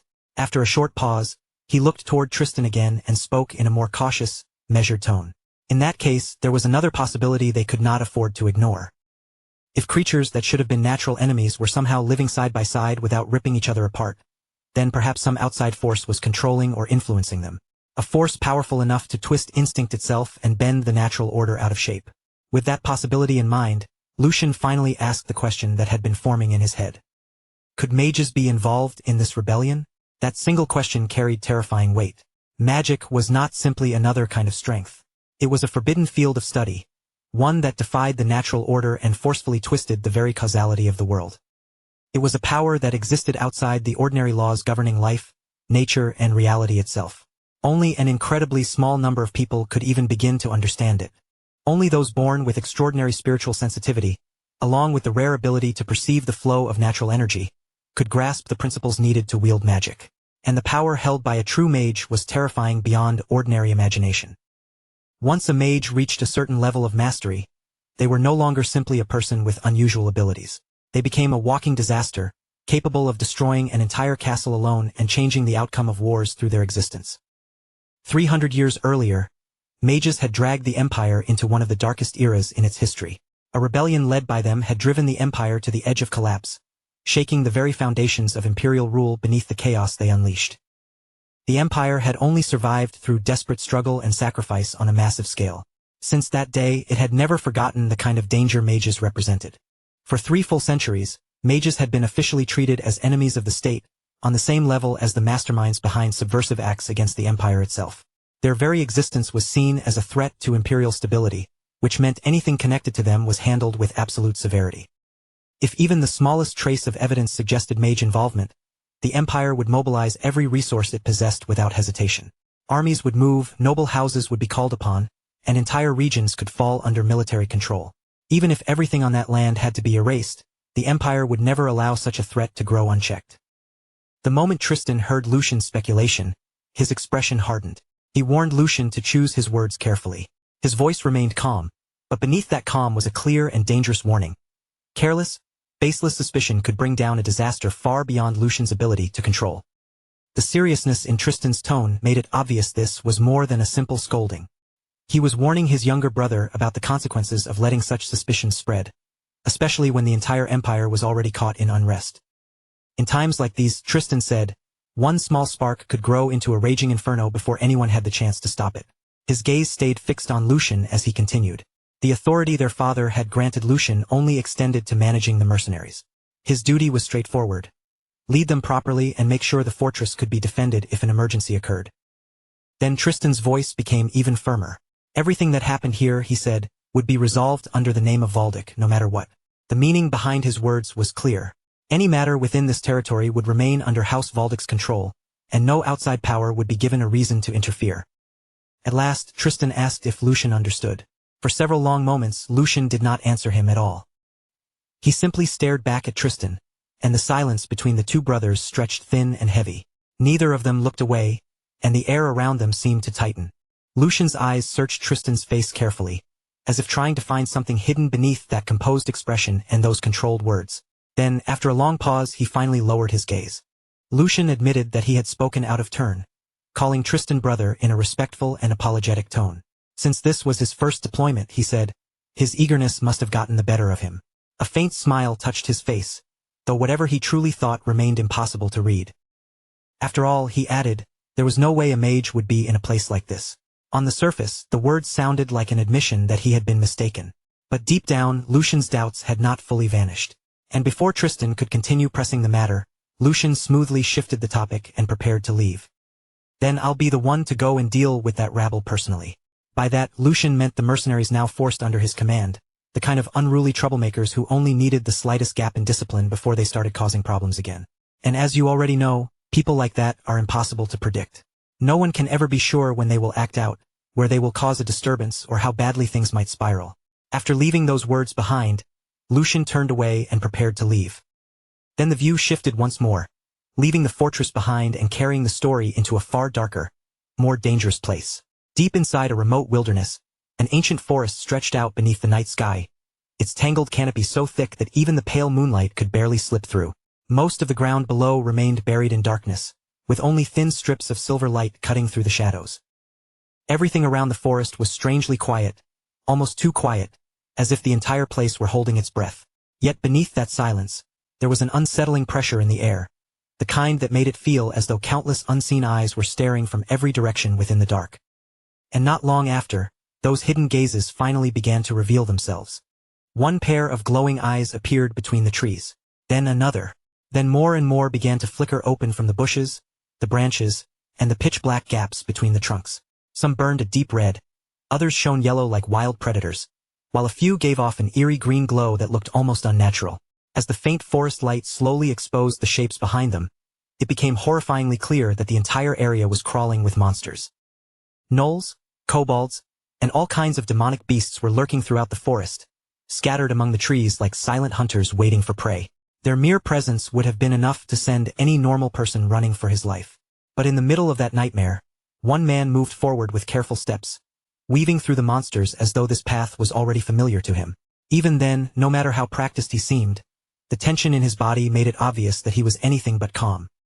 Cold sweat slid down his forehead as he continued inching deeper into the forest, each step measured and cautious. He clicked his tongue softly, trying to steady himself, then muttered under his breath that no matter how many times he came to this place, it still felt like his heart was about to stop beating. After all, even if he had been here more than once, walking through a forest packed with demonic beasts was enough to make anyone feel as if death were breathing down their neck. Before long, he reached the appointed meeting location, stopped in place, and quietly recited the familiar phrase, "When lightning descends from the heavens, it shall punish the sinners seated upon the throne. I am Squad Leader 2, Crone, and I request an audience with a comrade." After he spoke, the forest remained still for several tense moments, with only the darkness pressing in around him. Then, from within the shadows, another figure finally stepped out. The newcomer did not speak right away. Instead, he looked Crone over with a sharp, measuring gaze, as though making sure the man before him was truly who he claimed to be. Then he addressed him directly. "Squad Leader Crone, what brings you here in the middle of the night, especially when our cause is already right before us? At a time like this, we cannot afford even the smallest careless mistake." Crone immediately moved closer, his face tense and urgent. "That is exactly why I came here, comrade. Our cause is already beginning to twist out of control even as we speak." Hearing that, the other man's expression instantly grew heavier. Out of control? His eyes narrowed. "What exactly are you talking about? Explain everything to me in detail." Crone did not hesitate for even a second. He quickly reported that the recently appointed Lucian of House Valdic had turned into a serious obstacle for their plans. According to Crone, that young noble had taken the mercenary sabotage issue and completely resolved it in just a single night. And because of that one achievement alone, the security across the entire fortress had grown far stricter than it had ever been before. Patrols had become tighter, movements were being watched more closely, and as a result, reconnaissance missions and intelligence gathering were becoming harder by the day. But the worst part had not even ended there. Rumors had also begun spreading that Squad 4 had been completely wiped out because of Lucian's actions. Crone's hand tightened into a fist as he continued, his frustration showing clearly on his face. "That brat is far too abnormal to be brushed off as just another ordinary child. Comrade, I believe we should alter our plans and move forward with much greater caution from here on." The other man remained silent for a moment, listening without interrupting, before he suddenly shifted the topic and asked a different question. "And are you truly certain about this? Joining hands with that man, I mean," as those words left his mouth, more of the surrounding forest slowly came into view. All around them, countless demonic beasts could be seen crouching or standing nearby, their eyes fixed on the two men from within the dark. Crone immediately understood exactly who the other man was talking about. Even if these are only low-level demonic beasts, using magic to bend them into submission is not something normal people can do. I doubt someone like that is truly worthy of our trust. The other man gave a slow nod, acknowledging the concern. I understand why you would feel that way, comrade. To be honest, I do not trust either of them myself. His gaze drifted toward the monsters gathered around the clearing, watching them in silence. However, the situation has already changed. The elite forces of Valdic have arrived. With our current strength alone, we no longer have enough power to carry this through. So as long as our objectives continue to point in the same direction, we have no option but to make use of one another. As he said that, a faint smile slowly formed on his face, thin and unsettling in the darkness. And that is precisely why the plan must remain unchanged. Crone's brows drew together at once. What do you mean by that? The mysterious man's smile widened even further, as if he had been waiting for this very question. Because this is a golden opportunity. In the dim forest light, his eyes began to gleam with open malice. A golden opportunity to eliminate both of Valdic's lion cubs at the exact same time. But the instant those words slipped from his mouth, another voice suddenly echoed through the forest from somewhere nearby. The voice was calm, almost casual. Yet the moment it reached them, it sent a chill straight down everyone's spine. I thought this would be easy, but of course it couldn't be that simple. There was even a trace of amusement in the tone. Bad feelings really never missed their mark. In that instant, both men went completely still. Crone's eyes flew wide open in shock, and he snapped his head toward the direction of the voice at once. How in the world? Panic spread across Crone's face as he struggled to understand what was happening. I was extremely careful. I made sure no one was following me. Even the other man, who had seemed composed until now, finally lost his calm. And how did he get past the gnolls and kobolds to reach this place? His voice hardened quickly, filling with anger. You bastard. Stop hiding like some rat and show yourself. For a brief moment, the forest fell silent again, the shadows still and heavy. Then, from behind a massive tree, a figure slowly stepped into view. Moonlight spilled across his face, revealing none other than Lucian. Somehow, he had slipped all the way into the very heart of the enemy's secret meeting place, without alerting the countless monsters guarding the area. Even surrounded by enemies and demonic beasts on every side, his expression stayed completely relaxed, almost as if this dangerous forest was nothing more than a casual stroll. You do not need to rush me. Lucian continued walking forward at an easy pace, his posture calm and unshaken. I have business with you people as well. His eyes moved across the two men standing before him, weighing them both in a single glance. Though I suppose I do not need to waste time talking to everyone here. A cold smile curved across his face. First come, first served. One person should be enough. At that very moment, a powerful aura began to surge out from Lucian's body, spreading through the dark forest like a sudden pressure in the air. His energy gathered and took on the shape of a massive wolf, its terrifying form looming behind him with a presence fierce enough to make the monsters themselves seem less threatening. At the same time, Lucian calmly lifted his dagger and pointed its sharp edge straight forward. At that exact moment, he thrust his dagger forward, the blade aimed straight ahead like he was drawing a line in the air.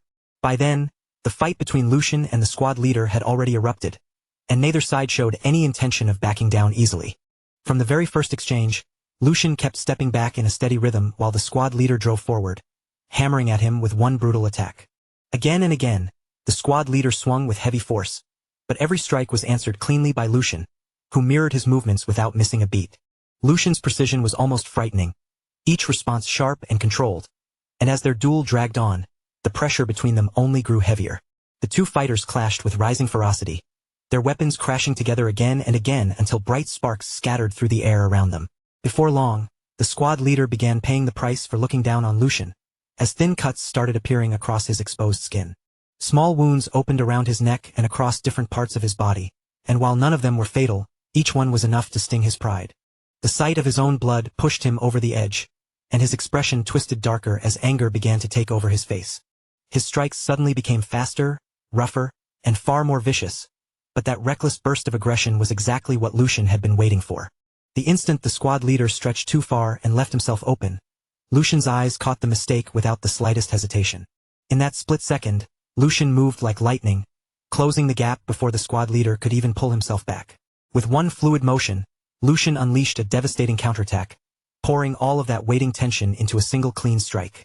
The blade flashed, and in one horrifying instant, the squad leader's hands were severed, forcing a raw scream from his throat as his composure shattered. Lucian did not waste even a breath on hesitation, immediately rushing in before the squad leader could gather himself again. Before the man had any chance to recover, Lucian followed with another decisive attack, and within seconds, the fight ended as the squad leader dropped lifelessly to the ground. Not far away, Karen watched the entire scene unfold with disbelief frozen across his face, unable to accept that squad leader one of their strongest fighters, had been completely overwhelmed. To Karen, it seemed impossible, and he could only wonder who Lucian truly was. Meanwhile, Lucian stayed calm, thinking that everyone would panic if they knew he had come here alone. But to Lucian, taking that risk had been necessary, because nothing sharpened the senses more effectively than standing in real combat where one mistake could cost everything. And with the danger now approaching, this was no longer something that could be handled by pretending to act like a proper noble. After hearing him speak, Karen fixed his gaze on Lucian and said coldly that he understood now. Lucian was nothing more than a hunting dog kept by House Valdic. But Karen refused to yield, asking if Lucian truly believed this alone could stop their cause, before declaring that Lucian would never get anything out of him. Lucian let out a quiet laugh, almost as if the word itself amused him, then mocked their so-called cause and said they had no idea how completely it would devour this land. The confidence in Lucian's voice sent a cold shiver through Karen, and his expression trembled as he stared back and asked, with his voice unsteady, what Lucian meant. Lucian's eyes turned icy as he answered that what was about to unfold in Bornholm from this point forward would be nothing short of hell. The moment the Imperial family discovered the mage's existence, the Imperial army would move at once, and under the pretext of eliminating the source of trouble, they would destroy an entire city without hesitation. Lucian looked straight at Karen and continued calmly, but every word landed with undeniable weight, because the Empire's hatred toward mages went far beyond anything Karen could imagine. Even if their plan somehow succeeded perfectly, Lucian warned that it would still be no different from stepping straight off a cliff, because once the collaborator hiding behind them achieved their true objective, that black mage would erase every one of them without leaving a trace. Black mages were beings feared even by other mages, and Lucian asked if Karen truly believed such a monster was sincerely cooperating with them, when in reality they were nothing but prey waiting to be consumed. The air grew heavy after those words, but Karen still refused to back down, glaring at Lucian as he clenched his fist and accused him of trying to deceive him with a silver tongue. Karen admitted it was impressive that Lucian had uncovered the mage's existence, but insisted they were different from the Empire and had only joined hands with a mage for the sake of liberation. He claimed they had not sunk so low as to rely on a foul being like a black mage, yet beneath his firm tone, a faint uncertainty slipped through, and Lucian noticed it immediately. Lucian stepped forward, his cold gaze locking directly onto Karen's eyes, and told him not to look away but to face reality head-on as his voice cut through the silence like a blade. He brought up the totem magic circles and asked whether Karen truly believed they could control demonic beasts on that scale with only those methods, reminding him that magic was never omnipotent. Every miracle, every mystery, and every impossible power demanded a price, Lucian said, and when that power was connected to life itself, the cost became unimaginably high. Lucian's expression darkened as he pressed further, asking that if such a simple method really existed, then why had Karen and his people been forced to shed so much blood? The question struck Karen like invisible arrows, forcing him to confront the doubts he had buried, while Lucian continued, certain that the bastard had contacted them first. They had approached Karen by claiming their goals aligned, offered him power, whispered exactly what he wanted to hear, and promised the strength he needed to reach his dream.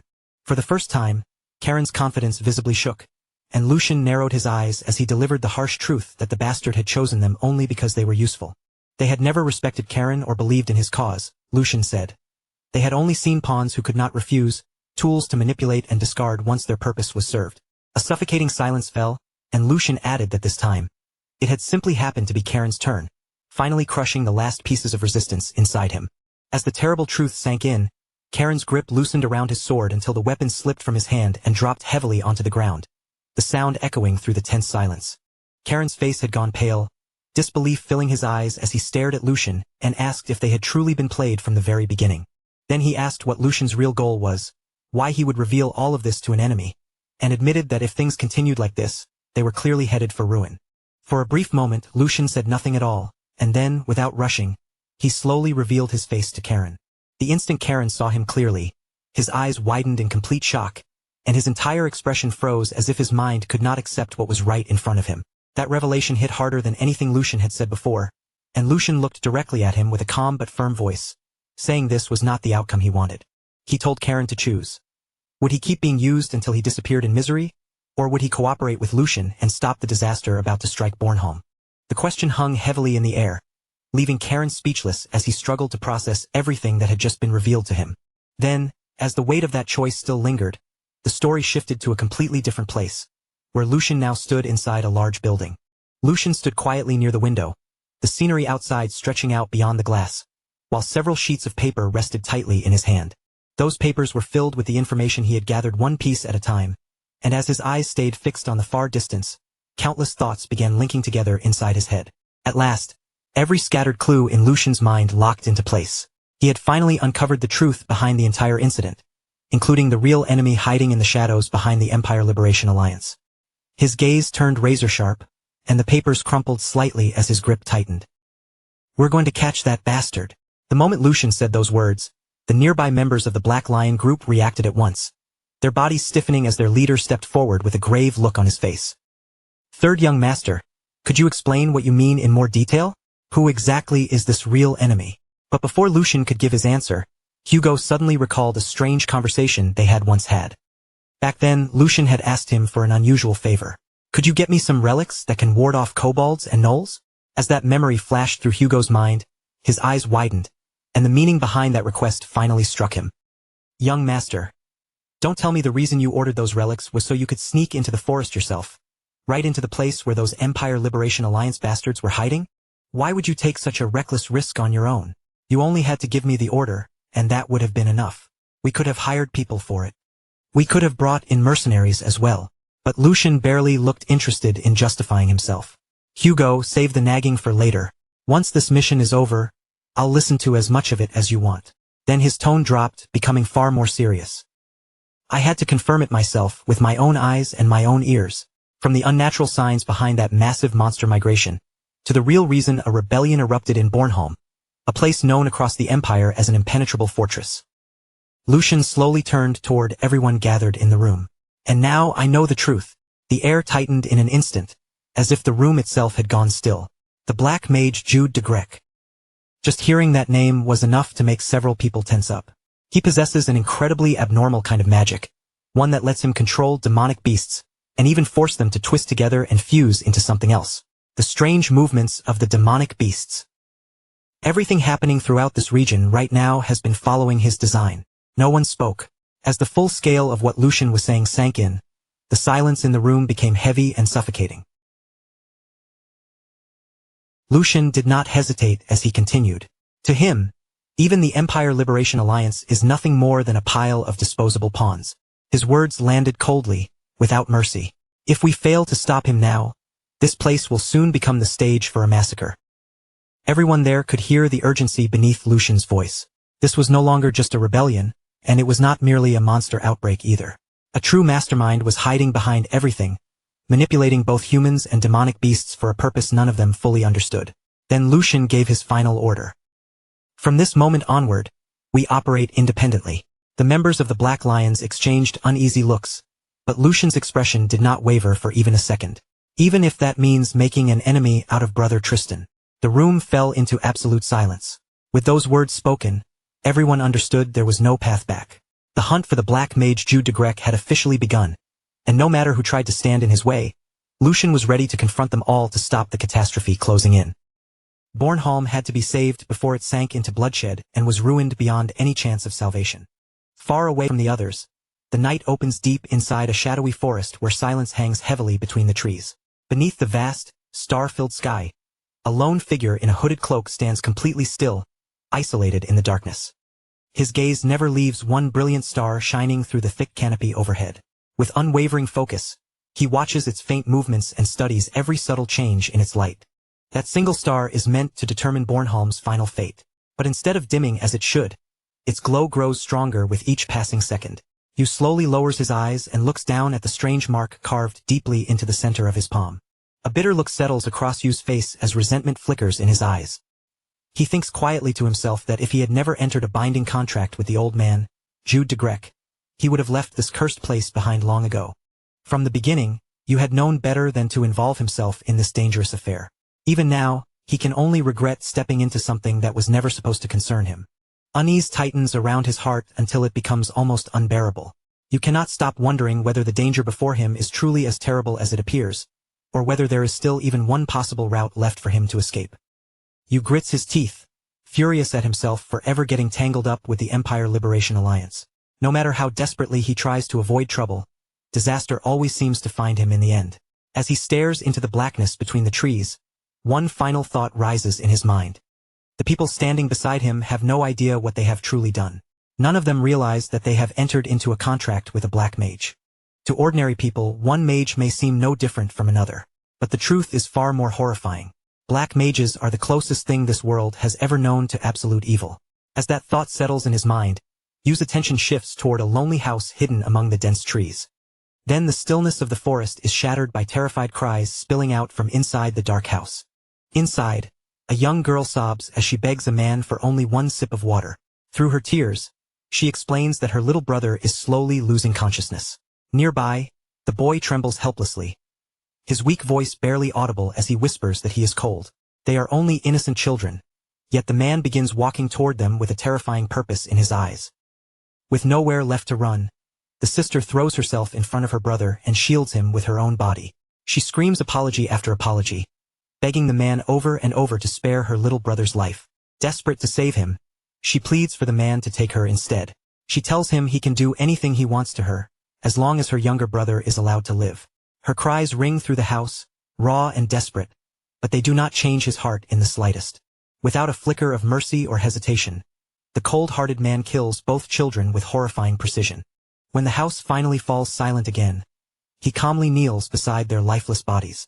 From them rises a small crimson orb glowing faintly in the darkness, and he collects it without emotion.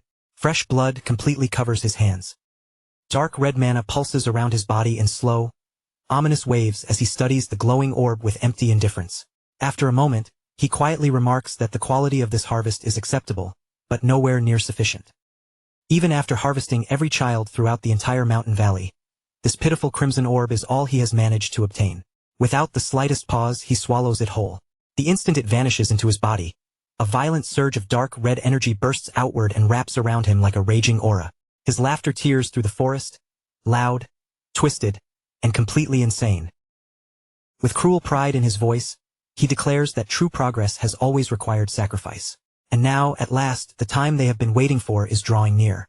The beginning of an event powerful enough to shake the foundations of the entire world is almost upon them.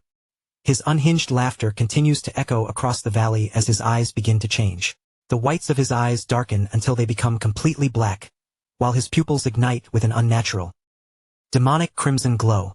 The following day, the focus moves to the unforgiving borderlands known as the Halian Front, where an enormous military encampment stretches across the barren land as far as the eye can see.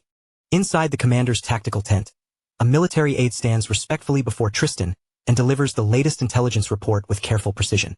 He reports that every remaining member of the Valdic Knights stationed at Bornholm Fortress has officially departed.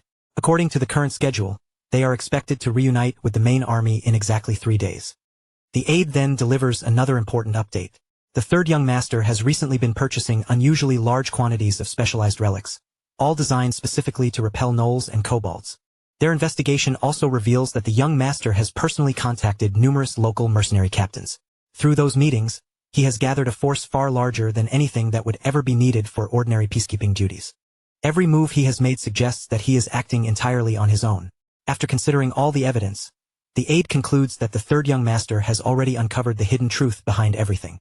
Tristan listens to every word without showing even the slightest surprise. After a long silence, he calmly remarks that the boy has managed to uncover that much after all. To Tristan, it is only natural. He carries the proud blood of the Valdic family, and someone born with that blood could never possess the submissive nature needed to return home empty-handed. Tristan simply orders his aide to leave the third young master alone. In his calculations, the more recklessly the young master acts, the more useful he will eventually become as the perfect stepping stone for their larger objective. The aide respectfully lowers his head, accepting the order. Then Tristan fixes him with a sharp, unreadable gaze and quietly asks whether he still has any lingering doubts about the entire operation. The aide hesitates for a brief moment before answering honestly. He admits that he still cannot fully understand his commander's true intentions. Carefully choosing his words, he explains that a rebellion on such an enormous scale is far beyond anything the Empire Liberation Alliance could accomplish through its own strength alone.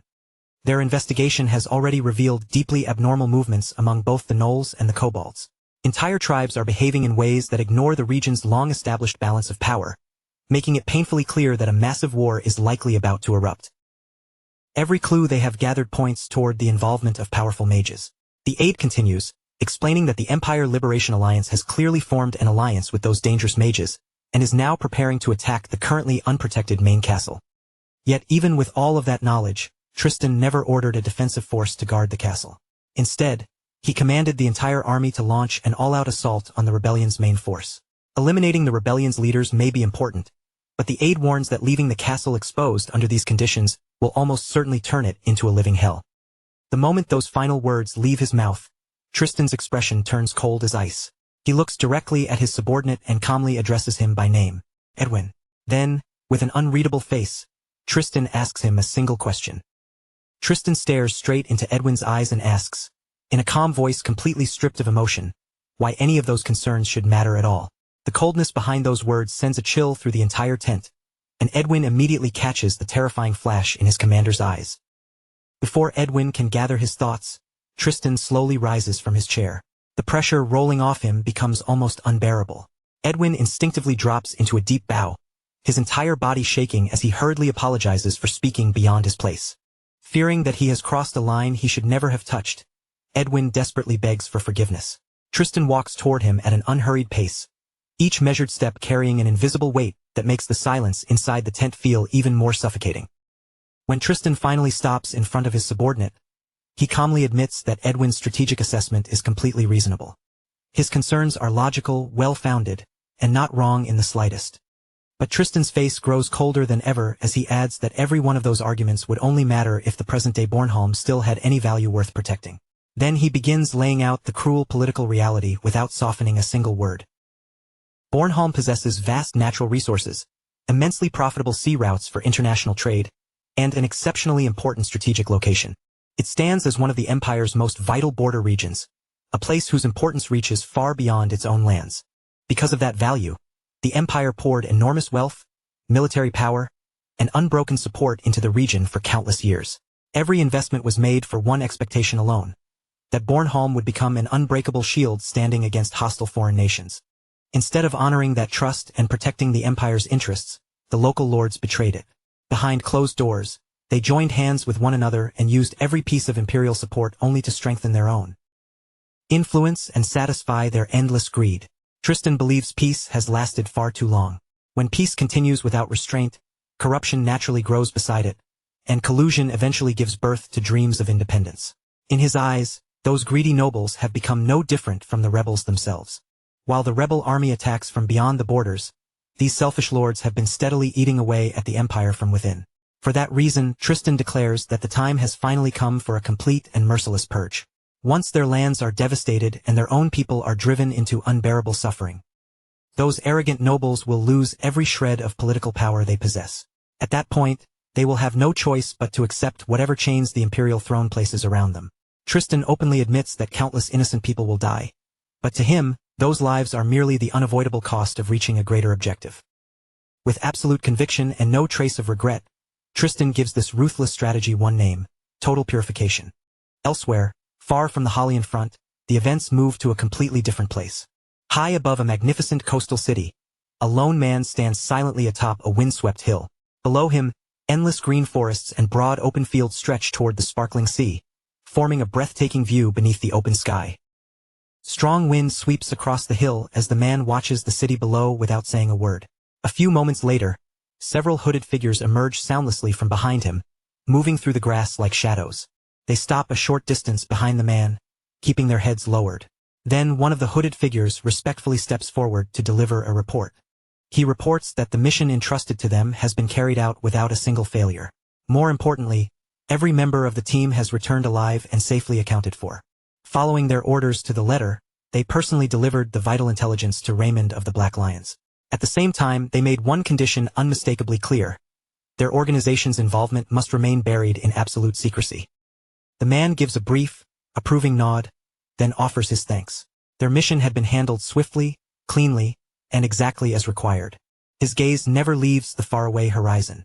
Standing in silence, He lets his thoughts drift through everything that has unfolded so far. By now, the paths chosen by the two young masters have split beyond repair. One has willingly stepped onto a road stained with blood, convinced that sacrifice is the price he must pay to reach his goal.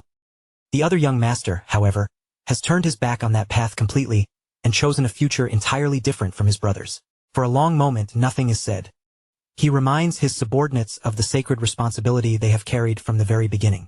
They are his grace's eyes and ears, shadows meant only to watch and listen. Above all else, they must never interfere directly with the personal struggle unfolding between the two rival sons. Even so, he cannot stop himself from believing there is still one thing they are permitted to do. From the darkness, they can quietly wish both young masters well as each continues down his own road toward destiny. Slowly, the view drifts farther and farther away. At last, the mysterious man's identity is revealed. He is Edwin, the legendary head of the Valdic Intelligence Organization, a figure feared throughout the world by the title of the Golden Eye. Edwin, the legendary head of the Valdic Intelligence Organization, a man whose terrifying reputation had spread across the world. Wherever secrets were traded in the shadows, people knew and feared him by the same title, the Golden Eye. Several days before Lucian was officially ordered to depart for Bornholm, Edwin arranged one final private meeting with Sigmund so the two men could discuss everything that was about to unfold.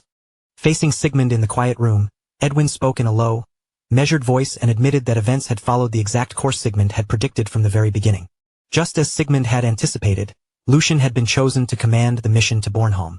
Yet when Edwin delivered the news, not even the slightest trace of surprise appeared on Sigmund's face. Remaining completely composed, Sigmund explained that neither the second nor the fourth son stood to gain anything meaningful from the current crisis.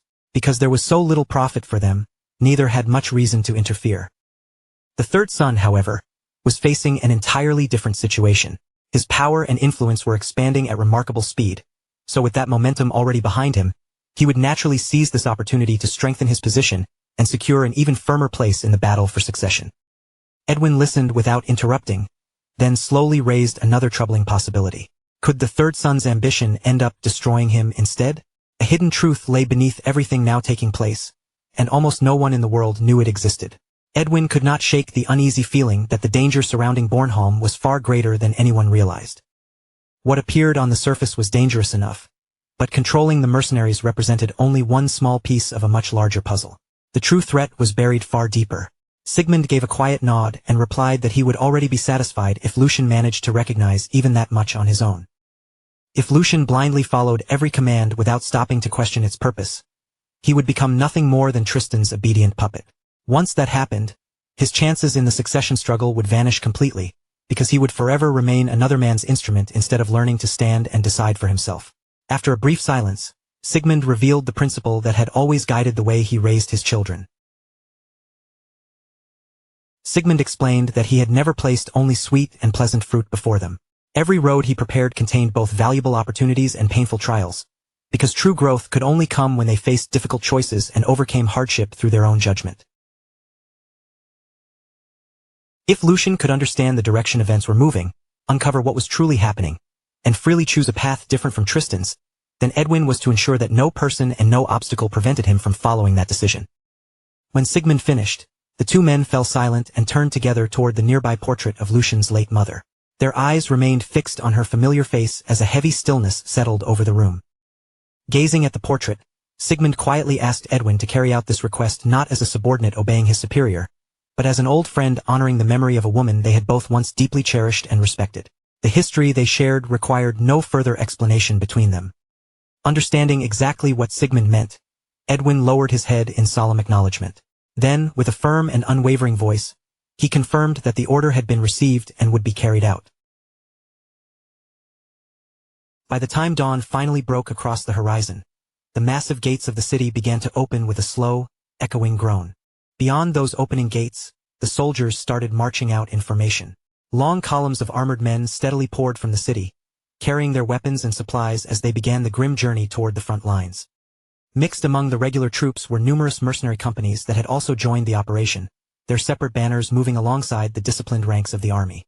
Before the final departure, many soldiers were forced to endure painful farewells with the loved ones they might never see again.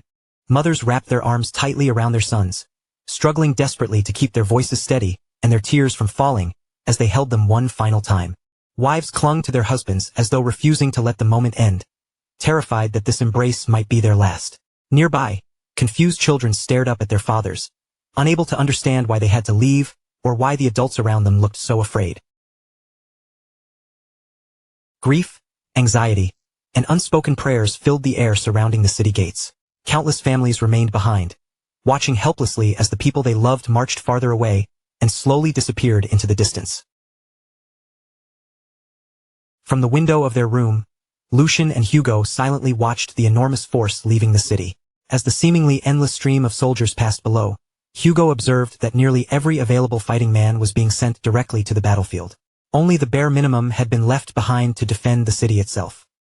The moment Lucian heard that, he understood that the worst possible outcome was no longer merely a fear. It had already begun. His expression hardened, and a slow, bitter frustration rose inside him as he continued staring at the departing army. His thoughts immediately returned to everything he had already attempted. He had personally given Tristan every fragment of information in his possession, including the intelligence obtained from the Liberation Alliance and every conclusion he had uncovered through his own investigation. Lucian had used every means available to him, doing everything within his power to prevent this reckless military operation from beginning. But Tristan had cast aside every warning without the slightest hesitation. He insisted that the entire threat was nothing more than a false diversion created by the rebels to pull their attention away from the enemy's true objective. That single, dismissive response had completely transformed Lucian's understanding of the crisis. In that very instant, all the scattered pieces connected, and he became certain of one horrifying conclusion. Tristan Valdick had known the truth from the beginning. He had not been tricked, nor had he misunderstood the enemy's plan. He had seen exactly what was coming and deliberately chosen to proceed anyway. Tristan truly intended to allow Bornholm to fall into enemy hands. In his warped way of thinking, sacrificing the entire city was not a failure, but a necessary step toward achieving what he considered a greater purpose. To Tristan, preserving his own vision of order and balance mattered more than the lives of thousands of innocent people. Even if Bornholm burned to the ground and entire families were massacred, he would regard their deaths as nothing more than an acceptable price for the ideal world he wanted to create. Lucian reflected on that truth with bitter disbelief. Despite all the brutality and suffering he had witnessed throughout his life, he had never imagined that anyone could commit cruelty on such an enormous and unthinkable scale. To those who stood at the highest levels of power, thousands of human lives had been reduced to numbers written neatly on a report. Individual hopes, families, and futures carried no weight in their calculations. Once Lucian accepted that reality, every remaining trace of hesitation vanished from his heart. There was no longer any reason to restrain himself or continue playing by Tristan's rules. Beside him, Hugo gave a quiet nod of agreement, and at that exact moment, several familiar figures entered the room. The newcomers were the same informants who had once served beneath Edwin, operating secretly while gathering intelligence from the shadows. Lucian faced each of them with cold, unwavering eyes before calmly issuing his command. They would proceed tonight exactly as planned, without delay and without altering a single part of the strategy. Their objective was perfectly clear. Before the night ended, they would hunt beasts. Far inside the vast forest, an enormous tower rose above the surrounding canopy, its dark silhouette looming over the trees. A suffocating aura poured from the structure, spreading through the woods and weighing heavily on everything nearby. Even the forest beneath the tower's shadow had fallen into an unnatural silence. Around the outer perimeter, pairs of guards moved continuously along fixed patrol routes, scanning the darkness for even the smallest sign of an intruder. As one pair made their way between the trees, one of the guards released a long, exhausted sigh and began complaining bitterly to the man walking beside him. He muttered that only a few more days remained before he could finally leave this miserable, cursed hellhole behind and never look back. Of all the assignments he could have received, he had somehow been sent to guard that horrifying mage. According to him, the agonized screams coming from inside the tower echoed through the forest constantly and never seemed to stop. The screams continued through both day and night, yet no one stationed outside knew what sort of gruesome experiments the old mage performed behind those stone walls. As though that were not enough, the man constantly demanded new shipments of rare and outrageously expensive materials. No matter how much was brought to him, the old mage always demanded more. The guard spat angrily onto the ground, then covered his nose with a disgusted expression, saying that even those endless requests were not the worst part of being stationed there. The truly unbearable part was the thick stench of blood that permanently surrounded the tower. The odor was so powerful that anyone approaching the place could tell the old mage must have slaughtered hundreds of people inside. Walking beside him, his bald companion gently patted his shoulder and warned him in a low voice to watch what he said. The bald guard admitted that he understood the frustration, because everyone assigned to the tower felt exactly the same way. Even so, no matter how disturbing the place seemed, they could not afford to speak recklessly. The success of their entire operation depended upon those mages. Until the mages completed their work, the guards had no choice but to endure the horror and continue performing their duty. With that grim reminder hanging between them, the two men resumed their patrol through the dark and deeply unsettling forest. As they pushed deeper through the brush, the bald guard explained that the main force was responsible for keeping the allied army occupied. Meanwhile, the mages had to break through the castle with their magic and capture the lord, whose life would become their only bargaining chip against the empire. For the mission to succeed, this tower had to remain perfectly protected. He then reminded his partner that he had personally witnessed the mage's power as well. One was the old mage who commanded those grotesque and terrifying monsters, while the younger mage possessed enough power to call a meteor down from the sky. The bald guard admitted that he disliked both of them just as much as anyone else, but for the sake of their greater cause, they would simply have to swallow their disgust and endure it. But while the bald guard continued walking ahead, completely focused on his explanation, the companion following several steps behind was suddenly seized from the darkness by Lucian's waiting men. Still unaware that anything had happened, the bald guard continued speaking and finished his sentence. Behind him, Edwin's soldiers silently looped a rope around his partner's neck and carried out the execution before the man could make a sound. With one swift pull, they hoisted the captured guard high above the forest floor. His body struggled helplessly in the darkness as the rope tightened, cutting off his breath and suffocating him without allowing even a single warning cry to escape. The bald guard suddenly comes to a halt when he realizes the footsteps behind him have gone completely silent. Unease creeping across his face, he turns over his shoulder and demands to know what that strange noise was. Before the bald man can even understand what has happened, one of Edwin's soldiers silently emerges from the darkness behind him. In a single practiced motion, the soldier presses the cold, razor-sharp edge of a dagger firmly against his exposed throat. Panic flashes across the bald guard's face as his hand desperately reaches for the sword at his waist. But he is already too late.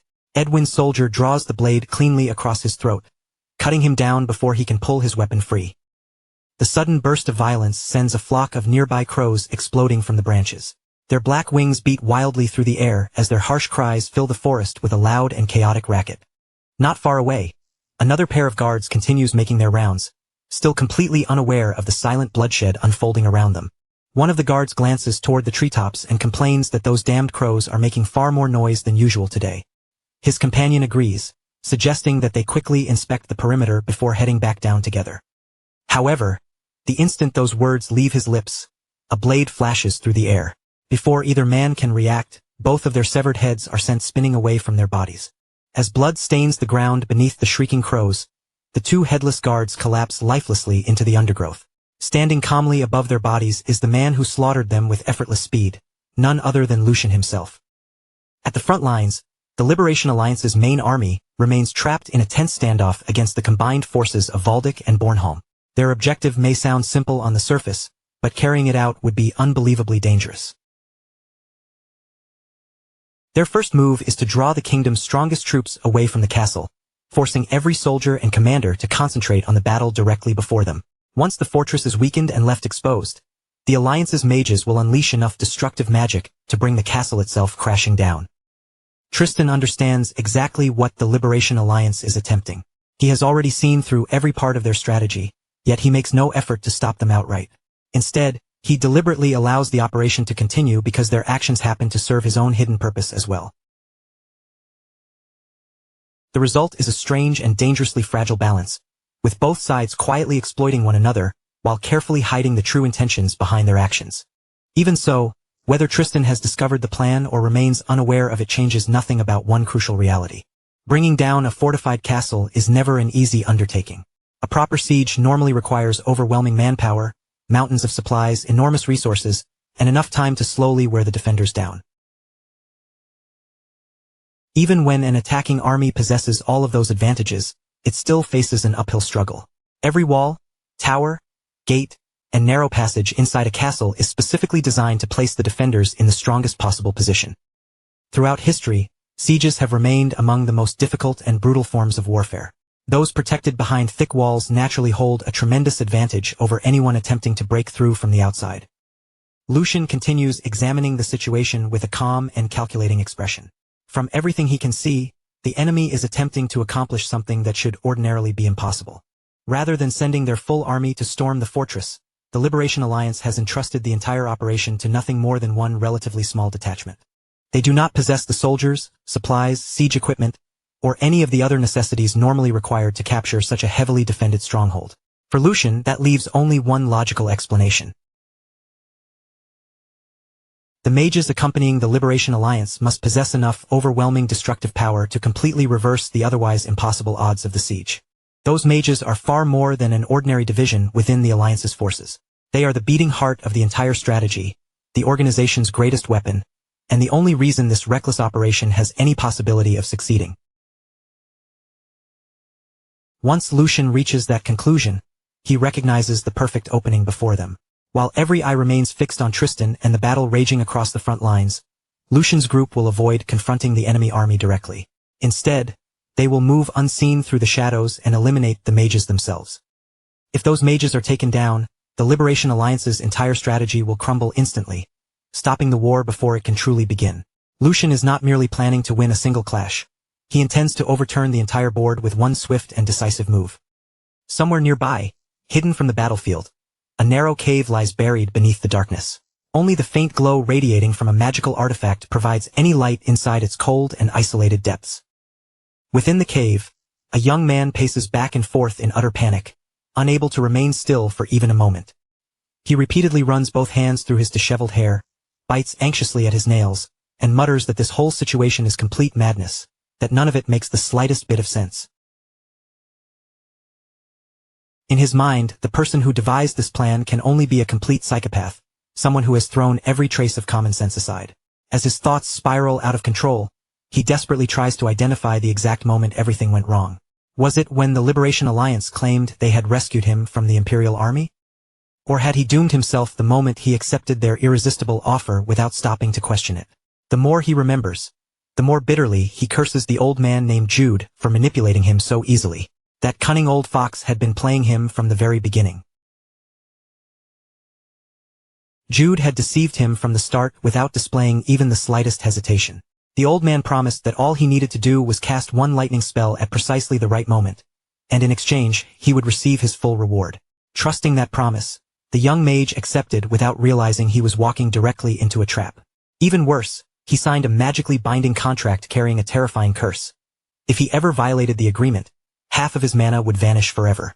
Now that he finally understands how completely he was fooled, he can only blame himself for being foolish enough to fall for such an obvious scheme. His breathing becomes heavier and more uneven as despair closes in around him. He had always suspected that the assignment would involve something questionable, but this goes far beyond anything he imagined. Only now, when there is no time left to flee, has Jude finally revealed the horrifying truth.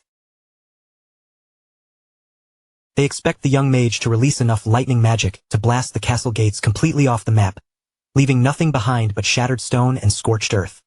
Burning with rage, he curses Jude yet again and demands to know why the old man concealed the true mission until the very last moment, waiting until every possible chance of escape had already disappeared. He grabs fistfuls of his own hair as the terrifying reality settles over him. Because of the binding contract, he has no freedom left at all. No matter what he wants, he must follow every order exactly as Jude instructed. Jude has spent several months preparing this operation, carefully arranging every person and every detail like pieces on a board. After so much planning, victory now appears to be practically guaranteed.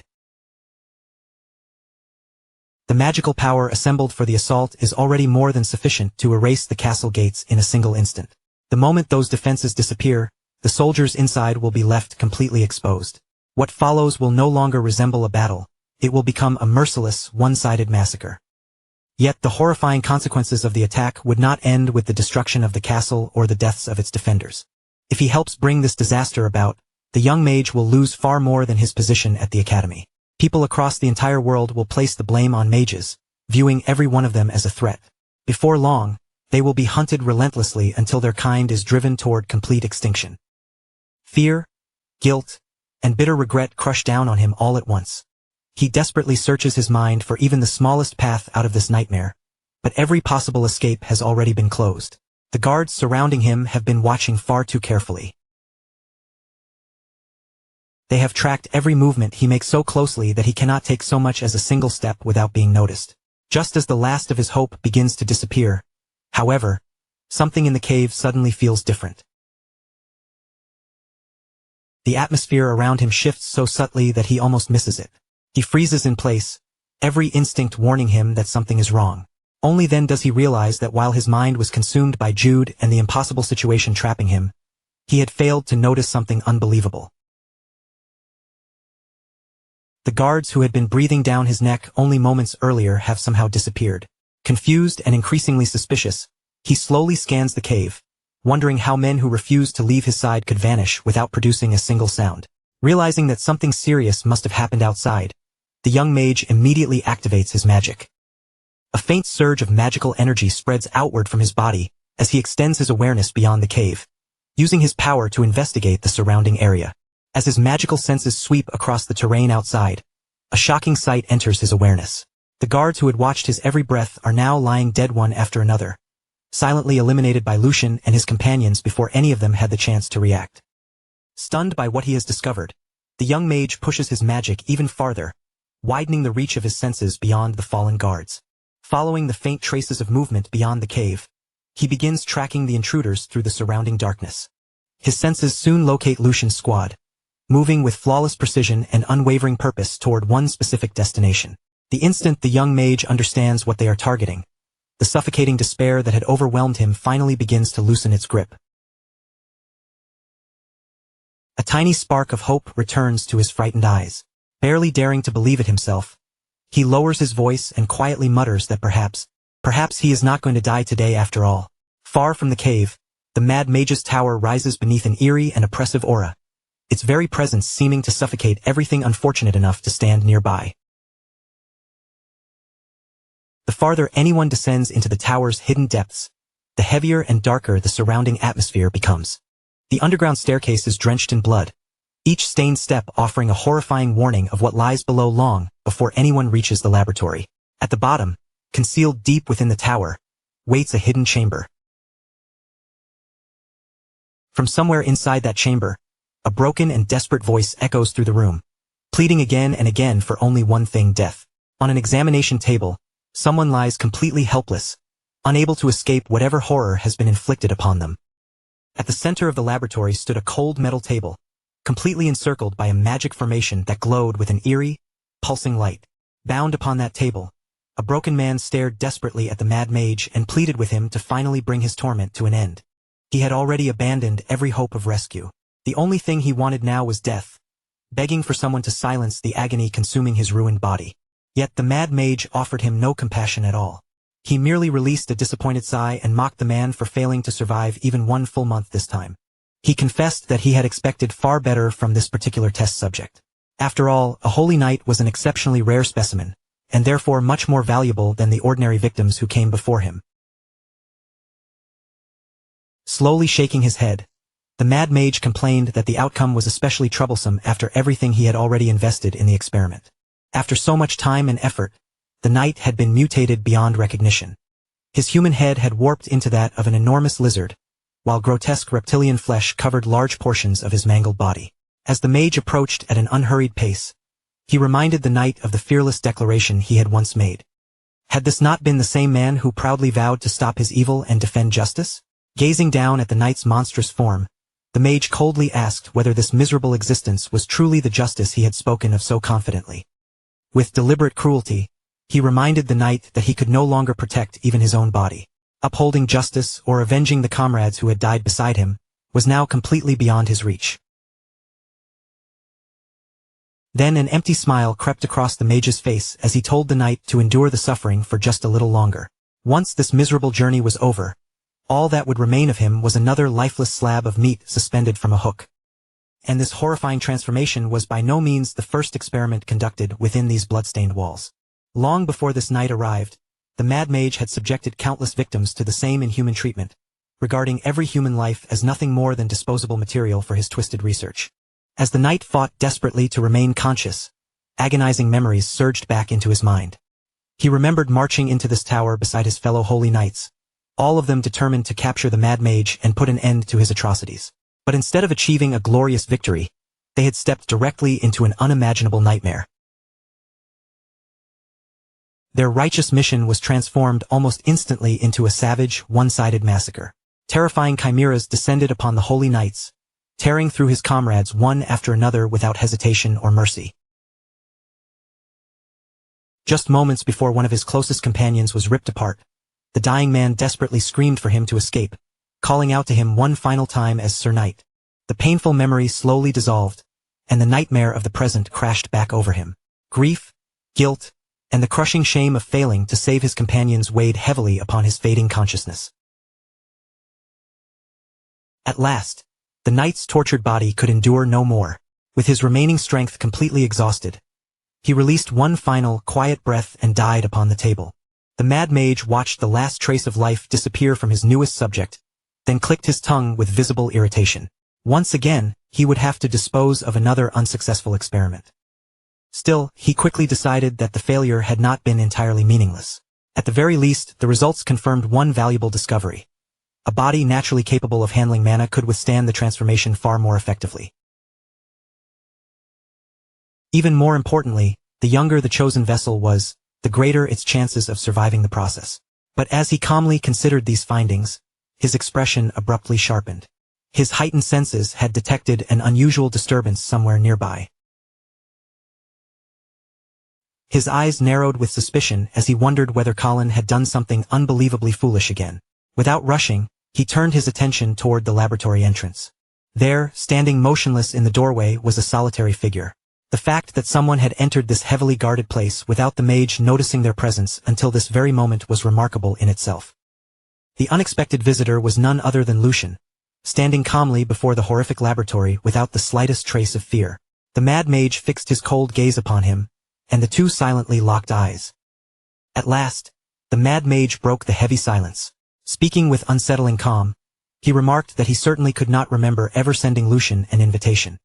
Without allowing even a second to slip away, Lucian quickly regrouped with the knights under his command. The moment their formation was restored, he led them forward at a rapid pace, heading straight toward the distant battlefield. As the group pressed onward, one of the knights fell into quiet thought about what war truly represented. A battlefield was never a training ground where inexperienced fighters could safely sharpen their skills or gradually grow stronger. It was a place built entirely upon destruction, where bloodshed and terror could twist a person so completely that, in the end, they might no longer recognize the face staring back at them. Once the killing began, things like common sense, bravery, and even justice quickly became meaningless. The instant someone came face to face with genuine killing intent, raw fear would seize control of their body before their mind could respond. That fear would lock their muscles in place, leaving them frozen exactly where they stood. The crushing certainty that death was only a breath away would swallow every other thought and emotion inside them. As those grim thoughts passed through the knight's mind, memories of a horrifying battlefield suddenly resurfaced. An endless field soaked dark red beneath the blood of countless fallen soldiers. Men hacked one another apart without showing even a trace of mercy. Severed heads rolled between broken weapons, while mangled limbs and shattered bodies lay scattered across the ruined ground. Anyone forced to stare at such a nightmare for too long would eventually feel their sanity collapse. Before long, even a capable warrior could be reduced to a dazed and helpless fool, unable to think or act. And yet, the third young master standing before them seemed completely different from every ordinary person the knight had ever known. The steady resolve shining in Lucian's eyes was far too calm and controlled for someone entering a real battlefield for the first time. There was no hesitation in his gaze, only the certainty of a man who already understood death. Meanwhile, a short distance away, another squad of mercenaries had gathered together and lowered their guard while resting. Without giving them so much as a moment of warning, Lucian appeared directly among them and swept his weapon forward, severing their leader's head in one clean motion. The remaining mercenaries stared blankly at the headless body as it collapsed before them. Every one of them froze in disbelief, their minds struggling to understand how their squad leader had been killed so suddenly. At that exact moment, a crushing aura burst out from Lucian's body and rolled across the surrounding area. Its presence was so overwhelming that even another nearby squad could sense the terrifying pressure from far away. Before any of the mercenaries could recover from the shock, Lucian disappeared from their sight once more.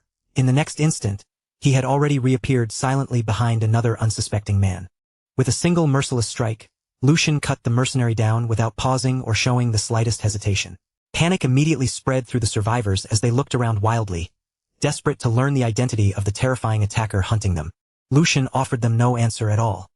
He simply stood in complete silence, and that cold refusal to speak weighed on their hearts even more heavily than any threat could have. Then, without warning, he launched himself forward with astonishing speed. His blade flashed through the air as he began slaughtering every mercenary unfortunate enough to stand in his path. Lucian moved so quickly that several of the mercenaries could not even track his figure with their eyes.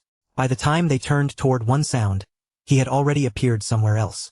One after another, the mercenaries felt cold steel pass across their throats. Most of them died before they could even realize that Lucian had closed the distance and reached them. Only then did everyone finally understand what had been hidden in front of them all along.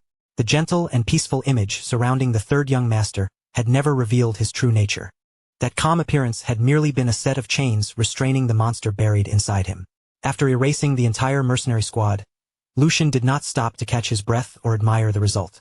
His eyes immediately shifted toward the next target, and he continued moving without losing even a second.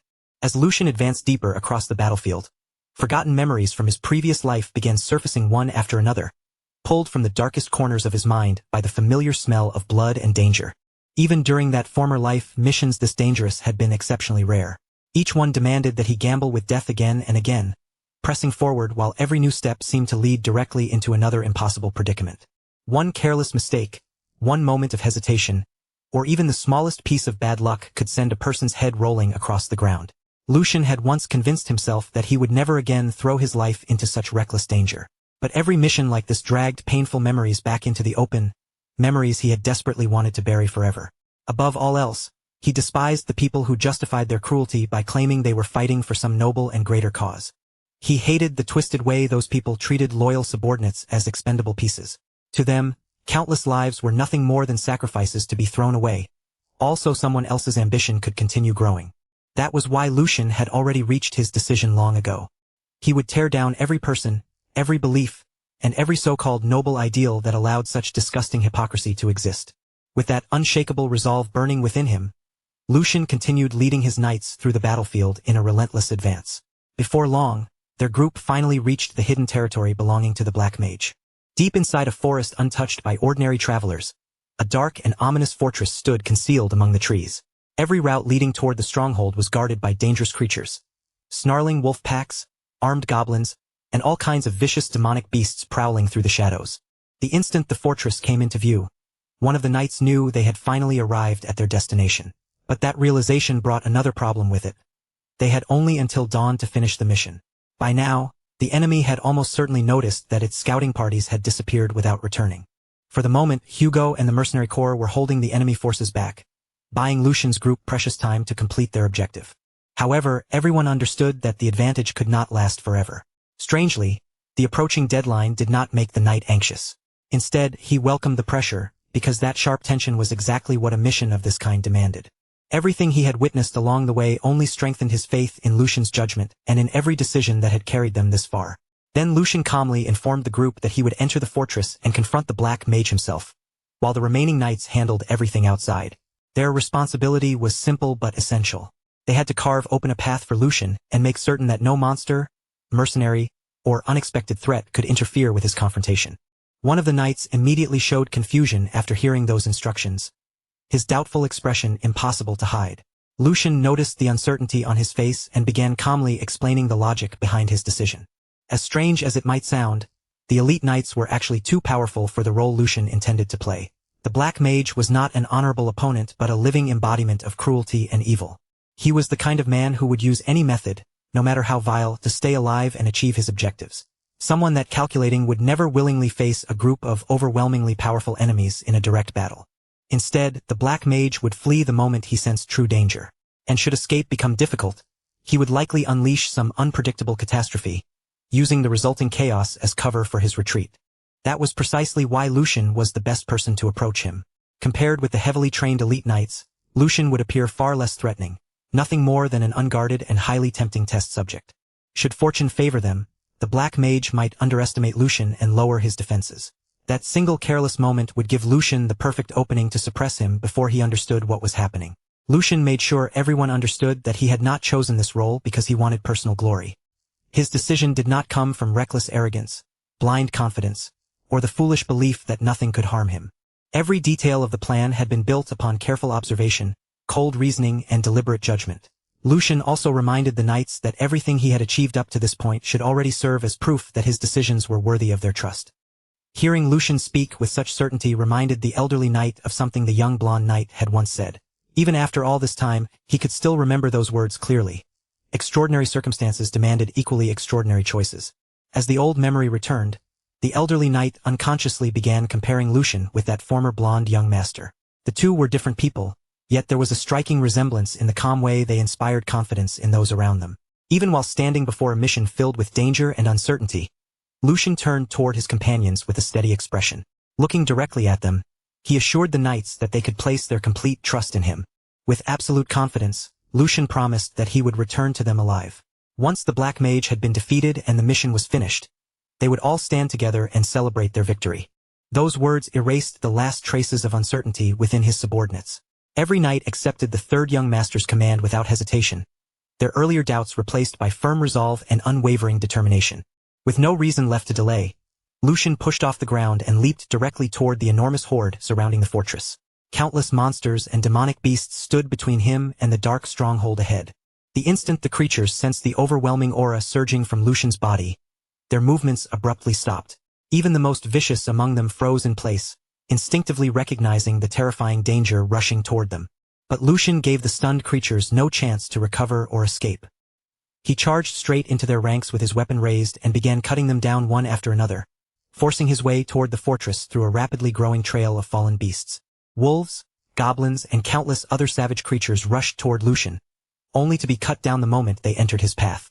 As he tore straight through the monstrous horde, broken bodies rapidly accumulated behind him, covering the forest floor in a gruesome trail of destruction. Not a single monster possessed enough strength to halt his relentless advance. No matter how many surrounded him or attacked at once, Lucian continued forcing his way forward, leaving only shattered trees, mangled corpses, and complete devastation in his wake. Without slowing his steps for even a moment, Lucian continued marching directly toward the hidden fortress. As the brutal slaughter carried on around him, the view returned to the present, where the black mage finally sensed Lucian's presence and realized that the approaching intruder had already reached the hideout. The black mage narrowed his eyes as he studied Lucian from across the room. With the knight now standing before him, he reluctantly admitted that the situation had become far more troublesome than he had originally anticipated. His thoughts returned to Lucian's earlier declaration that he would stop these evil acts and bring the person responsible to justice. Even so, the black mage calmly acknowledged that this unexpected encounter was not entirely worthless, since Lucian's arrival had presented him with an opportunity of his own. Before long, his suspicious gaze shifted toward Colin. The black mage began wondering whether Colin had secretly arranged something behind his back, because he simply could not accept that Lucian had discovered the hideout entirely on his own. More importantly, he found it almost impossible to believe that the knight had reached such a heavily guarded location without being detected along the way. Lucian finally stood face to face with the demonic priest responsible for everything. The instant he witnessed the man's grotesque experiments and twisted behavior with his own eyes, a fierce wave of anger surged through his chest, burning hotter with every detail he took in. Despite that fury, Lucian remained completely silent, refusing to give the priest even a single word. Amused by his lack of response, the demonic priest mocked him and remarked that Lucian apparently had no intention of answering. Then he casually added that words were never especially important to begin with. What interested him far more was the reason Lucian had traveled all the way to this hidden laboratory. The priest admitted that he had wanted to meet Lucian personally for quite some time, and as he spoke, his unsettling gaze slowly traveled over the young knight from head to toe. With open fascination, the priest praised Lucian's brilliant golden eyes, his almost luminous skin, the perfect balance of his physique, and the remarkable youth of his body. He even admitted that the fools from the Liberation Alliance had not exaggerated Lucian's extraordinary appearance in the slightest. Lucian gave him absolutely nothing in return. He simply continued staring straight at the priest, his expression cold and unmoving, without allowing so much as the smallest reaction to appear on his face. The priest continued his disgusting evaluation by comparing Lucian to one of his previous specimens. Although that earlier subject had been an extremely rare case with the ability to learn swordsmanship, He claimed that placing such an inferior specimen beside Lucian would be nothing less than an insult. In the priest's eyes, Lucian was unquestionably a specimen of the highest possible quality. Every sentence that left the man's mouth sounded more revolting than the one before it, yet Lucian clenched down on his rising irritation and forced himself to remain silent. Only a short distance away, the lifeless body of one of the priest's failed experiments lay sprawled across a rough wooden board. Its presence made the already dreadful laboratory feel even colder, darker, and more horrifying. Noticing where Lucian was looking, the demonic priest turned proudly toward the corpse and began speaking as though he were presenting a priceless masterpiece. With a pleased expression, he claimed that he had once believed he had already witnessed every disgusting and horrifying thing the world could possibly contain. Yet according to him, Lucian was an exceptionally rare son of a worthless creature, something even his warped experience had hardly prepared him for. Those pointless insults, delivered with such casual contempt, finally pushed Lucian beyond the limits of his patience. The restraint Lucian had maintained until that moment finally shattered. In a voice filled with icy fury, he warned the priest to abandon any hope of receiving a painless death. Before their confrontation ended, Lucian swore that he would force him to understand the full weight of every life he had ruined and every atrocity he had committed. Rather than becoming offended, the demonic priest responded with a calm, almost entertained smile. He remarked that Lucian possessed an unexpectedly filthy mouth for someone who had been raised as the privileged young master of a noble household. The priest admitted that he had never expected Lucian to understand his purpose. After all, everyone who had ever come searching for him had repeated the same tedious accusations, condemning him without making the slightest effort to comprehend his work.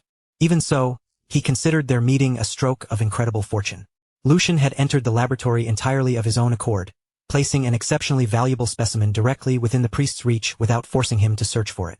The priest openly acknowledged that he had still failed to achieve the evolution he had pursued for so long. However, as his eyes remained fixed on Lucian, he appeared utterly convinced that this rare new specimen could finally change everything.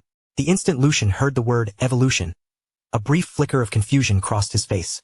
Lucian had no idea what the priest was actually referring to or how any of these experiments related to evolution.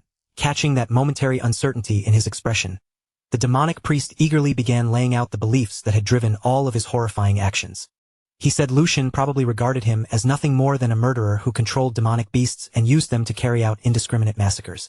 According to the priest, the rest of the world was no different, casually grouping people like him together with black mages and treating them as a contagious disease that needed to be completely eradicated. But from his perspective, such judgment was born entirely from ignorance. He believed that humanity's refusal to understand him proved the limitations of mankind, an unstable and fundamentally inferior species. As his speech continued, the natural color gradually drained from his eyes until both of them became completely black. A suffocating and terrifying aura began spreading through every corner of the laboratory, growing heavier as the priest's twisted philosophy became more disturbing. In his view, the human body itself was the clearest possible example of a hopelessly inefficient design. He described mankind as weak in both physical structure and durability, possessing bodies that could be broken far too easily. Even worse, humans willingly imprison themselves behind meaningless social rules, outdated ideas, and irrational emotions, all of which prevented them from ever moving beyond their natural limitations. To the priest, those weaknesses revealed what humanity truly was at its core, a flawed species incapable of recognizing its own inferiority. Throughout the entire speech, an unnatural smile remained stretched across his face, making him resemble a demon wearing human skin rather than an actual human being. Lucian continued listening in complete silence, allowing the priest to expose every layer of madness concealed inside his mind. Without showing even the slightest hesitation, the demonic priest reached toward one of the experimental corpses nearby, lifted it into his arms, and held the ruined body with an almost affectionate tenderness. Smiling down at the corpse, he declared that his true purpose was to remove every impurity from humanity and guide the entire species toward genuine evolution. The moment those words left his mouth, his fingers tightened, and he crushed the corpse's face in a single brutal motion. The bones beneath his hand shattered instantly with a sickening crack. Blood burst outward from the ruined head, spraying across the floor, the walls, and everything else surrounding them inside the laboratory. Even Lucian, who had already witnessed countless terrible sights, was genuinely shaken by the madness unfolding directly in front of him. For a brief instant, the sheer cruelty of the priest's action left him visibly stunned. The demonic priest responded to Lucian's reaction with a chilling burst of laughter. Still holding himself with absolute confidence, he demanded that Lucian show him the proper respect and willingly present himself as a tribute. In exchange for that submission, the priest promised that he would not treat Lucian like some mindless piece of flesh used in an ordinary experiment. Instead, He claimed that Lucian would be preserved and handled as a precious specimen who remained fully conscious and aware. Lucian answered immediately, his voice cold and utterly dismissive. He told the priest that he had used an unbelievably long speech merely to express complete nonsense. Lucian then reminded him that, in the name of this so-called evolution, he had deliberately manipulated entire events and driven thousands of innocent people toward their deaths. For the first time, genuine surprise appeared on the priest's face. The priest admitted that he was impressed Lucian had managed to uncover so much of the truth behind his actions. However, his surprise quickly disappeared, and he calmly insisted that such knowledge changed absolutely nothing. As their conversation neared its end, the unnatural darkness gradually receded from his eyes, restoring their ordinary color. Even after his eyes returned to normal, the overwhelming demonic aura surrounding his body did not weaken in the slightest. Remaining perfectly composed, the priest insisted that every truly great cause required countless specimens, along with endless experiments, repeated failures, and continuous cycles of trial and error. According to him, anyone who genuinely intended to change the world had to accept that sacrifices were unavoidable. Since Lucian had been born and raised within House Valdic, the priest believed that a noble heir like him should understand that brutal reality better than almost anyone else. Lucian saw no reason to continue wasting words on such a man. Keeping his gaze fixed firmly on the priest, he slowly reached for his weapon and drew the dagger from its sheath. With the blade now in his hand, Lucian replied that the priest's reasoning was every bit as twisted as that of every other criminal who tried to justify unimaginable atrocities. He then ordered the man to carve one simple truth deep into his mind. Among all those who endlessly insisted that the world itself was wrong, not one had ever succeeded in putting his own life in order first. To Lucian, the figure standing before him was nothing more than an egomaniacal lunatic hiding his cruelty behind impressive-sounding ideals. That insult immediately shattered the priest's calm expression. His face darkened with anger as he declared that he had originally intended to preserve Lucian's body as a top-grade specimen. Before the priest could finish his threat, Lucian began responding with another cold remark. But the demonic priest had no intention of allowing him to complete it. Without the slightest warning, he suddenly lunged forward and launched his attack in the middle of Lucian's sentence. Lucian had already been expecting betrayal and refused to let the sudden strike catch him unprepared. In that instant, the violent battle that had been inevitable from the moment they met finally erupted. Lucian did not retreat by so much as a single step. The instant the demonic priest attacked, he moved with explosive speed, answering with a lightning-fast counterstrike and driving his dagger directly toward his opponent's body. The demonic priest twisted away at the very last moment, narrowly avoiding the fatal edge by the smallest possible margin. As their weapons crossed and sparks flashed between them, Lucian reached one unshakable conclusion. Simply killing this man would never be enough. The thousands of innocent lives the priest had destroyed, the monstrous experiments he had performed, and the obvious pleasure he took in every act of suffering could never be answered by granting him a swift and painless death. A merciless creature like him deserved to experience agony before drawing his final breath. Yet despite the killing intent pouring from Lucian, the demonic priest remained completely composed, behaving as though the threat before him caused no concern whatsoever. With smooth and practiced movement, the priest slipped around Lucian's side, circled behind him, and immediately launched another attack from the rear. At the same time, darkness once again began creeping across his eyes until they gradually turned pitch black. A sinister smile spread over the priest's face as he let out a mocking laugh. He admitted that Lucian appeared capable of wielding mana, but dismissed that power as nothing more than the feeble resistance of a specimen that had not yet understood its own helplessness. In the very next instant, their attacks crashed together head-on.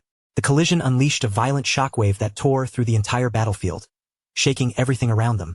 The force ripped dust and debris into the air, producing an enormous cloud of thick fog that swallowed the surroundings and completely concealed both fighters from view.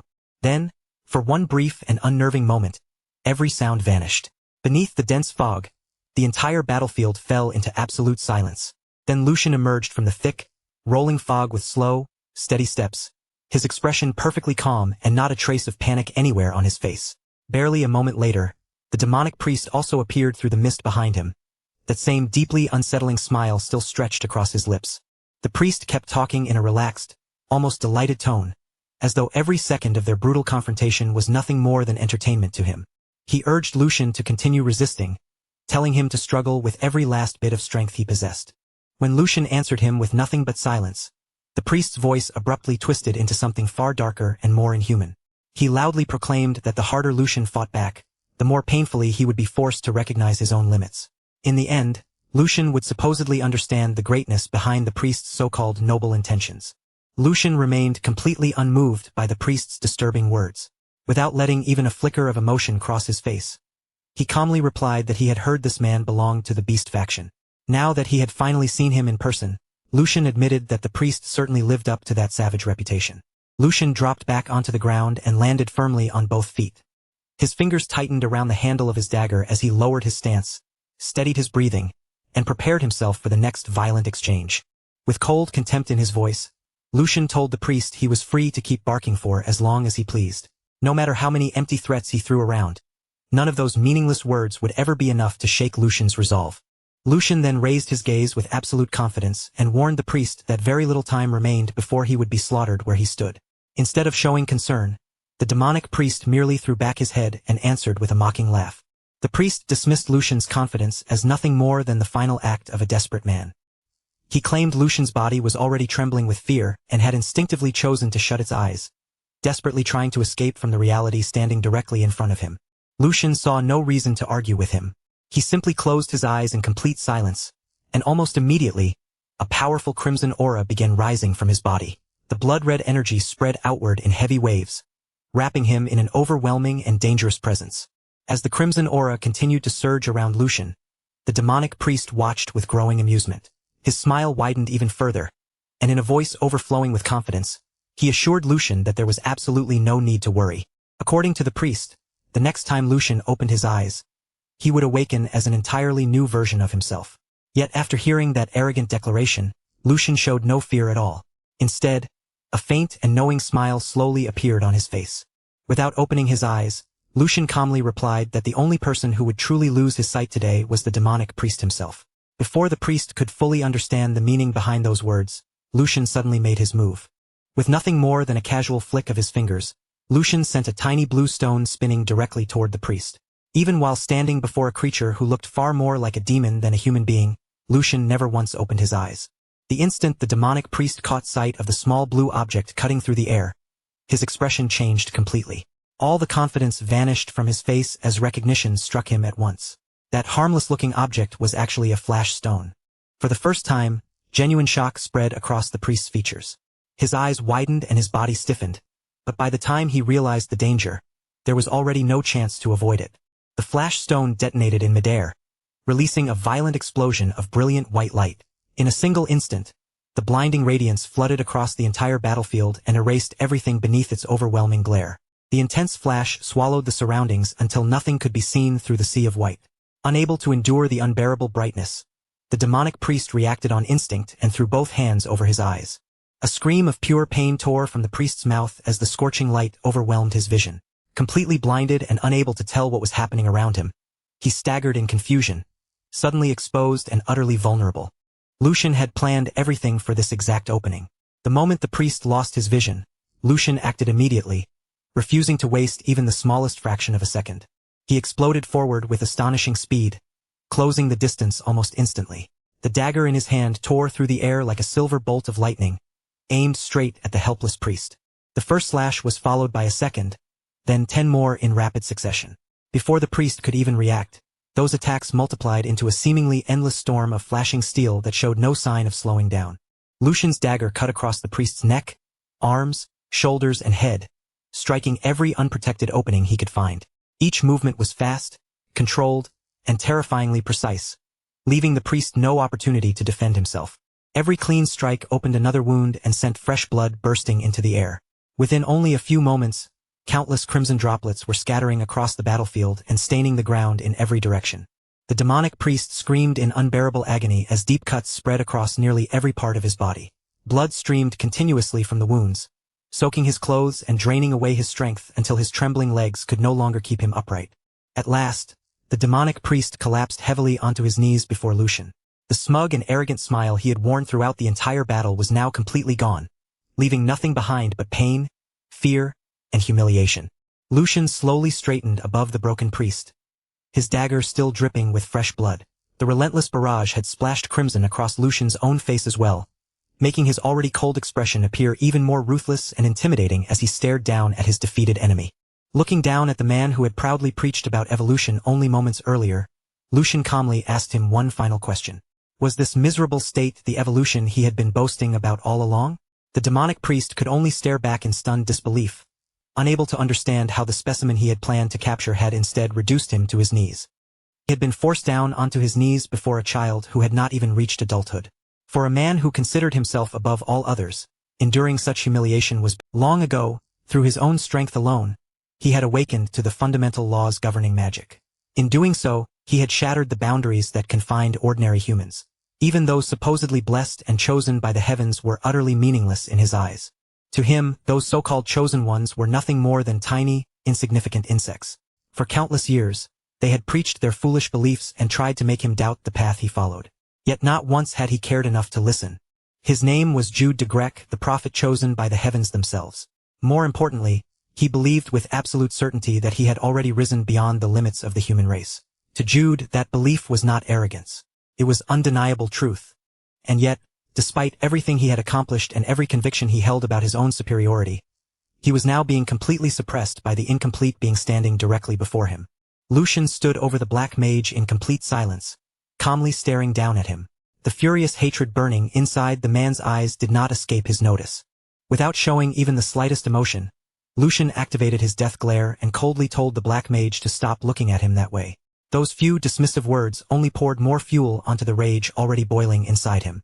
The black mage could hardly believe that such an insignificant insect would dare address him with such open disrespect. Every passing second crushed another piece of his pride, causing his anger to swell further beyond his control. But before the black mage could gather himself and respond, Lucian suddenly moved. His arm flashed forward, sweeping the broken dagger across the man's face in one clean motion. The shattered blade tore through both of his eyes before he could even blink. A blood-curdling scream thundered through the tower as unbearable agony swallowed the black mage whole. He twisted and writhed beneath the pain, while Lucian remained exactly where he was, watching with the same cold and completely unreadable expression. From Lucian's point of view, that miserable reaction was almost too ridiculous to take seriously. To him, the entire display looked like nothing more than a pathetic joke. It was almost laughable that a man who screamed so desperately over such a minor wound had spent years trampling innocent lives without the slightest hesitation.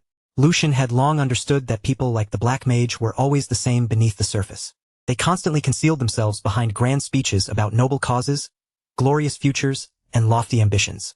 They dressed their cruelty in beautiful language, pretending every atrocity they committed served some greater purpose. But when all those impressive words were stripped away, they were nothing more than slaves to their own bloated egos. Obsessed with proving their greatness, they destroyed countless innocent lives while feeling neither regret nor even the smallest trace of guilt.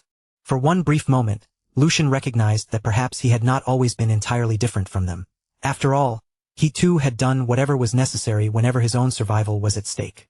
Even so, one crucial difference had always separated Lucian from people like the Black Mage. Every battle he fought had been against those who had already made their choices and knowingly accepted the consequences that came with them. To Lucian, accepting that responsibility was the absolute minimum required for someone to still call themselves human. And with that thought settled firmly in his mind, he reached one simple conclusion. The Black Mage was nothing. Nothing more than a goddamn bastard who had completely abandoned every trace of his humanity. Even now, the Black Mage remained hunched over, groaning through the pain tearing across his ruined face. Still trembling from the agony, the Black Mage planted his feet against the floor. Slowly and stubbornly, he forced his battered body back into a standing position. The instant he rose, a massive torrent of dark energy began pouring from every part of his body. Thick waves of power flooded the chamber, filling the surrounding space with a crushing and almost suffocating pressure. Yet as that darkness gathered around him, the despair on his face suddenly disappeared. In its place, the Black Mage's confidence returned, stronger and more twisted than before. At that moment, he announced that he finally understood the meaning behind everything that had happened. In his deluded mind, this confrontation was the final trial God had personally prepared for him. Lucian Valdic was merely a foolish being who had chosen to remain behind. Lucian was still chained by the weaknesses and limitations of humanity.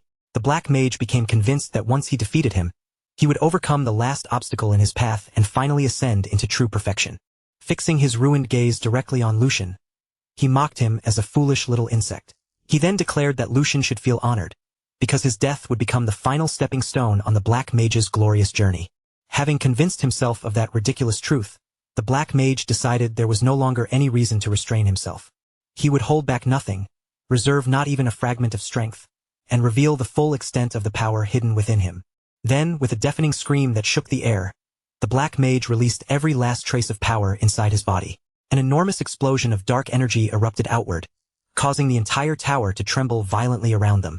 The volume of demonic power was so immense that it swallowed every corridor, chamber, and corner of the structure. It continued surging until it burst beyond the tower's walls, spreading across the surrounding land in a terrifying wave that no one nearby could possibly ignore.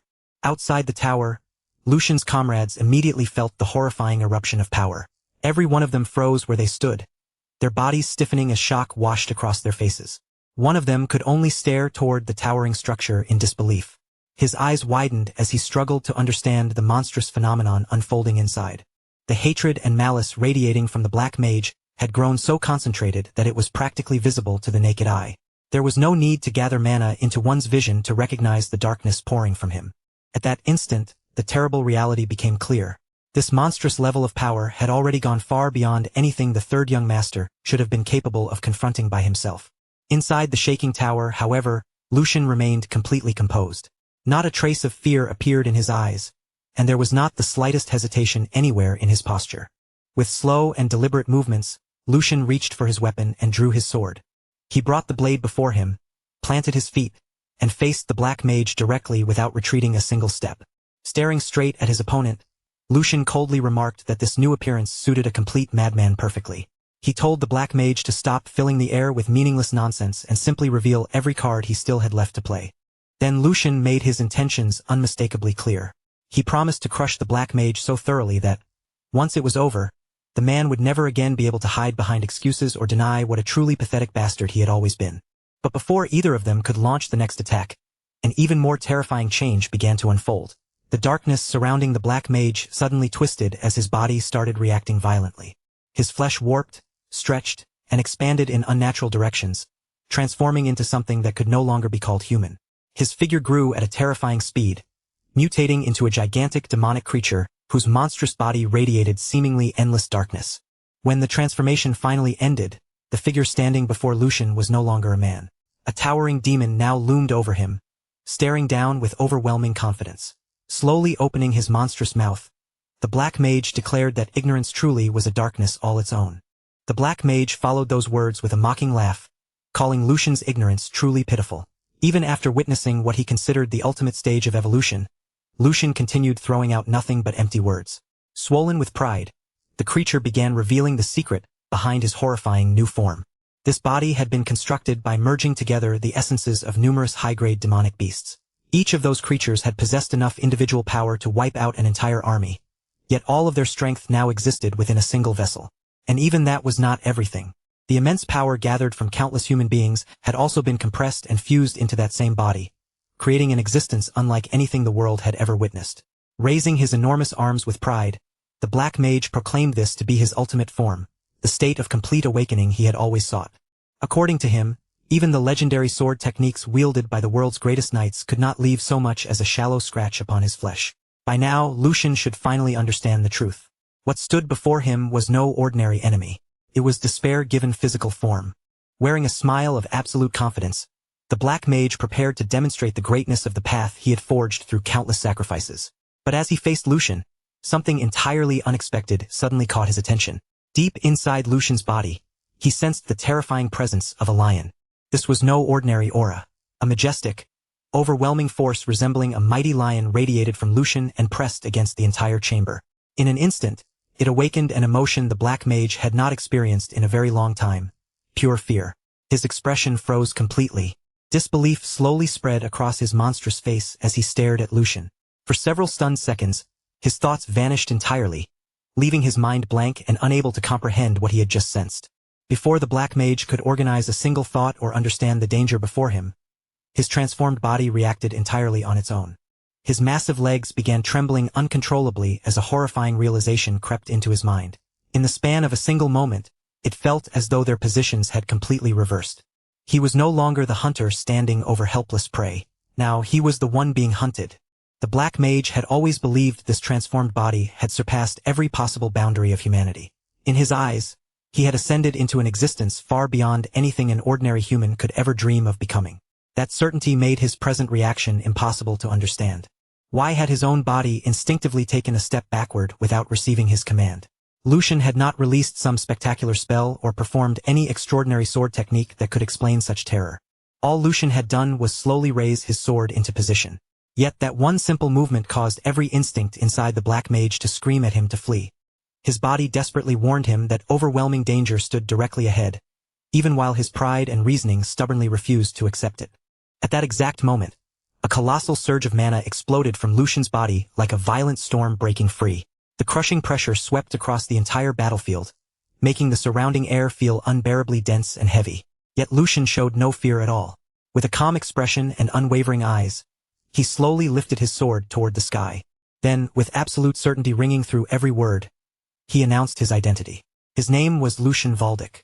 Invoking the names of the 8 main gods as witnesses, Lucian openly declared his resolve and made his intentions unmistakably clear.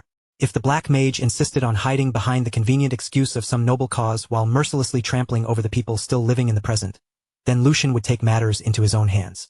He would personally crush every last fragment of the future that the Black Mage dreamed of creating. Lucian's declaration struck the Black Mage like a bolt of lightning tearing through his mind. The confidence he had clung to vanished in an instant, and a wave of raw desperation immediately flooded his heart. The Black Mage understood that there was no longer any time left to hesitate. He had to kill Lucian right now. He had to rip him apart before the situation slipped completely beyond his control. But although every thought in his mind screamed at him to attack, his own body had already betrayed him. No matter how desperately he commanded himself to move, not even a single muscle responded. His limbs remained frozen in place, refusing to obey even the smallest order from his terrified mind. The primal fear buried deep within his instincts had already seized complete control of his body. His flesh had accepted a terrifying truth that his conscious mind was still struggling to understand. Meanwhile, Lucian stood before him without the slightest disturbance, remaining perfectly calm. Lucian gradually raised his sword even higher, and an unimaginable volume of mana began gathering around the blade. The energy continued to condense and swell, while the pressure spreading from his body climbed higher and higher until it reached a level that seemed almost impossible.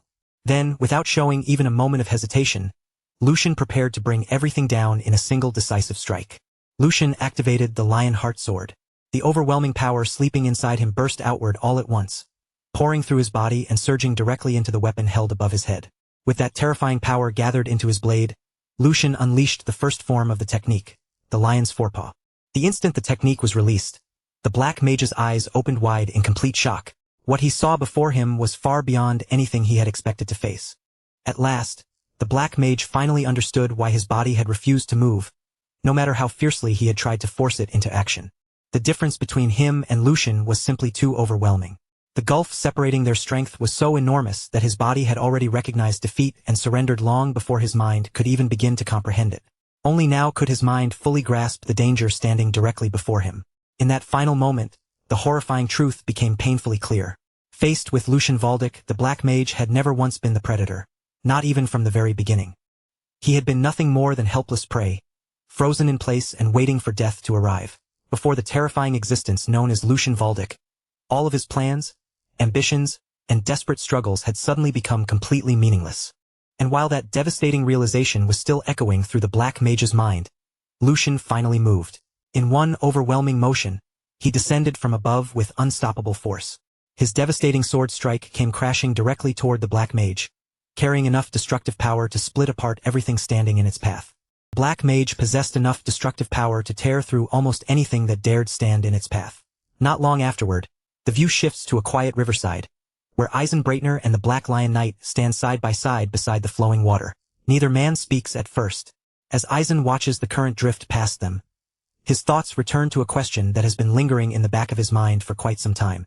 The Black Lion Knight had always carried himself with tremendous pride, the kind of man who placed enormous value on what it truly meant to bear the name of a black lion. Yet despite that stubborn pride, he had unexpectedly stepped forward on his own and volunteered to serve as the guardian of the third young master, a choice that seemed completely unlike the man everyone thought they knew. No one had seen that decision coming, and Eisenbreitner certainly hadn't expected it either. Standing beside the river, he begins wondering whether the knight's deeply rooted opinion of the Valdic family has finally started to shift after all these years. Perhaps something he witnessed recently had finally forced him to look at House Valdic in a different light. The knight remains quiet for a moment before finally answering in his usual calm manner. Perhaps, he says, he simply wanted to see for himself where this newly rising wind would carry the future of House Valdic. And from the way he speaks, It is obvious he doesn't believe this is some ordinary breeze that will disappear after a few days. Something far greater has begun moving around the family. This was a force powerful enough to make even the legendary sword saint take notice. Before arriving here, the Black Lion Knight had already heard enough to recognize that Miss Felicia possessed remarkable talent. Even then, knowing about her ability through reputation alone was one thing. Actually witnessing that talent with his own eyes was something completely different.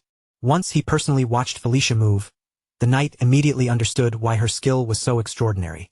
The swordsmanship she displayed was none other than the Lionheart sword, an ancient and fearsome style whose origins stretched all the way back to the era of the legendary king of beasts himself. This was no ordinary family technique that could be learned casually. The Lionheart sword had never relied on graceful movements, elaborate flourishes, or flashy tricks meant to impress spectators. Its strength came from something far more direct. Every motion was simple, heavy, and brutally efficient, with each strike carrying crushing force and overwhelming destructive power. It was a sword style that embodied raw strength itself, turning the wielder's body and blade into a single unstoppable weapon. But bringing out the true strength of such a technique was far from easy.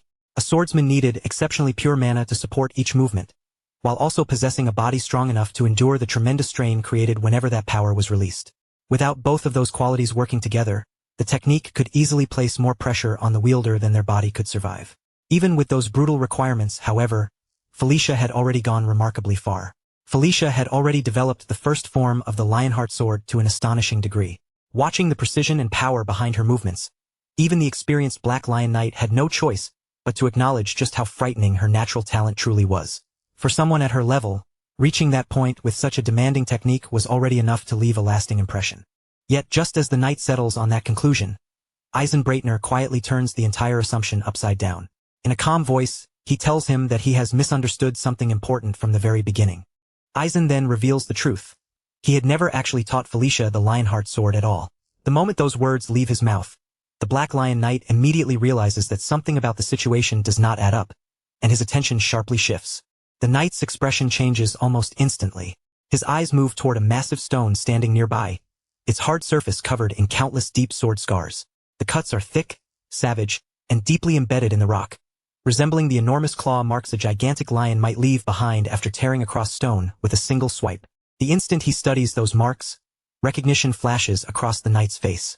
He knows exactly what created them. Those deep scars contain the unmistakable traces of the first form of the Lionheart sword, and after examining their shape and force, he has absolutely no doubt that the technique was used to carve them into the rock. But that creates an even bigger question.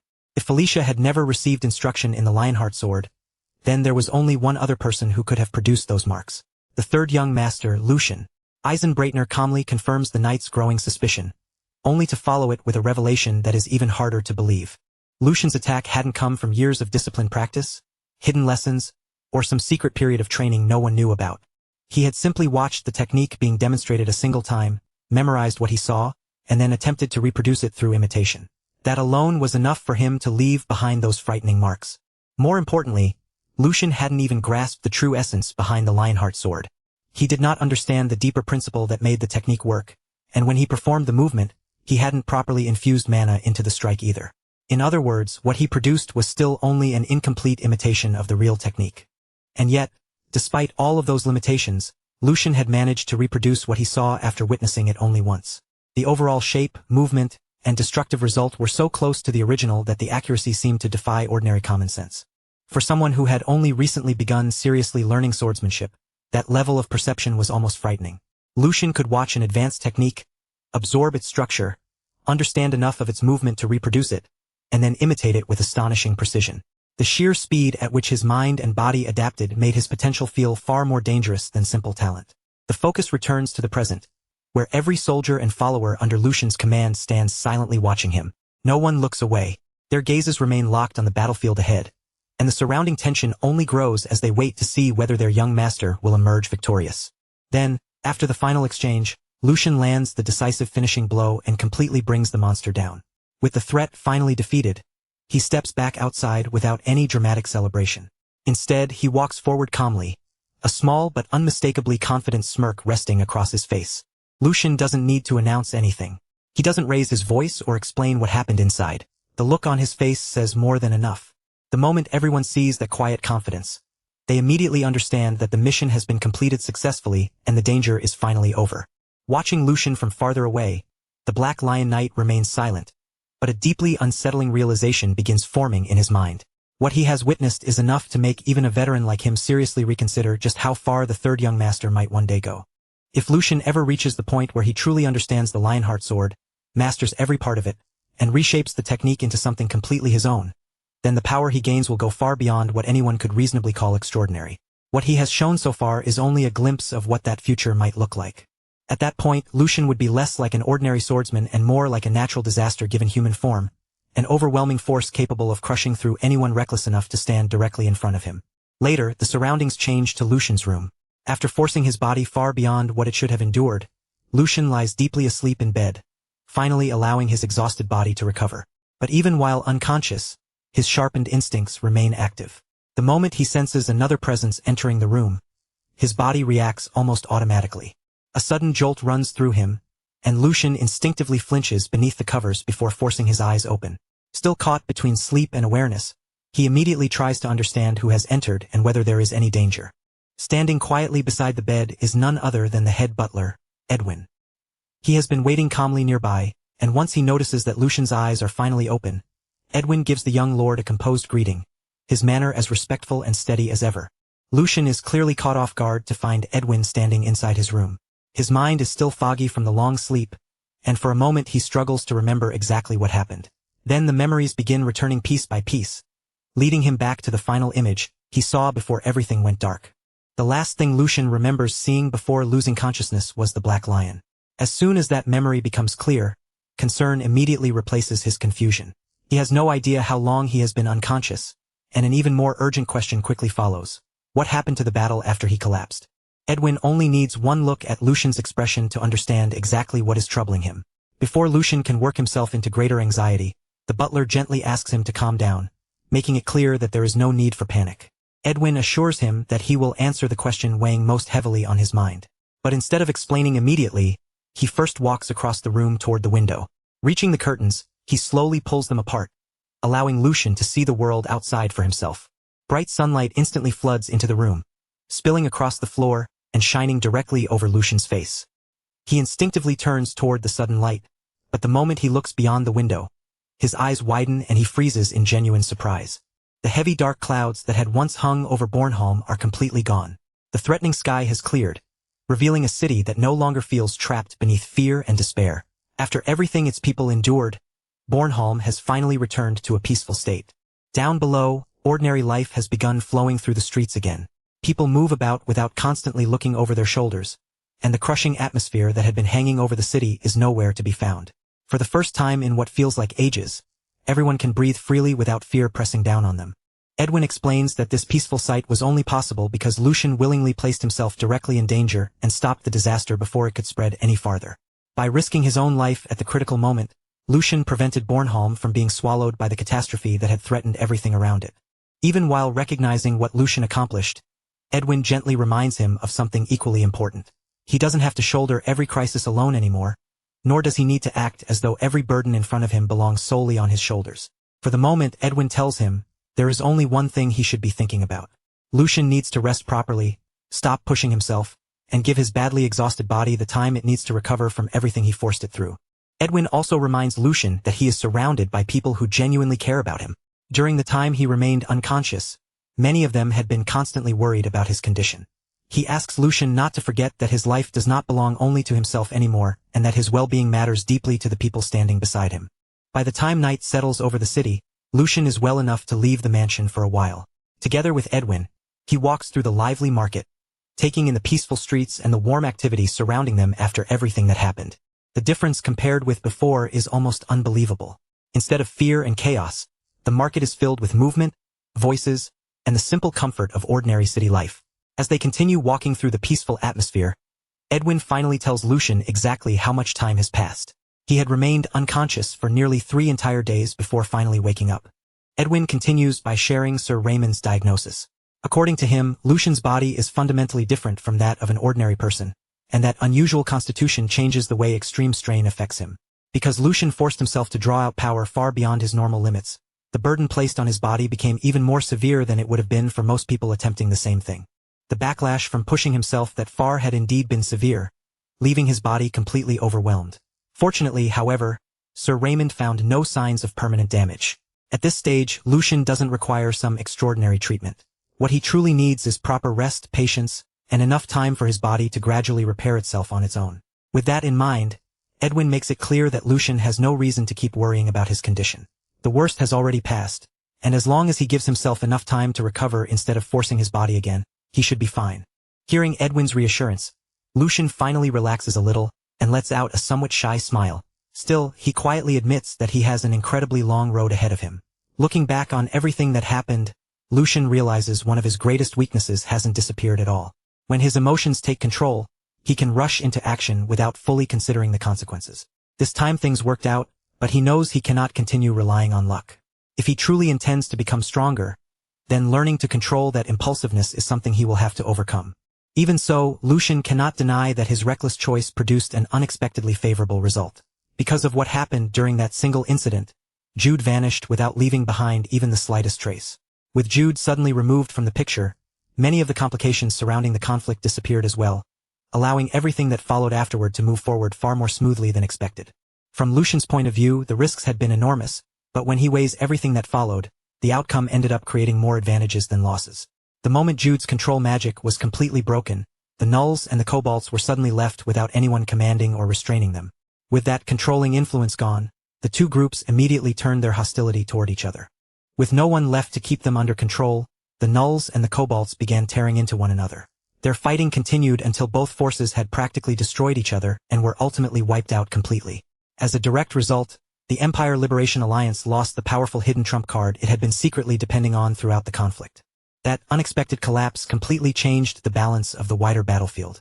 With one of the Empire Liberation Alliance's greatest hidden advantages suddenly erased, the Valdic forces gained a tremendous edge in the full-scale war. Tristan immediately recognized the opening and wasted absolutely no time. Moving with remarkable speed and precision, he took full advantage of the enemy's weakened position before they had any chance to recover.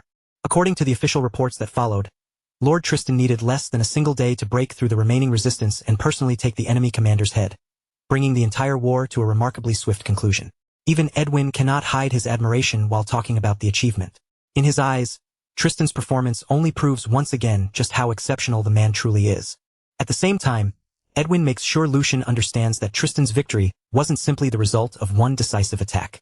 His exceptional leadership, calm judgment under pressure, and the experience accumulated over countless years on real battlefields all played equally important roles.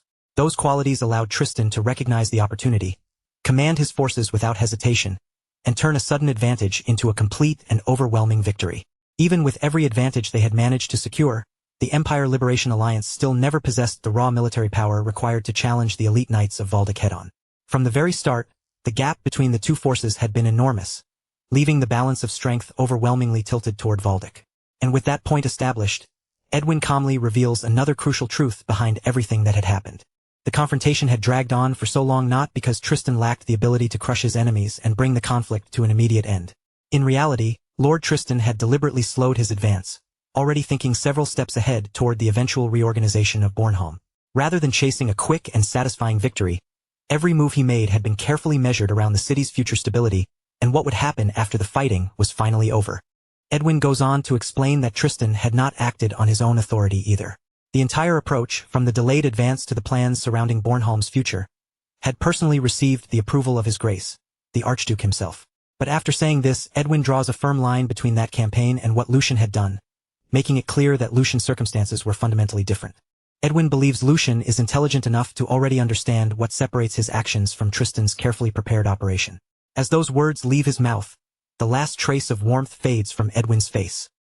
His gaze hardens instantly, becoming cold and unusually serious, and without saying anything further, that sharp look communicates a warning far heavier than the words themselves. Edwin turns as though the conversation is finished and begins to walk away, but Lucian suddenly gives a soft laugh behind him and calls out, openly teasing the old man for being such a terrible actor. If his father, as the elder brother, had truly intended for everything to proceed exactly the way Edwin had just described, then Lucian's interference would have done nothing but throw ashes over plans they had spent so much effort preparing. But Lucian simply cannot believe that interpretation. The father he has known all his life is not the kind of man who would look at his son's actions that way, and Lucian's conviction on that point remains completely firm. The father Lucian knows would instead choose to stand quietly in the background and watch over a child who had knowingly accepted responsibility for every consequence of his own choices. The Archduke may be incredibly strict, even intimidating at times, but when one of his children has truly made up their mind and is prepared to carry the burden that follows, he has always supported that resolve in his own silent way. As Lucian turns that thought over in his mind, another realization slowly settles into place. That same principle has actually been protecting him from the shadows this entire time, even when he failed to notice it. And Edwin standing here before him is perhaps the clearest proof that his father had never simply abandoned him to struggle alone. Lucian continues putting the scattered clues together one by one. No matter how many mercenaries he could have hired, and no matter how aggressively he searched for information through ordinary channels, there was simply no realistic way he could have uncovered so many of Bornholm's carefully hidden secrets within such an incredibly short amount of time. And yet, before the operation even began, the intelligence that reached Lucian had been astonishingly thorough. The information concerning Bornholm's hidden affairs was not vague or incomplete in the slightest. Every important detail seemed to have already been investigated, organized, and placed directly into his hands with almost unbelievable precision. The documents Sir Raymond delivered to him were the strongest example. Those papers did far more than simply point Lucian in the right direction. They revealed the exact location of Jude's concealed base, something that should already have been extremely difficult to uncover, and even went one step further by including a complete strategy prepared specifically for confronting him. That strategy had been designed with one clear purpose: to defeat Jude. The longer Lucian thinks back over everything he received before the operation, the more obvious the truth becomes. Information this detailed could not have come from some ordinary network of hired informants. Within the entire Valdic household, only one person possessed the reach and ability needed to gather intelligence on such a level. That person was the one who served as the eyes and ears of the entire Valdic family, the head butler himself. Once Lucian fully understands just how much Edwin had quietly done for him behind the scenes, his expression softens. He lowers his head in a respectful bow and offers the old man his sincere and heartfelt gratitude. Lucian thanks Edwin from the bottom of his heart because he now understands that he could never have reached this point through his own efforts alone. Without the head butler's invisible guidance, carefully gathered intelligence, and preparations made far away from Lucian's sight, his path would have been far more difficult, perhaps even impossible. Hearing that honest gratitude, Edwin quietly allows a small smile to appear. To an old man who has watched him for so long, the young Lucian standing here now has become almost dazzling. His growth has been so dramatic and so remarkable that, for a brief moment, even Edwin feels as though the brilliance before him is difficult to look at directly. Still, he quickly reins in that emotion and reminds Lucian that everything he has accomplished so far is merely the beginning of a much longer road. Lucian may have successfully overcome another obstacle, but Edwin makes sure he does not mistake that victory for reaching the summit. In truth, all he has done is make the impossibly steep mountain towering in front of him just a little easier to climb. The peak itself still remains far above, with an enormous distance left before he can truly stand at the top. There are countless trials ahead that will be far greater than anything Lucian has faced so far. As Edwin speaks of those future dangers, the faint softness in his expression disappears completely. His posture becomes more formal, and with a seriousness that immediately changes the atmosphere between them, he addresses Lucian properly as the young master. Edwin warns him that the consequences of everything he has just accomplished will soon begin spreading far beyond Bornholm. Powerful people who might once have ignored Lucian or dismissed him as insignificant will now start looking in his direction, and more importantly, some of them will begin recognizing him as a genuine threat to their own interests. The dangers that come with that attention will be nothing like the straightforward enemies Lucian has fought until now. Political struggles are far more tangled, merciless, and unforgiving, with threats often hidden behind smiles and polite words instead of drawn weapons. Edwin warns that it will not be long before those unseen battles inevitably begin closing in around Lucian. For that reason, Edwin urges Lucian to keep building enough strength that, no matter what kind of crisis appears in the future, he will have the ability to overcome it through his own power. He then tells the young master that these words will serve as both the first and the final scolding he ever gives him in his position as head butler of the Valdic family. Lucian does not argue or brush the warning aside. Instead, he quietly accepts every word, fixing Edwin's advice firmly in his heart, so he will not forget it. By the time the next morning arrives, Lucian is already moving forward again. With his subordinate accompanying him at his side, he leaves once more and makes his way toward the second floor. Whatever new obstacle may be waiting there, Lucian continues ahead without hesitation, prepared to confront the next challenge standing in his path.